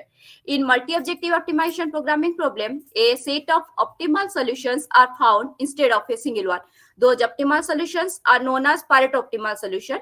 Pareto optimal solution is a situation in which it is impossible to make anyone better off without making anyone worse off. Suppose A and B are two members. If we want to, according to Pareto optimality condition, if we want to increase the welfare of A, then we have to decrease the welfare of B. So there are different methods to find the Pareto optimal solution of multi-objective optimization programming problem. Geometric programming technique is one of them. So geometric programming technique is a special type of non-convex optimization technique that can be transformed into convex form. So mathematically, geometry programming technique consists of several nonlinear objective function as well as constraint in the form of polynomial function. Now, polynomial function is a special type of polynomial in which the coefficient of variables are positive real numbers, and exponents of variables can be any real number. Now, because of this special characteristic of GP, it is mostly applied in the field of chemical equilibrium problems, risk management, transportation planning, circuit design, etc. But now the mathematical model with negative coefficient represents a precise from the real world nonlinear programming problem. The optimization problem is now is known as generalization of geometric programming or signomial programming. There are several work on geometric programming as well as signomial programming. Dauphin introduced geometry programming in 1960. Since 1960, GP technique became an enhancing method in different engineering analysis. Although in his masterpiece, they applied GP technique in various fields of engineering and technology for single objective nonlinear programming, but there was not much work on multi-objective. Working procedure of GP technique in primal approach as well as in dual approach is briefly described by Peterson and Mehrotra. Bitler, Duffin, Rajgopal, Bricker described the linear nature of constraint and suitable solution objective function in dual approach of GP technique. In real world, a lot of engineering design nonlinear models have negative coefficient.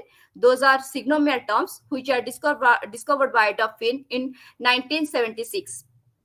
Relay described the extension of sum of arithmetic mean or geometric mean exponential relation methodology for acquiring limits on constrained signomial and polynomial optimization problem by taking different examples. We also consider some real life examples here. So now let's move to signomial programming problem.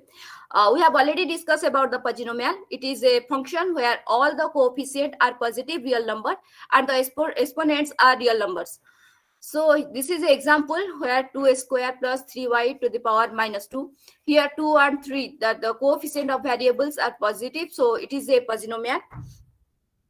But in signomial case, the coefficient can be negative. So a signomial is a special type of polynomial in which the powers of decision variable as well as the coefficient attached to these decision variables are unrestricted in sign. So this is the model for signomial programming problem, single objective signomial programming problem, where R is the number of terms in the objective function and S is the number of terms in a inequality constraints. Now, multi-objective signomial programming problem. Signomials are formulated in geometric programming form. So some researchers refer it as generalization of geometric programming. In multi-objective signomial programming problem, the number of objective functions are more than one. Mathematically, it can be formulated as this. There is not much difference between signomial programming problem and geometric programming problem. Only in geometric programming problem, these coefficients are always positive, but in signomial geometric programming problem, these coefficient may be positive or negative. Here we consider QP number of terms in objective function, and there are R number of objective function, QS number of terms in constraint, in inequality constraint, and S number of inequality constraint. Here CPQ can be positive or negative for all P and Q. CSQ is also positive or negative for all S and Q. BPQI and ZSQI are real numbers for all PQSI. QP is the number of terms present in the objective function HPS, and QS is the number of terms present in SS term, SS constraint. Constraint in signomial geometric programming can be greater than 1 or less than 1. In the above multi-objective signomial programming problem, there are R number of minimization type objective function, M number of inequality type constraint, and M number of strictly positive decision variables. Now, this is the dual form. The main logic in this signomial programming problem is the primal dual approach, is the basic concept of SGP. The dual approach is linear in nature. In GP technique, it can be proved that the minimal value of the primal approach is equal to the maximal value of the dual. Dual form of signomial geometric programming problem can be presented as in this way. Here, the only difference between signomial geometric programming technique and geometric programming technique is this term, sigma. In the geometric programming technique, sigma is always equal to 1, but in case of signomial geometric programming technique, it can be +1 or it can be -1. To understand this concept, we will discuss a numerical example later. Now, weighted sum method for multi-objective optimization problem. It is a classical method to solve multi-objective optimization technique. The weighted sum method is only applicable for convex problem. For non-convex problem, the weighted sum method may not generate efficient solutions. The weighted coefficient assigned to objective function based on the needs of decision makers. And here, it can be formulated like that, and the weight coefficient always lies between 0 and 1, and the summation of the weight coefficient is always equal to 1. Excuse me, Sudipta, can you please conclude in 2 minutes? Okay, okay, sir. Then this is the numerical example. Here we take two objective function with a constraint. First of all, we solve it as a single objective function, single objective optimization problem. First, we consider fast objective function with respect to constraint, and we solve it by lingo. Then we find it dual solution of this, and then we compare the result. In second step, we consider second objective function with respect to the constraint. Then we solve it by lingo, and this is the dual of this result. In the final step, now by using weighted sum method, let's convert this multi-objective programming problem into a single objective sigmoidal programming problem. The model can be formulated in this way. And this is the result. This is the result for primal solution, and this is dual model, and this is the result for dual solution. So thank you. Conclusion.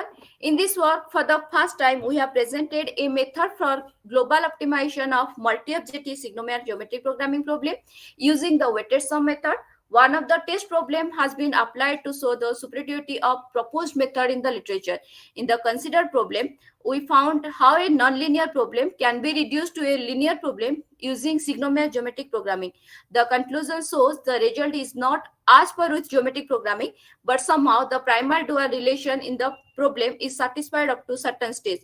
So it is an unfinished work and being a question for all the researchers to resolve how this proposed method could be effective for future research. These are the references. Thank you. Thank you, Sudipta, for concluding on time. So we can have one question. Yes. Anyone? So Sudipta, as you are saying in sigmoidal programming, do we have these duality results like linear programming problems? And Yes, sir. Are you using these duality results like a strong duality or weak duality? No, sir. In this, No. in your work? No, sir. Actually, the duality in normally linear case is different from this geometric programming technique. Okay.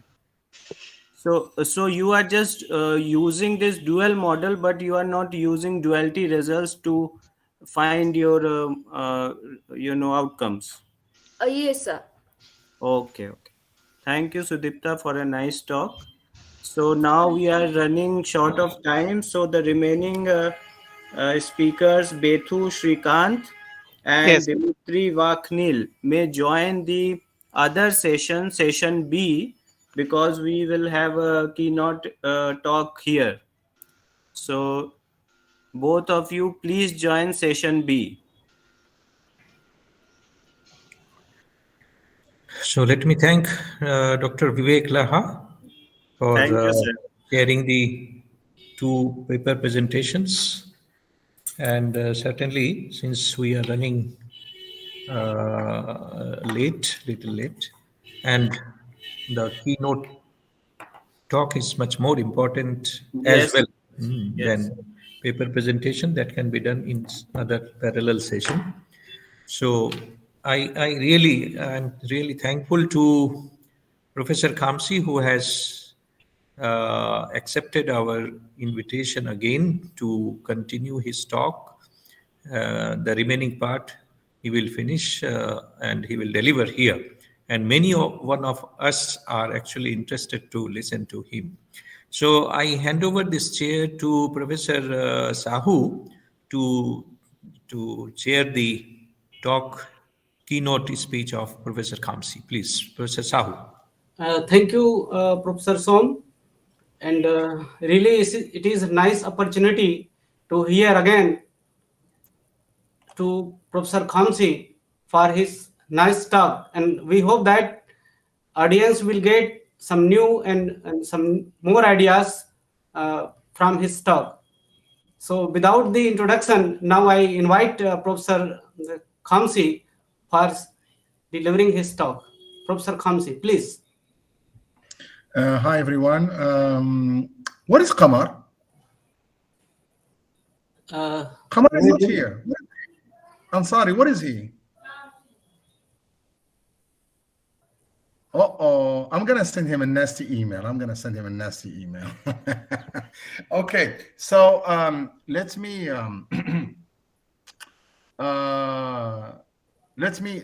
continue then on where I stopped yesterday. And Hamar said something earlier that I wanted just to clarify. He clarified this, but the fact that he's dying to go back to face-to-face, and he said at the same time that he was able to give 3 talks this month.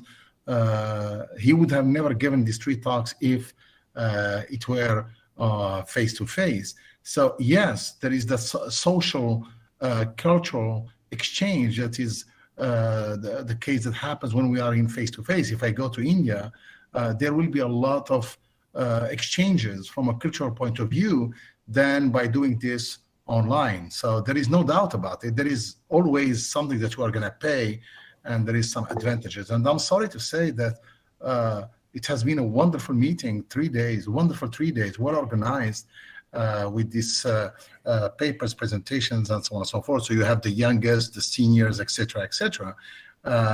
Technology is quite helpful in this regard, and I encourage you to continue, even if we go back to face-to-face, to have it hybrid to allow other people from outside to participate. Okay, so let me now share with you.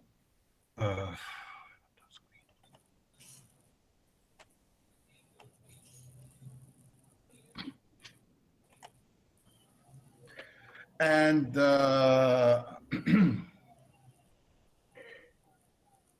okay, so here, let me, so where was I yesterday? I wanted to talk a little bit more about variable exponent spaces and the stuff that we are doing, but I got carried with the issue of the origin of matrix spaces and the T-SNAP. So remember, same day, 2 days ago, somebody presented a paper or a talk on S distances, S metric spaces. And once he's done, one of the questions was whether there is an example on usefulness of that concept of S metric spaces. Again, it's common and it's natural. That's what I was talking about when I said these generalizations, whether they are worthy or not. And that's what I wanted to show you about vector value distance, and even the concept of a distance that we are still looking for. We don't know. I'm telling you, if I start talking about this subject, it will take me another 2-3 hours. So let me move on to the case of the concept of the modular. Okay, so I left you yesterday where Nakano was able to see something that Orlich did not see. Okay, and once Nakano gave a formal definition of this object, which is the modular, then the school, the Polish school, I'm talking about Poznan Polish school with what's his name, Orlich and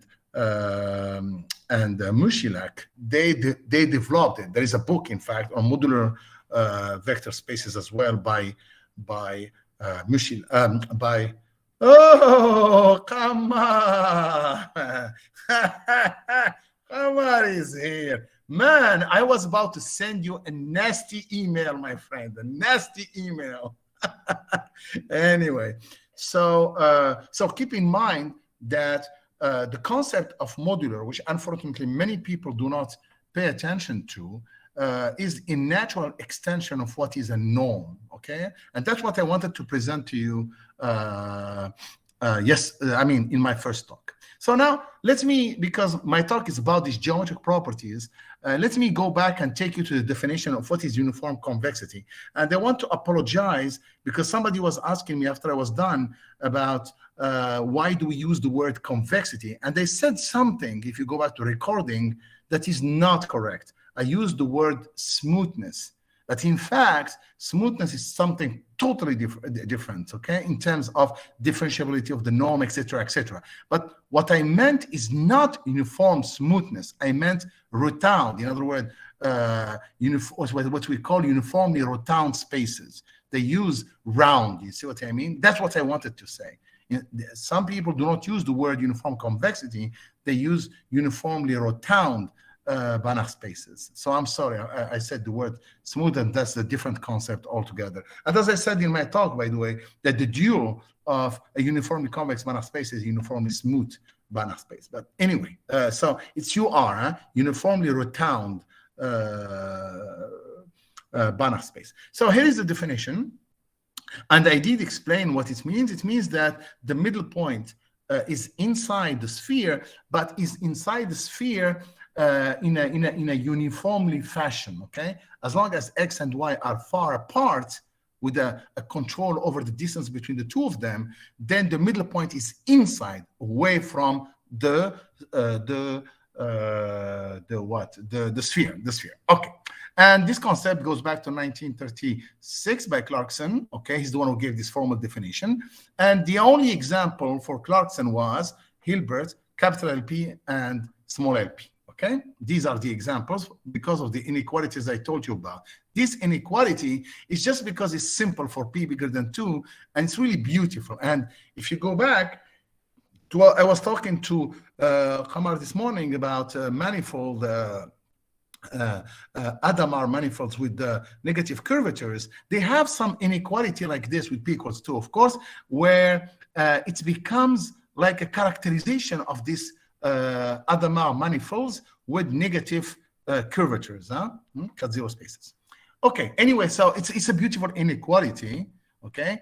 And it allows us to show in a very simple manner, because of the control over this one, okay, that we have uniform convexity, uniform convexity. I want you to pay attention to the definition here. What do we have here? We have norm of X minus Y bigger than epsilon, okay?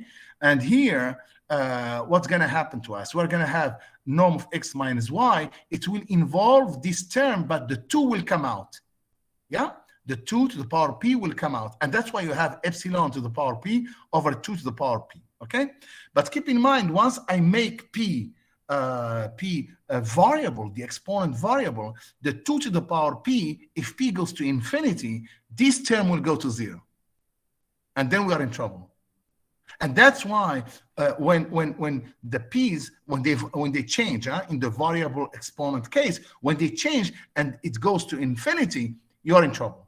Definitely you're in trouble, okay? So I want just to show you this to keep it in mind, okay? So remember, if the 2 stays inside, we're safe. If I have A minus B over 2, so a norm of X minus Y over 2, we're safe. The problem is the people did not see all this business because we have homogeneity and they don't have a problem. Okay, so if you remember, these are the Orlish spaces, okay? That was Orlish 1932, and basically just changed what? The T to the power P function by a similar function, okay? A similar function. The problem here is what? The norm now is complicated. And he saw it, by the way, from the beginning. I'm talking about Orlish. The norm, he did not, it wasn't called Luxembourg norm at that time, in 1932-33. But the norm, as you can see there, it's defined using the integral, but in a very, it's what we call the Minkowski functional. Do you understand? If you take the integral from 0 to 1 phi of less or equal than 1, that's a convex, that is symmetric and absorbing, etc., etc. It has all the assumptions to define the norm via the Minkowski functional, okay? Minkowski functional. And that's what you see there, basically. But it's defined in an indirect way. That's why, what are the conditions on phi that will give us a uniformly convex Banach space? Uniformly convex Banach space is extremely complicated, okay? The case is extremely complicated. Or under what assumptions the space is reflexive? Extremely complicated. All these assumptions are complicated compared to the case of capital LP and small LP. Of course, you do have, in a similar fashion, the little l phi, the Orlish sequential vector space. Okay, so now, so that's what I said. The little l phi is defined in a similar manner with the norm similar to that. Now, what happened when you want uniform convexity? If you want uniform convexity, your function phi must be nice, not just convex. No. Must be very nice. And they call it for the people working in the area, very convex function, okay? Very good. There is a precise definition, huh? So phi has to be very convex, but it needs to have delta 2 property. In this case, the norm is uniformly convex and the modular is uniformly convex, okay? So here, let me give you an example where delta 2 fails, okay? Is the two examples that you see there, okay? And these examples, delta 2 fails because if you take phi 2 to t, you're going to have exponential of 2t squared. For example, here, if you divide by phi 2t, you will go to infinity. You will never be upper bounded. Okay, but they are very convex. Do you understand? So they are very convex, but they are not satisfying the delta 2 property, and therefore the spaces associated to them, the norm is not uniformly convex. Is not uniformly convex. So these cases, these examples, they escaped the Polish school. They did escape the Polish school.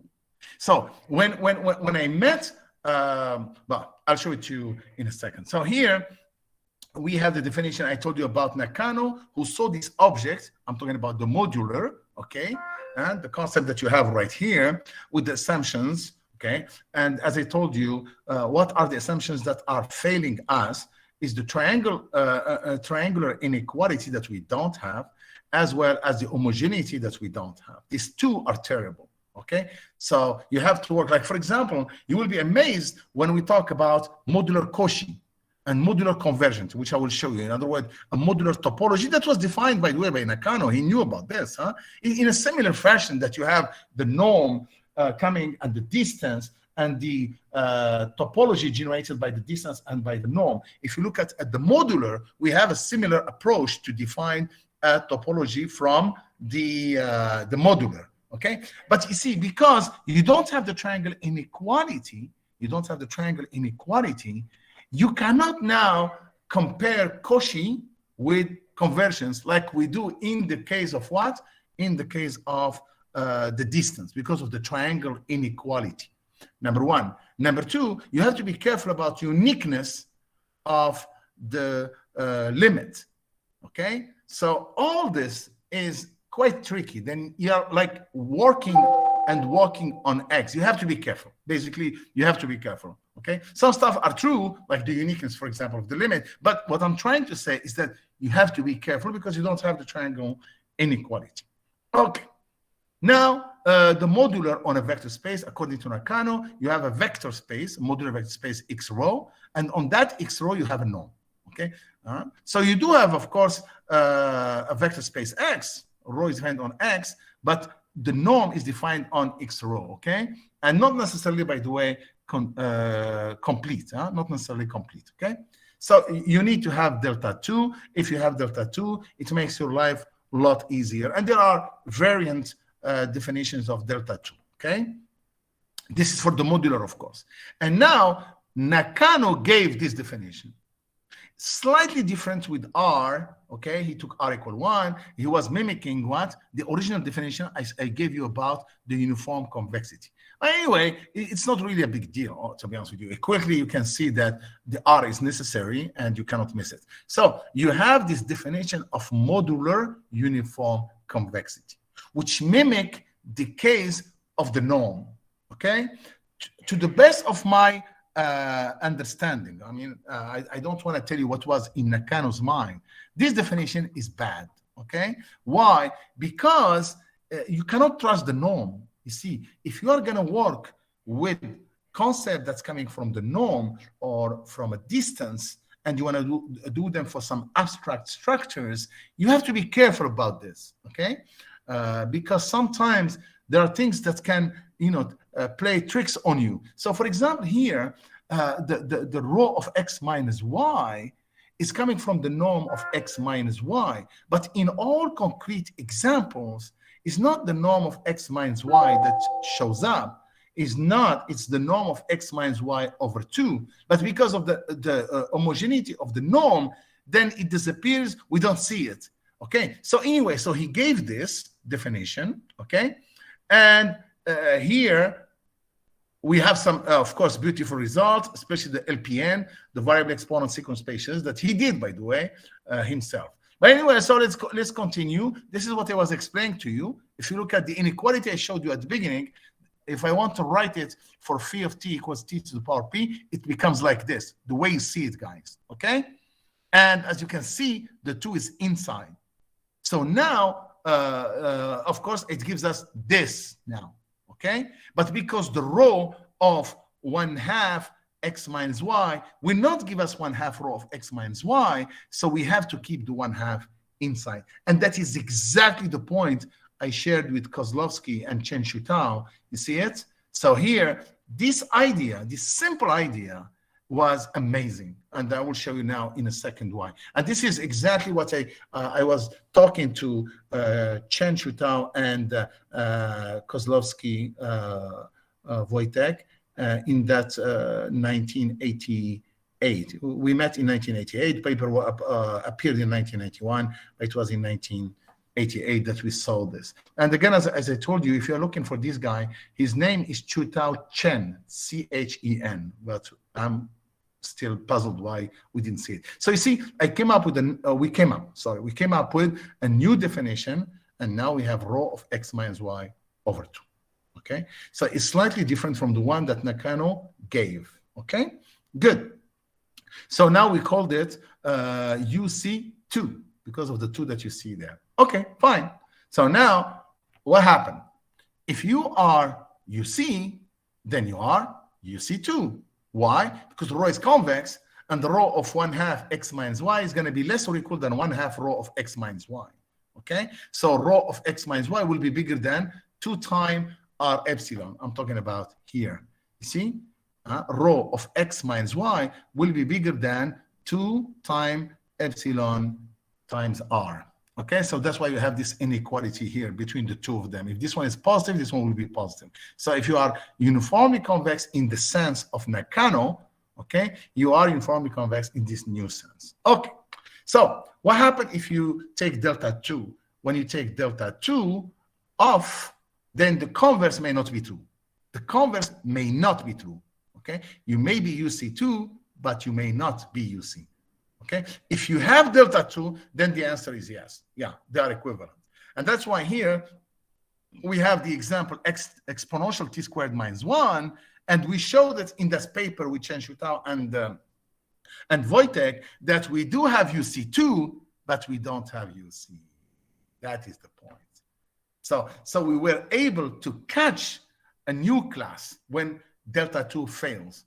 Now, I will say something later on. Why is that important? You know, so someone will ask, okay, fine, but what is it exactly? So let me give you now the topology I was telling you about. This is just the modular topology that you can find back to our friend Nakano, okay? And what I wanted to pay attention is the last one, okay? Which is the modular diameter of a set, the modular diameter of a set. Okay, and you can also define the distance of a point to a set as being the infimum of rho of. Okay, and the reason is because of the talk that my friend Kamar was talking about. It has some implication, and I will show it to you right now. Now, once you have UC2, what happened? Okay, do we have some behavior? Because remember, people do not know UC2. Okay, because if you don't have delta 2, you don't have uniformly convex. Okay, in the case I just showed you with exponential t squared minus 1, and therefore the people do not touch the structure of the space. But now what happened if the space has UC2? This they did not know. Okay, fine. Okay, you have UC2. So what? In other words, you don't have uniform convexity, the modular uniform convexity, but you have the modular convexity UC2. So what? What kind of behavior do you have? Look at now number 1. It says what? That if you have C, which is non-empty row closed convex subset of X row, let's take X such that the distance from X to C, the modular distance from X to C is finite, or if C is bounded, for example. Anyway, so you have a unique projection. Do you see it?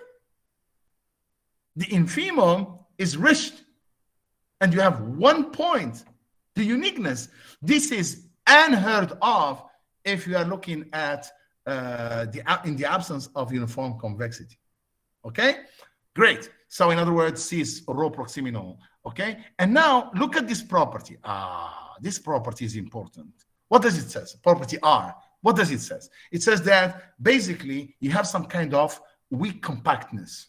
Okay, weak compactness defined by the family of convex sets and their intersection. So for example, if you look at the case of that he was talking about, our friend Qamar, if you have a little bit more on the, and you take the convex sets as being what, as he defined, whenever you have two X and Y, the geodesic is there, okay, in the set, then you have this kind of weak convexity. Huh? It's not like normal convexity. Huh? Okay, it's not the linear convexity. Huh? This is one way to look at convexity. There are other ways, like what a French mathematician did, and we used it a lot. But in any case, here, what do we have? This definition that you see there of rho closed convex non-empty subset decreasing, okay, I think decreasing sequence. If you go into the norm and you take closed for the norm, you end up having a reflexive Banach spaces. It's a small linear result of reflexivity by an intersection property on the convex sets, okay? And that's why I called it property R. R comes from reflexivity in a very old paper where Malutab showed that if you have uniform normal structure property, you are reflexive, okay? And I wanted to show that result in metric spaces. Why? Because uniform normal structure property is a metric property, okay? And I wanted to show that we have this property R. I couldn't call it reflexivity. She showed reflexivity. Okay, she used the linear characterization of reflexivity. Here, I'm using this intersection property that gives me what? The property R. And it's very interesting because it has many applications, this intersection property. It's like compactness, by the way. Huh? Okay, good. Now I want to talk about variable exponent spaces. And someone may ask, oh, how useful are these variable exponent spaces? Why do we have to study these variable exponent spaces? If you want to know about variable exponent spaces, this is the book, okay? This is a fundamental book that you can find everywhere on the web. I have the e-copy, and this is the book that if you want to learn about this business. Of course, here is mostly about PDEs, okay? And integral equations, etc., etc. And because the vectors they deal with are functions, so basically they're looking at capital LP of omega. In other words, they are not looking at the sequential case. Huh? They're not looking too much on the sequential case. Okay? But this is the book, if somebody is interested to learn more about this. Now, why this is becoming the area? And you have to go back because you look at the dates, 1947, 1949. But in fact, the boom started after 2003. Okay? That's where the boom started. Okay, so you have this liquid, okay, that people were using in the brakes. What is special about these smart fluids or electrological fluids, ER fluids, is that especially look at the giant electrological fluid. These ones that were discovered in 2003 by the American Army is. What it does, in fact, is a liquid that moves in a fraction of a second under the impulse of an electrical shock that's going to go into the order of milliseconds, okay? Milliseconds, huh? And the structure of that liquid goes from jelly to something hard, extremely hard, okay? And this was a motivation to a series of, in fact, it was a movie, and then to a series from an idea of Einstein, and I wanted to show it to you. Let me show you. This is what's known as Stargate. Okay, and as you can see, it uses these passages of Einstein to move from one universe to another one, from one planet to another one. Okay, and the liquid that you see there, it's a jelly shape. It's in a jelly shape. The people, your soldiers, that's what you will see if you watch the movie or the show. The soldiers are coming in, okay, and they will walk in, and the moment they walk in, they hit a key that will send an electrical shot to the Stargate, and the liquid becomes solid, but beyond solid. I'm not talking about solid. So the aliens will not cross and will not go, because no arms, no nothing. So you can see that the army or the military are interested into this. Okay, now what is it about this smart fluids? When you try to model them, look at the authors, by the way. So Ruzicka is one of the authors. He did a lot of work on this. He's one of the authors of the book I showed you. Look at the equation there, where this Laplacian equation is an eigenvalue problem associated with Laplacian, is with P of x that is variable. Okay, and if you look at the weaker form associated to this equation, it will give you this integral equation that you see there, where lambda is a constant, but now P of x is variable. So you see now what we have is an integral with something to an exponent, that the exponent is changing. Okay, so the exponent is not a constant. Okay, now there is within the theory of variable exponent spaces, there is oh, I forgot to mention something here. Look at here, because you have the divergence here, so you have a derivative. That's why you need Sobolev spaces, okay, with variable exponent. That's the idea behind Sobolev spaces. So now let's look at this problem. It's known as the Dirichlet energy integral. Okay, that's what you see there. And the problem, again, look at the power, the exponent, which is variable. Okay, the exponent which is variable. So you cannot treat this problem, which is finding the infimum of, you see, the problem is to find a minimizer of the energy. So you're looking at the infimum of the energy. Okay, and what you have there is a problem that you cannot solve. You cannot solve by looking at the constant case and helping you. You cannot. Okay.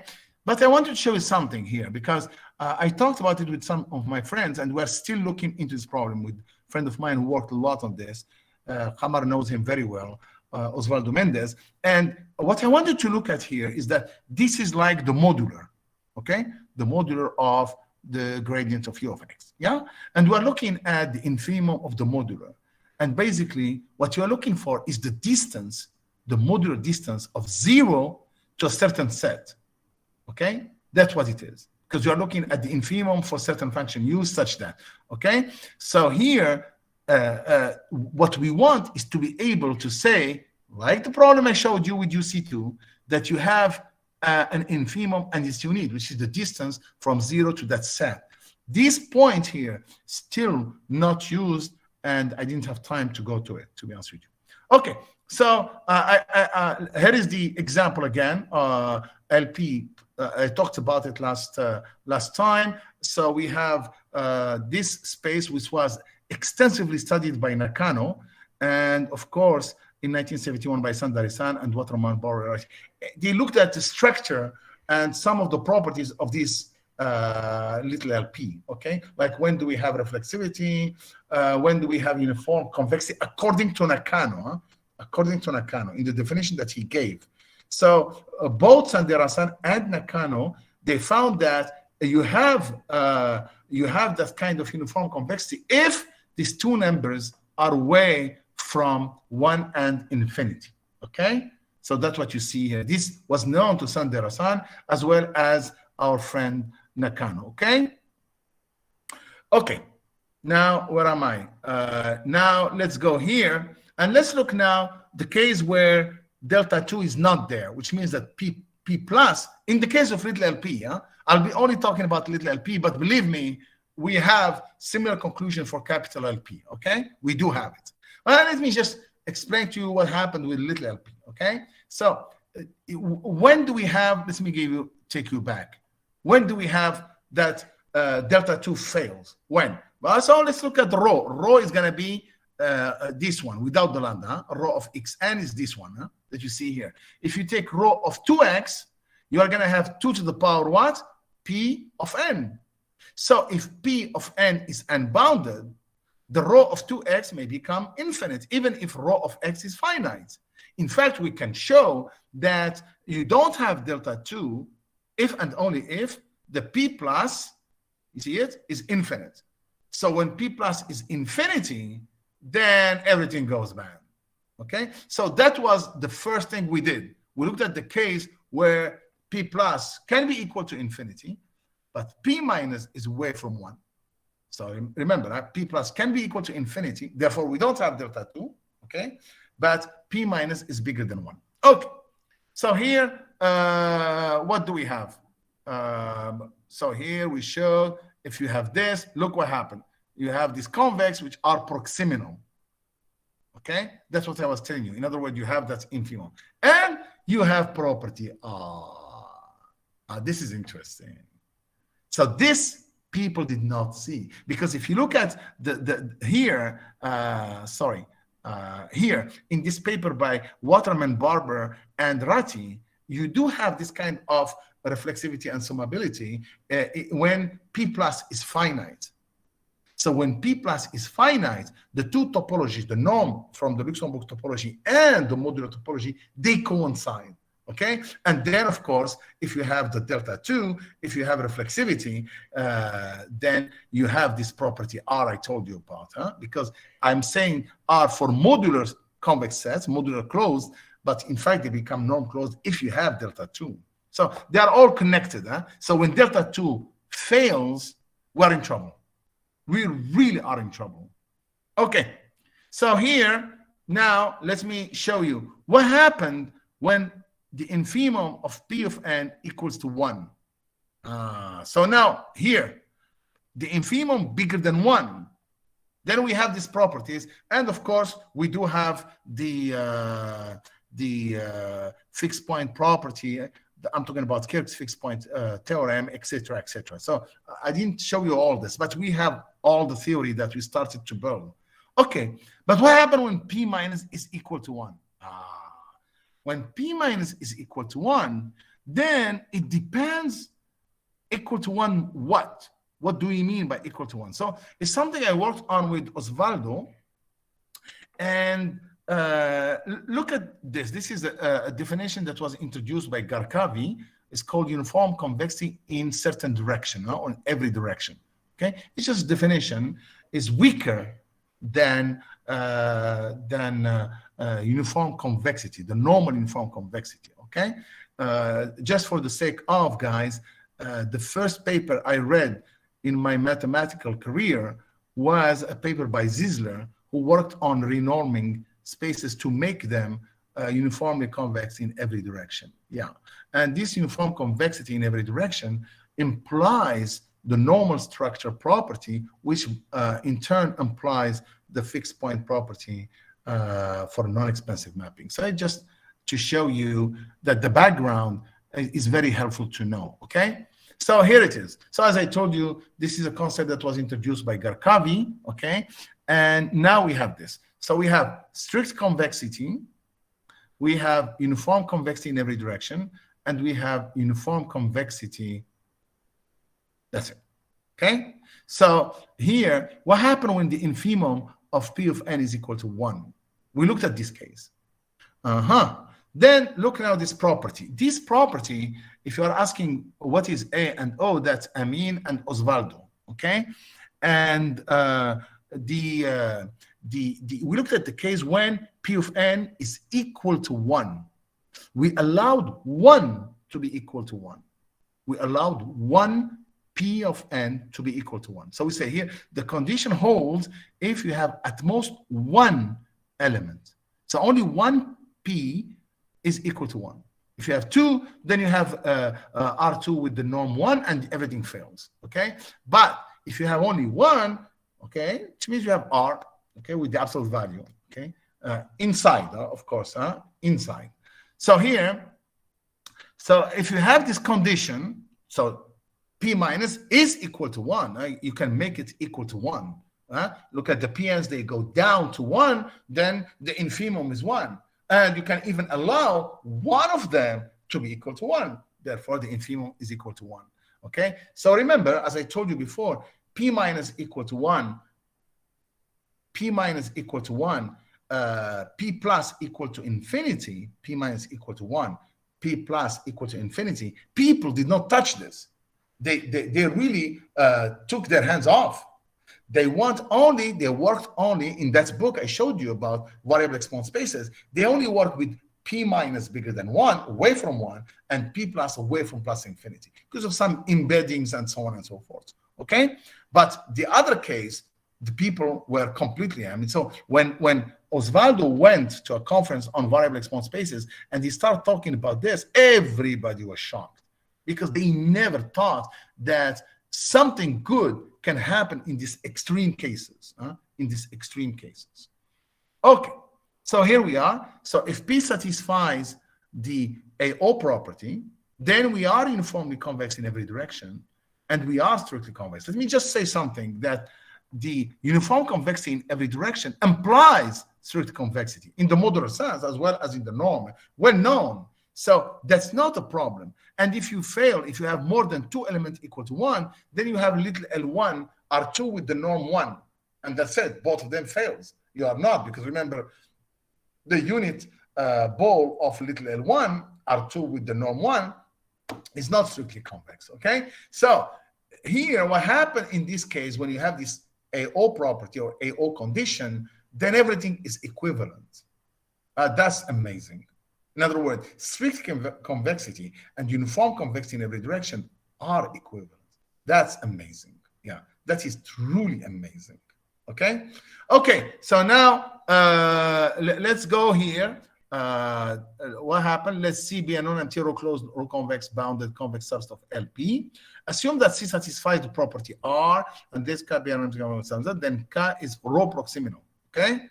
For any X in C, if you look at the set that Khamar was talking about earlier today, this set here, okay, that will give me the distance, is not empty. Okay? Good. But if your row is strictly convex, then this set is a singleton. It's not multivariate, it's just a singleton, okay? So you have only one point, what we call, in this case, we say it's a Chebyshev subset, and P, the projection of X is a singleton there, okay? But in general, it's okay. So now, if you have property R and row is strictly convex, what happened is this intersection that we had for a sequence, you don't have it only for a sequence, but you have now for any family, okay? Yeah, for any family of convex sets that are, of course, directed downward, directed downward. Be very careful about this. If this holds, you see where I'm going here.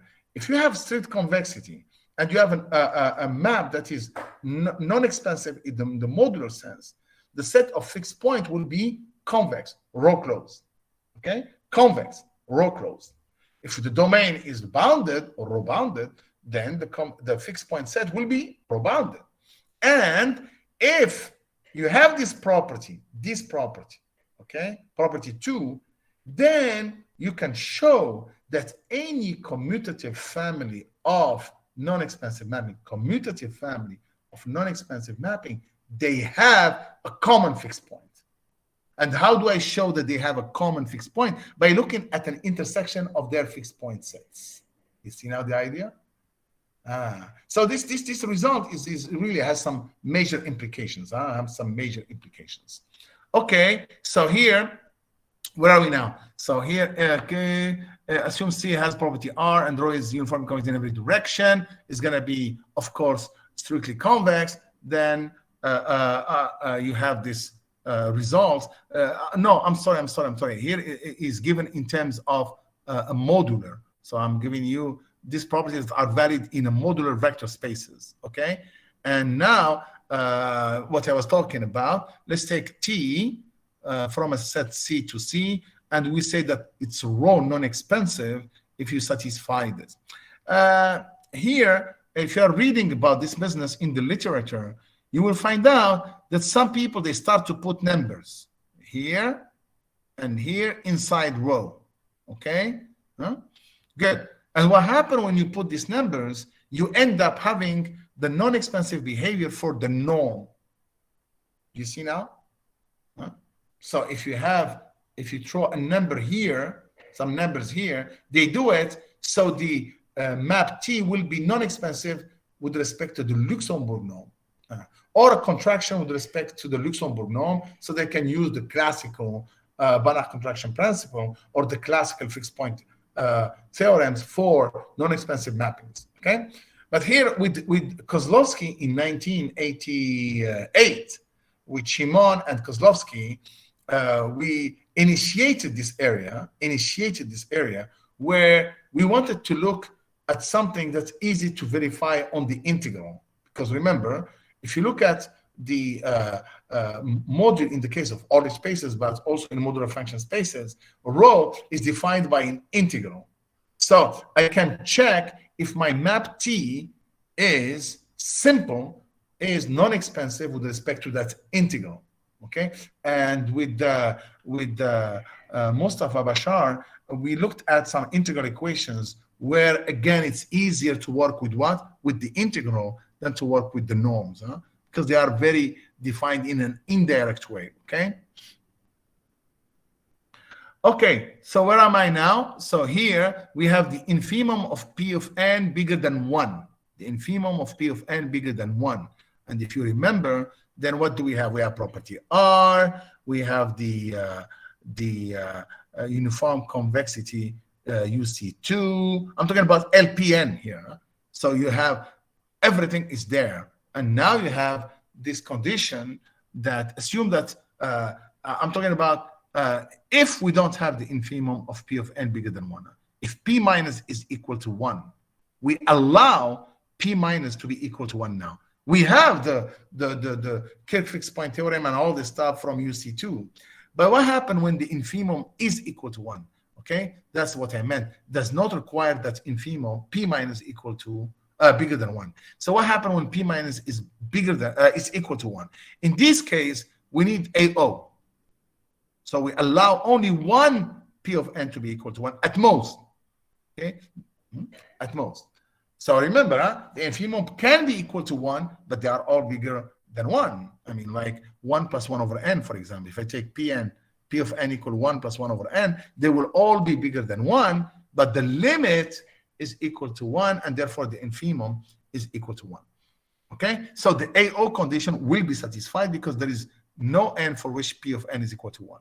Anyway, so if we have the conditions AO, we have the uniform convexity in the modular sense in every direction, okay?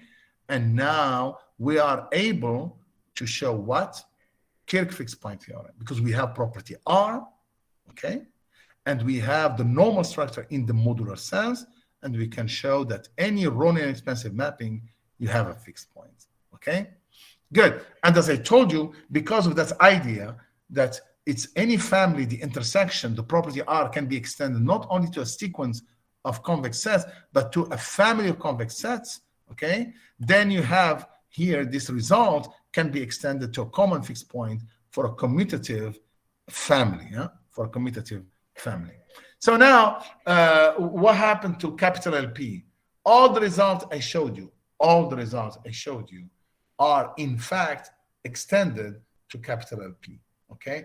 It's slightly different. For example, okay, what does it mean? AO, the condition AO. At most 1n such that P of n is equal to 1. What do you mean? You understand? So the condition becomes, in this case, just to show you, in the case of capital LP, the condition become, you look at the set where P of n equal to 1. P of n equal to 1. And what you want the measure of this set to be equal to 0. Yep. See, that's the condition. Our condition AO becomes, in the case of LP, capital LP of omega, that the measure of the set where P of x equal to 1, okay? So I said P of n, sorry, I'm no longer sequential, I'm talking about functioning, P of x. So the set where P of x is equal to 1 has measure 0, okay? And we are able to prove the same results, the same theorem. Thank you very much, everyone. It was really amazing and enjoyable. And I still have time if you have any question for me. Yeah, Salim, Amin. Yes, sir. Please. I have two questions. Go ahead. Okay, the first question is you have presented the fixed point theorem is similar to the what is the name this fixed point theorem for non-expensive map. The last theorem, okay, Kirk fixed point theorem. Do you have any iterative math schemes in case of modular convex functions like Man or Ishikawa or any method to find the fixed point?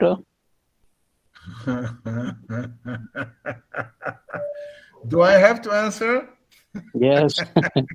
Then I will ask you the second question. Oh my goodness. You are terrible, Khamar. You are terrible. Okay, I'll answer you. We did not touch it, yeah. So the question is not that it's open, but we did not touch it. We are, as I said in my talk on, if you remember, in my original talk, what did I say? I say this is just the top of the iceberg, okay? Or if you want, the tree that hides the forest. That's what I said, okay? So more about these variable exponent spaces is to be discovered. But again, what is the idea I'm trying to convey to all of the people right now in this conference, especially the students, whether they are going for their master's or their PhD. The idea is don't always focus on the norm. This is the idea. In other words, focus on the modular, okay? As Nakano did, okay? And if you look at, for example, the book I showed you, the book I showed you, let me go back there, okay? Let me show you. I want to show you. So you mean that it is an area where the young people can do some work? Oh, beautiful! Definitely. Yeah. So it is the young people can see. Yeah. See here, if you look at this book, which is crucial, it's a very vital book to all the people in Europe who are working in the school, who are working in these variable exponent spaces. You will see that the modular is crucial, central as a tool to work with. Okay, the modular. So what I'm trying to convey here to the people is that you have to understand that if you stick to the norm, because it's an extension of the distance in the vector spaces, the norm, but you limit yourself. If you are working with the modular, you open up your mathematical range and views and so on and so forth. That's the idea I want to convey here. That's exactly the idea I want to convey here. Okay, now my second question is, then I will say thank you. By the way, come on, is my room ready? Okay. My second question is, Khamar, he built the house and he made a special room for me. Yes or no? Yes. I am at home. You are most welcome. You are most welcome. We will be very happy to see you here. Thank you. Yes. My second question is, you see, you remember before last year when we had a workshop on fixed point theory in KFEPM, there was a Chinese guy from King Abdullah University of Science and Technology, and he presented a boundary value problem for fractional order. Okay, here you have variable order. And then what he did, he used the same technique as used by the other people for general Sobolev spaces. And then by using something, he converted the problem into the variational problem. As in the morning, you see Professor Akhtar mentioned that the problem can be written in the variational form. And then he used the Garilkin method to solve that problem. Is it possible here in this case? Because you showed one boundary value problem for the variable ordering.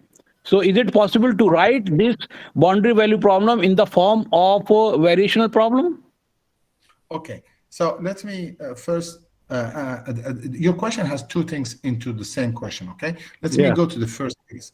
The first case is this, this issue of fractional calculus, okay? What Qabbaj, that you know very well, says, he calls it the new religion, okay?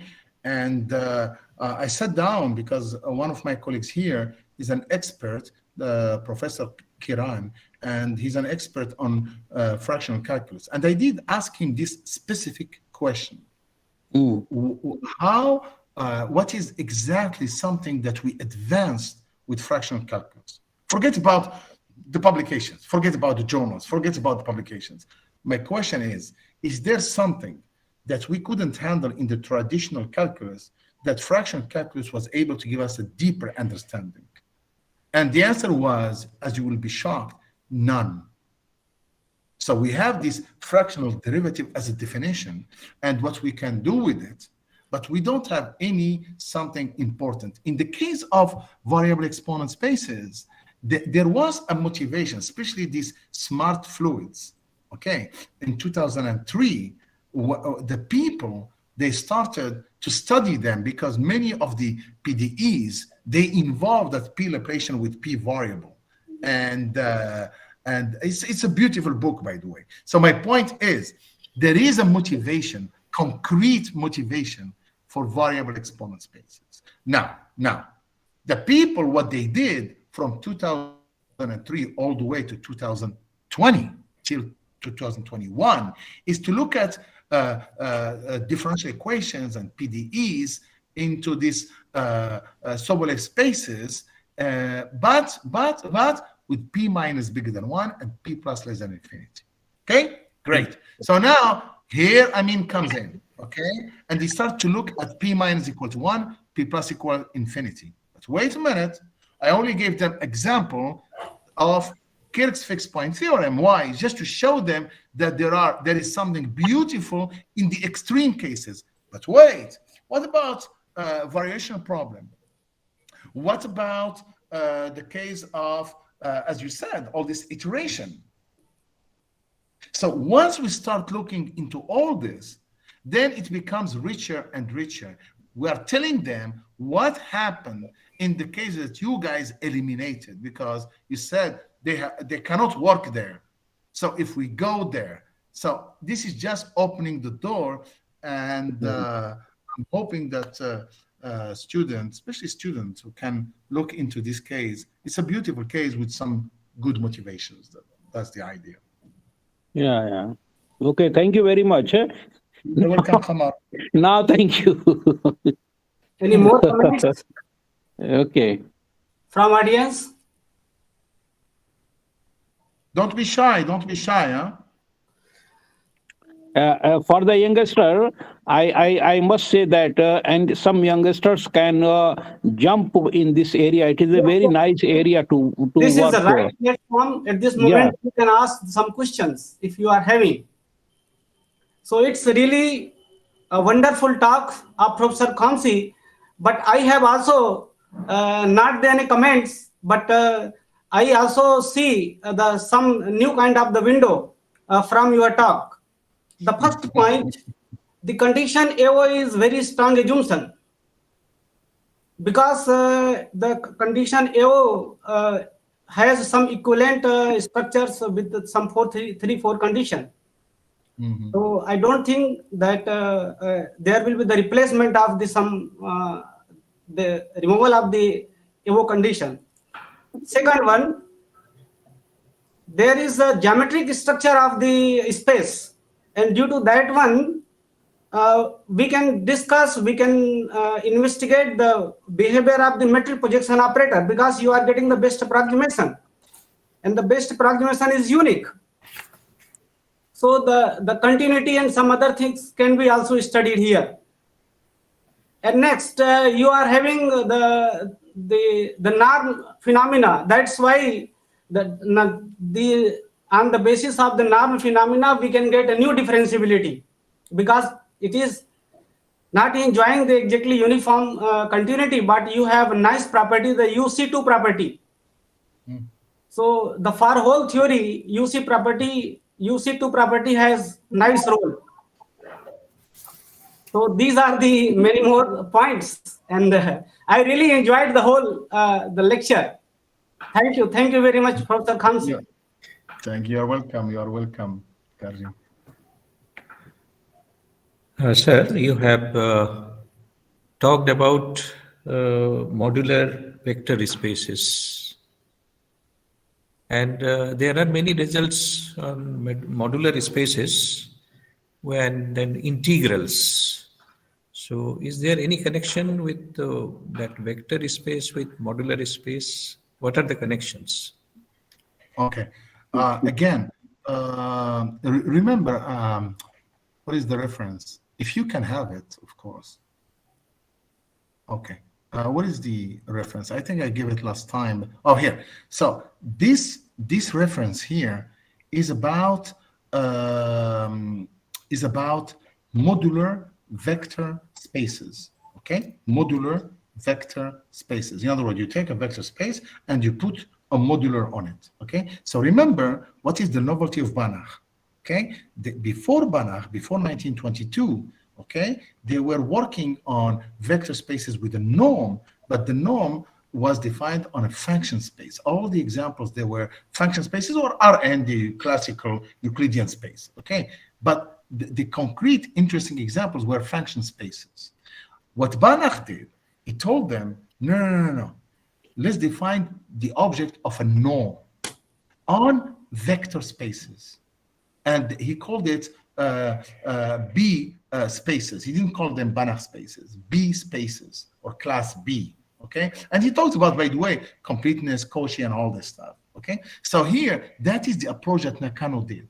He saw the work of our friend Orlich, and he defined the modular, and he defined it on a vector space. So in this case, the vectors are just vectors, abstract vectors. They can be functions, and they don't have to be functions. Now, if you want to look at modular function spaces, well, let me show you something. I want to show you something. Sorry about.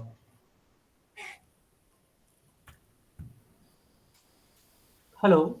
I did not know that somebody will ask me this question, so that's why I didn't open it ahead of time. But let me show you. I want to show you something here. So here, Amin's books, okay, and let me show you. Sorry, this book.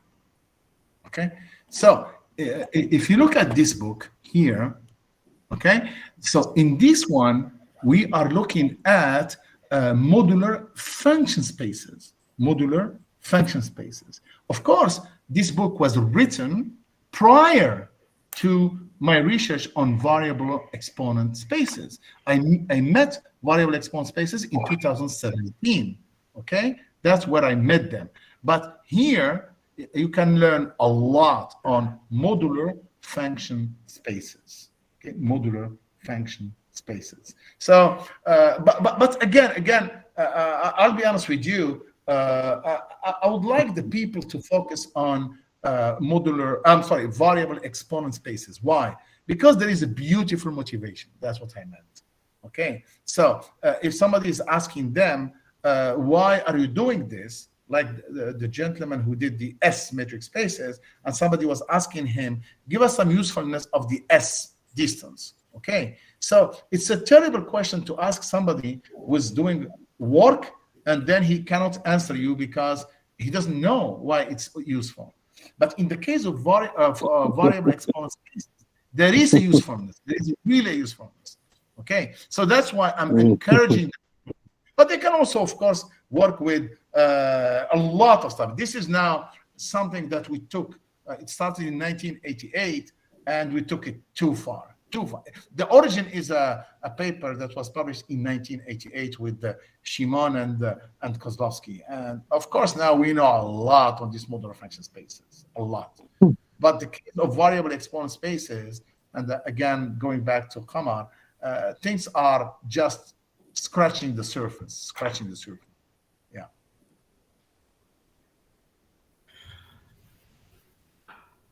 So let me thank both the speaker and the chairperson, Professor Sahu and Professor Khamsi, for his very illuminative and beautiful talk. You are This is the welcome, last my talk friend. of this series. We are going to have our valedictory session now, and everybody is invited.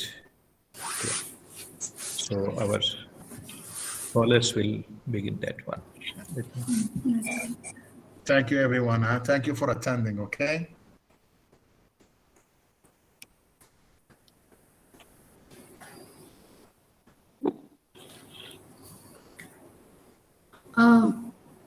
Hello, everyone. Hello, everyone. A very good evening to each of you. This is Megha Pandey. And this is Anshika. On behalf of our whole team of ICNAAO, I would like to welcome our honorable chief guest, all dignitaries, organizers, and participants of the conference to this valedictory session. It has been a great honor to be a part of this conference. Yes, actually, it is our serendipity to be part of this conference, and I'm thankful to Professor So for giving me this opportunity. After witnessing its huge success and popularity, actually, I'm excited for its next part also. And listening such great mathematicians is really a wonderful experience, and I hope we shall meet in person personally in near future. And also we cannot deny the role of our participants who have added a feather in the cap of the conference. For this, I would like to thank Professor Tanmay Som sir for organizing such an innovative conference and providing a really wonderful platform for our exposure.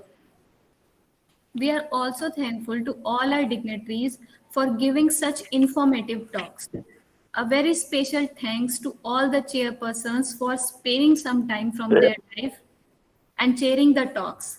Lastly, I'm very thankful to all the participants for their active participation and their enthusiasm for attending the conference. Now, I would like to request our Professor Tanmay Som, the organizer of the conference, to say a few words which will inspire us. Welcome, sir. Welcome, sir. Very good evening to you all. I think before I talk something, I should invite some of our speakers and some of our participants who have attended.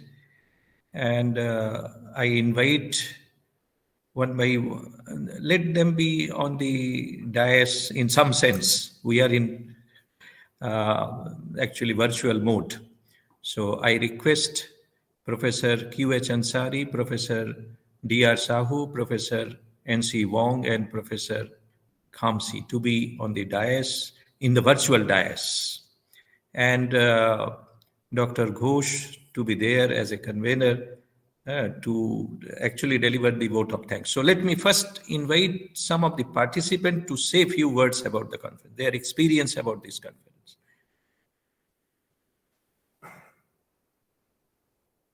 Some of the participants, please.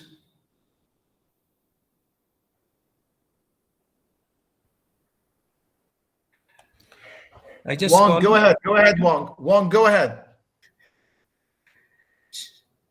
Shilpa Samaddar, please. Okay, maybe let me start. I'm Aicheng Wong from Taiwan. I met many old friends and good friends in this conference. In particular, I thank Professor Som for this wonderful organizing. And also I thank Professor Khamsi and Professor Ansari and Professor Saru. And they give very good talk and also a good, very good chairmanship. Yeah, this is a very important activity because we are all in pandemic, so we do not have chance to meet each other for quite a long time. So this is a good opportunity so that we can meet some old friends and also make some new friends. And also in this conference, I noticed that the topic, well, you cover many topics from fixed point theory, computing science, scientific computing, and also some other applied and pure mathematics. So it's very important. Yeah, I hope we can meet next time in person in the beautiful city in India. Yeah, so yeah, I thank you very much. Yeah, thank you. Yeah. Okay. Now I request Professor Ansari to say a few words. Okay. The first of all, I would like to thank to Professor Tanmay Som for organizing this conference. Although I am not very much satisfied or not very happy with the online conferences. It does not solve. It does not solve the purpose of the conferences. Until you are not meeting to the people, no conference. Basically, in my opinion. But even then, because we had several nice talks by eminent professors, so it was very nice. And I just want to inform to our friends, Amin and Professor Wong, that yesterday was December 22. Okay, in the India, always celebrate December 22 as National Mathematics Day. It is the birthday of Ramanujan. So the birthday of Ramanujan, December 22, was declared by the then Prime Minister of India in 2012 as National Mathematics Day. So we have the honor that India has at least one National Mathematics Day, because every day you have, what do we call this, 14th August? Girls might be knowing, what do you call this? There are many days, Father's Day, Mother's Day, Friend's Day, this day, that day. And you see, every day there is a day, but there is no Mathematics Day in the world. But at least in India, we have Mathematics Day. And I think this conference was the part of that celebration. So I congratulate to Professor Tanmay Som to organize this beautiful conference. And actually, this conference provided me the opportunity to see and to talk to my friend, Amin, Professor Wong, and Professor Akhtar. So thank you very much. Thank you, Professor Ansari. Let me add a few points here. It is not only the National Mathematics Day, which all the institution in India has celebrated. We have also celebrated. Yes, yesterday we also had 3 talks on Ramanujan in our department, and that's why I was away from this conference yesterday. Let me add one more point here, that now we have International Mathematics Day, that is on 14th of March every year we are celebrating. And this year we have celebrated, and again next year we will be celebrating. So that is 14th March Pi Day, International Mathematics Day. So, why it is on 14th March? That I do not know right now. I think there is something. Because on 22nd December, Mathematics Day on the birthday of Ramanujan. Yeah, for the pi. Yes. Yeah, pi. Pi 3.14 is the pi, the first digit pi. Yes. Okay. Yeah, mystery is there. Okay. Thank you, Professor Wong, for sharing the fact. 3.14, yes. Yeah. 14th now March. Let me request Professor Sahu to say a few words. Thank you, Professor Som. It's really the nice program during 3 days, and we enjoyed the various lectures by eminent professors, and we have good discussions. And I cannot say the platform is better or bad, but at least in this situation we are having some discussion, and we are able to express the work and something. So by this way, the platform is nice, and I I would like to express my thanks to whole team of Professor Som that they have organized the whole program in nice way. Thank you very much. Let me invite Professor Kamsi to say a few words, add few words here. By the way, 314 is also called Pi Day in the US. We celebrate in the United States, we celebrate Pi Day. Pi Day, okay. In March 14th. In March 14th. Okay. And there are activities, by the way. For example, the students, we have a Club Zero in the math department, and the students will bake cakes and they will pies, and they will distribute them on campus to the students to make them aware of Pi Day. No, I wanted just to go back to something very important. Okay, truly, my hero is Ramanujan. I can tell you a lot. I cannot. If I start talking about Ramanujan, that's what I tell my students in the US. When I talk to them about the man who knew infinity, I tell them about maybe the most brilliant mind of all time is Ramanujan. I remember I heard somebody saying, a big mathematician, by the way, who said that it's so scary to read Ramanujan's notes that he left. We're not talking about what's known. It's just the note that he left with his mom, and they don't know yet what they wanted to say. Is like, magic, and the people are scared to get to work on these formulas that till now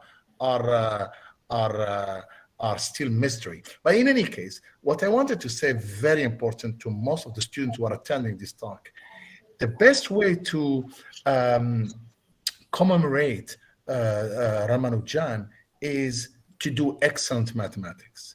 That is the way to honor him.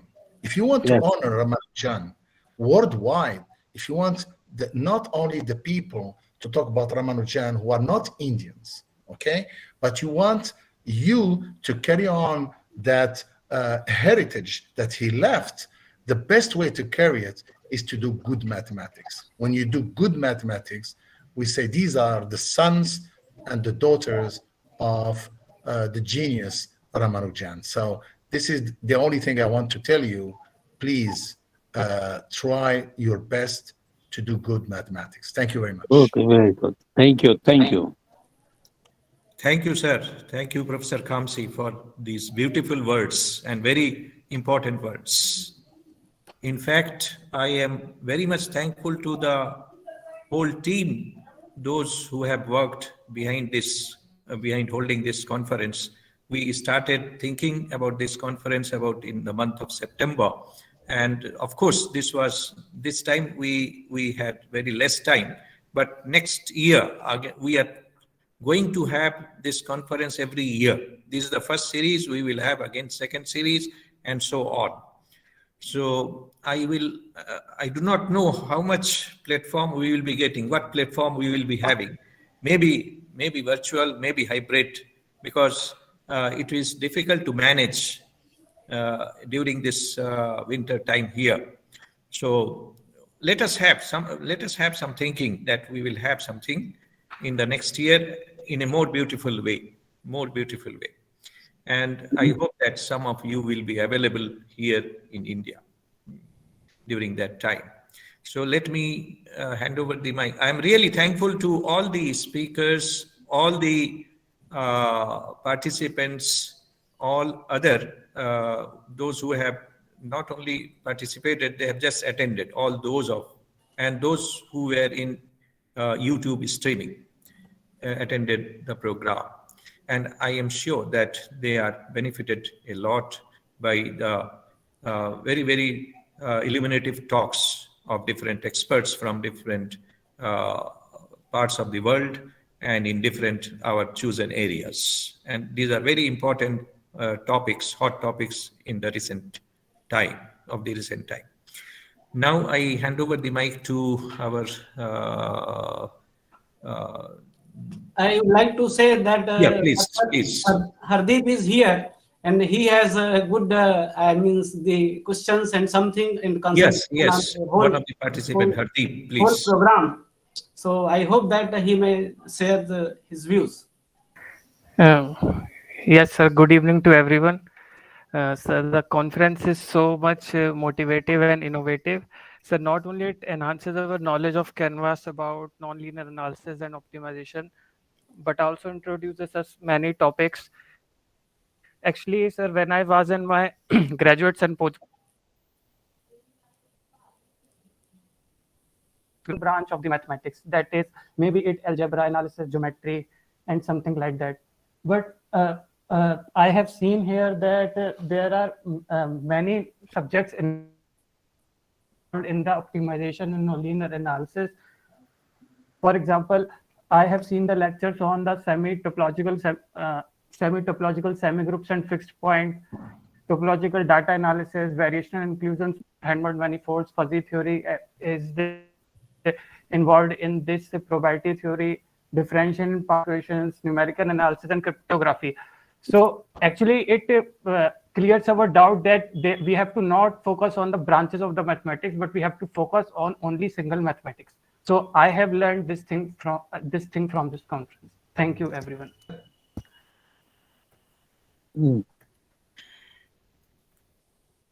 Anyone else who want to say something?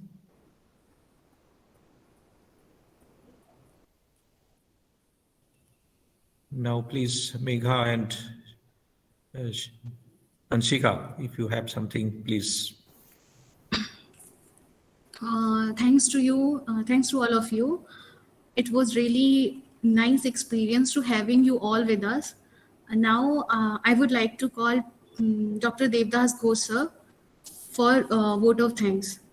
Welcome, sir. The stage is all yours. Okay. Devdas, sir. Thank you, Megha, for mentioning my name to give vote of thanks. Also, just few minutes ago, Professor Som was mentioning several thanks. So let me sequentially mention. Sir, Devdas, sir. Hello. Yeah, am I audible? Yes, sir, you are audible. Hello? Can you, sir, if it is okay, if you switch on your video also. Okay, sure. Thank you, sir. Thank you, Megha, for mentioning my name to give the vote of thanks. Although Professor Som has already mentioned, already given vote of thanks at several times when the talks have been finished, when the participants have been raising questions and all. It is a deepest sense of my gratitude to express to Professor Om, Professor Ansari, Professor Akhtar, Professor Khamsi, and all the invited talk peoples who have accepted our invitation to give talks in this platform. Next, obviously, without participants, a conference cannot get a huge success like this one. I also express my deepest sense of thankfulness to all the participants who have participated in this conference, especially when we have floated the conference in a very short time. I really am very much thankful to all the participants for your response in this short period of time. I also express my thankfulness to all the session chairs who chaired the sessions by sharing their valuable times. Obviously, as Professor Shom was mentioning, that without the work by research scholars of our department, this conference could not have been organized in a very systematic way. So I especially thank to Megha, I especially thank to Krishan, Anshika, Ashutosh, Abhishek. Abhishek is a person who is solely streaming the entire conference YouTube. So a special token of thanks should go to Abhishek, my research scholar. Now, please forgive me if I have omitted any thanks to any of the professor. I express my thankfulness again to all the participants over here. And special thanks, as I mentioned, that in a short period of time, you have expressed your interest to attend this conference. Thank you. Thank you all.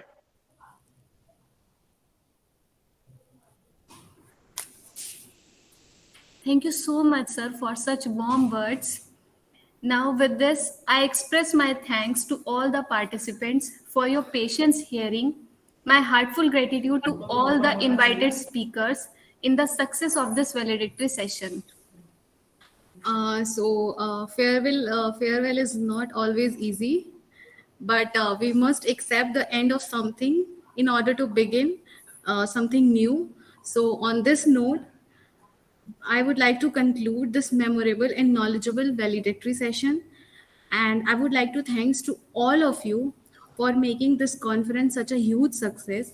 And maybe next time, actually, Ansari sir has also mentioned that if conference will be physical, then that will be that will satisfy the mode of the conference. So, sir, if everything goes well, maybe next year we'll have a conference which will be delivered from your physical appearance itself. So now would like to thanks everyone and have a wonderful future and fun-filled life ahead. Thank you, all of you. Thank you so much. Thank you so much, all of you. Okay. So Happy New Year to everybody.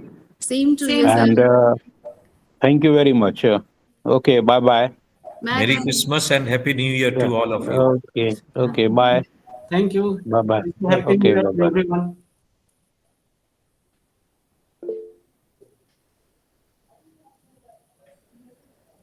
So thank you, Professor Sahu. No, it's okay. So let us. So we will discuss the more things and We will discuss some now more the things. program is very nice. Yeah. So in future, For the future activity also. Professor Montu Saha is also here, I think. Yeah. Yes. Sir, I'm so late, sir, because I have come from the department. So actually, NAC activities are going on. So I'm in charge of the NAC committee. So that's why I was very much busy in this. So that's just how I've come from the department. Okay. No issue. No issue. Okay. We are having nice participations from all the corners of the India and outside the India also. Yes. Professor Sao, how are you?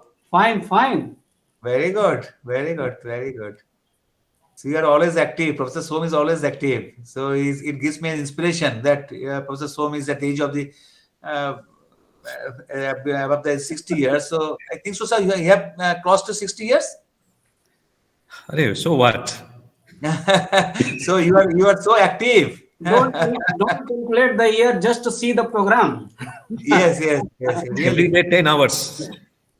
These 3 days 10 hours. Around 10 hours every day. So let us hope for the best next time. And we will be meeting shortly some other discussions. Okay. Actually, in BHU, IITs and BHU, so this type of the activities are still going. It's a continuous process, I think so.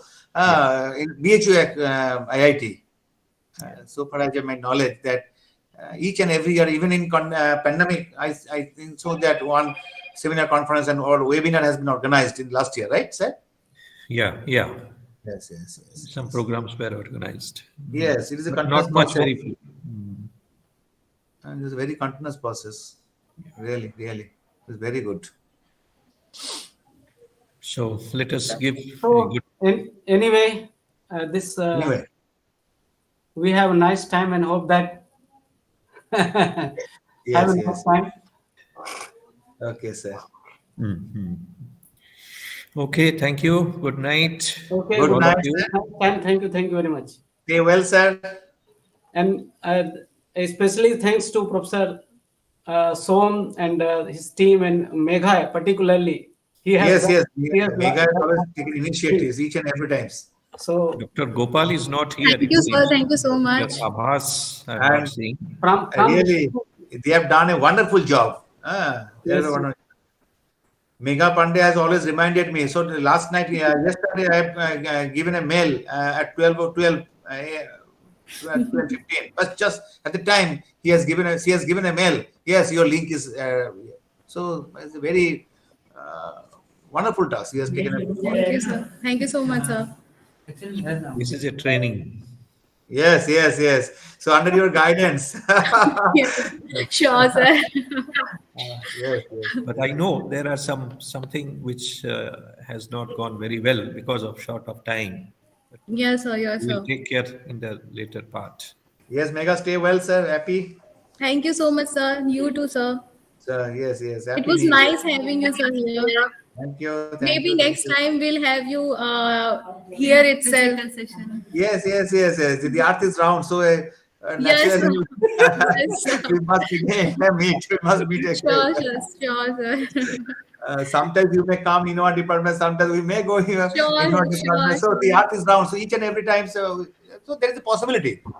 Yeah, sure, sir. Either in convergence or divergence. So I think so. There's the convergence process. Okay, thank you very much. Thank you. Thank you, sir.